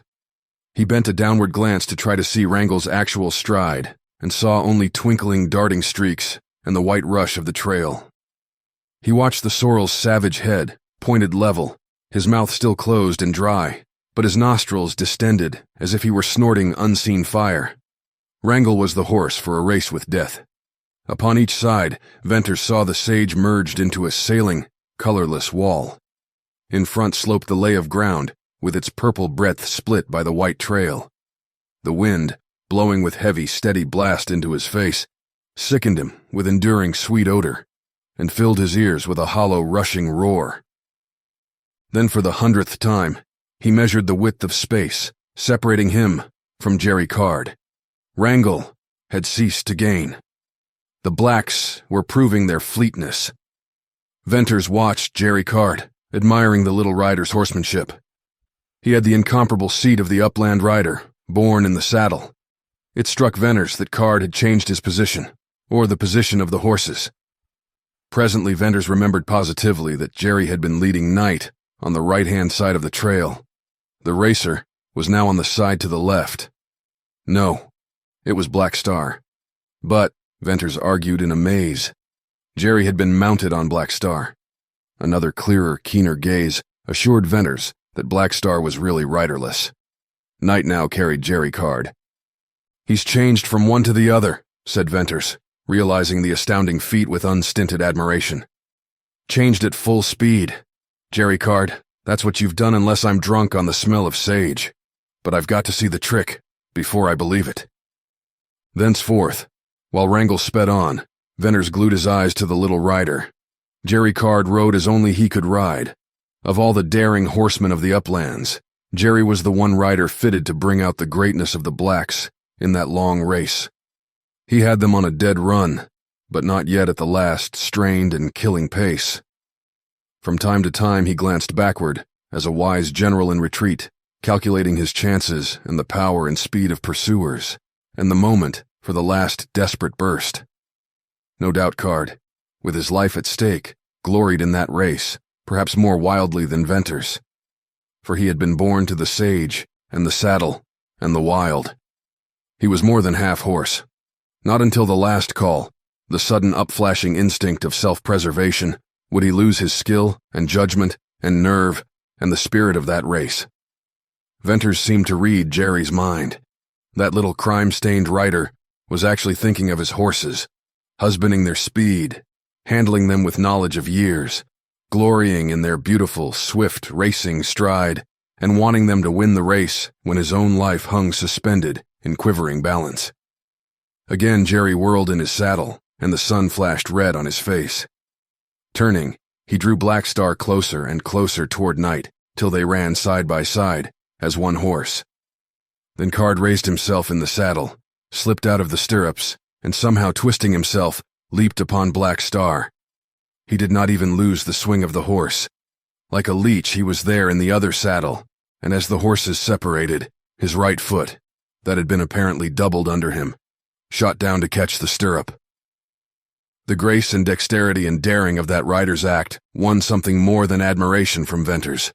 For the distance of a mile, Jerry rode Black Star, and then changed back to Knight. But all Jerry's skill, and the running of the blacks, could avail little more against the sorrel. Venters peered far ahead, studying the lay of the land. Straight away for 5 miles the trail stretched, and then it disappeared in hummocky ground. To the right, some few rods, Venters saw a break in the sage, and this was the rim of Deception Pass. Across the dark, cleft gleamed the red of the opposite wall. Venters imagined that the trail went down into the pass somewhere north of those ridges, and he realized that he must, and would, overtake Jerry Card in this straight course of 5 miles. Cruelly he struck his spurs into Wrangle's flanks. A light touch of spur was sufficient to make Wrangle plunge. And now, with a ringing, wild snort, he seemed to double up in muscular convulsions and to shoot forward with an impetus that almost unseated Venters. The sage blurred by, the trail flashed by, and the wind robbed him of breath and hearing. Jerry Card turned once more, and the way he shifted to Black Star showed he had to make his last desperate running. Venters aimed to the side of the trail and sent a bullet puffing the dust beyond Jerry. Venters hoped to frighten the rider and get him to take to the sage. But Jerry returned the shot, and his ball struck dangerously close in the dust at Wrangle's flying feet. Venters held his fire then, while the rider emptied his revolver. For a mile, with Black Star leaving Night behind and doing his utmost, Wrangle did not gain. For another mile he gained little, if at all. In the third, he caught up with the now galloping Night and began to gain rapidly on the other Black. Only 100 yards now stretched between Black Star and Wrangle. The giant sorrel thundered on and on and on. In every yard he gained a foot. He was whistling through his nostrils, wringing wet, flying lather, and as hot as fire. Savage as ever, strong as ever, fast as ever, but each tremendous stride jarred Venters out of the saddle. Wrangle's power and spirit and momentum had begun to run him off his legs. Wrangle's great race was nearly won and run. Venters seemed to see the expanse before him as a vast, sheeted purple plain sliding under him. Black Star moved in it as a blur. The rider, Jerry Card, appeared a mere dot bobbing dimly. Wrangle thundered on. Venters felt the increase in quivering, straining shock after every leap. Flecks of foam flew into Venters's ease, burning him, making him see all the sage as red. But in that red haze he saw, or seemed to see, Black Star suddenly. Riderless and with broken gait, Wrangle thundered on to change his pace with a violent break. Then Venters pulled him hard. From run to gallop, gallop to canter, canter to trot, trot to walk, and walk to stop. The great sorrel ended his race. Venters looked back. Black Star stood riderless in the trail. Jerry Card had taken to the sage. Far up the white trail, Night came trotting faithfully down. Venters leaped off, still half blind, reeling dizzily. In a moment, he had recovered sufficiently to have a care for Wrangle. Rapidly, he took off the saddle and bridle. The sorrel was reeking, heaving, whistling, shaking. But he had still the strength to stand, and for him, Venters had no fears. As Venters ran back to Black Star, he saw the horse stagger on shaking legs into the sage and go down in a heap. Upon reaching him, Venters removed the saddle and bridle. Black Star had been killed on his legs, Venters thought. He had no hope for the stricken horse. Black Star lay flat, covered with bloody froth, mouth wide, tongue hanging, eyes glaring, and all his beautiful body in convulsions. Unable to stay there to see Jane's favorite racer die, Venters hurried up the trail to meet the other Black. On the way, he kept a sharp lookout for Jerry Card. Venters imagined the rider would keep well out of range of the rifle, but, as he would be lost on the sage without a horse. Not improbably, he would linger in the vicinity on the chance of getting back one of the Blacks. Night soon came trotting up, hot and wet and run out. Venters led him down near the others, and unsaddling him, let him loose to rest. Night wearily lay down in the dust and rolled, proving himself not yet spent. Then Venters sat down to rest and think. Whatever the risk, he was compelled to stay where he was, or comparatively near, for the night. The horses must rest and drink. He must find water. He was now 70 miles from Cottonwoods, and, he believed, close to the canyon where the cattle trail must surely turn off and go down into the pass. After a while, he rose to survey the valley. He was very near to the ragged edge of a deep canyon into which the trail turned. The ground lay in uneven ridges divided by washes, and these sloped into the canyon. Following the canyon line, he saw where its rim was broken by other intersecting canyons, and farther down red walls and yellow cliffs, leading toward a deep blue cleft that he made sure was Deception Pass. Walking out a few rods to a promontory, he found where the trail went down. The descent was gradual, along a stone-walled trail, and Venters felt sure that this was the place where Oldring drove cattle into the pass. There was, however, no indication at all that he ever had driven cattle out. At this point, Oldring had many holes to his burrow. In searching round in the little hollows, Venters, much to his relief, found water. He composed himself to rest and eat some bread and meat, while he waited for a sufficient time to elapse so that he could safely give the horses a drink. He judged the hour to be somewhere around noon. Wrangle lay down to rest, and Night followed suit. So long as they were down, Venters intended to make no move. The longer they rested, the better, and the safer it would be to give them water. By and by, he forced himself to go over to where Black Star lay, expecting to find him dead. Instead, he found the racer partially, if not wholly, recovered, There was recognition, even fire, in his big black eyes. Venters was overjoyed. He sat by the black for a long time. Blackstar presently labored to his feet with a heave and a groan, shook himself, and snorted for water. Venters repaired to the little pool he had found, filled his sombrero, and gave the racer a drink. Blackstar gulped it at one draught, as if it were but a drop, and pushed his nose into the hat and snorted for more. Venters now led Knight down to drink, and after a further time, Blackstar also. Then the blacks began to graze. The sorrel had wandered off down the sage between the trail and the canyon. Once or twice he disappeared in little swales. Finally, Venters concluded Wrangle had grazed far enough, and taking his lasso, he went to fetch him back. In crossing from one ridge to another, he saw where the horse had made muddy a pool of water. It occurred to Venters then that Wrangle had drunk his fill, and did not seem the worse for it, and might be anything but easy to catch. And true enough, he could not come within roping reach of the sorrel. He tried for an hour and gave up in disgust. Wrangle did not seem so wild as simply perverse. In a quandary, Venters returned to the other horses, hoping much, yet doubting more, that when Wrangle had grazed to suit himself, he might be caught. As the afternoon wore away, Venters's concern diminished, yet he kept close watch on the blacks and the trail and the sage. There was no telling of what Jerry Card might be capable. Venters sullenly acquiesced to the idea that the rider had been too quick and too shrewd for him. Strangely and doggedly, however, Venters clung to his foreboding of Card's downfall. The wind died away. The red sun topped the far-distant western rise of slope, and the long, creeping purple shadows lengthened. The rims of the canyons gleamed crimson, and the deep clefts appeared to belch forth blue smoke. Silence enfolded the scene. It was broken by a horrid, long-drawn scream of a horse and the thudding of heavy hooves. Venters sprang erect and wheeled south. Along the canyon rim, near the edge, came Wrangle, once more in thundering flight. Venters gasped in amazement. Had the wild sorrel gone mad? His head was high and twisted, in a most singular position for a running horse.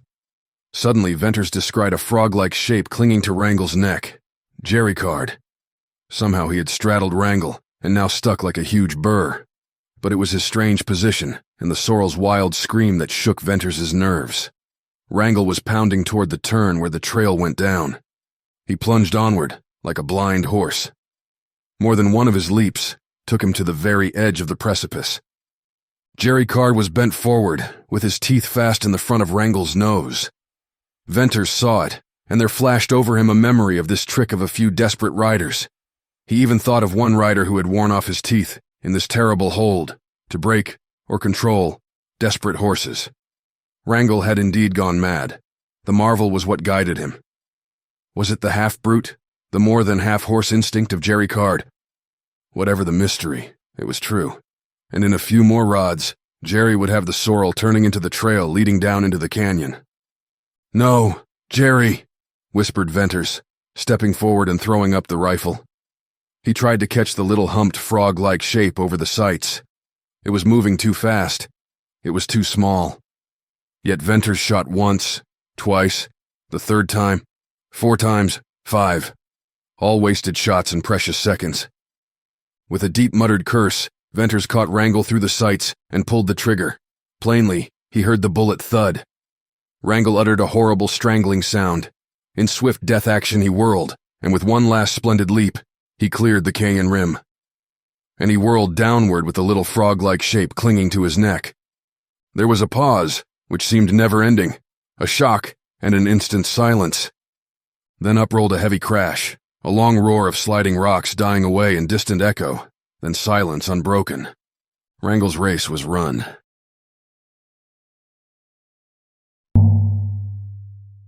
In the tradition of riders of the Purple Sage, Iron Collective's Iron Casa candle, a BookTV favorite with its unique blend of fig, santal, and woody papyrus, crafts an atmosphere of adventure and mystery. Use code BookTV for 20% off your first order at ironcollective.co. Chapter 18. Oldring's Knell. Some 40 hours or more later, Venters created a commotion in Cottonwoods by riding down the main street on Black Star and leading Bells and Knight. He had come upon Bells grazing near the body of a dead rustler, the only incident of his quick ride into the village. Nothing was farther from Venters's mind than bravado. No thought came to him of the defiance and boldness of riding Jane Withersteen's racers straight into the arch-plotter's stronghold. He wanted men to see the famous Arabians. He wanted men to see them dirty and dusty, bearing all the signs of having been driven to their limit. He wanted men to see and to know that the thieves who had ridden them out into the sage had not ridden them back. Venters had come for that, and for more. He wanted to meet Tull face to face. If not Tull, then Dyer. If not Dyer, then anyone in the secret of these master conspirators. Such was Venters's passion. The meeting with the rustlers, the unprovoked attack upon him, the spilling of blood, the recognition of Jerry Card and the horses, the race, and that last plunge of mad wrangle, all these things, fuel on fuel to the smoldering fire, had kindled and swelled and leaped into living flame. He could have shot Dyer in the midst of his religious services at the altar. He could have killed Tull in front of wives and babes. He walked the three racers down the broad, green-bordered village road. He heard the murmur of running water from Amber Spring. Bitter waters for Jane Withersteen. Men and women stopped to gaze at him and the horses. All knew him. All knew the blacks in the bay. As well as if it had been spoken, Venters read in the faces of men the intelligence that Jane Withersteen's Arabians had been known to have been stolen. Venters reined in and halted before Dyer's residence. It was a low, long stone structure resembling Withersteen House. The spacious front yard was green and luxuriant with grass and flowers. Gravel walks led to the huge porch. A well-trimmed hedge of purple sage separated the yard from the church grounds. Birds sang in the trees. Water flowed musically along the walks, and there were glad, careless shouts of children. For Venters, the beauty of this home, and the serenity and its apparent happiness, all turned red and black. For Venters, a shade overspread the lawn, the flowers, the old vine-clad stone house.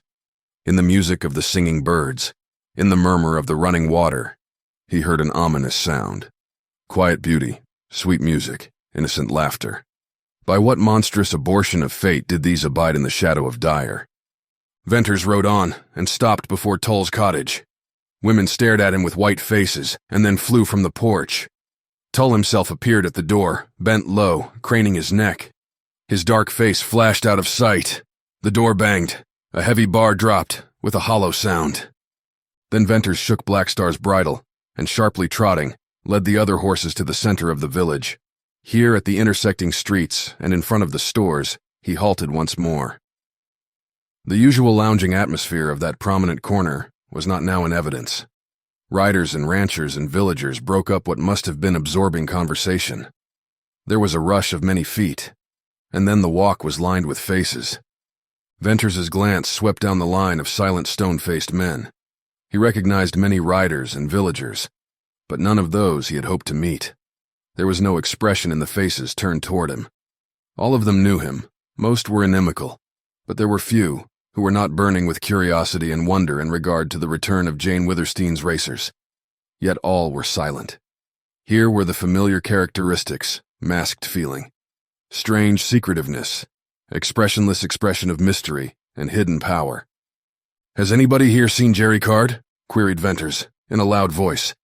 In reply there came not a word, not a nod or shake of head, not so much as dropping eye or twitching lip, nothing but a quiet, stony stare. "Been under the knife.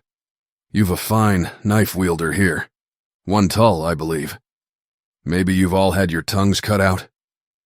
This passionate sarcasm of Venters brought no response, and the stony calm was as oil on the fire within him. "I see some of you pack guns too," he added, in biting scorn. In the long, tense pause, strung keenly as a tight wire, he sat motionless on Black Star. "All right," he went on. "Then let some of you take this message to Tull. Tell him I've seen Jerry Card. Tell him Jerry Card will never return." Thereupon, in the same dead calm, Venters backed Black Star away from the curb, into the street, and out of range. He was ready now to ride up to Withersteen House and turn the racers over to Jane. "Hello, Venters," a familiar voice cried, hoarsely, and he saw a man running toward him.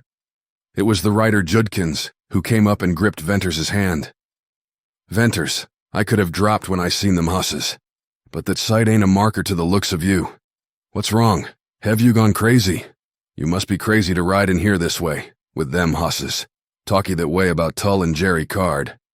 "Judd, I'm not crazy, only mad clean through," replied Venters. "Wall now, Byrne, I'm glad to hear some of your old self in your voice, for when you come up you looked like the corpse of a dead rider with fire for eyes. You had the crowd too stiff for throwing guns. Come, we gotta have a talk. Let's go up the lane, we ain't much safe here." Judkins mounted Bells and rode with Venters up to the Cottonwood Grove. Here they dismounted and went among the trees. "Let's hear from you first," said Judkins. "You fetch back them hosses. That is the trick. And of course you got Jerry the same as you got Horn." "Horn?" "Sure. He was found dead yesterday all chewed by coyotes, and he'd been shot plumb center." "Where was he found?" "At the split down the trail. You know where Oldring's cattle trail runs off north from the trail to the pass? That's where I met Jerry and the rustlers. What was Horn doing with them? I thought Horn was an honest cattleman." "Lord Byrne, don't ask me that. I'm all muddled now trying to figure things." Venters told of the fight and the race with Jerry Card and its tragic conclusion. "I knowed it. I knowed all along that Wrangle was the best hoss," exclaimed Judkins, with his lean face working and his eyes lighting. "That was a race. Lord, I'd like to have seen Wrangle jump the cliff with Jerry. And that was goodbye to the grandest hoss and rider ever on the Sage." "But Byrne, after you got the hosses, why'd you want to bolt right in Tull's face?" "I want him to know, and if I can get to him, I'll—" "You can't get near Tull," interrupted Judkins. "That vigilante bunch have taken to being bodyguard for Tull and Dyer, too." "Hasn't Lassiter made a break yet?" inquired Venters curiously. "Naw," replied Judkins scornfully. Jane turned his head. "He's mad in love over her. Follers her like a dog. He ain't no more Lassiter. He's lost his nerve. He doesn't look like the same feller. It's village talk. Everybody knows it. He hasn't thrown a gun, and he won't." "Judd, I'll bet he does," replied Venters earnestly. "Remember what I say. This Lassiter is something more than a gunman. Judd, he's big. He's great. I feel that in him. God help Tull and Dyer when Lassiter does go after them. For horses and riders and stone walls won't save them." "Well, have it your way, Byrne. I hope you're right. Naturally, I've been some sore on Lassiter for getting soft, but I ain't denying his nerve, or whatever's great in him that sort of paralyzes people. No later than this morning, I seen him sauntering down the lane, quiet and slow, and like his guns he comes black, that's Lassiter. Wall, the crowd on the corner never batted an eye, and I'll gamble my hoss that there wasn't one who had a heartbeat till Lassiter got by. He went in Snell's saloon, and as there wasn't no gunplay, I had to go in too. And there, darn my pictures, if Lassiter wasn't standing to the bar, drinking and talking with Oldring." "Oldring," whispered Venters. His voice, as all fire and pulse within him, seemed to freeze. "Let go my arm," exclaimed Judkins. "That's my bad arm. Sure it was Oldring. What the hell's wrong with you anyway? Venters, I tell you something's wrong. You're whiter in a sheet. You can't be scared of the rustler. I don't believe you've got a scare in you. Well, now just let me talk. You know I like to talk, and if I'm slow, I allus get there sometime. As I said, Lassiter was talky chummy with Oldring. There wasn't no hard feelin's, and the gang wasn't paying no particular attention. But like a cat watching a mouse, I had my eyes on them two fellers. It was strange to me that confab. I'm getting to think a lot for a feller who doesn't know much. There's been some queer deals lately, and this seemed to me the queerest.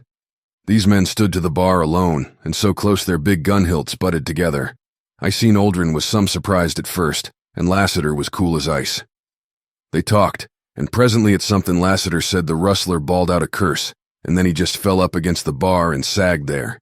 The gang in the saloon looked around and laughed, and that's about all. Finally Oldring turned, and it was easy to see something had shook him.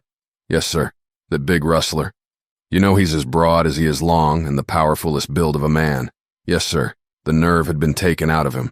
Then, after a little, he began to talk and said a lot to Lassiter, and by and by it didn't take much of an eye to see that Lassiter was getting hit hard.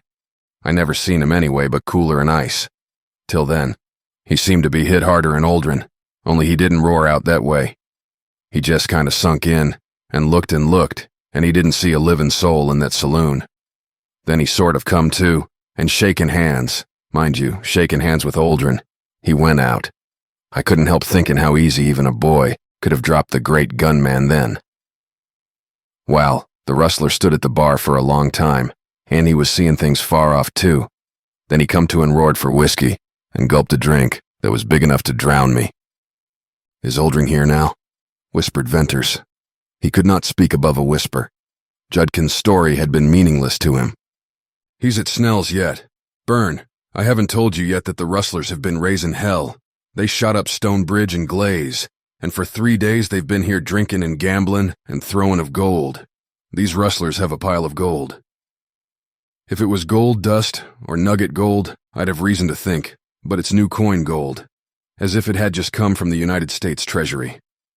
And the coin's genuine. That's all been proved. The truth is Oldring's on a rampage. A while back he lost his masked rider, and they say he's wild about that. I'm wondering if Lassiter could have told the rustler anything about that little masked hard-riding devil. Ride. He was most as good as Jerry Card. And, Byrne, I've been wondering if you know—" "Judkins, you're a good fellow," interrupted Venters. "Someday I'll tell you a story. I've no time now. Take the horses to Jane." Judkins stared, and then, muttering to himself, he mounted Bells, and stared again at Venters, and then, leading the other horses, he rode into the grove and disappeared. Once, long before, on the night Venters had carried Bess through the canyon and up into Surprise Valley, he had experienced the strangeness of faculties singularly, tinglingly acute. And now the same sensation recurred. But it was different in that he felt cold, frozen, mechanical, incapable of free thought, and all about him seemed unreal, aloof, remote. He hid his rifle in the sage, marking its exact location with extreme care. Then he faced down the lane and strode toward the center of the village. Perceptions flashed upon him, the faint, cold touch of the breeze, a cold, silvery tinkle of flowing water, a cold sun shining out of a cold sky, song of birds and laugh of children. Coldly distant. Cold and intangible were all things in earth and heaven. Colder and tighter stretched the skin over his face. Colder and harder grew the polished butts of his guns. Colder and steadier became his hands as he wiped the clammy sweat from his face or reached low to his gun sheaths. Men meeting him in the walk gave him wide berth. In front of Bevan's store, a crowd melted apart for his passage, and their faces and whispers were faces and whispers of a dream. He turned a corner to meet Tull face to face, eye to eye. As once before he had seen this man pale to a ghastly livid white, so again he saw the change. Tull stopped in his tracks, with right hand raised and shaking. Suddenly it dropped, and he seemed to glide aside, to pass out of Venters' sight. Next he saw many horses with bridles down, all clean-limbed, dark bays or blacks. Rustlers' horses. Loud voices and boisterous laughter, rattle of dice and scrape of chair and clink of gold burst in mingled din from an open doorway. He stepped inside. With the sight of smoke-hazed room and drinking, cursing, gambling, dark-visaged men, reality once more dawned upon Venters. His entrance had been unnoticed, and he bent his gaze upon the drinkers at the bar. Dark-clothed, dark-faced men they all were, burned by the sun, bow-legged as were most riders of the sage, but neither lean nor gaunt. Then Venters's gaze passed to the tables, and swiftly it swept over the hard-featured gamesters, to alight upon the huge, shaggy black head of the rustler chief. "Oldring!" he cried, and to him his voice seemed to split a bell in his ears. It stilled the din. That silence suddenly broke to the scrape and crash of Oldring's chair as he rose, and then, while he passed, a great gloomy figure. Again the thronged room stilled in silence yet deeper. "Oldring, a word with you?" continued Venters.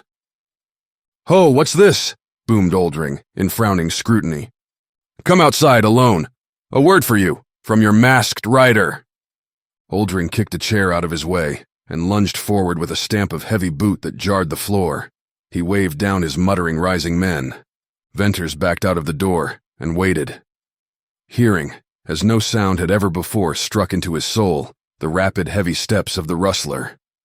Oldring appeared, and Venters had one glimpse of his great breadth and bulk, his gold-buckled belt with hanging guns, his high-top boots with gold spurs. In that moment, Venters had a strange, unintelligible curiosity to see Oldring alive. The rustler's broad brow, his large black eyes, his sweeping beard, as dark as the wing of a raven, his enormous width of shoulder and depth of chest, his whole splendid presence so wonderfully charged with vitality and force and strength, seemed to afford Venters an unutterable fiendish joy, because for that magnificent manhood and life, he meant cold and sudden death. "Oldring, Bess is alive, but she's dead to you. Dead to the life you made her lead. Dead as you will be in 1 second." Swift as lightning, Venters' glance dropped from Oldring's rolling eyes to his hands. One of them, the right, swept out, then toward his gun, and Venters shot him through the heart, Slowly, Oldring sank to his knees, and the hand, dragging at the gun, fell away. Venters' strangely acute faculties grasped the meaning of that limp arm, of the swaying hulk, of the gasp and heave, of the quivering beard. But was that awful spirit, in the black eyes, only one of vitality? "Man, why didn't you wait? Bess was—" Oldring's whisper died under his beard, and with a heavy lurch he fell forward. Bounding swiftly away, Venters fled around the corner, across the street, and leaping a hedge, he ran through yard, orchard, and garden to the sage. Here, under cover of the tall brush, he turned west and ran on to the place where he had hidden his rifle. Securing that, he again set out into a run, and circling through the sage, came up behind Jane Withersteen's stable and corrals. With laboring, dripping chest, and pain as of a knife thrust in his side, he stopped to regain his breath, and while resting his ease roved around in search of a horse. Doors and windows of the stable were open wide and had a deserted look. One dejected, lonely burro stood in the near corral. Strange indeed was the silence brooding over the once happy, noisy home of Jane Withersteen's pets. He went into the corral, exercising care to leave no tracks, and led the burro to the watering trough. Venters, though not thirsty, drank till he could drink no more. Then, leading the burro over hard ground, he struck into the sage and down the slope. He strode swiftly, turning from time to scan the slope for riders. His head just topped the level of sagebrush, and the burro could not have been seen at all. Slowly, the green of cottonwoods sank behind the slope, and at last, a wavering line of purple sage met the blue of sky. To avoid being seen, to get away, to hide his trail, these were the sole ideas in his mind as he headed for Deception Pass, and he directed all his acuteness of eye and ear, and the keenness of a rider's judgment, for distance and ground, to stern accomplishment of the task. He kept to the sage far to the left of the trail leading into the pass. He walked 10 miles and looked back 1,000 times. Always the graceful purple wave of sage remained wide and lonely, a clear, undotted waste. Coming to a stretch of rocky ground, he took advantage of it to cross the trail and then continued down on the right. At length he persuaded himself that he would be able to see riders mounted on horses before they could see him on the little burro, and he rode bareback. Hour by hour, the tireless burro kept to his faithful, steady trot. The sun sank, and the long shadows lengthened down the slope. Moving veils of purple twilight crept out of the hollows, and mustering and forming on the levels, soon merged and shaded into night. Venters guided the burro nearer to the trail, so that he could see its white line from the ridges, and rode on through the hours. Once down in the pass without leaving a trail, he would hold himself safe for the time being. When late in the night he reached the break in the sage, he sent the burro down ahead of him and started an avalanche that all but buried the animal at the bottom of the trail. Bruised and battered as he was, he had a moment's elation, for he had hidden his tracks. Once more he mounted the burro and rode on. The hour was the blackest of the night, when he made the thicket, which enclosed his old camp.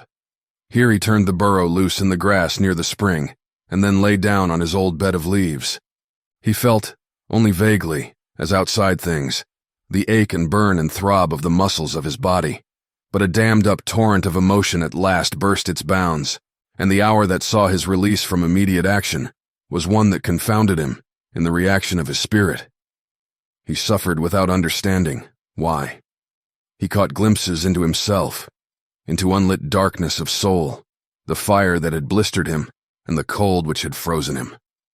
Now united in one torturing possession of his mind and heart, and like a fiery steed with ice-shod feet, ranged his being, ran rioting through his blood, trampling the resurging good, dragging ever at the evil. Out of the subsiding chaos came a clear question. What had happened? He had left the valley to go to Cottonwoods. Why? It seemed that he had gone to kill a man, Oldring. The name riveted his consciousness upon the one man of all men upon earth whom he had wanted to meet. He had met the rustler. Venters recalled the smoky haze of the saloon, the dark-visaged men, the huge Oldring. He saw him step out of the door, a splendid specimen of manhood, a handsome giant with purple-black and sweeping beard. He remembered inquisitive gaze of falcon eyes. He heard himself repeating, "Oldring, Bess is alive, but she's dead to you." And he felt himself jerk, and his ears throbbed to the thunder of a gun, and he saw the giant sink slowly to his knees. Was that only the vitality of him, that awful light in the eyes? Only the hard-dying life of a tremendously powerful brute?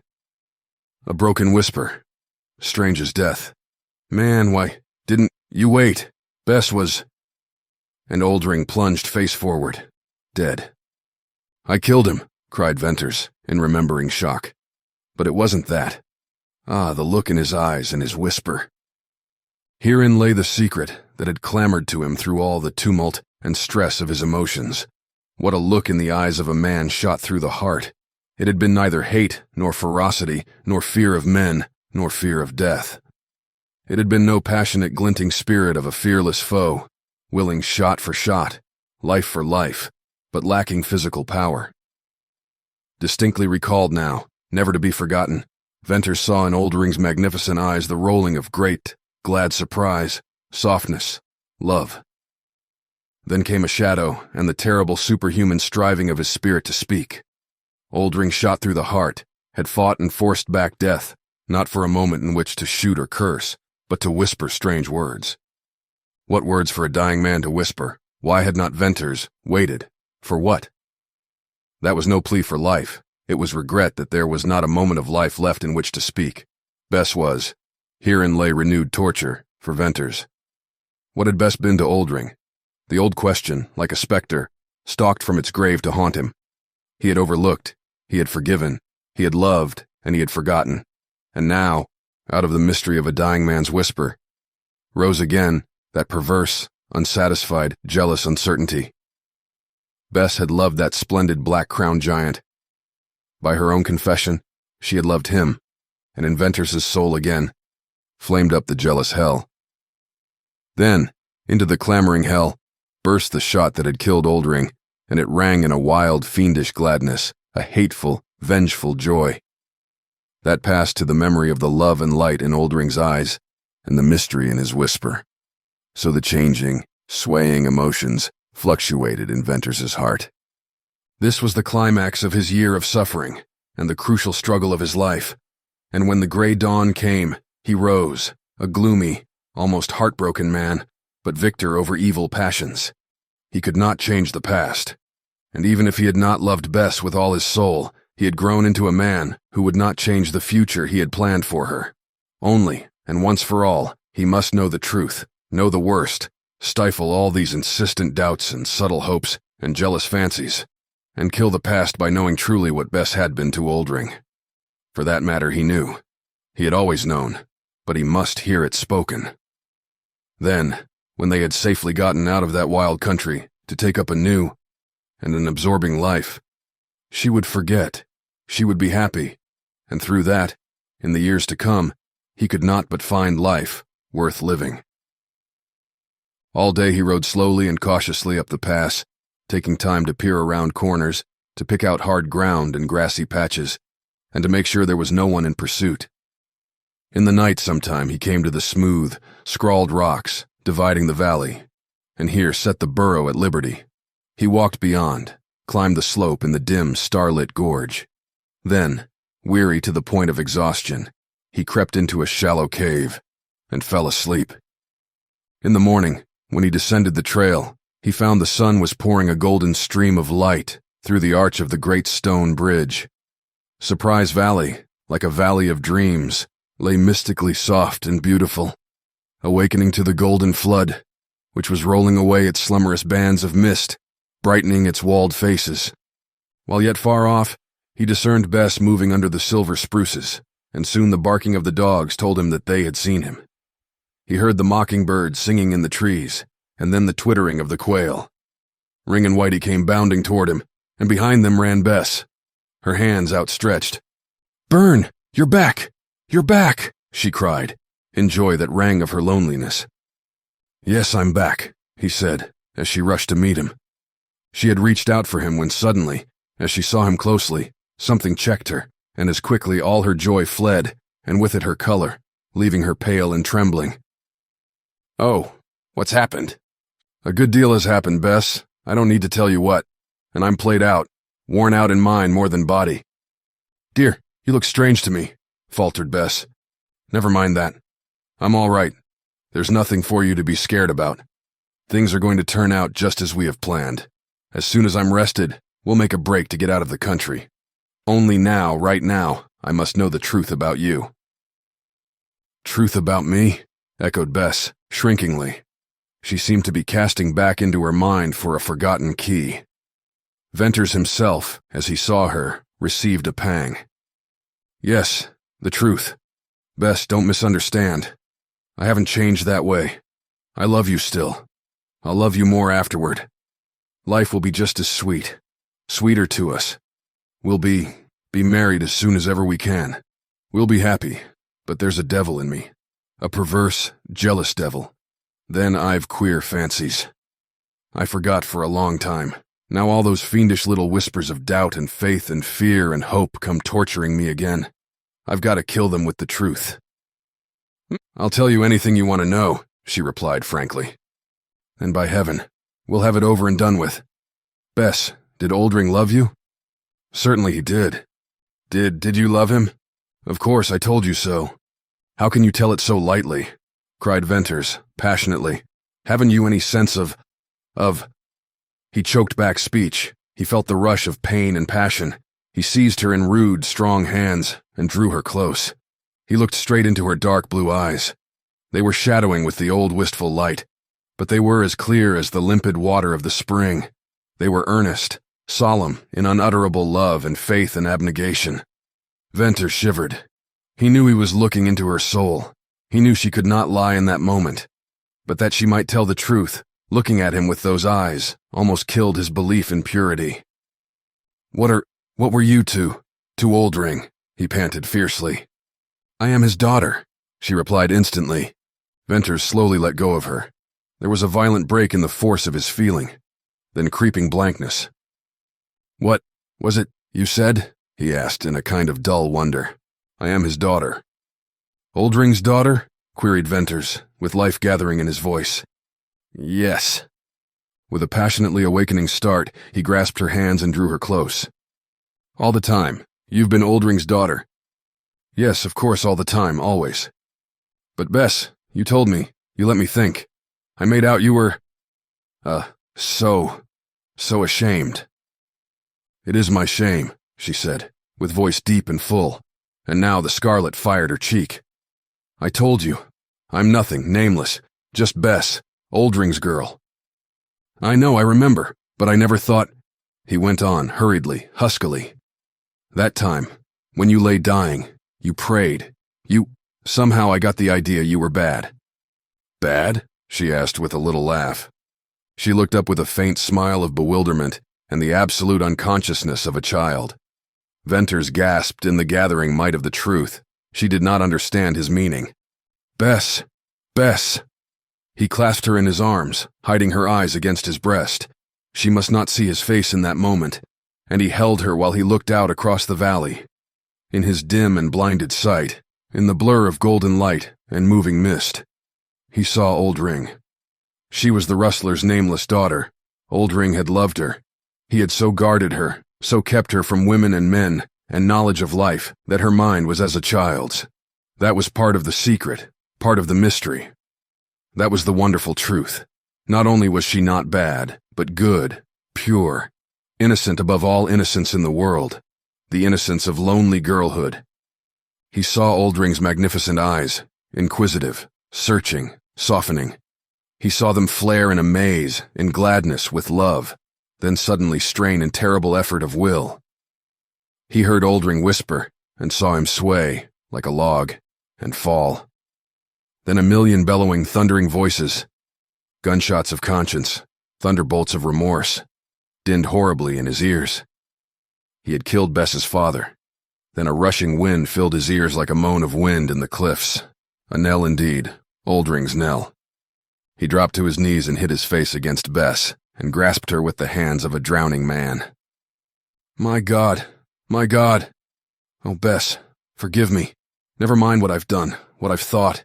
But forgive me. I'll give you my life. I'll live for you. I'll love you. Oh, I do love you as no man ever loved a woman. I want you to know, to remember that I fought a fight for you, however blind I was. I thought, never mind what I thought, but I loved you. I asked you to marry me. Let me have that to hug to my heart. Oh, Bess, I was driven. And I might have known. I could not rest nor sleep till I had this mystery solved. God, how things work out. Burn, you're weak, trembling. You talk wildly, cried Bess. You've overdone your strength. There's nothing to forgive. There's no mystery except your love for me. You have come back to me. And she clasped his head tenderly in her arms and pressed it closely to her throbbing breast.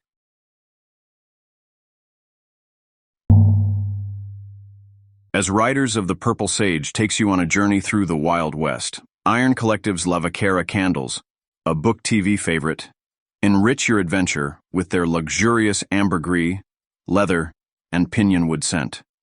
Gallop into the sunset with an infusion of Iron Collective. Use code BookTV for 20% off your first order at ironcollective.co. Chapter 19. Faye. At the home of Jane Withersteen, little Faye was climbing Lassiter's knee. Does oo love me? She asked. Lassiter, who was as serious with Faye as he was gentle and loving, assured her in earnest and elaborate speech that he was her devoted subject. Faye looked thoughtful and appeared to be debating the duplicity of men, or searching for a supreme test to prove this cavalier. Does oo love my new mother? She asked, with bewildering suddenness. Jane Withersteen laughed, and for the first time in many a day she felt a stir of her pulse and warmth in her cheek. It was a still drowsy summer of afternoon, and the three were sitting in the shade of the wooded knoll that faced the sage slope. Little Faye's brief spell of unhappy longing for her mother, the childish, mystic gloom, had passed. And now where Faye was, there were prattle and laughter and glee. She had emerged from sorrow to be the incarnation of joy and loveliness. She had grown supernaturally sweet and beautiful. For Jane Withersteen, the child was an answer to prayer, a blessing, a possession infinitely more precious than all she had lost. For Lassiter, Jane divined that little Faye had become a religion. Does oo love my new mother? Repeated Faye. Lassiter's answer to this was a modest and sincere affirmative. Why don't oo marry my new mother and be my fover?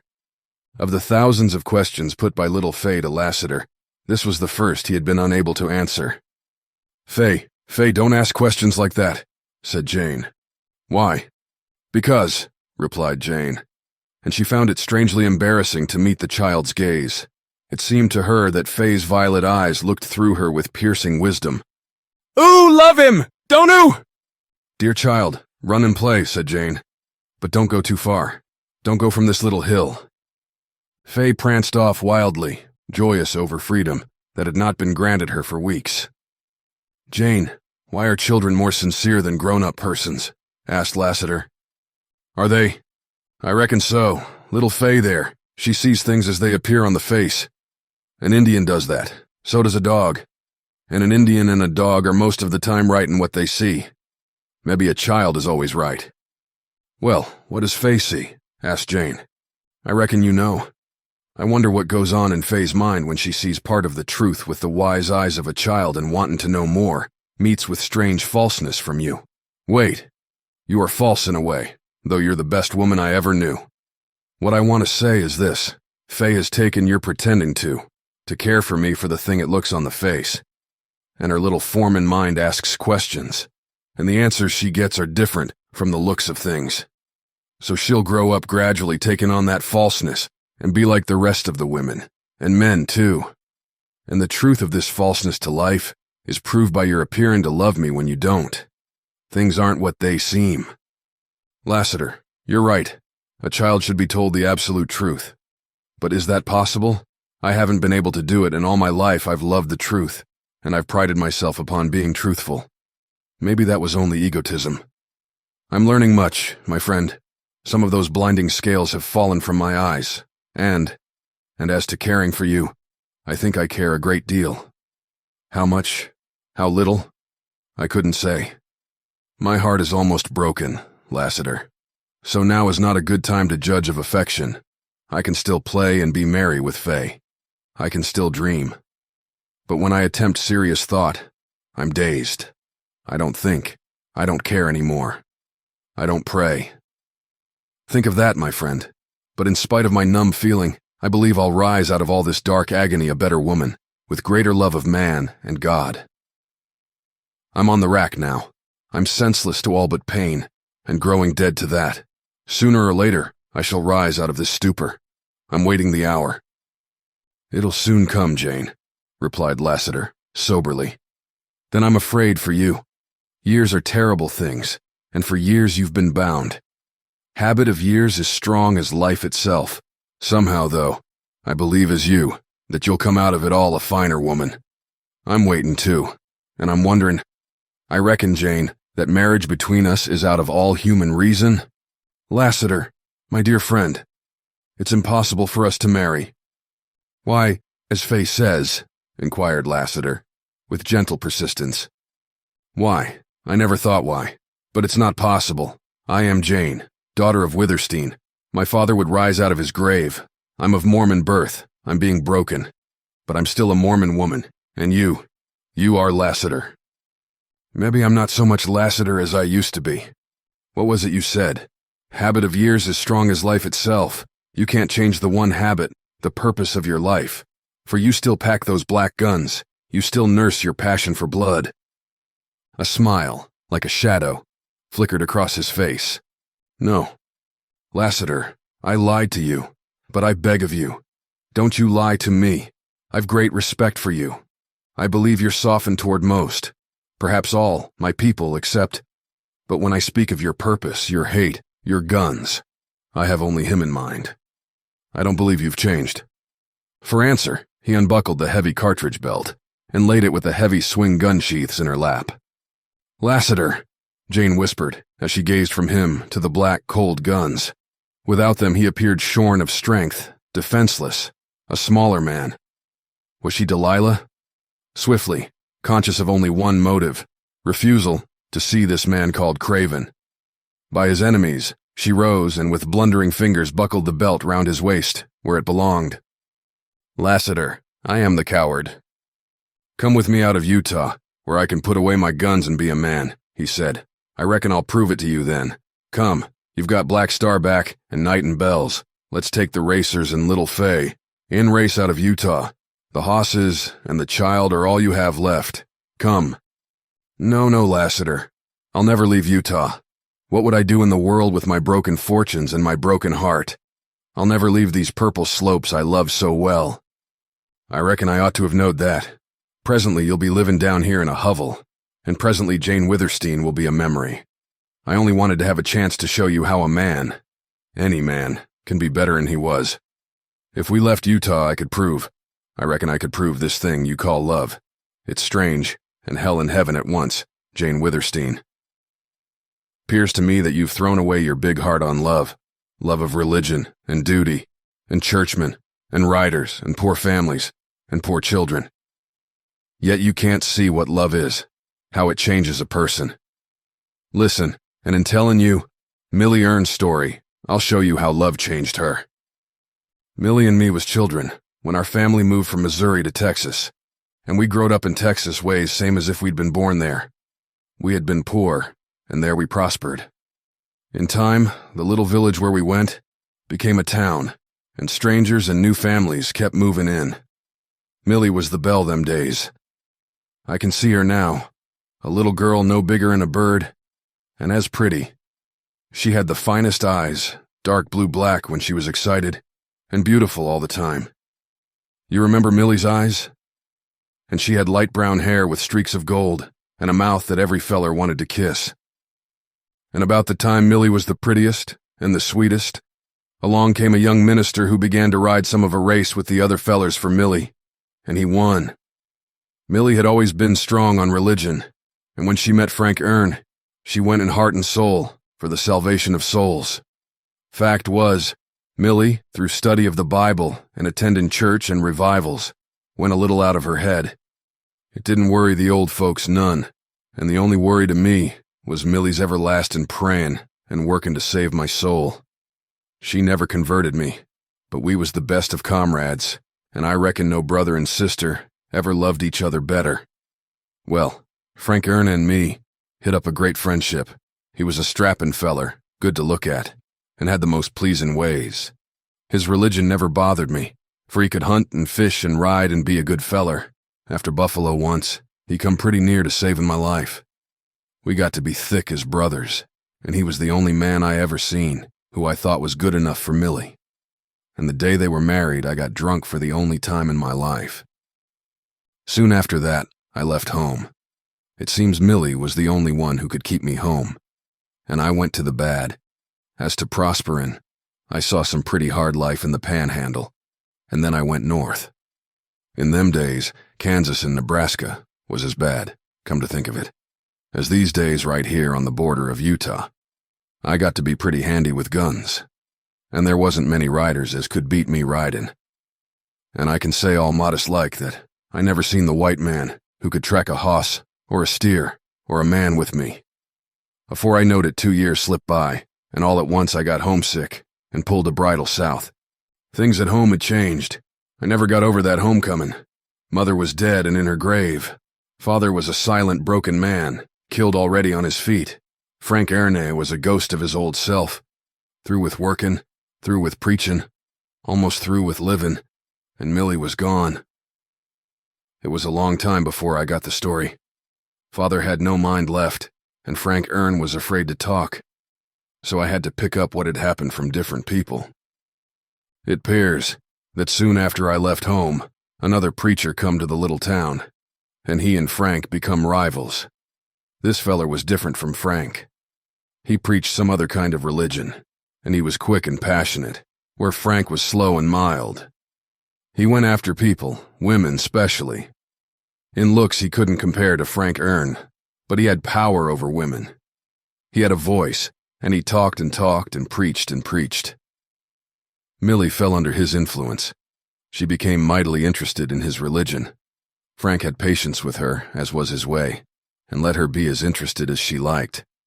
All religions were devoted to one God, he said, and it wouldn't hurt Millie. None to study a different point of view. So the new preacher often called on Millie, and sometimes in Frank's absence. Frank was a cattleman between Sundays. Along about this time, an incident come off that I couldn't get much light on. A stranger come to town, and was seen with the preacher. This stranger was a big man, with an eye like blue ice, and a beard of gold. He had money, and he 'peared a man of mystery, and the town went to buzzin' when he disappeared about the same time as a young woman known to be mightily interested in the new preacher's religion. Then presently, along comes a man from somewheres in Illinois, and he up and spots this preacher as a famous Mormon proselyter.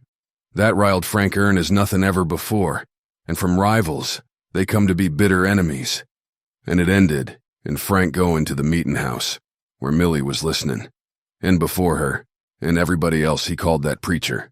Called him, well, almost as hard as Venters called Tull here some time back. And Frank followed up that call with a hoss-whipping. And he drove the proselyter out of town. People noticed, so 'twas said, that Millie's sweet disposition changed. Some said it was because she would soon become a mother, and others said she was pining after the new religion. And there was women who said right out that she was pining after the Mormon.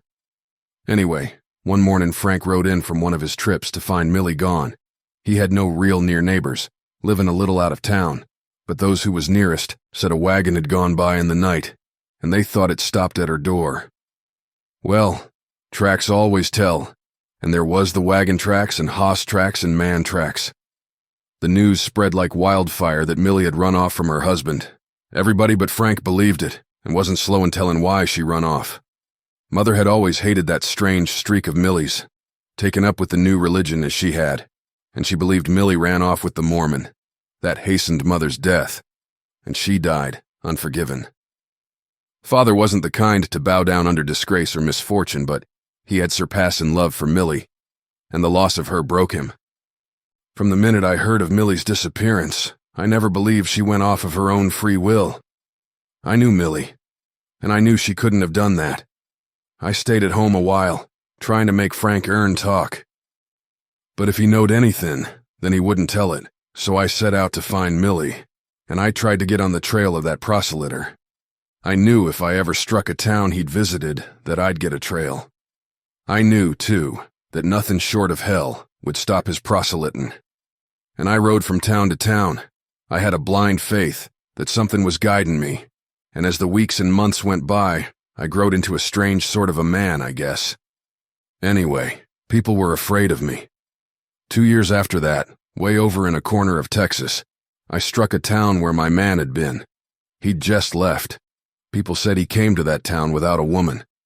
I backtrailed my man through Arkansas and Mississippi, and the old trail got hot again in Texas. I found the town where he first went after leaving home, and here I got track of Millie. I found a cabin where she had given birth to her baby. There was no way to tell whether she'd been kept a prisoner or not. The feller who owned the place was a mean, silent sort of a skunk, and as I was leaving, I just took a chance and left my mark on him. Then I went home again. It was to find I hadn't any home no more. Father had been dead a year. Frank Ernest still lived in the house where Millie had left him. I stayed with him a while, and I grew old watching him. His farm had gone to weed, his cattle had strayed, or been rustled, his house weathered, till it wouldn't keep out rain nor wind. And Frank sat on the porch and whittled sticks, and day by day wasted away. There was times when he ranted about like a crazy man, but mostly he was always sitting and staring, with eyes that made a man curse. I figured Frank had a secret fear that I needed to know, and when I told him I'd trailed Millie for near 3 years, and had got trace of her, and saw where she'd had her baby, I thought he would drop dead at my feet. And when he'd come round more natural-like, he begged me to give up the trail, but he wouldn't explain. So I let him alone, and watched him day and night. And I found there was one thing still precious to him, and it was a little drawer where he kept his papers. This was in the room where he slept, and it appeared he seldom slept. But after being patient, I got the contents of that drawer and found 2 letters from Millie. One was a long letter, written a few months after her disappearance. She had been bound and gagged and dragged away from her home by 3 men, and she named them Hurd, Metzger, Slack. They was strangers to her. She was taken to the little town where I found trace of her 2 years after. But she didn't send the letter from that town. There she was penned in. Appeared that the proselytes, who had of course come on the scene, was not running any risks of losing her. She went on to say that for a time she was out of her head, and when she got right again, all that kept her alive was the baby. It was a beautiful baby, she said, and all she thought and dreamed of was somehow to get baby back to its father, and then she'd thankfully lay down and die. And the letter ended abrupt, in the middle of a sentence, and it wasn't signed. The second letter was written more than 2 years after the first. It was from Salt Lake City, It simply said that Millie had heard her brother was on her trail. She asked Frank to tell her brother to give up the search, because if he didn't, she would suffer in a way too horrible to tell. She didn't beg. She just stated a fact and made the simple request. And she ended that letter by saying she would soon leave Salt Lake City with the man she had come to love and would never be heard of again. I recognized Millie's handwriting, and I recognized her way of putting things, but that second letter told me of some great change in her. Pondering over it, I felt at last she'd either come to love that feller and his religion, or some terrible fear made her lie and say so. I couldn't be sure which, but of course I meant to find out. I'll say here, if I'd known Mormons then, as I do now, I'd left Millie to her fate. For me, she was right about what she'd suffer if I kept on her trail. But I was young and wild them days. First I went to the town where she'd first been taken, and I went to the place where she'd been kept. I got that skunk who owned the place, and took him out in the woods, and made him tell all he knowed. That wasn't much as to length, but it was pure hell's fire in substance. This time I left him some incapacitated for any more skunk work, short of hell. Then I hit the trail for Utah. That was 14 years ago. I saw the incoming of most of the Mormons. It was a wild country and a wild time. I rode from town to town, village to village, ranch to ranch, camp to camp. I never stayed long in one place. I never had but one idea. I never rested. 4 years went by, and I knowed every trail in northern Utah. I kept on, and as time went by, and I'd begun to grow old in my search, I had firmer, blinder faith in whatever was guiding me. Once I read about a feller who sailed the 7 seas and traveled the world, and he had a story to tell, and whenever he seen the man to whom he must tell that story, he knowed him on sight. I was like that, only I had a question to ask. And always I knew the man of whom I must ask. So I never really lost the trail, though for many years it was the dimmest trail ever followed by any man. Then come a change in my luck. Along in central Utah I rounded up Hurd, and I whispered something in his ear, and watched his face, and then throwed a gun against his bowels, and he died with his teeth so tight shut, I couldn't have pried them open with a knife. Slack and Metzger, that same year both heard me whisper the same question, and neither would they speak a word when they lay dying. Long before I'd learned no man of this breed or class, or God knows what, would give up any secrets. I had to see in a man's fear of death the connections with Millie Ern's fate, and as the years passed at long intervals, I would find such a man. So as I drifted on the long trail down into southern Utah, my name preceded me, and I had to meet a people prepared for me, and ready with guns. They made me a gunman, and that suited me. In all this time, signs of the proselyter and the giant, with the blue-ice eyes and the gold beard, seemed to fade dimmer out of the trail. Only twice in 10 years did I find a trace of that mysterious man who had visited the proselyter at my home village. What he had to do with Millie's fate was beyond all hope for me to learn, unless my guiding spirit led me to him. As for the other man, I knew, as sure as I breathed and the stars shone and the wind blew, that I'd meet him someday. 18 years I've been on the trail, and it led me to the last lonely villages of the Utah border. 18 years. I feel pretty old now. I was only 20 when I hit that trail. Well, as I told you, back here a ways a Gentile said Jane Withersteen could tell me about Millie Ern and show me her grave. The low voice ceased, and Lassiter slowly turned his sombrero round and appeared to be counting the silver ornaments on the band. Jane, leaning toward him, sat as if petrified, listening intently, waiting to hear more. She could have shrieked, but power of tongue and lips were denied her. She saw only this sad, gray, passion-worn man, and she heard only the faint rustling of the leaves. "Well, I came to Cottonwoods," went on Lassiter, "and you showed me Millie's grave. And though your teeth have been shut tighter in them of all the dead men lying back along that trail, just the same you told me the secret. I've lived these 18 years to hear. Jane, I said you'd tell me without ever me asking. I didn't need to ask my question here. The day, you remember, when that fat party throwed a gun on me in your court and—" "Oh, hush," whispered Jane, blindly holding up her hands. "I seen in your face that Dyer, now a bishop, was the proselyter who ruined Millie Ernin. For an instant, Jane Withersteen's brain was a whirling chaos, and she recovered to find herself grasping at Lassiter like one drowning. And as if by a lightning stroke, she sprang from her dull apathy into exquisite torture. It's a lie. Lassiter, no, she moaned. I swear you're wrong. Stop, you'd perjure yourself. But I'll spare you that, you poor woman. Still blind, still faithful. Listen, I know. Let that settle it, and I give up my purpose. What is it, you say? I give up my purpose. I've come to see and feel differently. I can't help poor Millie, and I've outgrowed revenge. I've come to see I can be no judge for men. I can't kill a man just for hate. Hate ain't the same with me since I loved you, and little Faye. Lassiter, you mean you won't kill him? Jane whispered. No. For my sake? I reckon. I can't understand, but I'll respect your feelings. Because you love me? 18 years. You were that terrible Lassiter, and now, because you love me? That's it, Jane. Oh, you'll make me love you. How can I help but love you? My heart must be stone, but, oh, Lassiter, wait. Give me time. I'm not what I was. Once it was so easy to love. Now it's easy to hate. Wait. My faith in God, some God still lives. By it I see happier times for you, poor passion-swayed wanderer. For me, a miserable, broken woman. I loved your sister Millie. I will love you. I can't have fallen so low. I can't be so abandoned by God that I've no love left to give you. Wait, let us forget Millie's sad life. Ah, I knew it as no one else on earth. There's one thing I shall tell you. If you are at my deathbed, but I can't speak now.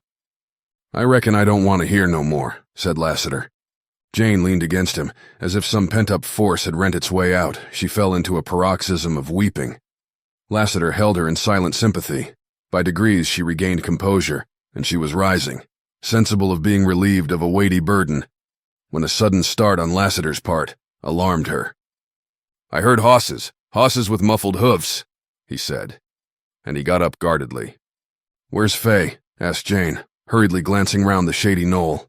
The bright-haired child, who had appeared to be close all the time, was not in sight. Faye! Call it Jane. No answering shout of glee, no patter of flying feet. Jane saw Lassiter stiffen. Faye! Oh, Faye! Jane almost screamed. The leaves quivered and rustled. A lonesome cricket chirped in the grass. A bee hummed by. The silence of the waning afternoon breathed hateful portent. It terrified Jane. When had silence been so infernal? She's only strayed out of earshot, faltered Jane, looking at Lassiter. Pale, rigid as a statue, the rider stood, not in listening, searching posture, but in one of doomed certainty. Suddenly he grasped Jane with an iron hand, and turning his face from her gaze, he strode with her from the knoll. See, Faye played here last, a house of stones and sticks. And here's a corral of pebbles with leaves for hosses, said Lassiter stridently, and pointed to the ground. Back and forth she trailed here. See, she's buried something, a dead grasshopper. There's a tombstone. Here she went, chasing a lizard. See the tiny streaked trail. She pulled bark off this cottonwood. Look in the dust of the path. The letters you taught her. She's drawn pictures of birds, and hosses, and people. Look. A cross. Oh, Jane, your cross. Lassiter dragged Jane on, and as if from a book read the meaning of little Faye's trail. All the way down the knoll, through the shrubbery, round and round a cottonwood, Faye's vagrant fancy left records of her sweet musings and innocent play. Long had she lingered round a bird nest, to leave therein the gaudy wing of a butterfly. Long had she played beside the running stream, sending adrift vessels freighted with pebbly cargo. Then she had wandered through the deep grass, her tiny feet scarcely turning a fragile blade, and she had dreamed beside some old faded flowers. Thus her steps led her into the broad lane. The little dimpled imprints of her bare feet showed clean-cut in the dust. They went a little way down the lane. And then, at a point where they stopped, the great tracks of a man led out from the shrubbery and returned.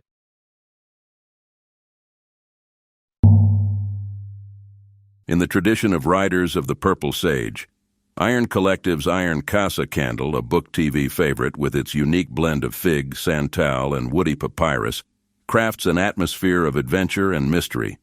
Use code BookTV for 20% off your first order at ironcollective.co. Chapter 20. Lassiter's Way. Footprints told the story of little Faye's abduction. In anguish, Jane Withersteen turned speechlessly to Lassiter, and confirming her fears, she saw him gray-faced, aged all in a moment, stricken as if by a mortal blow. Then all her life seemed to fall about her, in wreck and ruin. "It's all over," she heard her voice whisper. "It's ended. I'm going. "Where?" demanded Lassiter, suddenly looming darkly over her. To those cruel men." "Speak names," thundered Lassiter. "To Bishop Dyer, to Tull," went on Jane, shocked into obedience. "Well, what for?" "I want little Faye. I can't live without her. They've stolen her as they stole Millie Earn's child. I must have little Faye. I want only her. I give up. I'll go and tell Bishop Dyer. I'm broken. I'll tell him I'm ready for the yoke. Only give me back Faye, and I'll marry Tull." "Never," hissed Lassiter. His long arm leaped at her. Almost running, he dragged her under the cottonwoods, across the court, into the huge hall of Withersteen House, and he shut the door with a force that jarred the heavy walls. Blackstar and Knight and Bells, since their return, had been locked in this hall, and now they stamped on the stone floor. Lassiter released Jane, and like a dizzy man swayed from her with a hoarse cry, and leaned shaking against a table where he kept his rider's accoutrements. He began to fumble in his saddlebags. His action brought a clinking, metallic sound. The rattling of gun cartridges. His fingers trembled as he slipped cartridges into an extra belt. But as he buckled it over the one he habitually wore, his hands became steady. This second belt contained 2 guns, smaller than the black ones swinging low, and he slipped them round so that his coat hid them. Then he fell to swift action. Jane Withersteen watched him, fascinated but uncomprehending, and she saw him rapidly saddle Blackstar and Knight. Then he drew her into the light of the huge windows, standing over her, gripping her arm with fingers like cold steel. "Yes, Jane, it's ended, but you're not going to Dyer. I'm going instead." Looking at him, he was so terrible of aspect, she could not comprehend his words. Who was this man with the face gray as death, with eyes that would have made her shriek had she the strength, with the strange, ruthlessly bitter lips? Where was the gentle Lassiter? What was this presence in the hall? About him, about her? This cold, invisible presence? "Yes, it's ended, Jane," he was saying, so awfully quiet and cool and implacable. "And I'm going to make a little call. I'll lock you in here, and when I get back have the saddlebags full of meat and bread, and be ready to ride." "Lassiter," cried Jane. Desperately she tried to meet his gray eyes. In vain. Desperately she tried again, fought herself as feeling and thought resurged in torment, and she succeeded, and then she knew. No, she wailed. "You said you'd foregone your vengeance. You promised not to kill Bishop Dyer." "If you want to talk to me about him, leave off the bishop. I don't understand that name, or its use." "Oh, hadn't you foregone your vengeance on Dyer?" "Yes, but your actions, your words, your guns, your terrible looks, they don't seem foregoing vengeance." "Jane, now it's justice." "You'll kill him?" "If God lets me live another hour. If not God, then the devil who drives me. You'll kill him, for yourself, for your vengeful hate." "No." "For Millie Earn's sake." "No." "For little Faye's?" "No." "Oh, for whose?" "For yours." "His blood on my soul," whispered Jane, and she fell to her knees. This was the long-pending hour of fruition, and the habit of years, the religious passion of her life, leaped from lethargy, and the long months of gradual drifting to doubt were as if they had never been. "If you spill his blood, it'll be on my soul, and on my father's. Listen." And she clasped his knees, and clung there as he tried to raise her. "Listen, am I nothing to you? Woman, and don't trifle at words. I love you, and I'll soon prove it. I'll give myself to you. I'll ride away with you, marry you if only you'll spare him."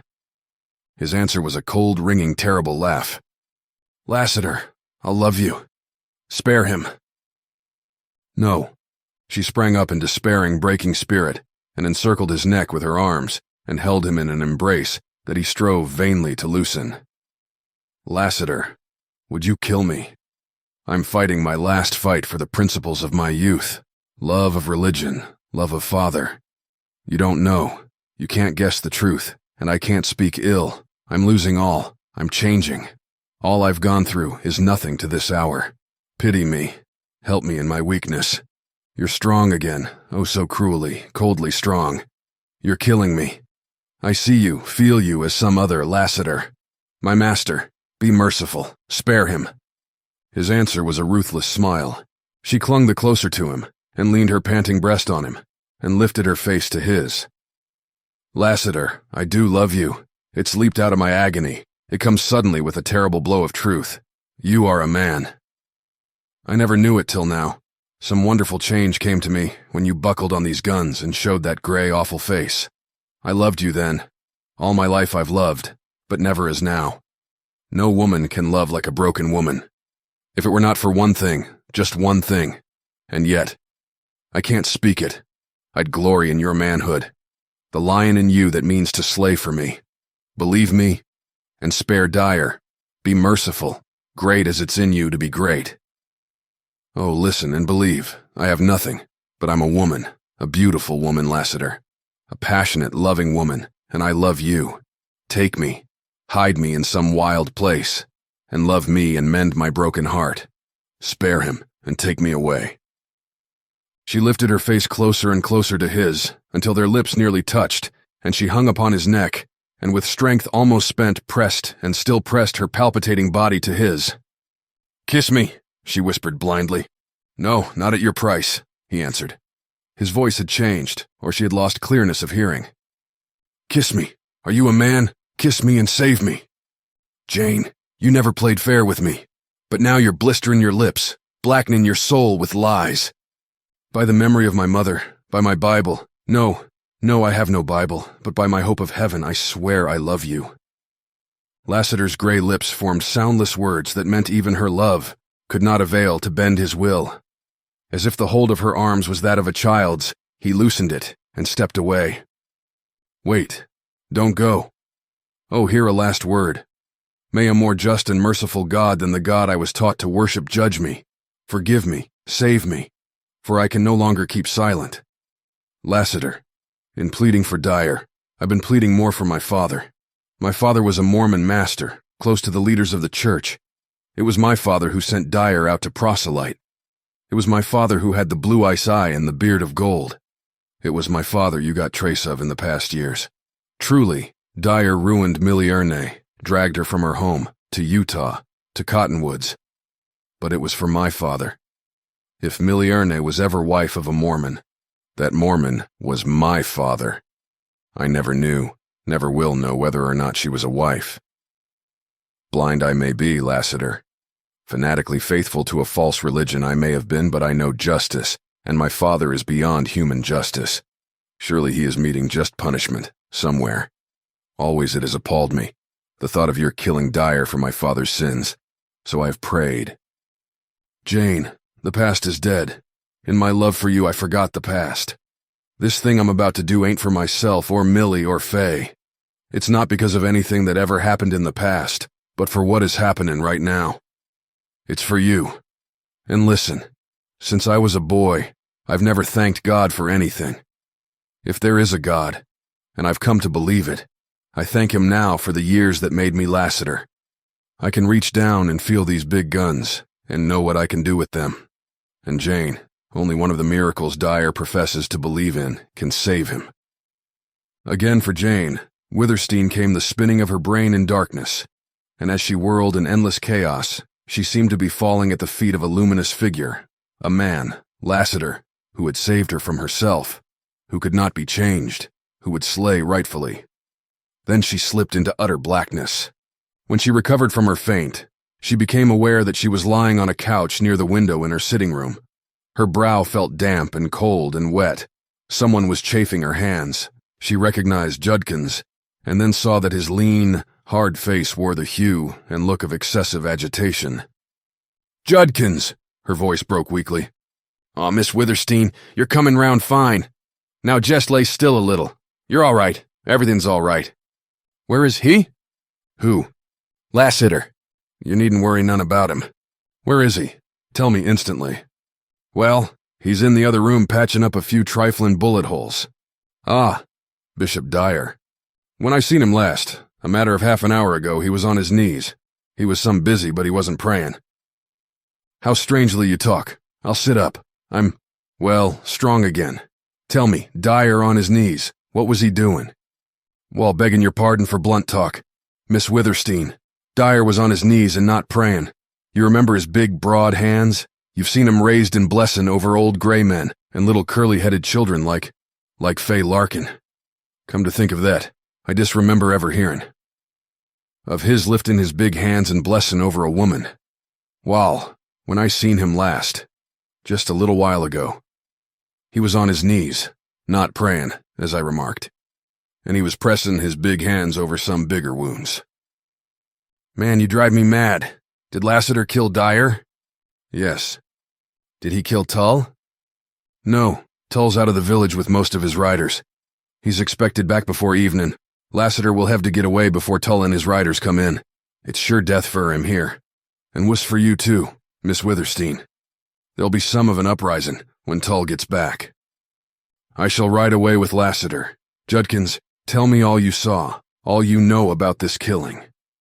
She realized, without wonder or amaze, how Judkins's one word, affirming the death of Dyer, that the catastrophe had fallen, had completed the change whereby she had been molded, or beaten, or broken into another woman. She felt calm, slightly cold, strong as she had not been strong since the first shadow fell upon her. I just saw about all of it, Miss Withersteen, and I'll be glad to tell you if you'll only have patience with me, said Judkins earnestly. You see, I've been peculiarly interested, and naturally I'm some excited. And I talk a lot, that maybe ain't necessary, but I can't help that. I was at the meeting house, where Dyer was holding court. You know he allus acts as magistrate and judge when Tull's away. And the trial was for trying what's left of my boy riders, that helped me hold your cattle, for a lot of hatchet-up things the boys never did. We're used to that, and the boys wouldn't have minded being locked up for a while, or having to dig ditches, or whatever the judge laid down.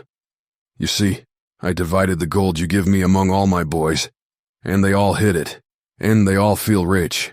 Howsomever, court was adjourned before the judge passed sentencing. Yes, ma'am, court was adjourned some strange and quick, much as if lightning had struck the meeting house. I had trouble attending the trial, but I got in. There was a good many people there, all my boys, and Judge Dyer with his several clerks. Also he had with him the 5 riders who've been guarding him pretty close, of late. They was Carter, Wright, Jengison, and 2 new riders from Stone Bridge. I didn't hear their names, but I heard they was handy men with guns, and they looked more like rustlers than riders. Anyway, there they was, the 5 all in a row. Judge Dyer was telling Willie Kern, one of my best and steadiest boys. Dyer was telling him how there was a ditch open near Willie's home, letting water through his lot, where it hadn't ought to go, and Willie was trying to get a word in to prove he wasn't at home all the day. It happened, which was true, as I know. But Willie couldn't get a word in, and then Judge Dyer went on laying down the law, and all to won't he happened to look down the long room. And if ever any man turned to stone, he was that man. Not really. I looked back to see what he'd acted so powerful strange on the judge. And there, halfway up the room, in the middle of the wide aisle, stood Lassiter. All white and black he looked, and I can't think of anything he resembled, unless it's death. Venners made the same room some still and chilly when he called Tull, but this was different. I give my word, Miss Withersteen, that I went cold to my very marrow. I don't know why, but Lassiter had a way about him that's awful. He spoke a word, a name, I couldn't understand it, though he spoke clear as a bell. I was too excited, maybe. Judge Dyer must have understood it, and a lot more that was mystery to me, for he pitched forward out of his chair, right onto the platform. Then them 5 riders, Dyer's bodyguards, they jumped up, and 2 of them that I found out afterward were the strangers from Stone Bridge. They piled right out of a winder, so quick you couldn't catch your breath. It was plain they wasn't Mormons. Jingison, Carter, and Wright eyed Lassiter for what must have been a second and seemed like an hour, and they went white and strung. But they didn't weaken, nor lose their nerve. I had a good look at Lassiter. He stood sort of stiff, bending a little, and both his arms were crooked and his hands looked like a hawk's claws. But there ain't no tellin' how his eyes looked. I know this, though, and that is, his eyes could read the mind of any man about to throw a gun. And in watching him, of course, I couldn't see the three men go for their guns. And though I was looking right at Lassiter, looking hard, I couldn't see how he drawed. He was quicker in eyesight, that's all. But I seen the red spurtin' of his guns, and heard his shots just the very littlest instant before I heard the shots of the riders. And when I turned, Wright and Carter was down, and Jingison, who's tough like a steer, was pulling the trigger of a wobbling gun. But it was plain he was shot through, plumb center, and sudden he fell with a crash, and his gun clattered on the floor. Then there was a hell of a silence. Nobody breathed. Sartin I didn't, anyway. I saw Lassiter slip a smoking gun back in a belt, but he hadn't throwed either of the big black guns, and I thought this strange. And all this was happening quick. You can't imagine how quick. There come a scraping on the floor and Dyer got up, his face like lead. I wanted to watch Lassiter, but Dyer's face, once I seen it like that, glued my eyes. I seen him go for his gun. Why, I could have done better quicker. And then there was a thunderin' shot from Lassiter, and it hit Dyer's right arm, and his gun went off as it dropped. He looked at Lassiter like a cornered sage wolf, and sorta howled, and reached down for his gun. He just picked it off the floor and was raising it, when another thunderin' shot almost tore that arm off, so it seemed to me.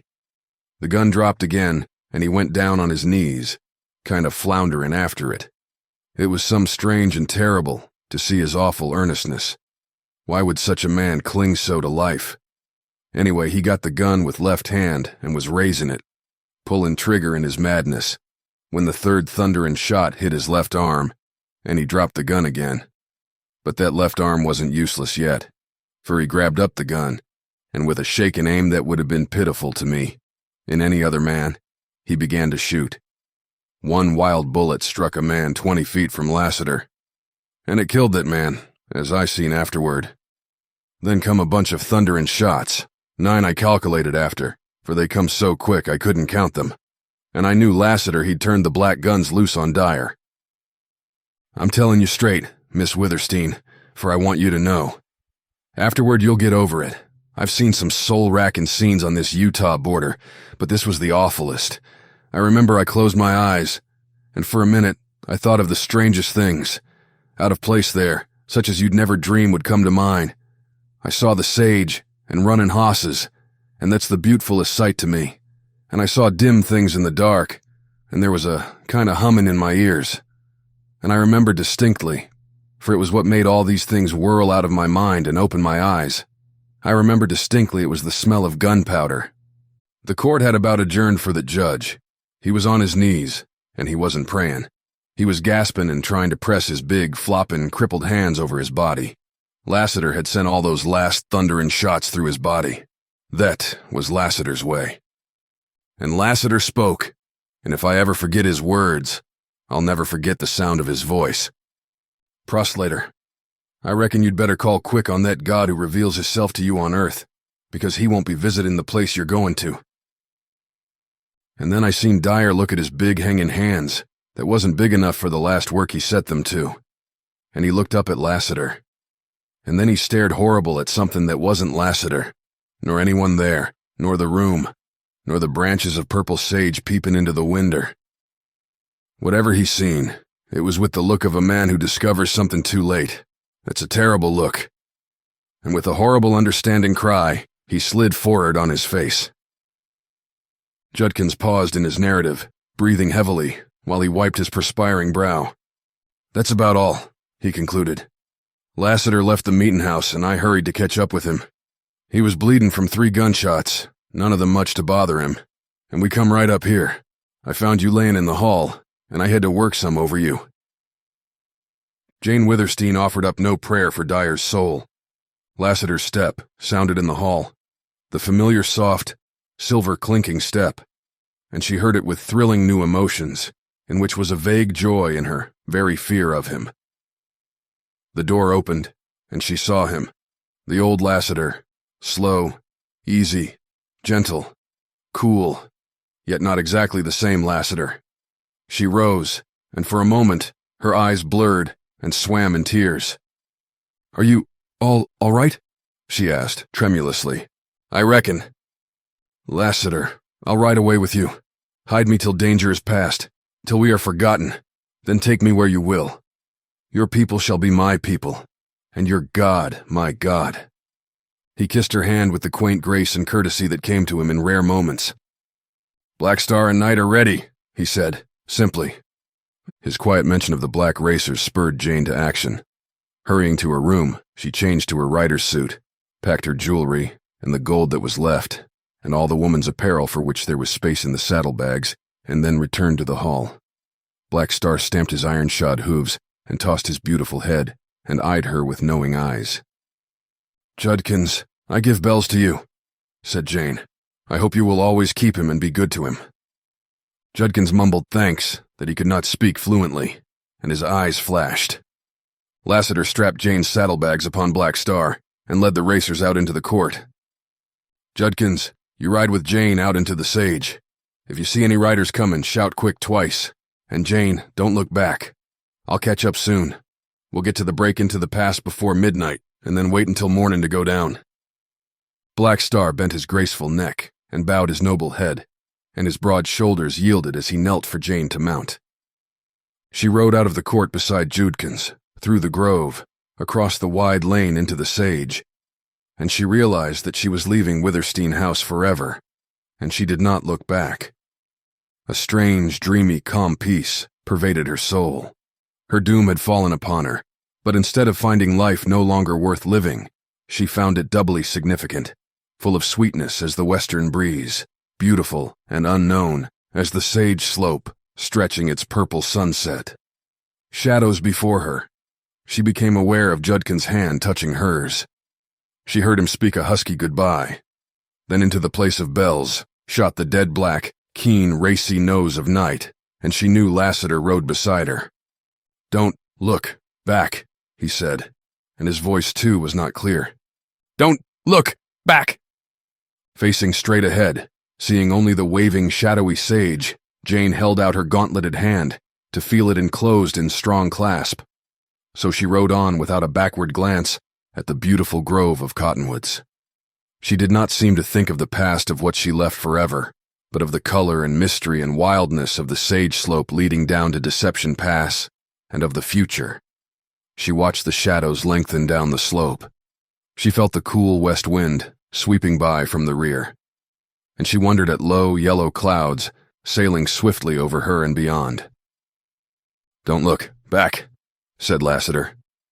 Thick driving belts of smoke traveled by on the wind, and with it came a strong, pungent odor of burning wood. Lassiter had fired Withersteen House, but Jane did not look back.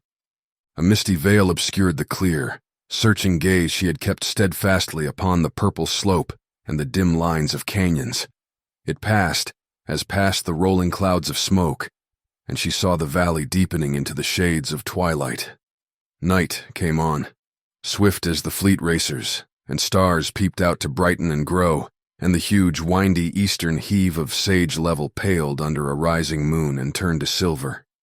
Blanched in moonlight, the sage yet seemed to hold its hue of purple, and was infinitely more wild and lonely. So the night hours wore on, and Jane Withersteen never once looked back. Chapter 21. Black Star and Night. The time had come for Venters and Bess to leave their retreat. They were at great pains to choose the few things they would be able to carry with them on the journey out of Utah. "Burn, whatever kind of a pack's this, anyhow?" questioned Bess, rising from her work with reddened face.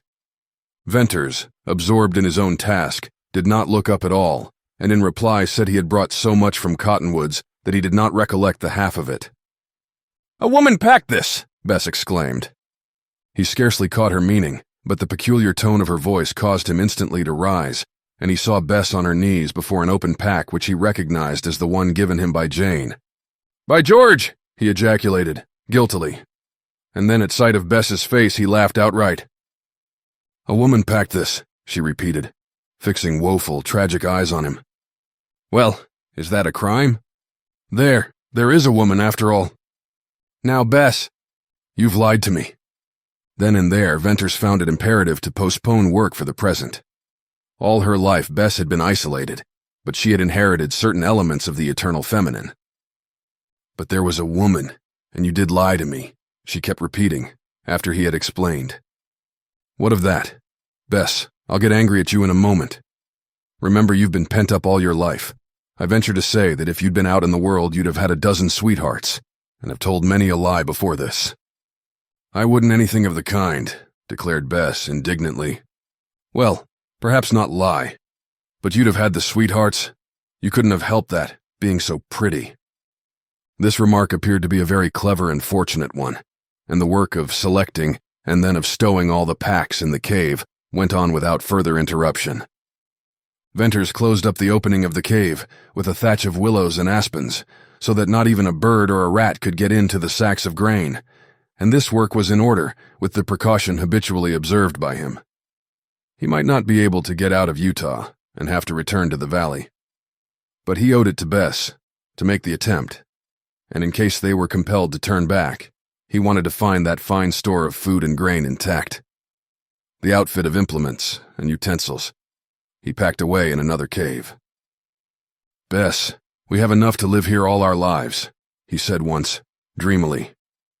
"Shall I go roll Balancing Rock?" she asked, in light speech, but with deep blue fire in her eyes. No. "You don't forget the gold in the world," she sighed. "Child, you forget the beautiful dresses and the travel, and everything. Oh, I want to go, but I want to stay." "I feel the same way." They let the 8 calves out of the corral and kept only 2 of the burros Venters had brought from Cottonwoods. These they intended to ride. Bess freed all her pets, the quail and rabbits and foxes. The last sunset and twilight and night were both the sweetest and saddest they had ever spent in Surprise Valley. Morning brought keen exhilaration and excitement. When Venters had saddled the 2 burros, strapped on the light packs and the 2 canteens, the sunlight was dispersing the lazy shadows from the valley. Taking a last look at the caves and the silver spruces, Venters and Bess made a reluctant start, leading the burros. Ring and Whitey looked keen and knowing. Something seemed to drag at Venters' feet, and he noticed Bess lagged behind. Never had the climb from terrace to bridge appeared so long. Not till they reached the opening of the gorge did they stop to rest and take one last look at the valley. The tremendous arch of stone curved clear and sharp in outline against the morning sky, and through it streaked the golden shaft. The valley seemed an enchanted circle of glorious veils of gold and wraiths of white and silver haze and dim blue moving shade, beautiful and wild and unreal as a dream. We can think of it, always remember, sobbed Bess. "Hush, don't cry. Our valley has only fitted us for a better life somewhere. Come." They entered the gorge, and he closed the willow gate. From rosy, golden morning light, they passed into cool, dense gloom. The burros pattered up the trail with little hollow cracking steps, and the gorge widened to narrow outlet, and the gloom lightened to gray. At the divide they halted for another rest. Venters' keen remembering gaze searched Balancing Rock, and the long incline, and the cracked toppling walls, but failed to note the slightest change. The dogs led the descent, then came Bess, leading her burro, then Venters leading his. Bess kept her eyes bent downward. Venters, however, had an irresistible desire to look upward at Balancing Rock. It had always haunted him, and now he wondered if he were really to get through the outlet before the huge stone thundered down. He fancied that would be a miracle. Every few steps he answered to the strange, nervous fear and turned to make sure the rock still stood like a giant statue. And, as he descended, it grew dimmer in his sight. It changed form. It swayed. It nodded darkly. And at last, in his heightened fancy, he saw it heave and roll. As in a dream when he felt himself falling, yet knew he would never fall, so he saw this long-standing thunderbolt of the little stoneman plunge down to close forever the outlet to Deception Pass. And while he was giving way to unaccountable dread imaginations, the descent was accomplished without mishap. "I'm glad that's over," he said, breathing more freely. "I hope I'm by that hanging rock for good and all. Since almost the moment I first saw it, I've had an idea that it was waiting for me. Now, when it does fall, if I'm thousands of miles away, I'll hear it." With the first glimpses of the smooth slope leading down to the grotesque cedars and out to the pass, Venters's cool nerve returned. One long survey to the left, then one to the right, satisfied his caution. Leading the burros down to the spur of rock, he halted at the steep incline. "Bess, here's the bad place, the place I told you about, with the cut steps. You start down leading your burro. Take your time and hold on to him if you slip. I've got a rope on him and a half hitch on this point of rock, so I can let him down safely. Coming up here was a killing job. But it'll be easy going down."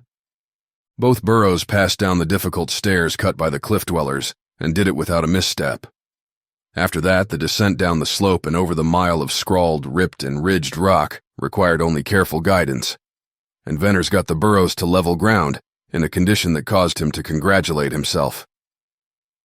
"Oh, if we only had Wrangle," exclaimed Venters. "But we're lucky. That's the worst of our trail past. We've only men to fear now. If we get up in the sage, we can hide and slip along like coyotes." They mounted and rode west through the valley and entered the canyon. From time to time, Venters walked, leading his burro. When they got by all the canyons and gullies opening into the pass, they went faster and with fewer halts. Venters did not confide in Bess, the alarming fact that he had seen horses and smoke less than a mile up one of the intersecting canyons.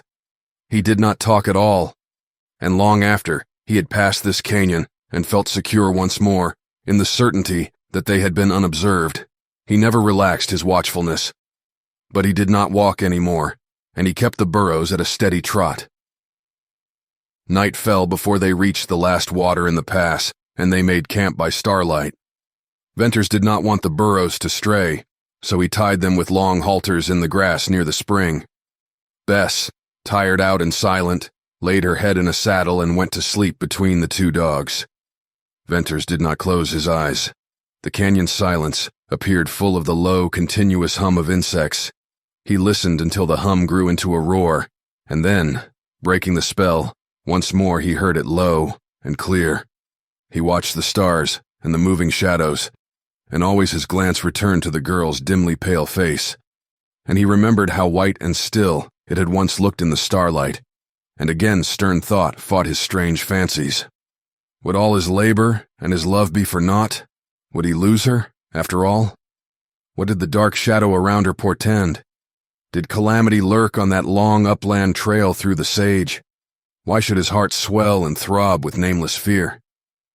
He listened to the silence and told himself that in the broad light of day he could dispel this leaden-weighted dread. At the first hint of gray, over the eastern rim, he awoke Bess, saddled the burros, and began the day's travel. He wanted to get out of the pass before there was any chance of riders coming down. They gained the break as the first red rays of the rising sun colored the rim. For once, so eager was he to get up to level ground, he did not send Ring or Whitey in advance. Encouraging Bess to hurry pulling at his patient, plodding burro, he climbed the soft, steep trail. Brighter and brighter grew the light. He mounted the last broken edge of rim to have the sun-fired, purple sage slope burst upon him as a glory. Bess panted up to his side, tugging on the halter of her burro. "We're up," he cried joyously. "There's not a dot on the sage. We're safe. We'll not be seen." "Oh, Bess." Ring growled and sniffed the keen air and bristled. Venters clutched at his rifle. Whitey sometimes made a mistake, but Ring never. The dull thud of hooves almost deprived Venters of power to turn and see from where disaster threatened. He felt his eyes dilate as he stared at Lassiter, leading Black Star and Night out of the sage, with Jane Withersteen in rider's costume close beside them. For an instant, Venters felt himself whirled dizzily in the center of vast circles of sage. He recovered partially, enough to see Lassiter standing with a glad smile, and Jane riveted in astonishment. "Why, Byrne," she exclaimed. "How good it is to see you. We're riding away, you see. The storm burst, and I'm a ruined woman. I thought you were alone." Venters, unable to speak for consternation, and bewildered out of all sense of what he ought or ought not to do, simply stared at Jane. "Son, where are you bound for?" asked Lassiter. "Not safe where I was. We're going out of Utah, back east," he found tongue to say. "I reckon this meeting's the luckiest thing that ever happened to you, and to me, and to Jane, and to Bess," said Lassiter coolly. "Bess!" cried Jane with a sudden leap of blood to her pale cheek. It was entirely beyond Venters to see any luck in that meeting. Jane Withersteen took one flashing, woman's glance at Bess's scarlet face, at her slender, shapely form. "Venters, is this a girl? A woman?" she questioned, in a voice that stung. "Yes." "Did you have her in that wonderful valley?" "Yes, but Jane, all the time you were gone." "Yes, but I couldn't tell." "Was it for her you asked me to give you supplies? Was it for her that you wanted to make your valley a paradise?" "Oh, Jane, answer me." "Yes. Oh, you liar." And with these passionate words, Jane Withersteen succumbed to fury. For the second time in her life, she fell into the ungovernable rage that had been her father's weakness. And it was worse than his, for she was a jealous woman, jealous even of her friends. As best he could, he bore the brunt of her anger. It was not only his deceit to her that she visited upon him, but her betrayal by religion, by life itself. Her passion, like fire at white heat, consumed itself in little time. Her physical strength failed, and still her spirit attempted to go on in magnificent denunciation of those who had wronged her. Like a tree cut deep into its roots, she began to quiver and shake, and her anger weakened into despair, and her ringing voice sank into a broken, husky whisper. Then, spent and pitiable, upheld by Lassiter's arm, she turned and hid her face in Black Star's mane. Numb as Venters was, when at length Jane Withersteen lifted her head and looked at him, he yet suffered a pang. "Jane, the girl is innocent," he cried. "Can you expect me to believe that?" she asked, with weary, bitter eyes. "I'm not that kind of a liar, and you know it.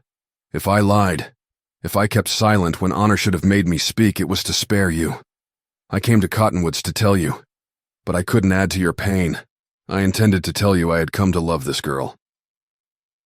But Jane, I hadn't forgotten how good you were to me. I haven't changed at all toward you. I prize your friendship as I always have. But however it may look to you, don't be unjust. The girl is innocent. Ask Lassiter." "Jane, she's just as sweet and innocent as little Fay," said Lassiter. There was a faint smile upon his face and a beautiful light. Venters saw, and knew that Lassiter saw, how Jane Withersteen's tortured soul wrestled with hate and through it, with scorn, doubt, suspicion, and overcame all. "Byrne, if in my misery I accused you unjustly, I crave forgiveness," she said. "I'm not what I once was. Tell me, who is this girl?" "Jane. She is Oldring's daughter, and his masked rider. Lassiter will tell you how I shot her for a rustler, saved her life, all the story. It's a strange story, Jane, as wild as the sage, but it's true as her innocence, that you must believe." "Oldring's masked rider, Oldring's daughter," exclaimed Jane. "And she's innocent. You ask me to believe much. If this girl is what you say, how could she be going away with the man who killed her father?" "Why did you tell that?" cried Venters, passionately. Jane's question had roused Bess out of stupefaction. Her eyes suddenly darkened and dilated. She stepped toward Venters and held up both hands as if to ward off a blow. Did you kill Oldring?" "I did, Bess, and I hate myself for it. But you know I never dreamed he was your father. I thought he'd wronged you. I killed him when I was madly jealous." For a moment, Bess was shocked into silence. "But he was my father," she broke out at last. "And now I must go back. I can't go with you. It's all over. That beautiful dream. Oh, I knew it couldn't come true. You can't take me now. If you forgive me, Bess, it'll all come right in the end, implored Venters. It can't be right. I'll go back. After all, I loved him. He was good to me. I can't forget that. If you go back to Oldring's men, I'll follow you, and then they'll kill me, said Venters hoarsely. Oh no, Byrne, you'll not come. Let me go. It's best for you to forget me. I've brought you only pain and dishonor. She did not weep, but the sweet bloom in life died out of her face. She looked haggard and sad, all at once stunted, and her hands dropped listlessly, and her head drooped in slow, final acceptance of a hopeless fate. Jane, look there, cried Venters in despairing grief. Need you have told her? Where was all your kindness of heart? This girl has had a wretched, lonely life, and I'd found a way to make her happy. You've killed it. You've killed something sweet and pure and hopeful, just as sure as you breathe. Oh, Byrne, it was a slip. I never thought, replied Jane. How could I tell she didn't know? Lassiter suddenly moved forward, and with the beautiful light on his face now strangely luminous, he looked at Jane and Venters, and then let his soft, bright gaze rest on Bess. Well, I reckon you've all had your say, and now it's Lassiter's turn. Why, I was just praying for this meeting. Bess, just look here. Gently he touched her arm and turned her to face the others, and then outspread his great hand to disclose a shiny, battered gold locket. Open it, he said, with a singularly rich voice. Bess complied, but listlessly. Jane, Venters, come closer, went on Lassiter. Take a look at the picture. Don't you know the woman? Jane, after one glance, drew back. Millie Erna, she cried wonderingly. Venters, with tingling pulse, with something growing on him, recognized in the faded miniature portrait the eyes of Millie Erne. Yes, that's Millie, said Lassiter softly. Bess, did you ever see her face? Look hard, with all your heart and soul. The eyes seem to haunt me, whispered Bess. Oh, I can't remember. They're eyes of my dreams, but... Lassiter's strong arm went round her, and he bent his head. Child, I thought you'd remember her eyes. They're the same beautiful eyes you'd see if you looked in a mirror or a clear spring. They're your mother's eyes. You are Millie Erne's child. Your name is Elizabeth Erne. You're not Oldring's daughter. You're the daughter of Frank Erne, a man once my best friend. Look, here's his picture beside Millie's. He was handsome, and as fine and gallant a southern gentleman as I ever seen. Frank came of an old family. You come of the best of blood, lass, and blood tells. Bess slipped through his arm to her knees and hugged the locket to her bosom and lifted wonderful, yearning eyes.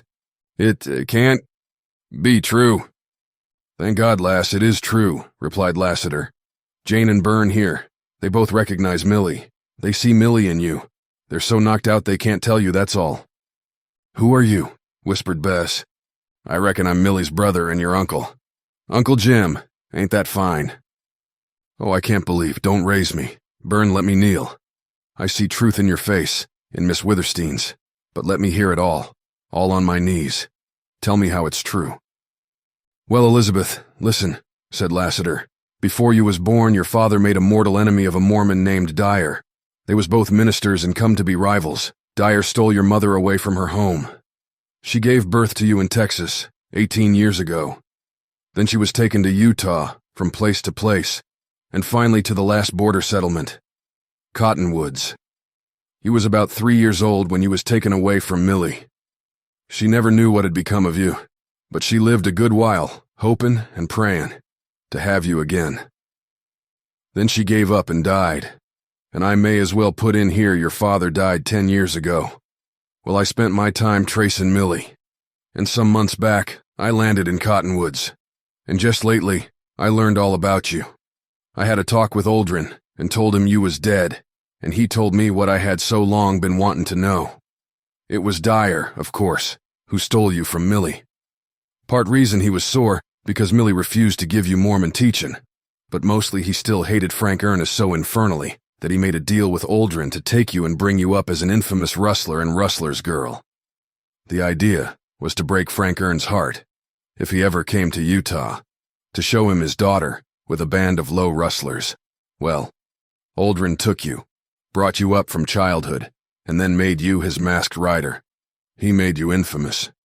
He kept that part of the contract, but he learned to love you as a daughter and never let any but his own men know you was a girl. I heard him say that with my own ears, and I saw his big eyes grow dim. He told me how he had guarded you always, kept you locked up in his absence, was always at your side or near you on those rides that made you famous on the Sage. He said he and an old rustler whom he trusted had taught you how to read and write. They selected the books for you.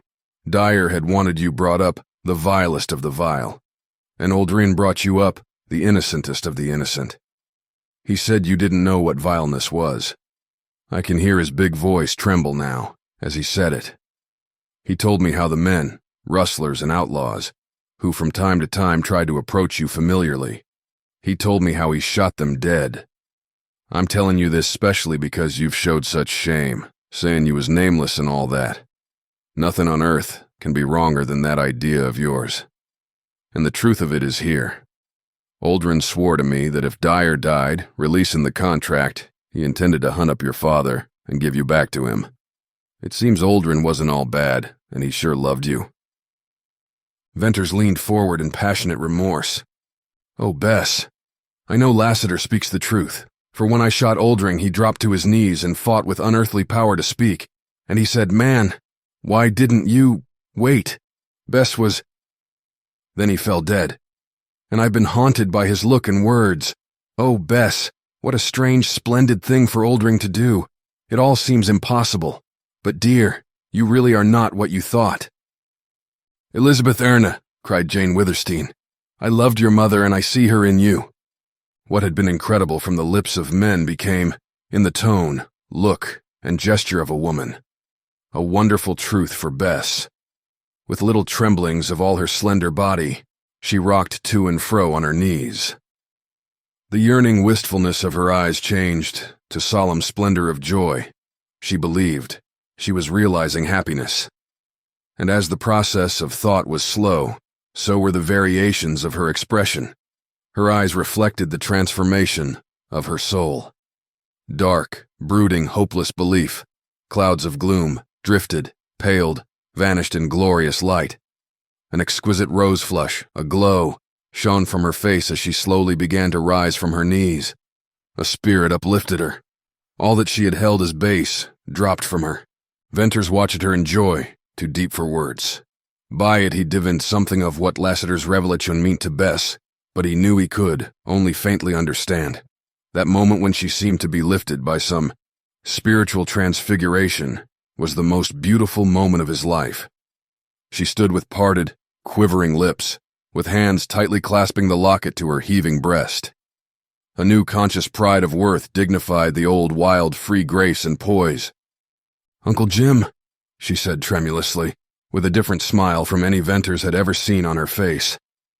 Lassiter took her into his arms. "I reckon it's powerful fine to hear that," replied Lassiter unsteadily. Venters, feeling his eyes grow hot and wet, turned away and found himself looking at Jane Withersteen. He had almost forgotten her presence. Tenderness and sympathy were fast hiding traces of her agitation. Venters read her mind, felt the reaction of her noble heart, saw the joy she was beginning to feel at the happiness of others, and suddenly blinded, choked by his emotions, he turned from her also. He knew what she would do presently. She would make some magnificent amend for her anger. She would give some manifestation of her love. Probably all in a moment. As she had loved Millie Erne, so would she love Elizabeth Erne. "'Pears to me, folks, that we'd better talk a little serious now," remarked Lassiter at length. "Time flies." "You're right," replied Venters instantly. "I'd forgotten time, place, danger. Lassiter, you're riding away. Jane's leaving Withersteen House?" "Forever," replied Jane. "I fired Withersteen House," said Lassiter. "Dyer?" questioned Venters sharply. "I reckon where Dyer's gone, there won't be any kidnapping of girls." "Ah, I knew it. I told Judkins, and Tull," went on Venters passionately. "Tull wasn't around when I broke loose.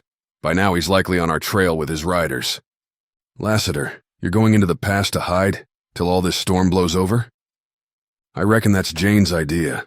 I'm thinking the storm will be a powerful long time blowing over. I was coming to join you in Surprise Valley. You'll go back now with me? No. I want to take Bess out of Utah. Lassiter, Bess found gold in the valley. We've a saddlebag full of gold, if we can reach Sterling. Man, how are you ever going to do that? Sterling is 100 miles. My plan is to ride on, keeping sharp lookout. Somewhere up the trail we'll take to the sage and go round Cottonwoods and then hit the trail again. It's a bad plan. You'll kill the burros in 2 days. Then we'll walk. That's more bad and worse. Better go back down the pass with me. Lassiter, this girl has been hidden all her life in that lonely place, went on Venters. Oldring's men are hunting me. We'd not be safe there any longer. Even if we would be, I'd take this chance to get her out. I want to marry her. She shall have some of the pleasures of life. See cities and people. We've gold. We'll be rich. Why, life opens sweet for both of us. And by heaven, I'll get her out or lose my life in the attempt.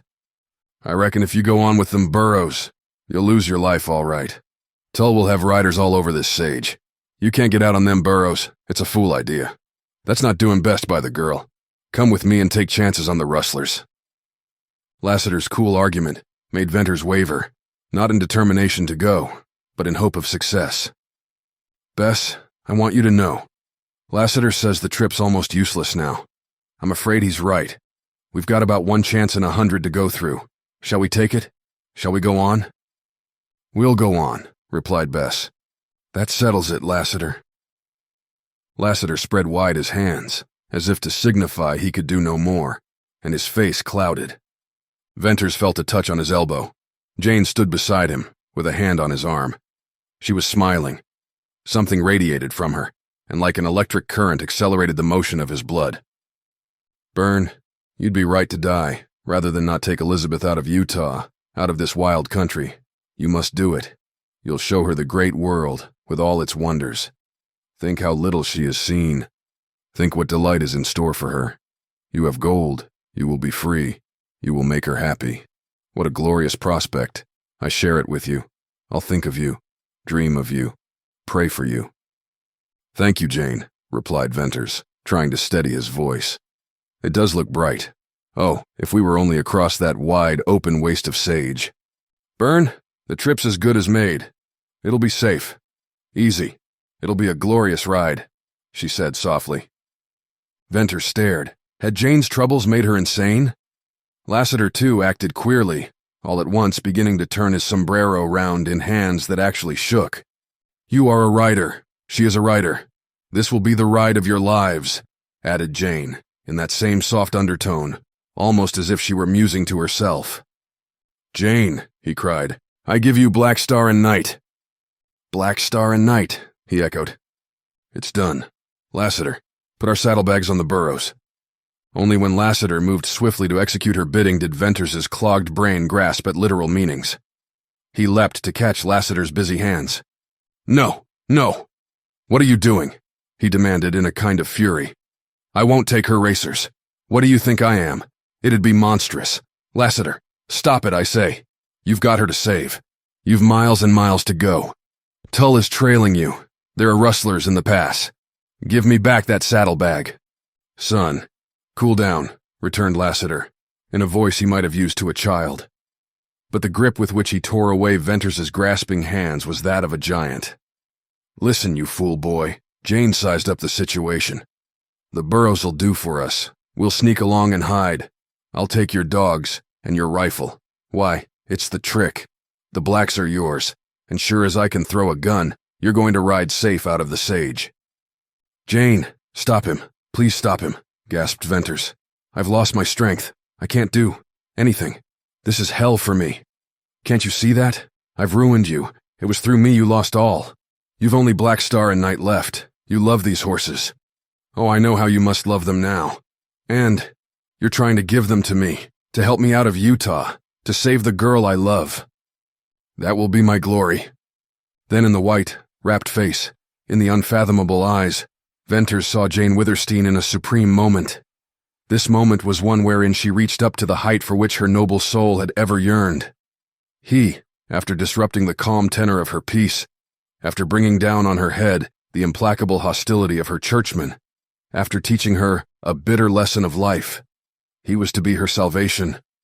And he turned away again, this time shaken to the core of his soul. Jane Withersteen was the incarnation of selflessness. He experienced wonder and terror, exquisite pain and rapture. What were all the shocks life had dealt him compared to the thought of such loyal and generous friendship? And instantly, as if by some divine insight, he knew himself in the remaking. Tried, found wanting, but stronger, better, surer. And he wheeled to Jane Withersteen, eager, joyous, passionate, wild, exalted. He bent to her. He left tears and kisses on her hands. "Jane, I can't find words, now," he said. "I'm beyond words. Only, I understand. And I'll take the blacks." "Don't be losing no more time," cut in Lassiter. "I ain't certain, but I think I seen a speck up the sage slope. Maybe I was mistaken. But anyway, we must all be moving. I've shortened the stirrups on Black Star. Put Bess on him." Jane Withersteen held out her arms. "Elizabeth Erna," she cried, and Bess flew to her. How inconceivably strange and beautiful it was for Venners to see Bess clasped to Jane Withersteen's breast. Then he leaped astride Knight. "Venters, ride straight on up the slope," Lassiter was saying, "and if you don't meet any riders, keep on till you're a few miles from the village, then cut off in the sage and go round to the trail. But you'll most likely meet riders with Tull. Just keep right on till you're just out of gunshot, and then make your cutoff into the sage. They'll ride after you, but it won't be no use. You can ride, and Bess can ride. When you're out of reach, turn on round to the west, and hit the trail somewhere. Save the hosses all you can, but don't be afraid. Black Star and Knight are good for 100 miles before sundown, if you have to push them. You can get to Sterling by night if you want. But better make it along about tomorrow morning. When you get through the notch on the Glaze Trail, swing to the right. You'll be able to see both Glaze and Stone Bridge. Keep away from them villages. You won't run no risk of meeting any of Oldring's rustlers from Sterling on. You'll find water in them deep hollows north of the notch. There's an old trail there, not much used, and it leads to Sterling. That's your trail. And one thing more, if Tull pushes you, or keeps on persistent like for a few miles, just let the blacks out and lose him and his riders." "Lassiter, may we meet again," said Venners in a deep voice. "Son, it ain't likely. It ain't likely. Well, Bess Oldring, masked rider, Elizabeth Erna. Now you climb on Black Star. I've heard you could ride. Well, every rider loves a good horse. And lass, there never was but one that could beat Black Star." "Ah, Lassiter, there never was any horse that could beat Black Star," said Jane with the old pride. "I often wondered. Maybe Venners rode out that race when he brought back the blacks. Son, was Wrangle the best hoss?" "No, Lassiter," replied Venters. For this lie he had his reward in Jane's quick smile. Well, my hoss sense ain't always right. And here I'm talking a lot, wasting time. It ain't so easy to find and lose a pretty niece all in 1 hour. Elizabeth, goodbye." "Oh, Uncle Jim, goodbye." "Elizabeth Ern, be happy. Goodbye," said Jane. "Goodbye, oh, goodbye." In lithe, supple action, Bess swung up to Black Star's saddle. "Jane Withersteen, goodbye," called Venters hoarsely. "Burn, Bess, riders of the Purple Sage, goodbye."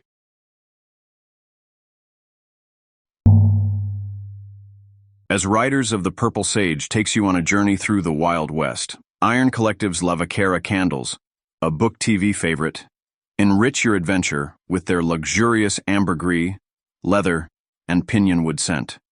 Gallop into the sunset with an infusion of Iron Collective. Use code BookTV for 20% off your first order at ironcollective.co. Chapter 22. Riders of the Purple Sage. Black Star and Knight, answering to spur, swept swiftly westward along the white, slow-rising, sage-bordered trail. Venters heard a mournful howl from Ring, but Whitey was silent. The blacks settled into their fleet, long-striding gallop. The wind sweetly fanned Venters's hot face. From the summit of the first low-swelling ridge, he looked back. Lassiter waved his hand. Jane waved her scarf. Venters replied by standing in his stirrups and holding high his sombrero. Then the dip of the ridge hid them.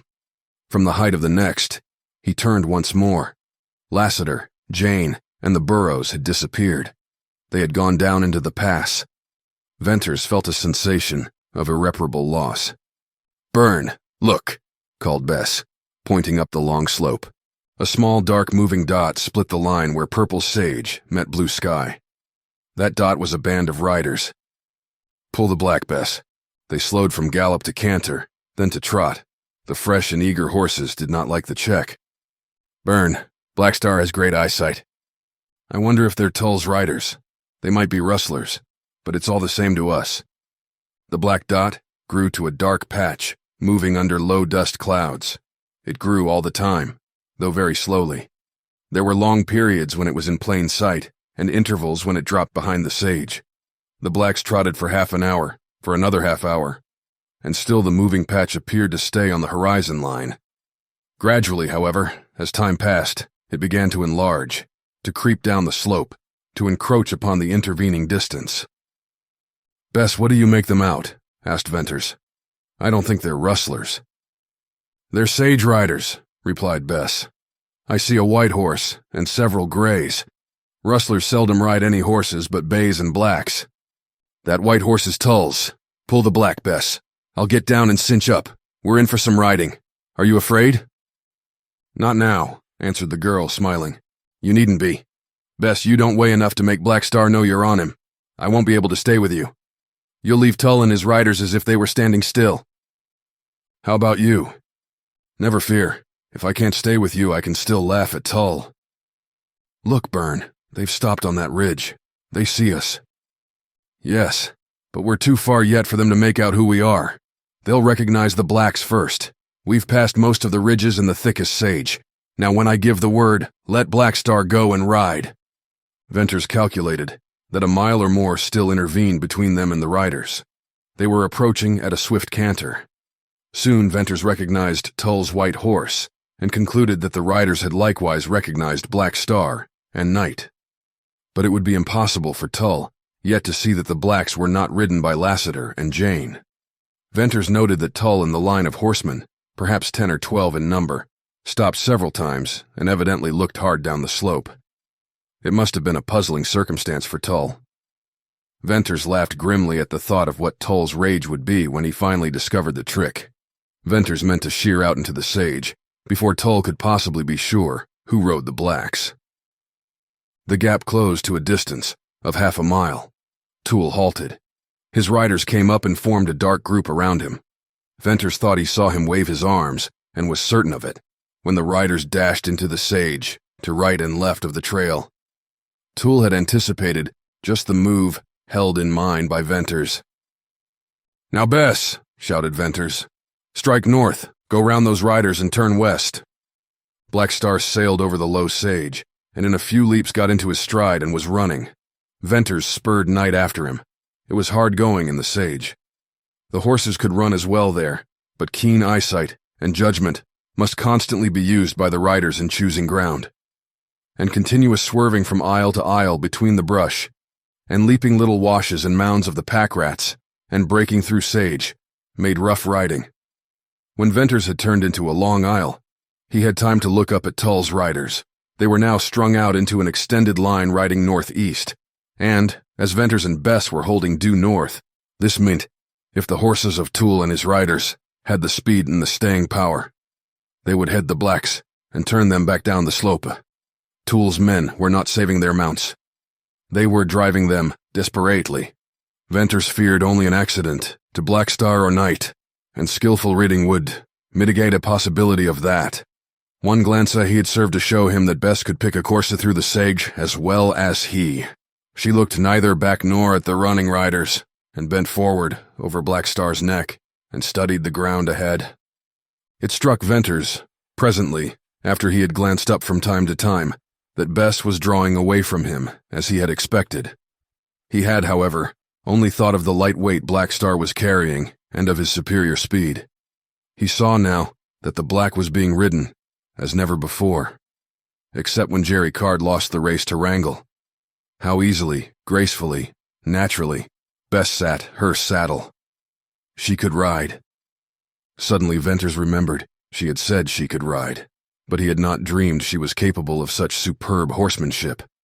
Then all at once, flashing over him, thrilling him, came the recollection that Bess was Oldring's masked rider. He forgot Tull, the running riders, the race. He let night have a free rein and felt him lengthen out to suit himself, knowing he would keep to Black Star's course, knowing that he had been chosen by the best rider now on the upland sage, for Jerry Card was dead. And fame had rivaled him with only one rider, and that was the slender girl who now swung so easily with Black Star's stride. Venters had abhorred her notoriety, but now he took passionate pride in her skill, her daring, her power over a horse, and he delved into his memory, recalling famous rides which he had heard related in the villages and round the campfires. Oldring's masked rider. Many times this strange rider, at once well-known and unknown, had escaped pursuers by matchless riding. He had to run the gauntlet of vigilantes down the main street of Stone Bridge, leaving dead horses and dead rustlers behind. He had jumped his horse over the Gerber Wash, a deep, wide ravine separating the fields of glaze from the wild sage. He had been surrounded north of Sterling, and he had broken through the line. How often had been told the story of day stampedes, of night raids, of pursuit, and then how the masked rider, swift as the wind, was gone in the sage. A fleet, dark horse, a slender, dark form, a black mask, a driving run down the slope, a dot on the purple sage, a shadowy, muffled steed disappearing in the night. And this masked rider of the uplands had been Elizabeth Erne.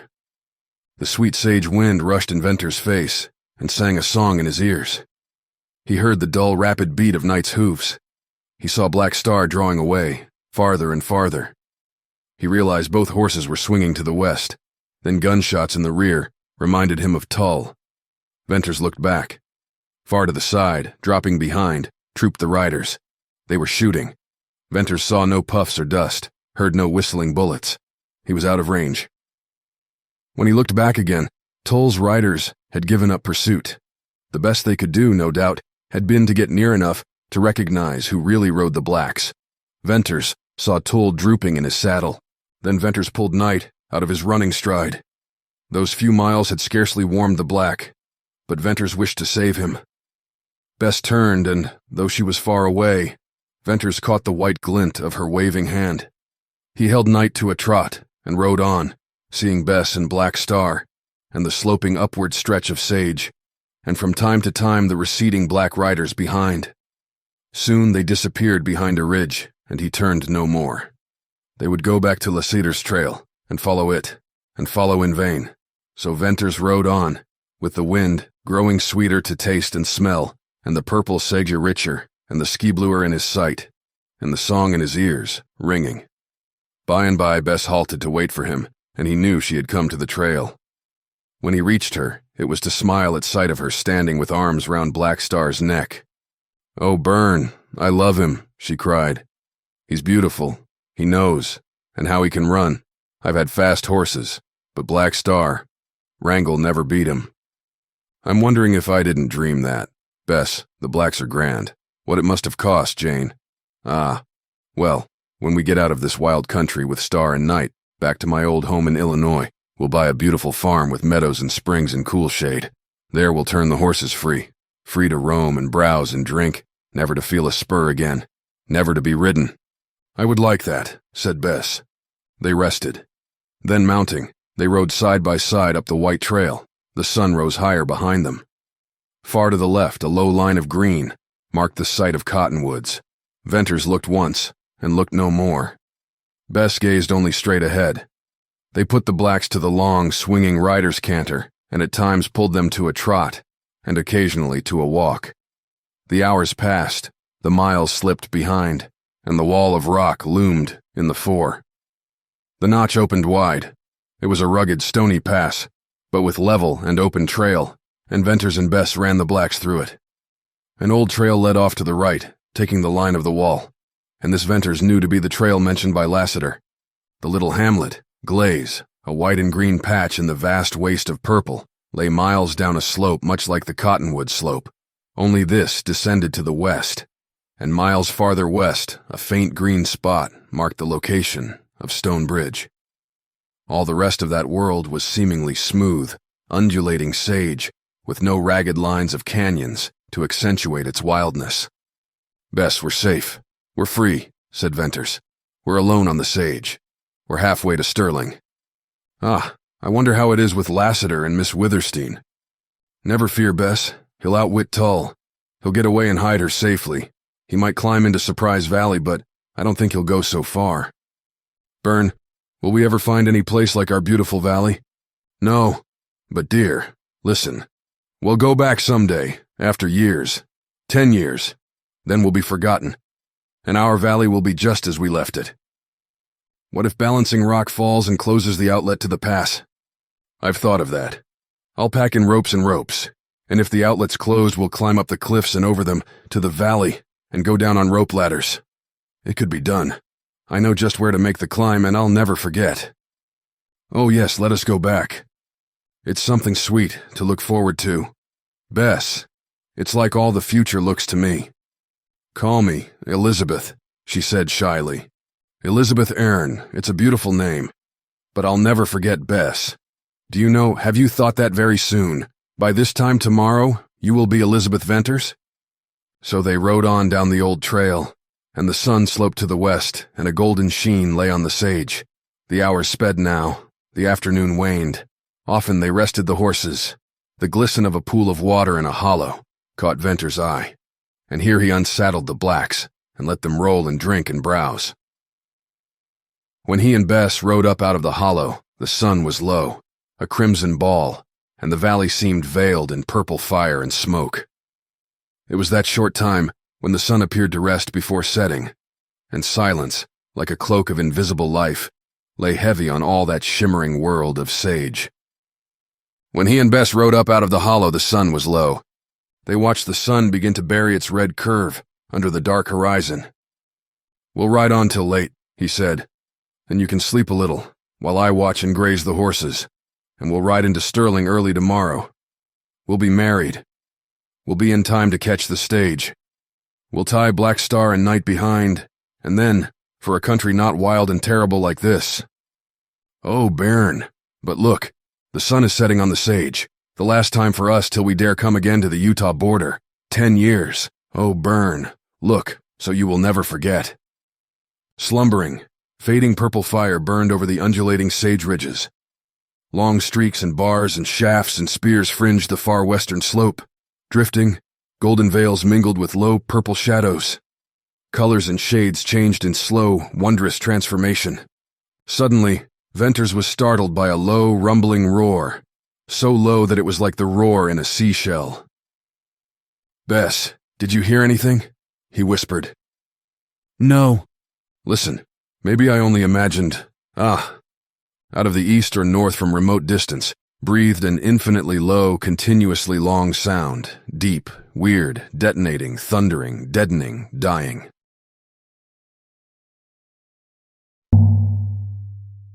As Riders of the Purple Sage takes you on a journey through the Wild West, Iron Collective's La Vaquera Candles, a BookTV favorite, envelop your senses and send your mind galloping into the West. Make this adventure that much more vivid with Iron Collective. Use code BookTV for 20% off your first order at ironcollective.co. Chapter 23, The Fall of Balancing Rock. Through tear-blurred sight, Jane Withersteen watched Venters and Elizabeth Aaron and the black racers disappear over the ridge of sage. "They're gone," said Lassiter, "and they're safe now, and there'll never be a day of their comin' happy lives but what they'll remember Jane Withersteen and Uncle Jim. I reckon, Jane, we'd better be on our way." The burros obediently wheeled and started down the break with little cautious steps, but Lassiter had to leash the whining dogs and lead them. Jane felt herself bound in a feeling that was neither listlessness nor indifference, yet which rendered her incapable of interest. She was still strong in body, but emotionally tired. That hour at the entrance to Deception Pass had been the climax of her suffering, the flood of her wrath, the last of her sacrifice, the supremacy of her love, and the attainment of peace. She thought that if she had little Faye, she would not ask any more of life. Like an automaton, she followed Lassiter down the steep trail of dust and bits of weathered stone, and when the little slides moved with her or piled around her knees, she experienced no alarm. Vague relief came to her in the sense of being enclosed between dark stone walls, deep hidden from the glare of sun, from the glistening sage. Lassiter lengthened the stirrup straps on one of the burros and bade her mount and ride close to him. She was to keep the burro from cracking his little hard hooves on stones. Then she was riding on between dark, gleaming walls. There were quiet and rest and coolness in this canyon. She noted indifferently that they passed close under shady, bulging shelves of cliff, through patches of grass and sage and thicket and groves of slender trees, and over white, pebbly washes, and around masses of broken rock. The burros trotted tirelessly.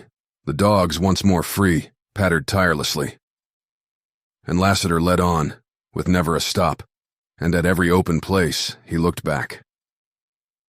The shade under the walls gave place to sunlight, and presently they came to a dense thicket of slender trees, through which they passed to rich, green grass and water. Here Lassiter rested the burros for a little while, but he was restless, uneasy, silent, always listening, peering under the trees. She dully reflected that enemies were behind them, before them. Still the thought awakened no dread, or concern, or interest. At his bidding, she mounted and rode on close to the heels of his burro. The canyon narrowed, the walls lifted their rugged rims higher, and the sun shone down hot from the center of the blue stream of sky above. Lassiter traveled slower, with more exceeding care, as to the ground he chose, and he kept speaking low to the dogs. They were now hunting dogs, keen, alert, suspicious, sniffing the warm breeze. The monotony of the yellow walls broke in change of color and smooth surface, and the rugged outline of rims grew craggy. Splits appeared in deep breaks, and gorges running at right angles, and then the pass opened wide at a junction of intersecting canyons. Lassiter dismounted, led his burro, called the dogs close, and proceeded at snail pace through dark masses of rock and dense thickets under the left wall. Long he watched and listened before venturing to cross the mouths of side canyons. At length he halted, fled his burro, lifted a warning hand to Jane, and then slipped away among the boulders, and followed by the stealthy dogs, disappeared from sight. The time he remained absent was neither short nor long to Jane Withersteen. When he reached her side again, he was pale, and his lips were set in a hard line, and his gray eyes glittered coldly. Bidding her dismount, he led the burros into a covert of stones and cedars, and tied them. "Jane, I've run into the fellers I've been looking for, and I'm going after them," he said. "Why?" she asked. "I reckon I won't take time to tell you. Couldn't we slip by without being seen?" "Likely enough, but that ain't my game. And I'd like to know, in case I don't come back, what you'll do." "What can I do?" "I reckon you can go back to Tull, or stay in the pass and be taken off by rustlers. Which'll you do?" "I don't know. I can't think very well, but I believe I'd rather be taken off by rustlers." Lassiter sat down, put his head in his hands, and remained for a few moments in what appeared to be deep and painful thought. When he lifted his face, it was haggard, lined, cold as sculptured marble. "I'll go. I only mentioned that chance of my not coming back. I'm pretty sure to come." "Need you risk so much? Must you fight more? Haven't you shed enough blood?" "I'd like to tell you why I'm going," he continued. In coldness, he had seldom used to her. She remarked it, but it was the same to her as if he had spoken with his old gentle warmth. "But I reckon I won't. Only, I'll say that mercy and goodness, such as is in you, though they're the grand things in human nature, can't be lived up to on this Utah border. Life's hell out here. You think, or you used to think, that your religion made this life heaven. Maybe them scales on your eyes has dropped now. Jane, I wouldn't have you no different, and that's why I'm going to try to hide you somewhere in this pass. I'd like to hide many more women, for I've come to see there are more like you among your people. And I'd like you to see just how hard and cruel this border life is. It's bloody. You'd think churches and churchmen would make it better. They make it worse. You give names to things: bishops, elders, ministers, Mormonism, duty, faith, glory. You dream, or you're driven mad. I'm a man, and I know. I name fanatics, followers, blind women, oppressors, thieves, ranchers, rustlers, riders, and we have. What you've lived through these last months. It can't be helped. But it can't last always. And remember this. Someday the border'll be better, cleaner, for the ways of men like Lassiter. She saw him shake his tall form erect, look at her strangely and steadfastly, and then noiselessly, stealthily, slip away amid the rocks and trees. Ring and Whitey, not being bidden to follow, remained with Jane. She felt extreme weariness, yet somehow it did not seem to be of her body, and she sat down in the shade and tried to think. She saw a creeping lizard, cactus flowers, the drooping burrows, the resting dogs, an eagle high over a yellow crag. Once the meanest flower, a color, the flight of the bee, or any living thing had given her deepest joy. Lassiter had gone off, yielding to his incurable bloodlust, probably to his own death, and she was sorry, but there was no feeling in her sorrow. Suddenly from the mouth of the canyon, just beyond her, rang out a clear, sharp report of a rifle. Echoes clapped, then followed a piercingly high yell of anguish, quickly breaking. Again echoes clapped, in grim imitation. Dull revolver shots, hoarse yells, pound of hoofs, shrill neighs of horses, commingling of echoes, and again silence. Lassiter must be busily engaged, thought Jane, and no chill trembled over her, no blanching tightened her skin. Yes, the border was a bloody place. But life had always been bloody. Men were blood spillers. Phases of the history of the world flashed through her mind: Greek and Roman wars, dark medieval times, the crimes in the name of religion. On sea, on land. Everywhere. Shooting, stabbing, cursing, clashing, fighting men, greed, power, oppression, fanaticism, love, hate, revenge, justice, freedom. For these, men killed one another. She lay there under the cedars, gazing up through the delicate, lace-like foliage at the blue sky, and she thought and wondered and did not care. More rattling shots disturbed the noonday quiet. She heard a sliding of weathered rock, a hoarse shout of warning, a yell of alarm, again the clear, sharp crack of the rifle, and another cry that was a cry of death. Then rifle reports pierced a dull volley of revolver shots. Bullets whizzed over Jane's hiding place. One struck a stone and whined away in the air.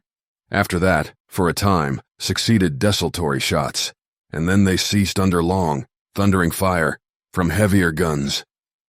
Sooner or later, then Jane heard the cracking of horses' hooves on the stones, and the sound came nearer and nearer. Silence intervened until Lassiter's soft, jingling step assured her of his approach. When he appeared, he was covered with blood. "All right, Jane," he said. "I come back. And don't worry." With water from a canteen, he washed the blood from his face and hands. "Jane, hurry now. Tear my scarf in two, and tie up these places. That hole through my hand is some inconvenient, worse than this at over my ear. There, you're doing fine. Not a bit nervous, no trembling. I reckon I ain't done your courage justice. I'm glad you're brave just now. You'll need to be. Well, I was hid pretty good, enough to keep them from shooting me deep, but they was slinging lead close all the time. I used up all the rifle shells, and then I went after them. Maybe you heard.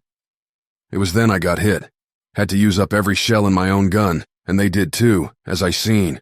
Rustlers and Mormons, Jane, and now I'm packing 5 bullet holes in my carcass, and guns without shells. Hurry now." He unstrapped the saddlebags from the burros, slipped the saddles and let them lie, turned the burros loose, and calling the dogs, led the way through stones and cedars to an open where 2 horses stood. "Jane, are you strong?" he asked. "I think so. I'm not tired," Jane replied. "I don't mean that way. Can you bear up?" "I think I can bear anything." "I reckon you look a little cold and thick, so I'm preparing you." For what? "I didn't tell you why I just had to go after them fellers. I couldn't tell you. I believe you'd have died. But I can tell you now, if you'll bear up under a shock. Go on, my friend. I've got little Fay, alive, bad hurt, but she'll live. Jane Withersteen's deadlocked feeling, rent by Lassiter's deep, quivering voice, leaped into an agony of sensitive life. Here, he added, and showed her where little Fay lay on the grass. Unable to speak, unable to stand, Jane dropped on her knees. By that long, beautiful golden hair, Jane recognized the beloved Fay. But Fay's loveliness was gone. Her face was drawn and looked old with grief. But she was not dead. Her heart beat, and Jane Withersteen gathered strength and lived again. You see, I just had to go after Fay, Lassiter was saying, as he knelt to bathe her little pale face. But I reckon I don't want no more choices like the one I had to make. There was a crippled feller in that bunch, Jane. Mebbe Venters crippled him. Anyway, that's why they were holding up here. I seen little Fay first thing, and was hard put to it to figure out a way to get her. And I wanted hosses, too. I had to take chances. So I crawled close to their camp. One feller jumped a hoss with little Fay, and when I shot him, of course she dropped. She's stunned and bruised. She fell right on her head. Jane, she's coming too. She ain't bad hurt. Fay's long lashes fluttered, her eyes opened. At first they seemed glazed over. They looked dazed by pain. Then they quickened, darkened, to shine with intelligence, bewilderment, memory, and sudden wonderful joy. Mother Jane, she whispered. Oh, little Fay, cried Jane, clasping the child to her. Now we've got to rustle, said Lassiter in grim coolness. Jane, look down the pass. Across the mounds of rock and sage, Jane caught sight of a band of riders filing out of the narrow neck of the pass, and in the lead was a white horse, which, even at a distance of a mile or more, she knew. Tull, she almost screamed. I reckon. But Jane, we've still got the game in our hands. They're riding tired hosses. Venters likely give them a chase. He wouldn't forget that. And we've fresh hosses. Hurriedly, he strapped on the saddlebags, gave quick glance to girths and cinches and stirrups, then leaped astride. Lift little Fay up, he said. With shaking arms, Jane complied. Get back your nerve, woman. This is life or death now. Mind that. Climb up. Keep your wits. Stick close to me. Watch where your hoss is going and ride. Somehow, Jane mounted. Somehow found strength to hold the reins, to spur, to cling on, to ride. A horrible, quaking, craven fear possessed her soul. Lassiter led the swift flight across the wide space, over washes, through sage, into a narrow canyon where the rapid clatter of hooves rapped sharply from the walls. The wind roared in her ears. The gleaming cliffs swept by. Trail and sage and grass moved under her. Lassiter's bandaged, blood-stained face turned to her. He shouted encouragement. He looked back down the pass. He spurred his horse. Jane clung on, spurring likewise, and the horses settled from hard, furious gallop into a long, striding, driving run. She had never ridden at anything like that pace. Desperately she tried to get the swing of the horse, to be of some help to him in that race, to see the best of the ground and guide him into it. But she failed of everything, except to keep her seat the saddle, and to spur, and spur. At times she closed her eyes, unable to bear sight of Fay's golden curls streaming in the wind. She could not pray, she could not rail. She no longer cared for herself. All of life, of good, of use in the world, of hope in heaven, entered in Lassiter's ride with little Fay to safety. She would have tried to turn the iron-jawed brute she rode. She would have given herself to that relentless, dark-browed Tull. But she knew Lassiter would turn with her, so she rode on and on. Whether that run was of moments or hours, Jane Withersteen could not tell. Lassiter's horse covered her with froth that blew back in white streams. Both horses ran their limit, were allowed slow down in time to save them, and went on dripping, heaving, staggering. Oh, Lassiter, we must run. We must run. He looked back, saying nothing. The bandage had blown from his head, and blood trickled down his face. He was bowing under the strain of injuries, of the ride, of his burden. Yet how cool and gay he looked. How intrepid. The horses walked, trotted, galloped, ran, to fall again to walk. Hours sped or dragged. Time was an instant, an eternity. Jane Withersteen felt hell pursuing her and dared not look back for fear she would fall from her horse. "Oh, Lassiter, is he coming?" The grim rider looked over his shoulder, but said no word. Faye's golden hair floated on the breeze. The sun shone. The walls gleamed. The sage glistened. And then it seemed the sun vanished. The walls shaded. The sage paled. The horses walked, trotted, galloped, ran, to fall again to walk. Shadows gathered under shelving cliffs. The canyon turned, brightened, opened into a long, wide, wall-enclosed valley. Again the sun, lowering in the west, reddened the sage. Far ahead round, scrawled stone appeared to block the pass. "Bear up, Jane. Bear up," called Lassiter. "It's our game if you don't weaken." "Lassiter, go on alone. Save little Faye." "Only with you." "Oh, I'm a coward. A miserable coward. I can't fight or think or hope or pray. I'm lost. Oh, Lassiter, look back. Is he coming? I'll not hold out. Keep your breath, woman, and ride not for yourself or for me, but for Faye." A last-breaking run across the sage brought Lassiter's horse to a walk. "He's done," said the rider. "Oh, no, no," moaned Jane. "Look back, Jane, look back. 4 miles we've come across this valley, and no Tull yet in sight. Only a few more miles." Jane looked back over the long stretch of sage and found the narrow gap in the wall, out of which came a file of dark horses with a white horse in the lead. Sight of the riders acted upon Jane as a stimulant. The weight of cold, horrible terror lessened, and gazing forward at the dogs, at Lassiter's limping horse, at the blood on his face, at the rocks growing nearer, last at Faye's golden hair, the ice left her veins, and slowly, strangely, she gained hold of strength that she believed would see her to the safety Lassiter promised. And as she gazed, Lassiter's horse stumbled and fell. He swung his leg and slipped from the saddle. "Jane, take the child," he said, and lifted Faye up. Jane clasped her arms suddenly strong. "They're gainin'," went on Lassiter as he watched the pursuing riders. "But we'll beat 'em yet." Turning with Jane's bridle in his hand, he was about to start when he saw the saddlebag on the fallen horse. "I've just about got time," he muttered, and with swift fingers that did not blunder or fumble, he loosened the bag and threw it over his shoulder. Then he started to run, leading Jane's horse, and he ran, and trotted, and walked, and ran again. Close ahead now, Jane saw a rise of bare rock. Lassiter reached it, searched along the base, and finding a low place, dragged the weary horse up and over round smooth stone. Looking backward, Jane saw Tull's white horse, not a mile distant, with riders strung out in a long line behind him. Looking forward, she saw more valley to the right, and to the left a towering cliff. Lassiter pulled the horse, and kept on. Little Faye lay in her arms with wide-open eyes which were still shadowed by pain, but no longer fixed, glazed in terror. The golden curls blew across Jane's lips. The little hands feebly clasped her arm. A ghost of a troubled, trustful smile hovered round the sweet lips. And Jane Withersteen awoke to the spirit of a lioness.